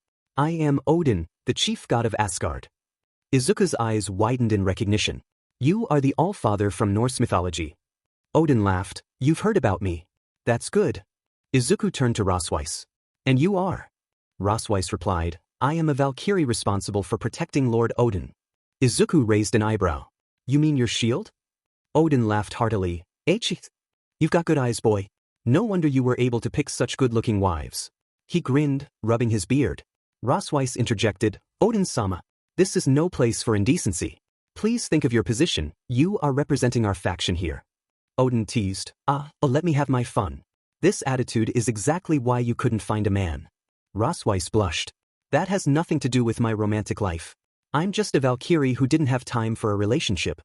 Izuku chuckled. "That said, what brings the Allfather all the way here?" Odin replied, "You can't blame an old man like me for wanting to meet an interesting boy like you, especially when you manage to make Midgard's armor do something productive, something even some gods in our religion failed to achieve." Izuku added, "To be frank, he reminds me of my old teacher, in the most alarming way possible. If I were you, I would invest in producing a lot of caffeine." Odin laughed heartily. "I like you already. That said, your presence feels off. I sense something about you that isn't normal, and it only makes me more curious." Izuku asked, "Do you know?" "I am not a regular human." Odin replied, "That I can assume for sure." Amaterasu added, "Lord Odin is right, Midoriya. We can sense something about you. Your soul. Something is off about it." Izuku narrowed his eyes. "And is that a problem?" "For now, it is not," Amaterasu said. "That said, you wouldn't mind if we were to summon Enma here to examine you further." Izuku's expression hardened. Enma was the god of the underworld in Shinto religion, someone deeply involved with human souls. All Might interjected, "It might be because you are from a different world." A day had passed, and everything had changed. Rias, Sona, and their peerages were in the underworld, while Reiner, Middelt, Kiryu, Kates, and Murayama were silent and extremely nervous. They had been avoiding Izuku all day, and the worst of all was Kunu and Eri. Eri was crying while clinging to him, refusing to let go. The last time he remembered her being this clingy was when he saved her or when she was scared, and it disturbed him. The next day was no different. Izuku was in his office, with Eri still beside him, crying but calm only when she was with him. As he spoke, a maid came to inform him of some visitors. He went to the garden to see a portal opening, revealing a devil circle. Several people emerged, including Lucifer and Graphia, along with two others, a woman and a Lucifer, Izuku acknowledged. "Midoriya-san," Serzex replied. "What brings you?" "You know what, never mind. I'm glad you're here." "Really? Can we sit down?" "We have a lot to talk about," Serzex said. They settled down, a maid bringing tea. Eri remained on his chest, hugging him tightly. "As for why we are here, Midoriya-san, we are here to apologize," Serzex began. "For what?" Izuku asked, frowning. "For what happened at the raiding game." Izuku's expression darkened. "And exactly what happened at the raiding game? You're not informed?" Serzex looked surprised. "I can't contact Rias, Sona, or their peerages. The rest of the girls are avoiding me. Frankly, I would make them talk, but right now, I need to focus on my kids." "Yes, we must also apologize for that as well, for putting them in such a situation." Izuku's anxiety grew. "What do you mean? Are you implying that my children's current mood is related to what happened in the raiding game?" "It's better if we show you," Serzex said. They watched the footage of the raiding game unfold. Just as Izuku predicted, Rias and her peerage decimated Riser's team. But then, new figures appeared in the arena. Izuku's heart raced as he saw Kunu, Eri, Kiryu, and Middle trapped in a bubble, unconscious. Yasaka and Tiamat looked on in shock as Riser threatened Rias, demanding her SBMN or he would harm them. Rias ran to Riser, tears in her eyes, submitting for their sake and ultimately losing the game. When the footage ended, Izuku stared at the ground, then at Eri, who was still clinging to him. He turned to Kunu, concern etched on his face. "Kunu, why?" he asked, grabbing her gently. Why didn't you say anything?" He was frantic, visibly shaking. "I am your father, aren't I? We are your parents, Kunu, so why?" Why didn't you tell us? He was upset but not angry, he was scared. Kunu began to cry, and Eri joined her on his shoulder. Because big sisters didn't want me to, Papa, she stammered, fear in her voice. Both Tiamat and Yasaka knelt beside her, patting her shoulder gently. Big sisters said if you knew, bad things would happen. People would be hurt, and you would also be hurt. I didn't want Papa and Mama to be hurt. In a moment of reflection, Rias recalled the distress she felt after ensuring the girl's safety, only to lose the rating game. Riser's smug expression haunted her as she had pleaded, I will marry you, please let them go. Later, Rias and her peerage gathered with Sona and others to plan their next move. Kates urged them to inform someone about the situation, but Rias resisted. We can't, she insisted, despite Isana's protests about the children being held hostage. Sona pointed out the lack of evidence, as the footage had been cut. Isana argued that the children's presence was proof enough, but Rias was adamant. Even if it is, we still can't tell anyone, especially Izuku, she exclaimed. Isana pressed further, questioning why they couldn't involve Izuku, given his strength. Rias's voice rose with urgency, that's exactly the point. He is too strong. She explained that if Izuku discovered his family had been threatened, his reaction could lead to a catastrophic conflict, potentially affecting countless lives before he reached Riser. The atmosphere was tense, filled with fear and anxiety. The children cried, and Akino comforted Eri, while Rias knelt beside Kunu, tears in her eyes, trying to be strong. She longed to confide in someone, but feared the consequences if Izuku learned the truth. The thought of him clashing with her brother, Serzex, whom she viewed as nearly godlike, terrified her. Kunyan, Rias pleaded softly, I know this was frightening, but please don't tell Papa or Mama. I promise to handle it. If Papa finds out, he might hurt others or himself. Kunu, though scared, nodded in understanding. As the memory faded, Rias felt a deep remorse. Tears streamed down her face as Yasaka and Tiamat embraced her. Izuku, recalling his own childhood of silent suffering, understood the pain of bottling up emotions. He hugged his daughter and Eri, joined by Yasaka and Tiamat, offering comfort.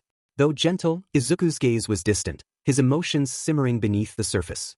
Once the children fell asleep, exhausted from crying, Izuku entrusted them to Tiamat and Yasaka. He then turned to face Lucifer, his resolve unwavering. In the Gremory mansion, whispers filled the room. He is the White Dragon Emperor?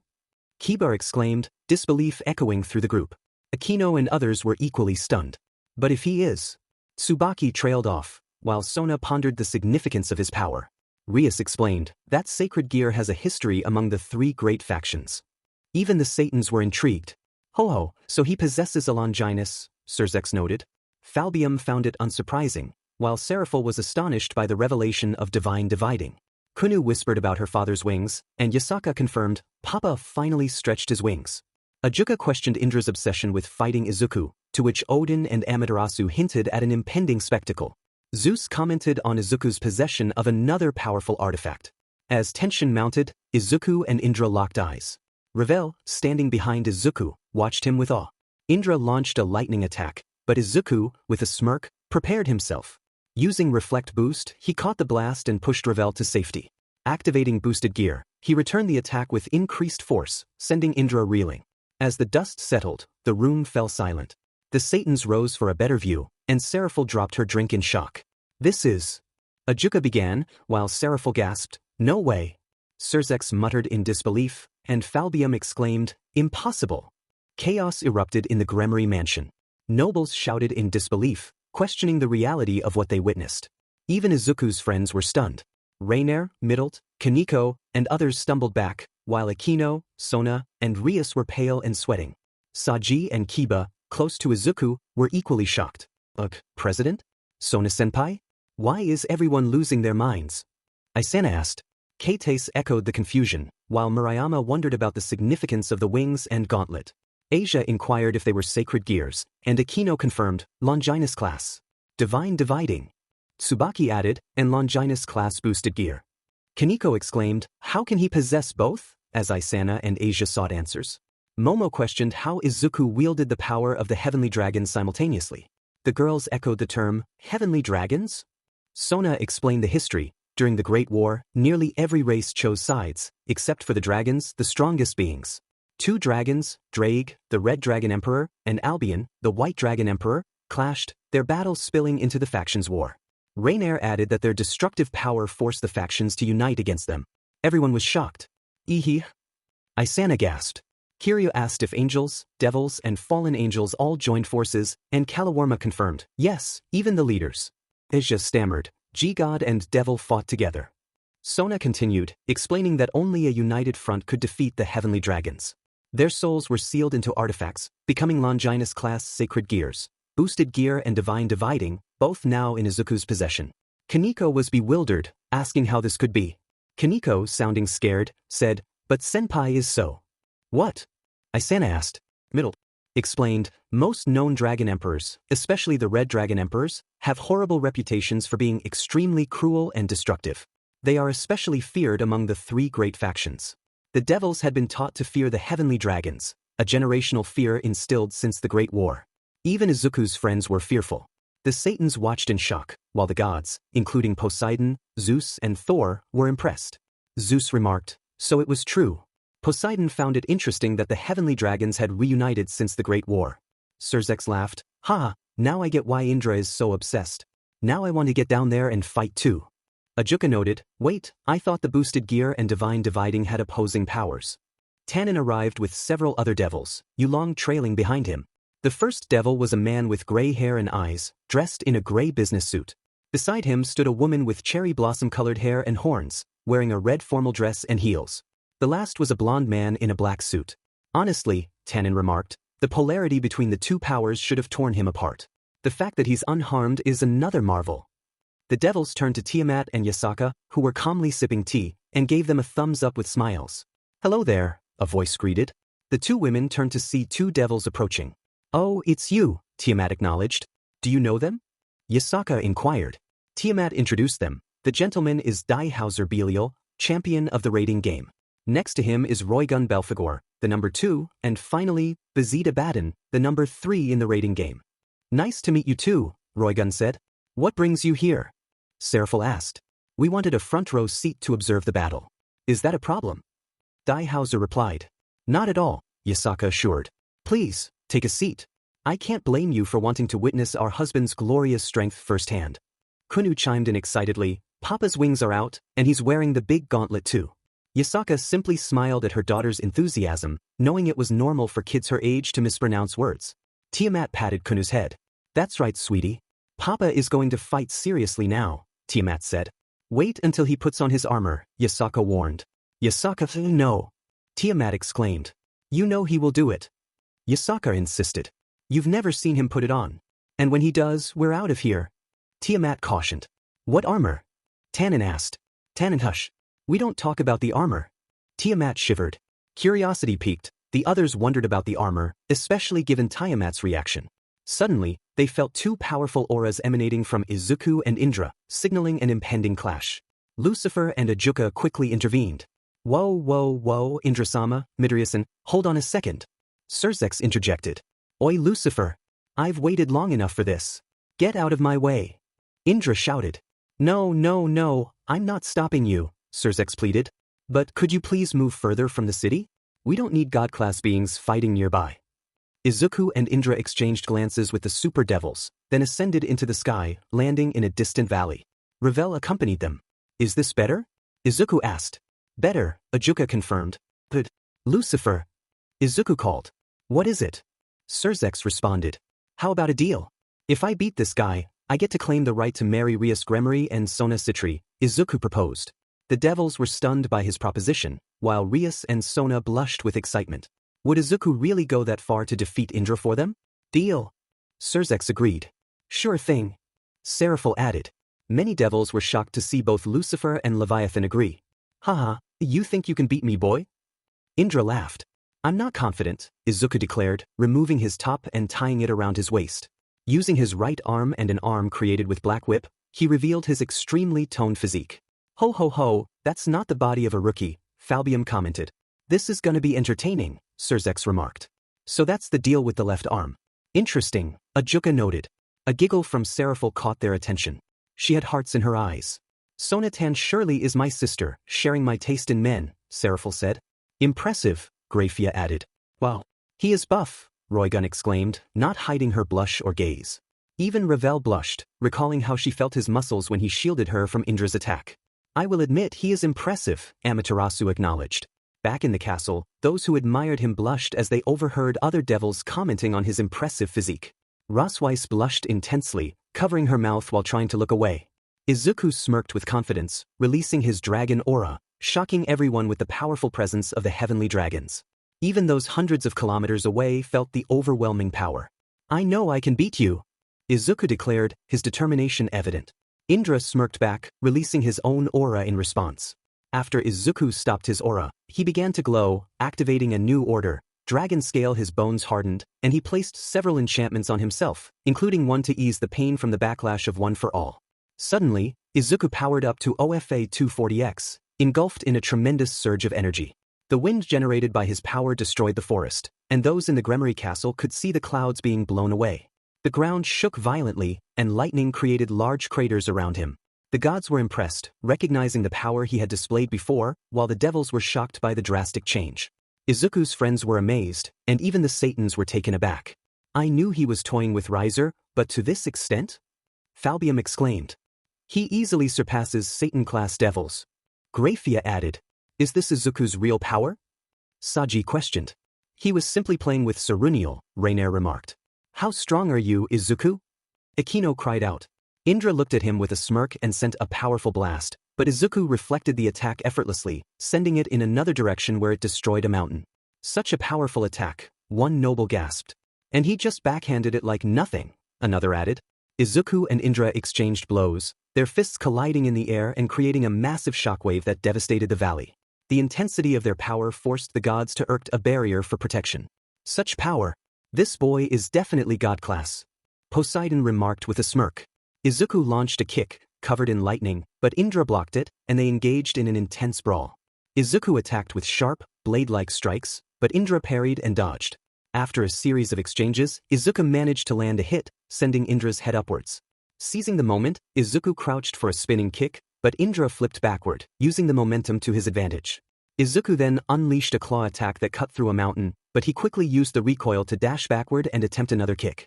Indra blocked it, but Izuku activated Fajin, his leg enveloped in red energy. The clash sent Indra flying, creating a shockwave that split mountains in half. As the battle raged on, Seraphil summoned a rating game announcer, who appeared in a hologram to report on the unfolding action. The announcer was bewildered by Izuku's last move, exclaiming in confusion. Odin, watching the spectacle, was impressed and remarked on Izuku's skill. The announcer inquired about Izuku's maneuver, and Daihauser explained that Izuku had used the recoil of his own attack to propel himself backward. Indra, regaining his footing, smirked at Izuku. "Not bad, Brett. You've got the kick," he acknowledged. The two combatants charged at each other once more. Izuku transformed his WHPS into chains, but Indra deftly kicked them aside. Undeterred, Izuku retracted the chains and launched a tendril at high speed, breaking the sound barrier. Indra dodged but managed to grab the last tendril, pulling Izuku toward him. Reacting swiftly, Izuku accelerated with powerful kicks, but Indra caught him and slammed him to the ground repeatedly. After spinning him around, Indra hurled Izuku with immense force. Izuku, however, managed to break his fall and landed safely on one knee. As he touched down, he smashed the ground with his blackened arm, causing tendrils to erupt from the earth. Indra noticed and leaped upwards, but massive tendrils with dragon heads emerged throughout the valley, ready for the next confrontation. These dragons dwarfed Tannen and Yulong by several folds, roaring with power as they attacked Indra, who agilely maneuvered between them. The dragons, tough and covered with green veins, exploded with jade lightning and fire upon being destroyed, pushing Indra back. Yet he still wore a smirk. Suddenly, the dragons focused on Indra, opened their mouths, and unleashed powerful blasts of lightning and fire that scorched the earth. Indra dodged some, but before he could evade completely, Izuku appeared and landed a hit, following up with 2 more punches. With his final strike, Izuku activated Fajin, delivering a powerful blow to Indra's stomach, nearly knocking the wind out of him. Indra was blasted away, and more dragons attacked him. Even the devils had to shield their eyes from the bright flames and lightning engulfing the land. Many were amazed, but Indra, taking a cue from Izuku, kicked off the air to fly upwards. He launched himself back at Izuku with great force, grabbing his head and dragging him along the ground for several kilometers, even through mountains.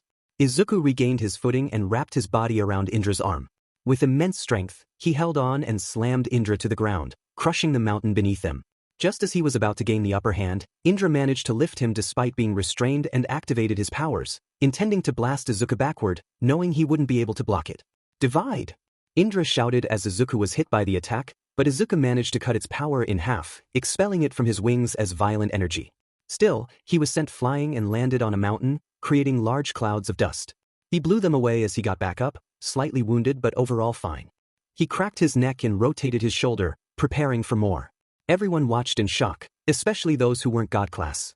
They expected such destruction from a god like Indra, but for Izuku to casually dish out attacks of such magnitude while taking hits from a god was astonishing, even for his friends. Indra landed near Izuku with a smile. Izuku looked at him and created a pair of daggers with black whip, holding them in a reverse grip. Indra, seeing this, conjured a sword using his powers. Izuku took a standard stance while Indra pointed his sword at him, and then they charged at each other. Indra aimed for a stabbing motion, but Izuku dodged. He then punched from the right, and Indra spun around to kick him. Izuku managed to kick back and get behind Indra, preparing to slash him from below.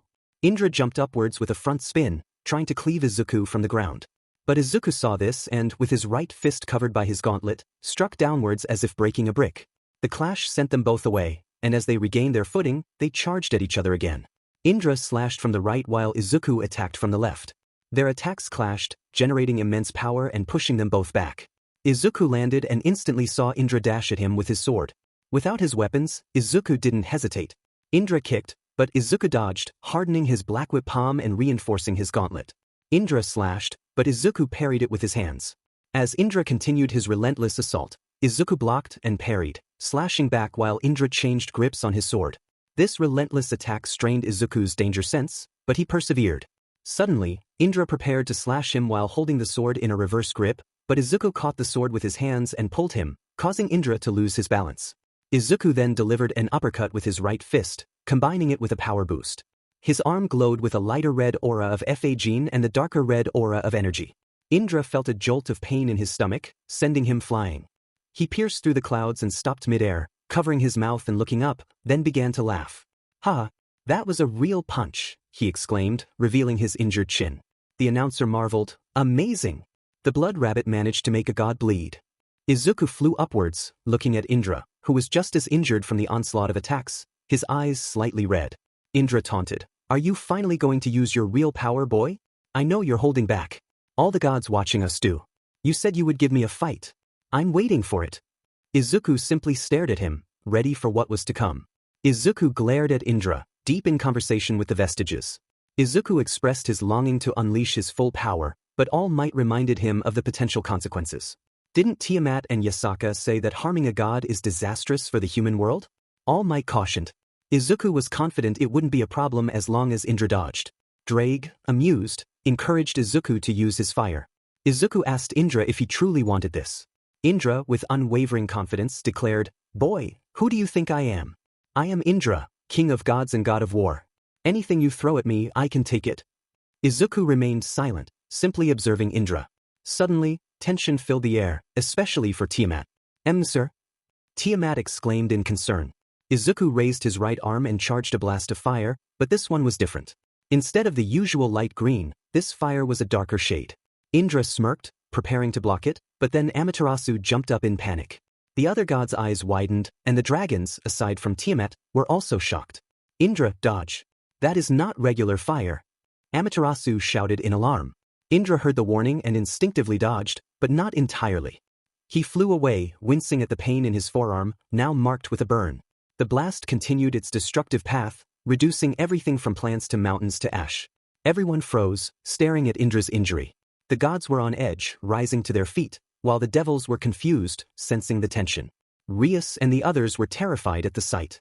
The fire continued to consume everything in its path. "My lord," someone shouted. "Father," another voice cried. "Indra-sama." Wukong exclaimed. Amaterasu was in shock. "That fire was..." Poseidon muttered, "This guy."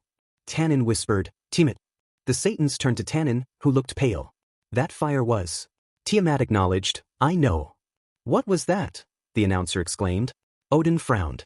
"The scorching flames of the Welsh dragon. God-killing flames of..." "The Red Dragon Emperor."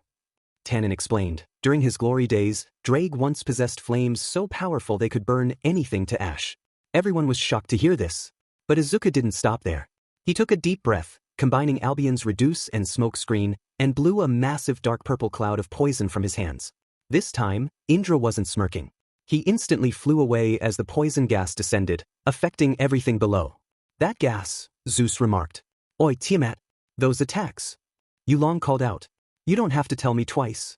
Tiamat replied. Not just Drake's fire, but Albion's reduce as well? What? The announcer exclaimed. Zeus explained that gas was Albion's reduce.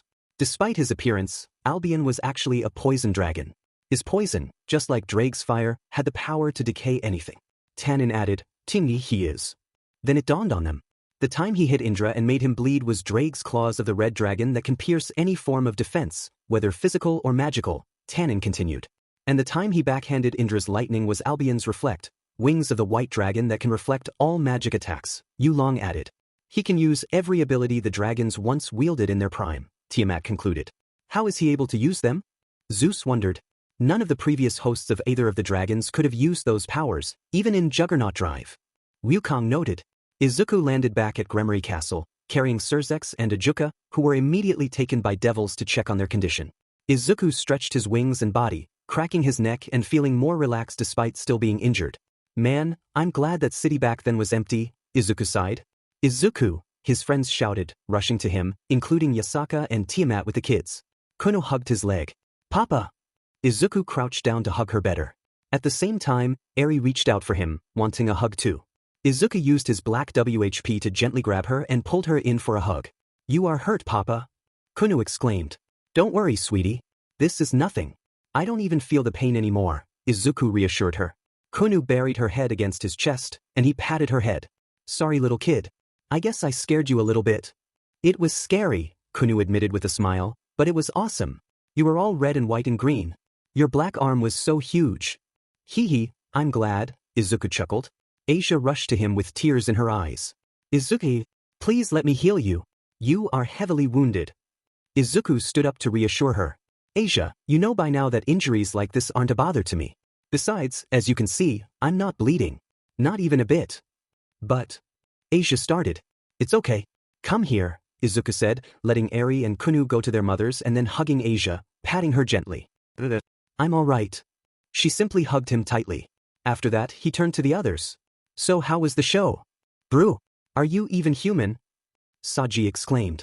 Huh, you have no idea how many people have asked me that question, buddy, Izuku replied. Well, at least we now know how powerful you actually are, Kiba noted. You don't say. Holding back is hard and annoying. Speaking of annoyance, why is there an extra fallen angel here? Izuku asked, looking at a man with dark brown hair and golden highlights, wearing a dark red coat and dark gray briefs. Oh him, Kalawarma stammered. Well, Izuku-sama, that's. Azazel began. Hi, I am Governor General Azazel, leader of the fallen angels. Hearing this, Izuku was surprised but then smirked. Oh really? Looks like my lucky day indeed. I was dying to meet you for some time. Azazel felt a chill of fear at Izuku's glee. He turned to leave, but Izuku caught him with his black WHP. Ah, you're not going anywhere until you answer all my questions. Izuku declared, dragging Azazel through the hall. Hey, look man, if this is about Seruniel, you really don't have to, Azazel started. Nah, I'm way over that. Besides, you need to apologize to them if you want to open that topic, Izuku pointed at Kalawarma, Middlet, and Rainier. Izuku, please, you don't need to, Rainier pleaded. Completely depends on how satisfactory his answers are. I will go to an empty room, don't even think about eavesdropping. Izuku replied. Azazel called out for help, looking at Kalawarma, Middlet, and Rainier. Hey guys. A little help here. If you involve them in this, they will remain the last fallen angels alive. And you better believe I can do it, Izuku warned. Azazel sighed. I am messed up, aren't I? Depends on your honesty, Izuku said as he left the room, feeling intense emotions directed at him. He noticed many devils looking at him with fear, except for one who seemed hostile. He made a mental note of this. An hour later, Izuku returned to the hall, bandaged and visibly annoyed. The tension was palpable, even affecting Yasaka and Tiamat, who reached out to the other girls telepathically. Oh no, he's annoyed, Yasaka said. What do we do? Son asked. If it comes to that, you might want to just calm him down, Tiamat suggested. Here? The girls exclaimed. The other option is he might get upset again, Tiamat warned. Good point. Isana, get ready. Rias ordered. Why me? Isana protested. We all know you are too carefree to care, Rias replied. You're right, Isana conceded. So, did you? Seraphil asked. Nope, he is alive. For now, Izuku answered just as Azazel arrived, breathing heavily and giving a thumbs up. I lived. Azazel exclaimed. His answers were satisfactory, Izuku stated. Everyone was confused to see Graphia, Seraphal, and Falbium return, followed by Rosweiss. What is going on? Son asked. Gods suddenly discovered something about the dragonmaster, and considering their reaction, it was important, Graphia explained. They even dragged Surzex and Ajuka with them. We just came here to see if he was here, Seraphal added. Yasaka and Tiamat tensed. Did they? Tiamat started. Maybe. They are gods after all, Yasaka replied. Before they could continue, Izuku returned with gods and super devils following him, excitement evident on their faces. What's going on? Kalawarma asked. Looks like the cat's out of the bag. They figured it out, Izuku said. Rainier asked. Figured what out? Odin responded. We've discovered what he truly is. He's human. You are human, Izuku, right? Isana questioned. Well, it's complicated, Izuku admitted. Zeus interjected. Oh, we've moved past that, boy. This is the only explanation that makes sense. The girls grew increasingly curious and nervous. Akino, is there something wrong with him? One of them asked. Oh, there are many things wrong with him, Wukong chimed in. Like what? Rias inquired. Amaterasu explained. First of all, we've never encountered abilities like his before. Unless they were just created by God, it's impossible for them to be unknown, especially powers with such potential. Speaking of Longinus, boosted gear and divine dividing have opposing powers. The polarity should be too much for him. Not even higher-class supernatural beings can handle that, let alone a human. Ajuka added, and the most important part about his powers, or more like his magic, is that every scan I conducted indicated he was casting magic indirectly or not casting magic at all. His spells or abilities had no explanation. Even though the new order can alter the nature of spells significantly, it shouldn't be to the extent that I wouldn't be able to detect a magical formula at all. Not to mention his magic powers. On our way here, I decided to analyze the battle we just had. I noticed that his magic felt indirect. The girls were silent. Susanoo continued. Secondly, his soul. From the start, we sensed something was off about his soul. Even though it fit the parameters of a human soul, it just wasn't right. So when he was fighting, we broadcasted the footage to the gods of the underworld in our respective religions. Amaterasu added, and just recently, Enma sent me a report. So tell me girls, what do you know about Limbo? The four girls responded, Limbo. Amaterasu explained, it's where souls go after people die. Asia asked, don't they go to heaven or hell? Poseidon replied, that's the end destination. With each religion, there are different versions of heaven or hell. Depending on your religion, you go to their version of heaven or hell. Asia was surprised, really? Indra said, you didn't think everyone went to the same heaven, did you? Isana pondered, oh, that makes sense. Then what is Limbo? Amaterasu explained, Limbo is the initial stage, a dimension where all souls are gathered. It connects to all hells and heavens, and depending on people's beliefs, they are sorted. Sometimes spirits can linger in the human world due to something anchoring them, but they all eventually go to Limbo. Kaneko asked, why are you telling us this? Amaterasu replied, because every mortal in this world has a connection to Limbo. You could argue even gods do too. It's one of the fundamental laws of nature. According to Enma, the dragonmaster's soul doesn't have a connection to Limbo. Everyone stared at Izuku with wide eyes. Izuku was simply sitting on the ground. Kiryu asked, are you sure he isn't hiding it? Amaterasu assured, you cannot hide that. And you cannot sever it either. Even if you could, there would be evidence of that. He literally doesn't have a connection. Zeus stated, and that's the problem, this guy cannot exist. He is not someone who was supposed to exist in this world. Suji asked, how? Amaterasu continued, we wondered too. But then Enma reminded us about an old theory Yahweh proposed long before the Great War, and his existence actually proves the legitimacy of this theory. Kiba asked, a theory? Indra explained, humans call it the multiverse theory. The girls were shocked and confused. They screamed in shock, but Izuku shushed them. Asia asked, what is the multiverse theory? Rosweiss explained, it's the theory that there are other parallel worlds to this one. Murayama questioned, but wait. I'm confused. Doesn't the underworld or heaven count as a world parallel to ours? Or any other world like that? Ajuka clarified, you could say that. But the worlds you mention are all connected. Here, let me show you. Ajuka created a whiteboard and a pen. Then he drew several circles on the board. Ajuka explained, these are the different worlds. One is the human world, this one is the underworld, this one is heaven, and so on. All of these worlds are connected, and they are in the same universe, so to speak. So when gods mention world, They usually mean the universe or the reality that we live in. Keites realized, wait, you don't mean. Ajuka confirmed, yep. He then circled all those worlds together. Ajuka continued, this is our world, or our universe. And Midoriya is. He then drew another circle far away from the others and outside of the main circle. He pointed to a spot far away from the circles. Ajuka concluded, he is from here. An entirely different world in an entirely different reality. Slowly, all the girls, along with Gasper, Kiba, and Saji, turned their heads to Izuku in absolute awe. Izuku simply sighed. Well, looks like the cat is out of the bag, Izuku said. Gasper stammered, so your powers, senpai. Izuku explained, well, I have boosted gear and divine dividing, but my other powers are not sacred gears or magic. Rias exclaimed, so you are not human? Izuku replied, well, I am human. Thor interjected, debatable. Izuku clarified, I am what you would call a metahuman. Hearing this, both Isana and Seraphol lit up. Like the ones in comics? Isana and Seraphol exclaimed. Izuku responded, kind of. Sona asked, then those powers are. Izuku confirmed, they are my meta abilities. They were shocked, then suddenly they all burst into questions, led by Seraphol and Isana, who surrounded him to ask questions. Seraphol asked, you really are not human? Isana inquired, how did you get your powers? Seraphol questioned, are you a superhero? Isana asked, do you have an archenemy? Seraphol wondered, have you fought aliens? Isana and Seraphol both asked, did you win? Izuku tried to calm them down, but they were too excited to stop. Isana and Seraphol were especially enthusiastic, both with starry eyes. Surzex also had starry eyes but managed to sit down unlike the other two. However, the door opened, and Kunu appeared looking really sleepy. Despite that, she was able to drag a sleeping Eri with her. Kunu said, Papa, it is loud. Yon. Eri woke up again. Izuku smiled and picked both of them up. Oh, looks like we woke you up. Well, we will be quiet. Just take a rest, little kit. Both kids passed out on his lap while Izuku was sitting. Izuku instructed, all right, no loud voices. Ask questions one by one. Amaterasu assured, got you covered.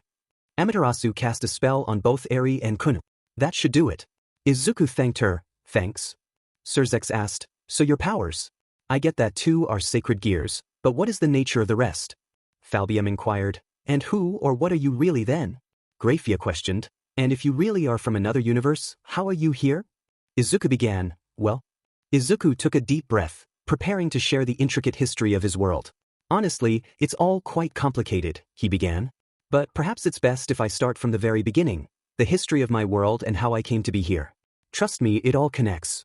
The group nodded in agreement, some visibly excited. As they settled in front of Izuku, maids served tea to the gods and others present. My world was normal, or at least it was by human standards, Izuku continued. As far as I know, there were no supernatural beings or gods.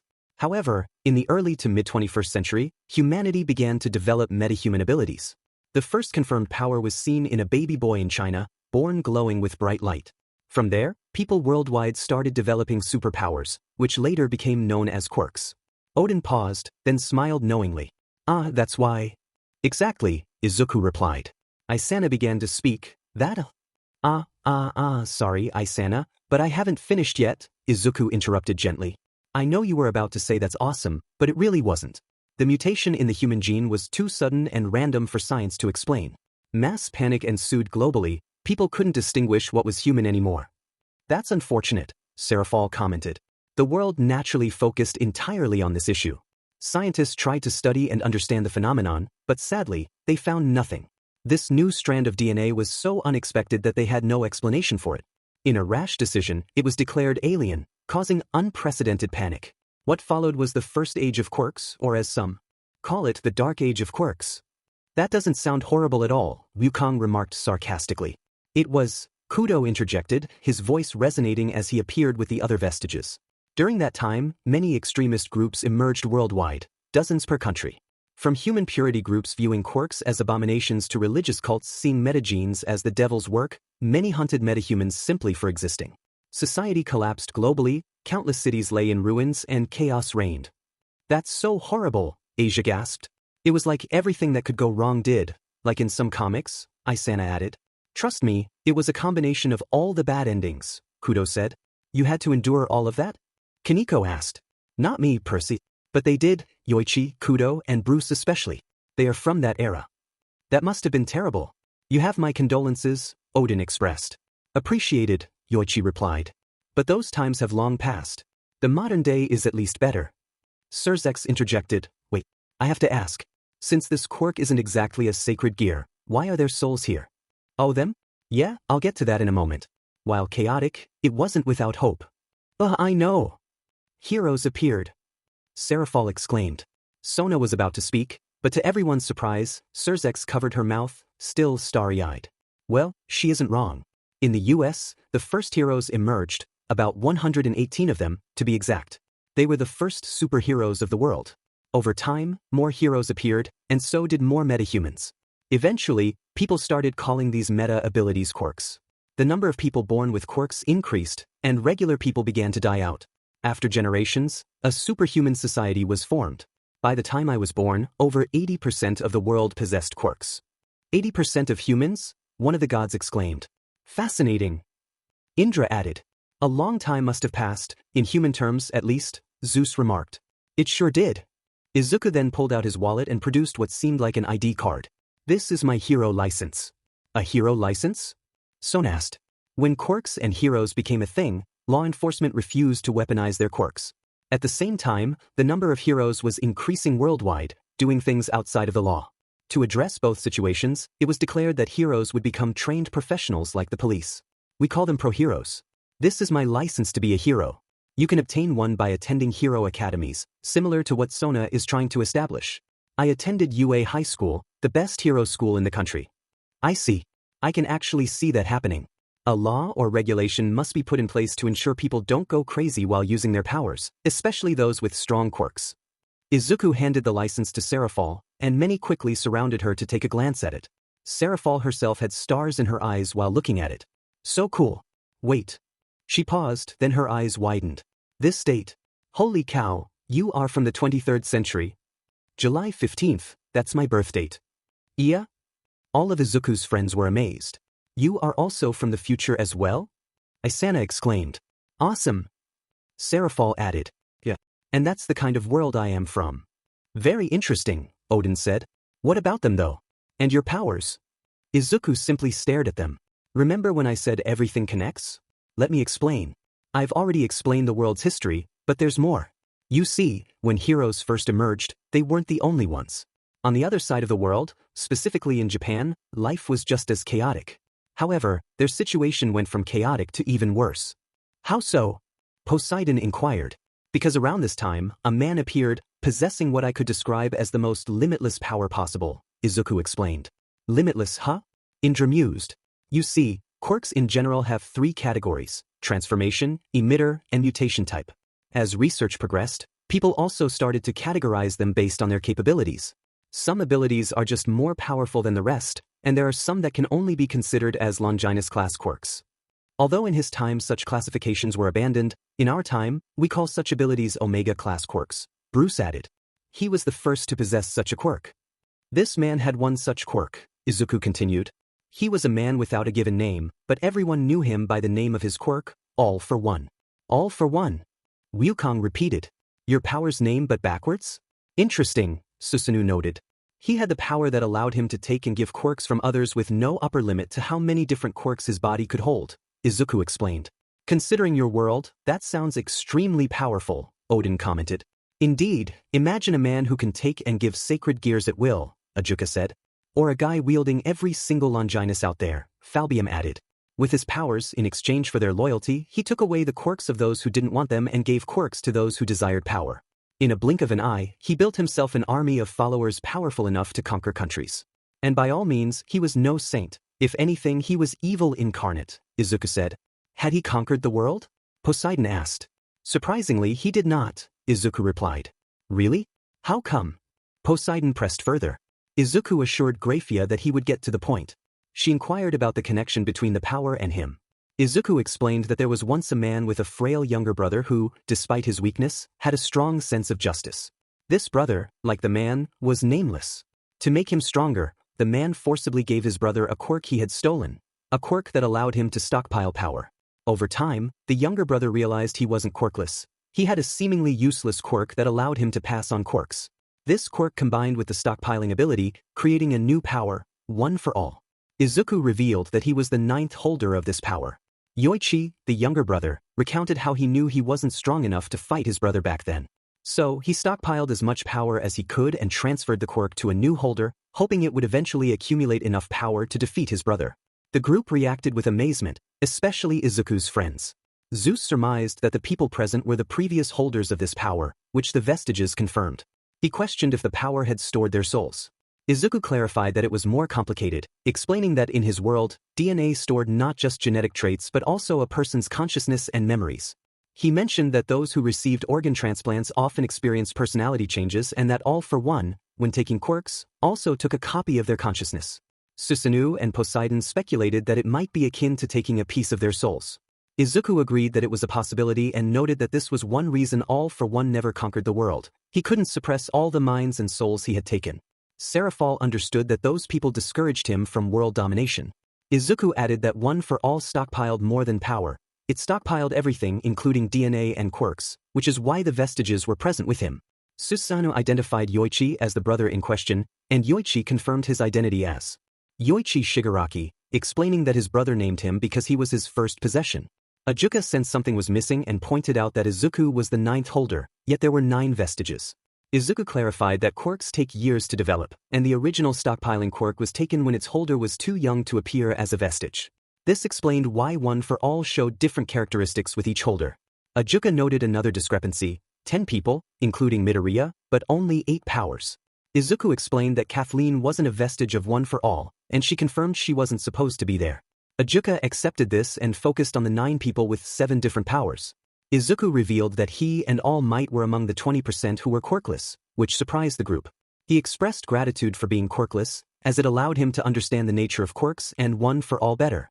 Amaterasu praised his maturity, and Izuku acknowledged it, hinting at more reasons for his gratitude. Indra prompted him to elaborate, and Izuku reminded them of the weaknesses he mentioned at the party. Kaneko recalled the extreme pain, and Izuku revealed there was another problem with One for All.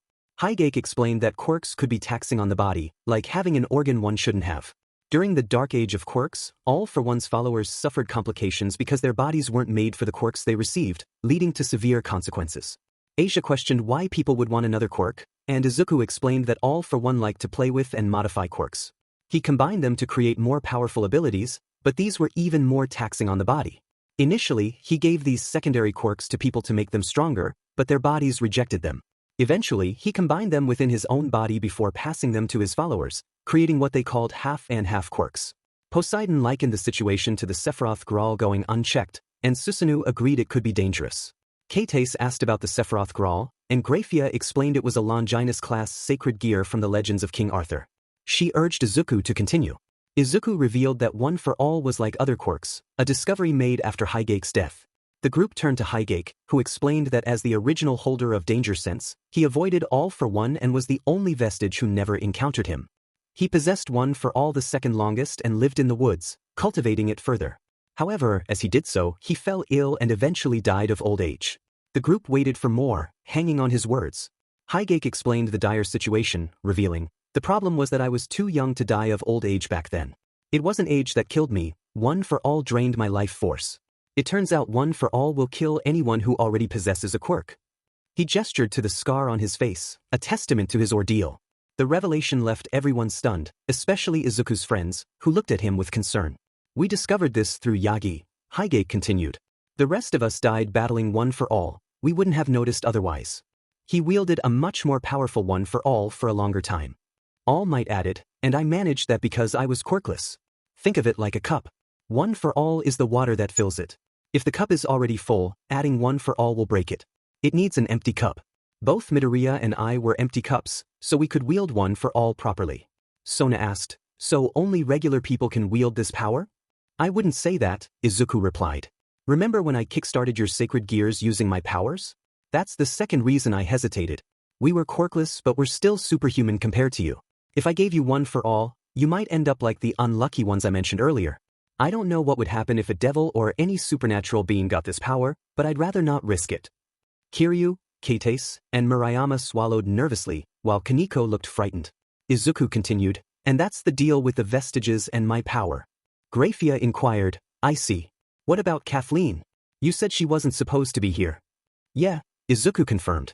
That ties into how I came here, or rather, the moment that led to it. Serzex asked, how did you come here? The dimensional gap is a void where the laws of nature don't apply, nor the laws of time or space. Being exposed to it can be deadly, even for gods. Izuku admitted, truth be told, I have no idea how I ended up here. I have an idea of how I survived venturing into the dimensional gap. Or rather, how we survived. We? Serzex questioned. I'm not the only metahuman that came to this world, Izuku said, looking at Aries sleeping on his lap and gently patting her head. Everyone's eyes widened in surprise. She is also a metahuman? Isana asked. She is, Tiamat confirmed. Wukong was skeptical. How can a baby help you survive the dimensional gap? Izuku explained, she wasn't always a baby. He held up a picture showing a younger Eri, around the same age as Kunu, and the group gasped. Is that Eri-chan? Rias asked. Yeah, Izuku replied. She was before she rewound herself into a baby. Her powers probably kept us alive while we moved through the dimensional gap. How we got there is still a mystery. Amaterasu nodded. She must be powerful if she kept you two alive in the dimensional gap. She is, Izuku confirmed. Like me, she possesses an Omega-class quirk, Rewind. Really? What does it do? Kaneko inquired. It allows her to turn any living thing back into a previous state. It's a form of time manipulation, Izuku explained. Impressive. What kind of state? Susanoo asked. Any kind. I don't just mean chronologically, Izuku said, pausing as Ajuka's eyes widened. Wait, by any chance do you also mean? Yeah, I mean that, Izuku replied. What do you mean? Akino asked. She can rewind you to what you were moments ago, a week ago, or even further back. Her powers can work biologically and evolutionarily. Since Tiamat was feeding her magic, she should also be capable of combining her powers with magic in the future. Evolutional rewind? Rias asked, intrigued. Like turning a person back into their primal ancestors or turning birds back into dinosaurs. And if we involve magic, she can even. Ajuka trailed off. Oh no, Falbium said, confused. That baby can turn a reincarnated devil back into a human or whatever they were before, Ajuka explained, and the devils looked at Eri in shock. Does she have a limit? Amaterasu asked. At her peak, she should be capable of rewinding hundreds, if not thousands, of years. Even as a kid, she could rewind for decades, but her control wasn't great, Izuku said. DMN, that baby is impressive, Wukong remarked. I see why you chose a Dragon King as her guardian, Amaterasu noted. Yes, that's another reason I couldn't let random people look after her, Izuku replied. How did you meet her? Son asked. You said you found her in the street. Was that a lie? Isana pressed. That wasn't exactly a lie. I did find her in the street, running away from Overhaul. Izuku's voice trailed off as he felt a surge of anger. Sorry, that was a trigger word for me. I still regret not making that villain suffer more, he said, calming down. Who are you talking about? Kiryu asked. His name was Kai Chisaki, a villain known as Overhaul. He's the one I saved Eri from. When her powers manifested, she accidentally rewound her father out of existence. Seriously? Rias exclaimed. When that happened, her mother abandoned her with her father, who was a Yakuza boss. Her grandfather was kind and wanted to care for her but was cautious about her quirk. He assigned Kai Chisaki to examine her. Eri's wounds would heal rapidly, and for those she couldn't heal, his quirk would handle it. His nickname is his quirk? Rossweiss asked. It's a tradition in the criminal underworld. Identities can change, but quirks cannot, unless AFO is involved. Villains often use their quirk names as titles, Izuku explained. What does this Overhaul do? Rossweiss asked. Honestly, it can also be considered an Omega-class quirk. Overhaul allows him to disassemble and reassemble anything he touches on a molecular scale. That's really powerful. Do you think you can perform cold fusion if you practice hard enough? Ajuka asked. With the awakening, maybe. He was a doctor, which made his quirk applications terrible, Izuku replied. Awakening? Kiba asked. It's the quirk version of Balance Breaker, Izuku explained. After discovering Eri's true quirk, Overhaul decided to weaponize it. He had a deep hatred for quirks, calling them a disease, and saw Eri as the cure. His plan was to create quirk-erasing bullets to sell to villains and the cure to authorities, making a fortune. But the boss was against it. Instead of backing down, Overhaul put the old man in a coma. That's terrible, Kate said. Izuku's voice trembled with emotion as he recounted the horrors Eri had endured. Overhaul had conducted gruesome experiments on her, tearing her flesh and draining her blood until she died, only to revive her with his quirk and repeat the process. By the time Izuku found her, she was shattered beyond anything he had ever seen. She had been so abused that she believed every living thing was out to harm her, convinced she was a curse. Once, when some of Izuku's old friends joked about him being her parent, Eri didn't even understand what that meant. She had been robbed of so much. The girls listening gasped in horror, especially Rainier, Kalawarma, and Middled, realizing that Eri's suffering surpassed even their own experiences. They wondered who could inflict such cruelty on such an innocent child. Meanwhile, a strong emotion emanated from Graphia, who shattered the cup she was holding, spilling green tea onto her maid apron.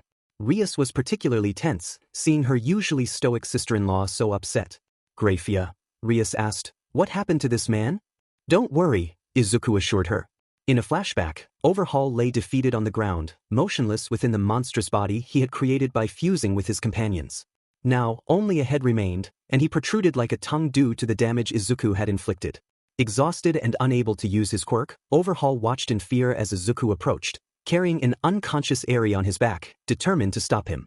Izuku stood beside Overhaul, and when Overhaul attempted to defend himself, Izuku incapacitated him. Grabbing Overhaul's head, Izuku growled, "You will never hurt her again."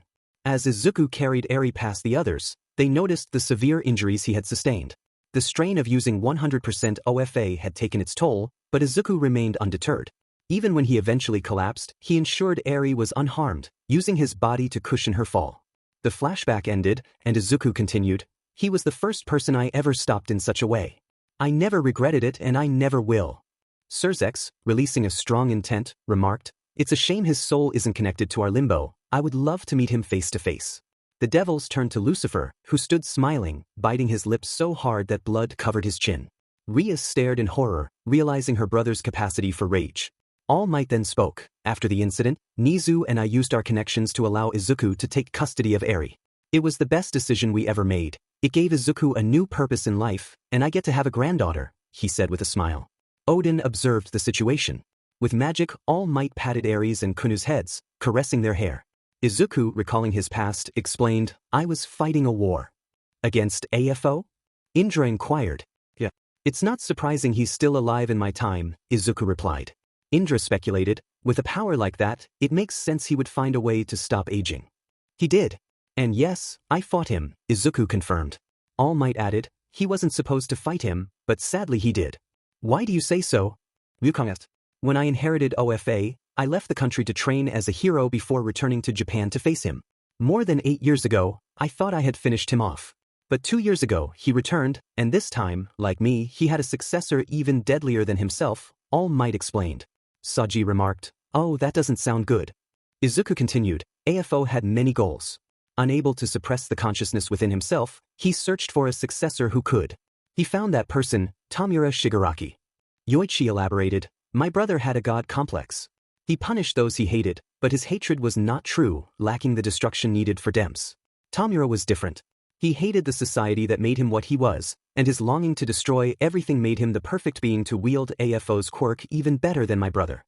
The dragons appeared, with Drake noting, "We've seen what kind of person Tomura was from our partner's memories. His longing for destruction and hatred would put even the evil dragons to shame." Thor laughed, but the dragon's serious demeanor silenced him. "Huh, you are serious." Izuku, rubbing his face, exclaimed, "So all this time, while I was trying to keep a low profile, they knew about the supernatural the whole time?" He looked at Rias and Sona, agitated. Before them stood the principal, the school board, including Zeoticus Gremory, Rias' father, and the teachers, except for a few new ones. Zeoticus chuckled while Rias and Sona began to sweat, realizing they had forgotten to inform Izuku. Rias stammered, "A lot happened, and it went over our heads." Zeoticus reassured, "Don't worry about it, Rias can be like that." Rias retorted, "You are not helping, father." Izuku sighed, "Knowing this would have saved me so much hassle. Do you know how bothersome it is to constantly hold back?" Rias and Sona apologized. Zeoticus continued, "Well, now you know. So what will you do now?" Izuku replied, "Now that you know I am the Blood Rabbit and the new general of the Western Yokai, I don't have to come up with new excuses to take a leave of absence. I'm going to get really busy soon." They nodded in response. A teacher spoke up, "If you don't mind me asking, but the Blood Rabbit has 2 arms, right?" Izuku demonstrated how he used black WHP, leaving the teachers amazed. "Any questions?" One teacher raised her hand, "Just one request." Izuku asked, "What is it?" The teacher continued, "Someone I know is kind of a fan of yours. Would you be okay with an autograph? Izuku smiled. Sure, why not? The teacher beamed. Really? Izuku was accustomed to the question. How will you convince this person that the autograph is real? He mused aloud. The second teacher hesitated before responding, well. Izuku, anticipating the request, said, you want me to sign it in my suit, don't you? The teacher blushed sheepishly and with a sigh. Izuku agreed. It can't be too bad. How about this? You bring them to a certain rooftop, and you'll find me meditating there by coincidence. The teacher smiled, relieved. Oh, that works. Just let me know when, Izuku added. Xiaticus chimed in, aren't you kind, kid? Sona cleared her throat to regain focus. Now that that's settled, let's get back on topic. Xiaticus nodded. Right. Let's welcome our new civics teacher and nurse. As the door opened, Rossweiss entered, looking embarrassed, followed by Roygun Bullhager in a pink nurse uniform. Hi everyone, honored to meet all of you, Roygun greeted warmly. Rossweiss stammered, hello, pleased to meet you. I'm sorry for the delay, I got lost trying to find the bathroom. In a flashback, Odin was preparing to leave. We're going to take our leave. However, if you need anything, you can contact us. I will leave Rossweiss here with you. Consider her my ambassador. Rossweiss protested, But Lord Odin, I am responsible for your protection. Odin dismissed her concerns. Nah, you're fired. Rossweiss was shocked. But why? Odin was blunt. You couldn't even land a husband and expect me to rely on you for protection? Besides, you're too old for my taste anyway. Let's go, Thor. Thor waved casually. See ya, fellas. Rossweiss stood there, dumbfounded and heartbroken. She sank to her knees, tears streaming down her face. Am I even bothering? I'm just an old Valkyrie, and I will die like one. Izuku, feeling sympathetic, placed a comforting hand on her shoulder. Looks like you're living with us now. But I don't even have a job here. How am I supposed to pay rent? Rossweiss asked, distressed. Izuku seemed puzzled. Rent? Rossweiss insisted. I can't possibly stay here without contributing. That would be a huge bother for all of you. Izuku reassured her. You sure? Rainer, Kalawama, and Middlet are staying for free. Frankly, both Yasaka and I have more than enough resources for a long time. Yasaka nodded in agreement. He's right. You won't be a bother to any of us, Izuku assured her, and Rossweiss stood up, wiping her tears. Thank you. Still, can you at least help me find a job? Rossweiss asked. Rias had an idea. I have an idea, but I need to know about your education level. Rossweiss puffed up with pride. Oh, I don't want to sound arrogant, but I have several PhDs in sciences, political sciences, and magical sciences. I finished courses early and was accepted to a university at a young age. Rias's eyes widened in surprise. Really? Then you can be a teacher at Kuo Academy. My father is on the school board, so it will be fine. As the flashback ended, a day after Rossweiss settled in, Yasaka and Tiamat were waiting for someone to arrive. Izuku looked confused until they reminded him that they had accepted two new devils into the group, Serafal and Roygun Bullhager, who was about to arrive. Serafal wanted to come but was too busy at the moment. I kind of forgot about that, Izuku admitted. Of course you did, Yasaka teased. You were distracted back then, Tiamat added. In the living room, a portal appeared, and Roygun stepped through, wearing a stunning red formal dress. Greetings, Princess Yasaka and Queen Tiamat. Thank you for having me, she said, bringing several pieces of luggage. Roygun-san, welcome, Yasaka replied. Welcome, Lady Bullhager, Rias and Sona said, bowing slightly. Hey kids, glad to see you too. And oh my, even in casual clothes, you look good, Lord Dragonmaster, she said, blushing and smiling at Izuku, who was wearing a black tank top and shorts that showcased his muscles. Izuku sighed. Honestly, I kind of forgot about you. Roygun blinked, then dramatically started to weep. Oh dear. And here I tried my best to make a great impression on a man who doesn't even remember me. This must be karma for being a devil. Tiamat laughed. I like this one. Since you're going to stay with us, do you have any plans in mind? I spoke to Duke Gremory. I'm going to be a nurse at Kuo Academy, Roygun replied. Really? You have medical knowledge? Isana asked. I do, enough for regular humans at least, Roygun said. That's good, Sona added. Sir Dragonmaster, feel free to visit me at school after a good workout. I'll make sure to treat your godly muscles well, she said with a playful smirk. Kalawarna interrupted. Anyways, come with us. We'll take you to your room. Thank you for having me, Roygun smiled and followed them. As the flashback ended, Izuku and the others were in the teacher's room, feeling both agitated and relieved. Everyone welcomed Rossweiss and Roygun. I'm not the most experienced when it comes to teaching, so I hope you'll be patient with me, Rossweiss said. I'll make sure to treat all the students here with care and give them big sister's love, Roygun added. You'll be fine, dear. It isn't difficult to attract the attention of the students here, Xiaticus assured her. I can confirm, Izuku said with a sigh. Speaking of students, we're also getting a new student, someone you're all familiar with. A magical circle appeared, revealing the image of Ravel. Izuku raised an eyebrow. That's Ravel Phoenix? Sona exclaimed. She applied to be a student here? Rias asked. Yes. Apparently, seeing you all fight during the raiding game moved her deeply, and she hopes to learn from you. In fact, while she's the only one coming here to become a student, she's not the only one coming to Kuo to learn from you. Others were swayed by your performance and bond as well. I must say, I'm proud of you, Rias. Rias blushed, and the other teachers were amazed. Oh. Thanks, but honestly, I don't think it would go this well if it wasn't for Izuku training all of us. How about it? Tomorrow we can welcome Ravel to the school ourselves. Which grade will she be in? Izuku asked. She's going to be a first year, Xiaticus replied. I see. And the other devils? They will contact you and Yasaka-san directly, so be prepared for that. But I'm not sure if they want to attend here as students. Very well. But I will say this, we are currently in the middle of relocating the Western yokai to Kuo, so they will have to wait if I am not available. Of course, by all means, you've made quite an impression on the Devil High Society. Even the most arrogant know better than to annoy you. Really? One teacher asked. Why is that? Another inquired. Oh, my fellow human co-workers, you cannot comprehend just how powerful he is. I'm so proud of my daughter and niece's taste in men. Father. Rias exclaimed, blushing. You uncle. Sona added, equally flustered. Xiaticus laughed heartily. You two are related? A teacher asked. Isana's father, Guru, asked. So what are you up to now, son? Isana sat there, feeling both embarrassed and scared, her wings exposed. Beside her were Yasaka and Izuku, along with Rias, had also revealed their supernatural features to support her. Izuku had persuaded Isana to be honest with her parents about becoming a devil and to share the truth about the supernatural world. Earlier, Isana had hesitated, asking Izuku, are you sure? Izuku had reassured her, unless you plan to hide this from them forever, yes. They need to know. Your family loves you, so don't worry. Rias had added, but revealing such information will be overwhelming. Izuku had countered, that's why we'll be with her, and we'll take it slow. It's better than them finding out the hard way. They had all agreed and, though Isana was nervous, she understood. She gathered her courage and called her parents to the living room.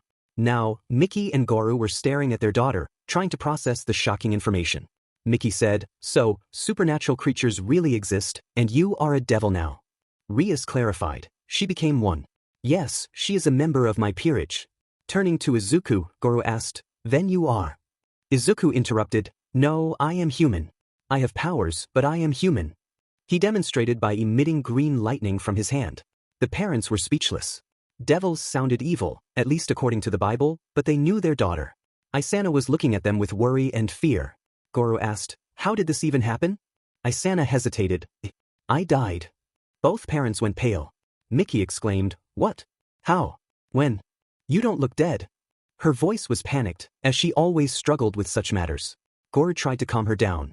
Please, honey, let her explain. Isana, please explain.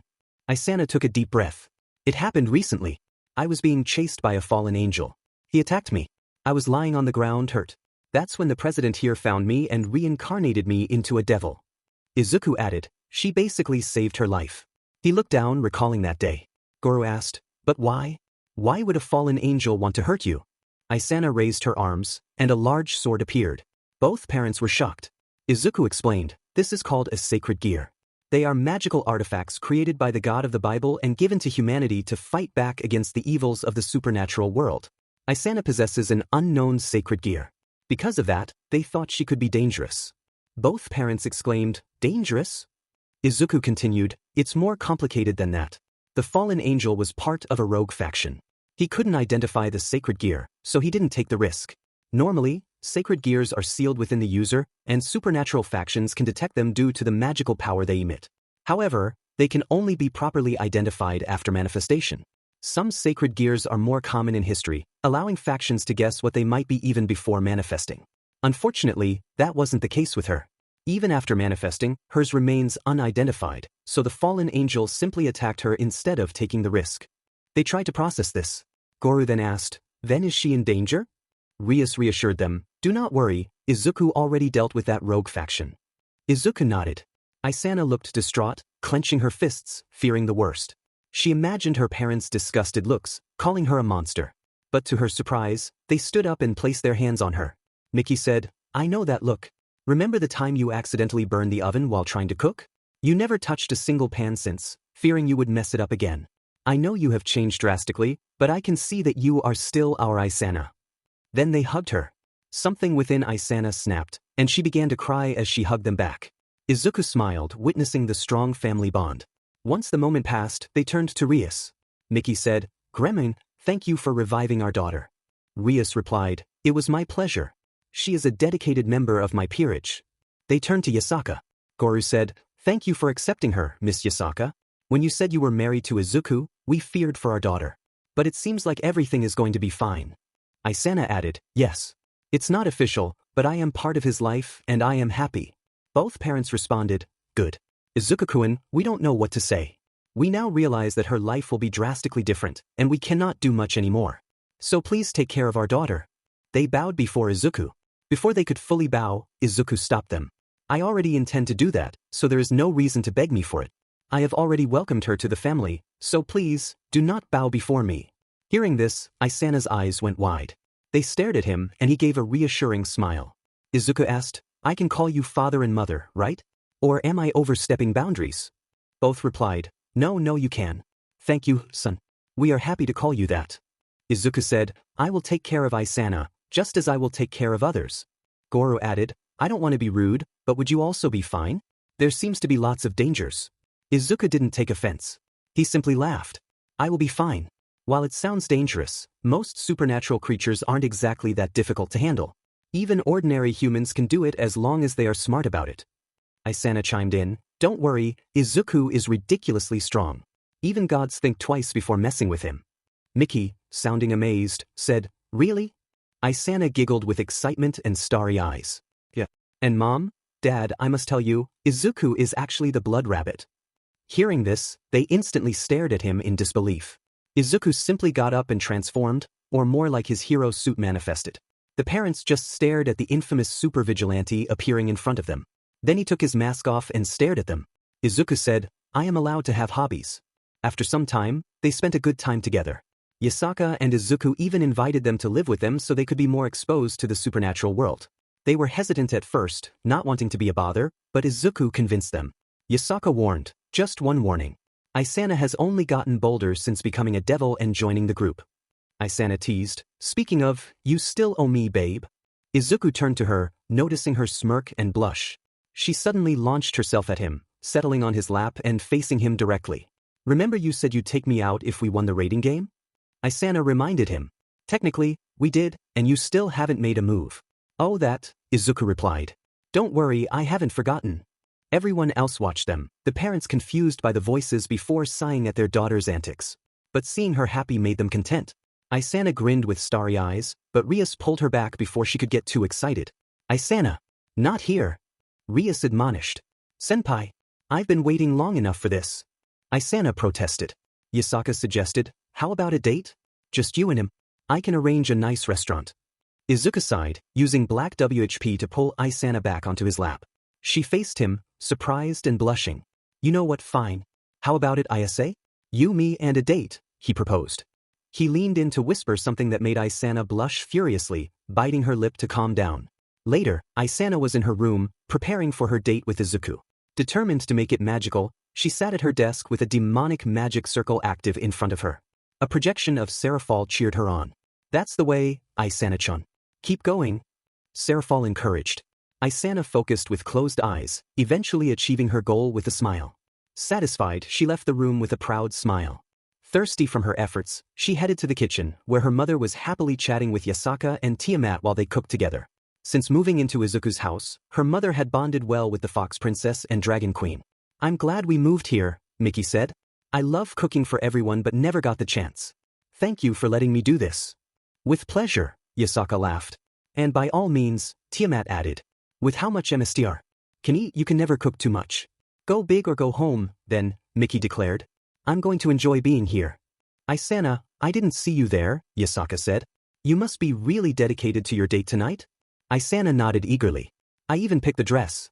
It's going to be magical, she said, her eyes sparkling. And make sure you finish it with a good surprise, Yasaka advised. Oh, I will. I've got a surprise for him, Isana promised. Miki smiled. Era, my daughter is already planning ahead. Hopefully, Isana said. Last time things didn't go as planned, but this time I'll make sure everything is perfect. Last time? Miki asked, surprised. How many times have you two gone out? I thought you'd do it when you were staying with him. Why about that? I got more excited the next day too and… In a flashback, Izuku picked her up bridal style and jumped onto a rooftop. As he landed, Isana pulled him closer and kissed him. Once they separated, Izuku put her down, and Isana began to unbutton her shirt. Say, Izuku, have you noticed a difference in my outfit? Isana asked. Izuku stared at her. Kuo had a unique school uniform for girls, and while students usually complied with the rules, it wasn't strict. Izuku quickly noticed Isana's changes, particularly her stockings and high heels. I do, he acknowledged. Well, do I look like a stylish schoolgirl right now? She teased. I'd be lying if I said no. But are you sure about going to school like this? He asked. I don't mind. Besides, I'm a devil now, I might as well act like one, she said with a wink, sending him a playful kiss with her finger. Izuku chuckled at her antics. It's also functional, you know, Isana added. In what regard? He inquired. With a smirk, she walked up to him, turned around, and pulled him closer, teasing him playfully. The height difference meant she had to be on her tiptoes, even with heels. I'd have to be on my tiptoes to do this. Without heels, it would be tiring, she explained. Izuku smirked. Really? I figured I could just lift you like a coat, with your legs dangling. That excited Isana even more, imagining herself close to him. Izuku lowered his head and pulled her in for a kiss. Isana reached up and kissed him back, pulling his waist with one hand and his head with the other.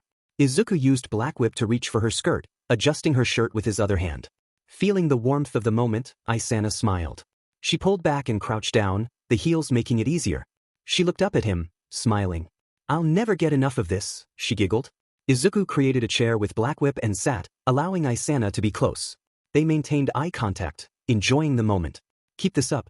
I need you to be as close as possible, he said. She happily obliged, feeling more connected to him. Her emotions heightened, and she felt a deep connection. When they finished, they both felt fulfilled. Izuku stood, and they shared a warm embrace, content with their time together. Later, Izuku waited outside for Isana. He wore a white dress shirt with the left sleeve tied and the right sleeve folded to showcase his forearm. He paired it with black dress breathes and shoes, opting against a more formal look. Isana was unpredictable, so he wasn't sure what she would wear. Bruce commented, I personally don't care, but it's about time you took her on a date. Yeah, no kidding, Elsha added. Banjo chimed in, to be fair, this is Isana. You just gotta look at her funny. All Might replied, you mean if Izuku looks at her funny, right? Banjo responded, I know what I said. If you understand something else, that's on you. Yoichi wondered aloud, I wonder what she would wear. Nana had predicted it perfectly. Isana would overdress in the skimpiest way possible. When the door opened, Isana emerged with a smile and a blush, wearing a daringly skimpy black dress paired with matching high heels. The dress was slit open from the waist, revealing her curvy hip, while the top part was minimal, barely covering her, leaving the rest of her torso bare. Fortunately, the night was warm.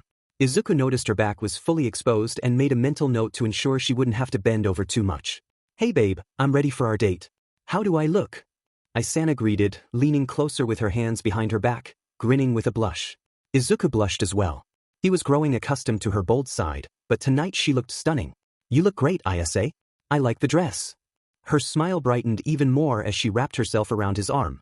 Thanks, I decided to explore my inner XHBDNST. Izuku chuckled, not surprised. You knew I was into that? Isana teased. Isana, you're into anything. I need to find out what you're not into, Izuku replied. Isana laughed, her cheeks flushed. Anyway, I love your suit too. Totally giving you a Yakuza leader vibe with your muscular and scarred arm. I'm sure staying by your side would discourage any onlookers, don't you agree, babe? She said with a teasing giggle, then reached for his head and pulled him in for a kiss. Izuku picked her up with the help of Black Whip, and they kissed. As they left, others stared at them. Some girls were envious, while Roygun smirked, contemplating whether she should wear something similar on their date. Rias and Aquino both internally vowed that their outfits would be even more eye-catching. The restaurant they visited was quite nice, offering well-prepared dishes that were also high in calories. Isana felt a bit embarrassed, not being used to such places, but she still enjoyed the dinner. They talked about many things, laughed together, and overall had a good time. Isana even joked about past adventures, making them both smile. Once dinner was done, Izuku paid for the meal. They left with Isana cuddling his arm. As they walked, people stared at them, some blushing at Isana's dress. Some considered approaching her but instantly decided otherwise upon seeing her cuddling Izuku's arm. Izuku looked determined as he spoke to Isana. I say, there's a place I want to take you. Before that, is there anything you want to do? Isana thought for a moment. There's one thing. Do you remember the place we first met? Izuku chuckled. Oh, ha, he laughed, leaving Isana confused. What's the matter? She asked. I was also planning to take you there, he replied. Isana was surprised, then smiled. Izuku took her to the alleyway where they first met. From a rooftop, they looked down at the alley. I wondered what would have happened to me if we didn't meet here. Do you also think about it? Isana asked. To be fair, I really shouldn't, but I do. When I first came to this world, I was around this region, found an abandoned apartment, and stayed a week there with Eri. It was a low point in my life, maybe the lowest. But I'm glad things turned around. I was actually weeping when I found you in danger. Good thing my body moved on its own. Hearing this, Isana was shocked. She was sure he had never told this to anybody. She started to cry and hugged him. I guess we were both at a low point, huh? I guess it's fate then. Maybe, Izuku replied. Izuku then manifested his hero suit around him. Seeing him, Isana wondered what his plan was. He pulled out a sound device and played slow music for them to dance. Realizing what was about to happen, her eyes brightened as she held his hand. Together, they danced on the rooftop under the warm moon. Isana felt joy as she danced with him next to the place they first met. She felt like a princess dancing. With her hero. It was truly magical. Izuku removed his face mask, and they kissed once again as the moon shone on them. Later, Izuku landed in the center garden while carrying Isana. Looking around, he noticed that everyone was asleep. He carried her to her bedroom. Once inside, she whispered in his ear, expressing her love and gratitude for the magical evening they shared. They embraced, cherishing the bond they had formed. The night was filled with warmth and affection as they held each other close, grateful for the journey that had brought them together. Isana found herself in a surreal situation, surrounded by multiple versions of Izuku. She was overwhelmed and unsure of what to do. Izuku, with a determined look, approached her, and she felt a mix of emotions. Just relax, okay?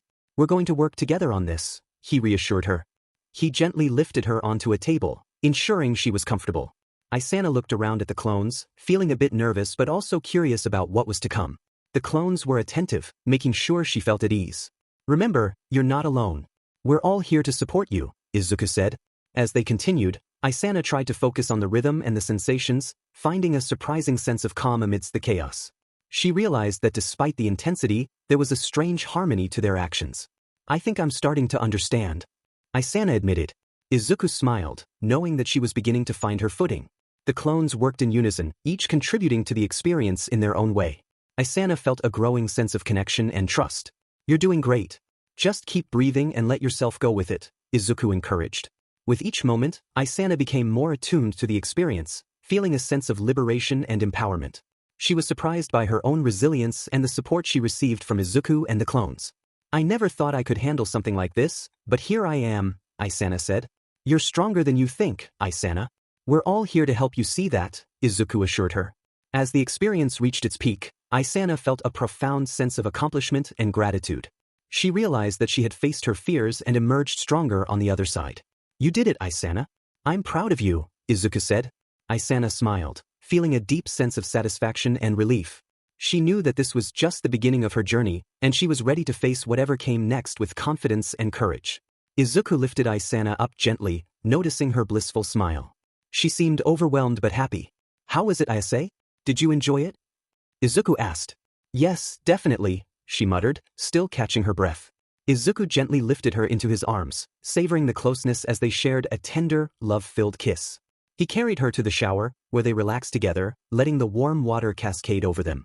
Isana rested her head on his chest, feeling a profound sense of contentment and peace. Meanwhile, in another room, their friends were engaged in a playful conversation, speculating about who might be next to share such a moment with Izuku. Laughter and teasing filled the air, highlighting the camaraderie among them. In the underworld, Seraphal sat in her room, daydreaming about romantic adventures and roleplays, inspired by the love she had witnessed. Later, Sona was in her office, immersed in paperwork, when Izuku entered with a playful grin. Hey, Citri, still busy with that work? He teased. Sona looked up, surprised by his sudden appearance, and blushed slightly. Aren't you bored of that work? I know a way to make this day more fun, Izuku suggested playfully. Sona hesitated, aware of their surroundings but intrigued by his suggestion. They shared a moment of understanding, both knowing that sometimes it's okay to take a break and enjoy life's little pleasures. How about we make it official? Izuku proposed. Suddenly, they found themselves in the conference room, with all the students and teachers staring at them. Let's let them know you're with me, he declared. Aizu, not here, Sona murmured in her sleep. In reality, Sona was dreaming vividly. She awoke to her alarm clock ringing, breathing and blushing as she reached for her glasses. Once she put them on, she sighed and headed to the kitchen, craving coffee. In the living room, she found many other girls looking equally disheveled and red-faced, including Rias, Ravel, Kates, Murayama, and even Akino.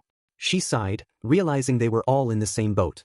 Later, as Izuku sat down to eat, Sona occasionally glanced at him, but each time he looked back, she quickly turned away. Some other girls did the same. Is there something wrong? Izuku asked. Kiryu replied, Oh, don't mind them, they're just a bit flustered. And no, I am not, the girls shouted, causing Izuku to raise an eyebrow. Kiryu smirked, I beg to differ. Don't talk like you are different, the girls retorted. I already calmed down, I'm good, Kiryu said. Roigun added, good thing I packed some things when I moved here. Asia sat there, still blushing and pouting, hoping for some peace. At school, Isana waited outside the shower room, ensuring she looked presentable. She recalled a conversation with Roigun, who had approached her discreetly with mischievous intentions. Hi-hun, Roigun had said, you want to get closer to him? Maybe I can help you. She had given Isana a subtle suggestion, assuring her it would go unnoticed. Isana had smirked and nodded, silently thanking her. Back in the present, Isana thought, he should be feeling it right now, perfect. She entered the shower room, acting cute. Hey babe, are you okay? She called out, but paused when she found the room empty. Puzzled, she looked around in panic. What happened? Did I come early? Did he not notice? Did I come late? What is going on? Elsewhere, Izuku hurried through the hall, feeling uncomfortable. He suspected someone had played a prank on him and wasn't pleased. You better go to the nurse. You can't rely on your powers for everything, Kathleen advised with a smirk. She and the other misfits knew Izuku could handle it but didn't want to miss a rare opportunity. Turning a corner, Izuku bumped into Sona, who was carrying paperwork for first-year students and new applicants. Sorry, Sona, Izuku apologized. Sona looked up to see Izuku struggling. Are you okay, Izuku? No, I don't know. Somebody tampered with my drink, most likely a prank, he explained. Tampered? With what? Sona asked. With something unusual, Banjo interjected as a green jewel appeared from his hand. Sona blushed at this, and Izuku grew more uncomfortable. But can't you just? Sona began. I tried to handle it but this one seemed different in nature. I haven't checked properly, and things are difficult for me, Izuku admitted. Oh, Sona replied. I'm going to the nurse's office. Hopefully, Roigun will have some answers, Izuku said. Sona thought for a moment, suspecting Roigun or Isana might be involved. She decided to use the situation to her advantage, hoping to win her bet against Rias and Akino. Sona had always been intrigued by high school romance and often imagined sharing special moments with Izuku during school hours. This situation seemed perfect for her plan. Determined, she approached Izuku. What are you doing? He asked. I need to help you with the demonic energy. There's no other way, Sona replied. But here? Aren't you worried someone might find us? Don't you have a reputation to uphold? Izuku questioned. Sona paused, then cast a barrier spell on the door, sealing it shut and making the room soundproof. This way, no one should interfere, she assured him. Are you sure? Izuku asked. Yes. Honestly, I'm kind of into this, Sona admitted. Oh. Still, you're helping me out, and given the situation, it doesn't feel right for your first time to be like this, Izuku said. Don't worry about it. What matters is that I'm going to enjoy this, and so will you, Sona replied with a smile. Then let me at least take you on a date tonight, Izuku offered. Sona's smile brightened as she giggled, teasingly offering, then let me show you a sneak peek of what awaits tonight. Her playful demeanor created a moment of connection between them, and Izuku appreciated her willingness to help. Sona was determined to assist him with the demonic energy, and they both understood the importance of their task. As they continued, Sona felt a surge of excitement and happiness, cherishing the moment she shared with Izuku. They both recognized the significance of their actions and were committed to seeing it through. In the end, Sona and Izuku found themselves closer than ever, having shared an experience that strengthened their bond. They were aware of the challenges ahead but felt ready to face them together. Izuku cautioned, "Get ready, this might be a bit intense." "Go ahead."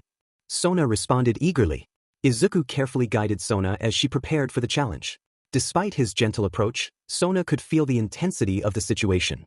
Her eyes widened as she focused, feeling overwhelmed yet determined. Are you able to focus, Sona? I can slow down if you need, Izuku offered. No, I'm fine.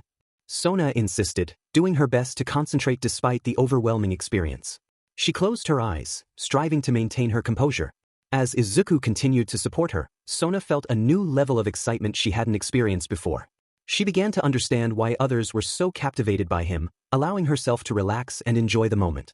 Sona, I'm going to finish soon, Izuku warned, but she was too absorbed to respond. Later, Rias looked at Isana with a mix of frustration and embarrassment, while Akino shared her upset feelings. Sona sat contentedly nearby, while others sulked. Roigun was in a bad mood, knowing that plans had changed unexpectedly. Isana, tied up with magical tendrils, felt a bit guilty. Thank you, Isana, Sona said with a smile. Izuku, confused, asked, Am I missing something here? Tiamat explained, Sona, Rias, and Akino had a bet on who would get to spend time with you first. Sona seems to have won. Sona giggled, Looks like I won again, Rias. Izuku chose me first. Rias protested, No, you didn't. He needs to take your heart. But he did that already, so I practically won, Sona teased. Rias lost her cool and jumped up, That doesn't count. Sona giggled triumphantly. Don't mind her, Isana. She can be a sore loser sometimes. Since Izuku promised a date night, Sona declared with a grin, I'll make sure it's unforgettable. Rias pouted in frustration, while Akino also felt defeated. Kiryu asked, Couldn't you just remove the effect yourself? I tried, but it was tricky to handle and the vestiges weren't helping, Izuku explained. Banjo chimed in, as if we would let such an opportunity go to waste. Meanwhile, Isana remained on the ground, waiting for the situation to resolve. I guess I'm sorry, she said sheepishly. Suddenly, Rias and Akino turned to her with determination. Looks like I was too soft on you. You need some DSPLN, Rias remarked. I agree. Rias, how about we take a page out of Izuku's book? Akino suggested with a mischievous smile. Indeed, Rias agreed. Isana looked at them with fear.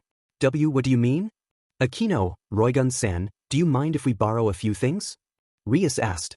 Of course not, girls. Just be careful, Roigun replied. Rias took the key while Akino gently guided Isana away. We need to recalibrate this situation, Akino said with a playful grin. Isana called out for help, Yasaka-san. Tisan. Help me, big sisters. Sorry, Isana, you brought this on yourself, Yasaka replied. Don't worry, you'll be fine, Akino reassured her with a smile. Isana called for help as the rest of the girls watched, each with their own thoughts. Kaneko looked sad, wondering when her turn would be. Asia pouted with teary eyes, wanting a date too. Kiryu smirked, knowing her turn would come soon. Keitase and Murayama blushed, stealing glances at each other. Rainier, Kalawama, and Middlet exchanged uncertain looks. Despite her failed plan, Roigun laughed, enjoying the chaos. Rosweiss tried to comprehend her new role as a teacher in a house full of girls vying for the attention of a good man. She blushed, realizing her thoughts, and shook her head. Izuku sighed, shaking his head. Ravel then shyly approached him. Are they always like this? Ravel asked. If you're talking about the disagreements? Yeah, they do this often. But you know how it is, families can bicker among one another. They still care about each other deeply though, Izuku replied. Time skip. Izuku waited outside for Sona. While he didn't expect Sona to be as energetic as Isana, he was prepared for anything, now aware of the rivalry among the girls. Yasaka had helped Sona recover with magic so she would have energy for their date. When the door opened, Sona stepped out in a stunning dark blue dress. Sorry to keep you waiting, she said, taking his hand without hesitation. Let's go, my future husband, she added with a giggle. From the corner of her eye, she noticed Rias and Akino looking at her with envy. She smirked as they left, both annoyed and deciding to take their jealousy out on Isana. Arriving at the scene, Isana was still tied up and the situation was chaotic. Izuku heard Murayama and Keitase shout. Turning, he saw a crowd gathering with an unsettling number of boys watching. He rushed over to find Isana and Kiryu laughing while Keitase and Murayama were on the ground, trying to cover themselves. Just stop looking already. Keitase shouted. Izuku quickly took off his jacket and shirt to cover them. Both girls looked up at him, grateful. Thank you, Izuku, Murayama said. Later, he arrived at the student council room, where Isana and Kiryu were on their knees apologizing in front of Izuku, Sona, Rias, and their peers, along with Ravel, Rosweiss, and Roigun. How did this even happen? Izuku asked. We were training on making a new spell, Isana explained. What kind of spell? Izuku inquired. Isana got up and touched Akino, causing her shoulder to glow. Akino reacted, surprised by the burst of power. Era, she exclaimed. Momo covered Saji's eyes while Tsubaki did the same for Kiba. Gasper was oblivious, hidden in his box. Is this a new spell? Rias asked. Our new spell, the dress break. It's also anti-armor, if you catch my drift. Kiryu winked at Izuku, who glared back. Don't even think about using that on my hero suit, Izuku warned. Both girls jumped back in panic. We are sorry, Isana and Kiryu stammered. Izuku sighed. Listen, if you're going to test new abilities, do it at home or in the occult club room, not in public. Why did this happen anyway? Son asked. We were, Kiryu began. We were arguing over who should date you first, specifically me, Keitase, and Kiryu. Isana also chimed in as if she didn't go on a date with you already, Keitase explained. Izuku slapped his face in frustration. Because of this stunt, Kiryu, you've lost your chance to be the first among the three. Kiryu's eyes widened in disbelief. What? No, he exclaimed, while the two girls cheered before exchanging glances. Rock, paper, scissors? Murayama suggested. I have a better idea, Izuku interjected, drawing their attention. I'll take both of you on a date. Everyone was taken aback by his proposal. Both of us together? Murayama asked, her voice tinged with disappointment. Izuku explained, my reasoning is technical. He noticed their confusion as they tilted their heads. You share a sacred gear that connects your minds. If I take one of you at a time, it wouldn't be fair to the other. Oh, they both responded, realizing the truth in his words. Considering the effects of Gemini, who knew how the rejected one might react? Seeing the logic, they agreed. A blue gem emerged from his body, glowing with a radiant light. He also forgot to mention that if you are both together, you'll feel everything twice as intensely, Banjo added. I wasn't thinking that. Izuku protested. Yes, you were, Nana teased. Enough. Izuku interrupted. You two, how about tonight? They nodded eagerly. Later, as they relaxed in the room, Murayama's phone rang. Mom's calling, she said. Really? I haven't seen Aunt Masaki in a while, Keitase replied. Probably not since we moved into the dorms. Murayama answered the call, and her mother's voice burst through the line. Hi, sweetie. How are you? I'm good. How have you been? Murayama asked. Great. Is Keitase with you? Masaki inquired. She is. Why? Because Kana and I are in town for a visit, but you never gave us your new address. Both girls went pale, exchanging nervous glances before looking at Izuku and the others. You never told your parents about this, did you? About anything? Izuku asked. Would you expect them to believe us? They replied. This will be another Isana situation.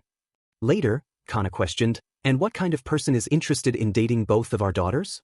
There are even older women here, Masaki added, glancing at Keitase and Murayama, then at the rest of the girls. The two girls nervously welcomed their mother inside.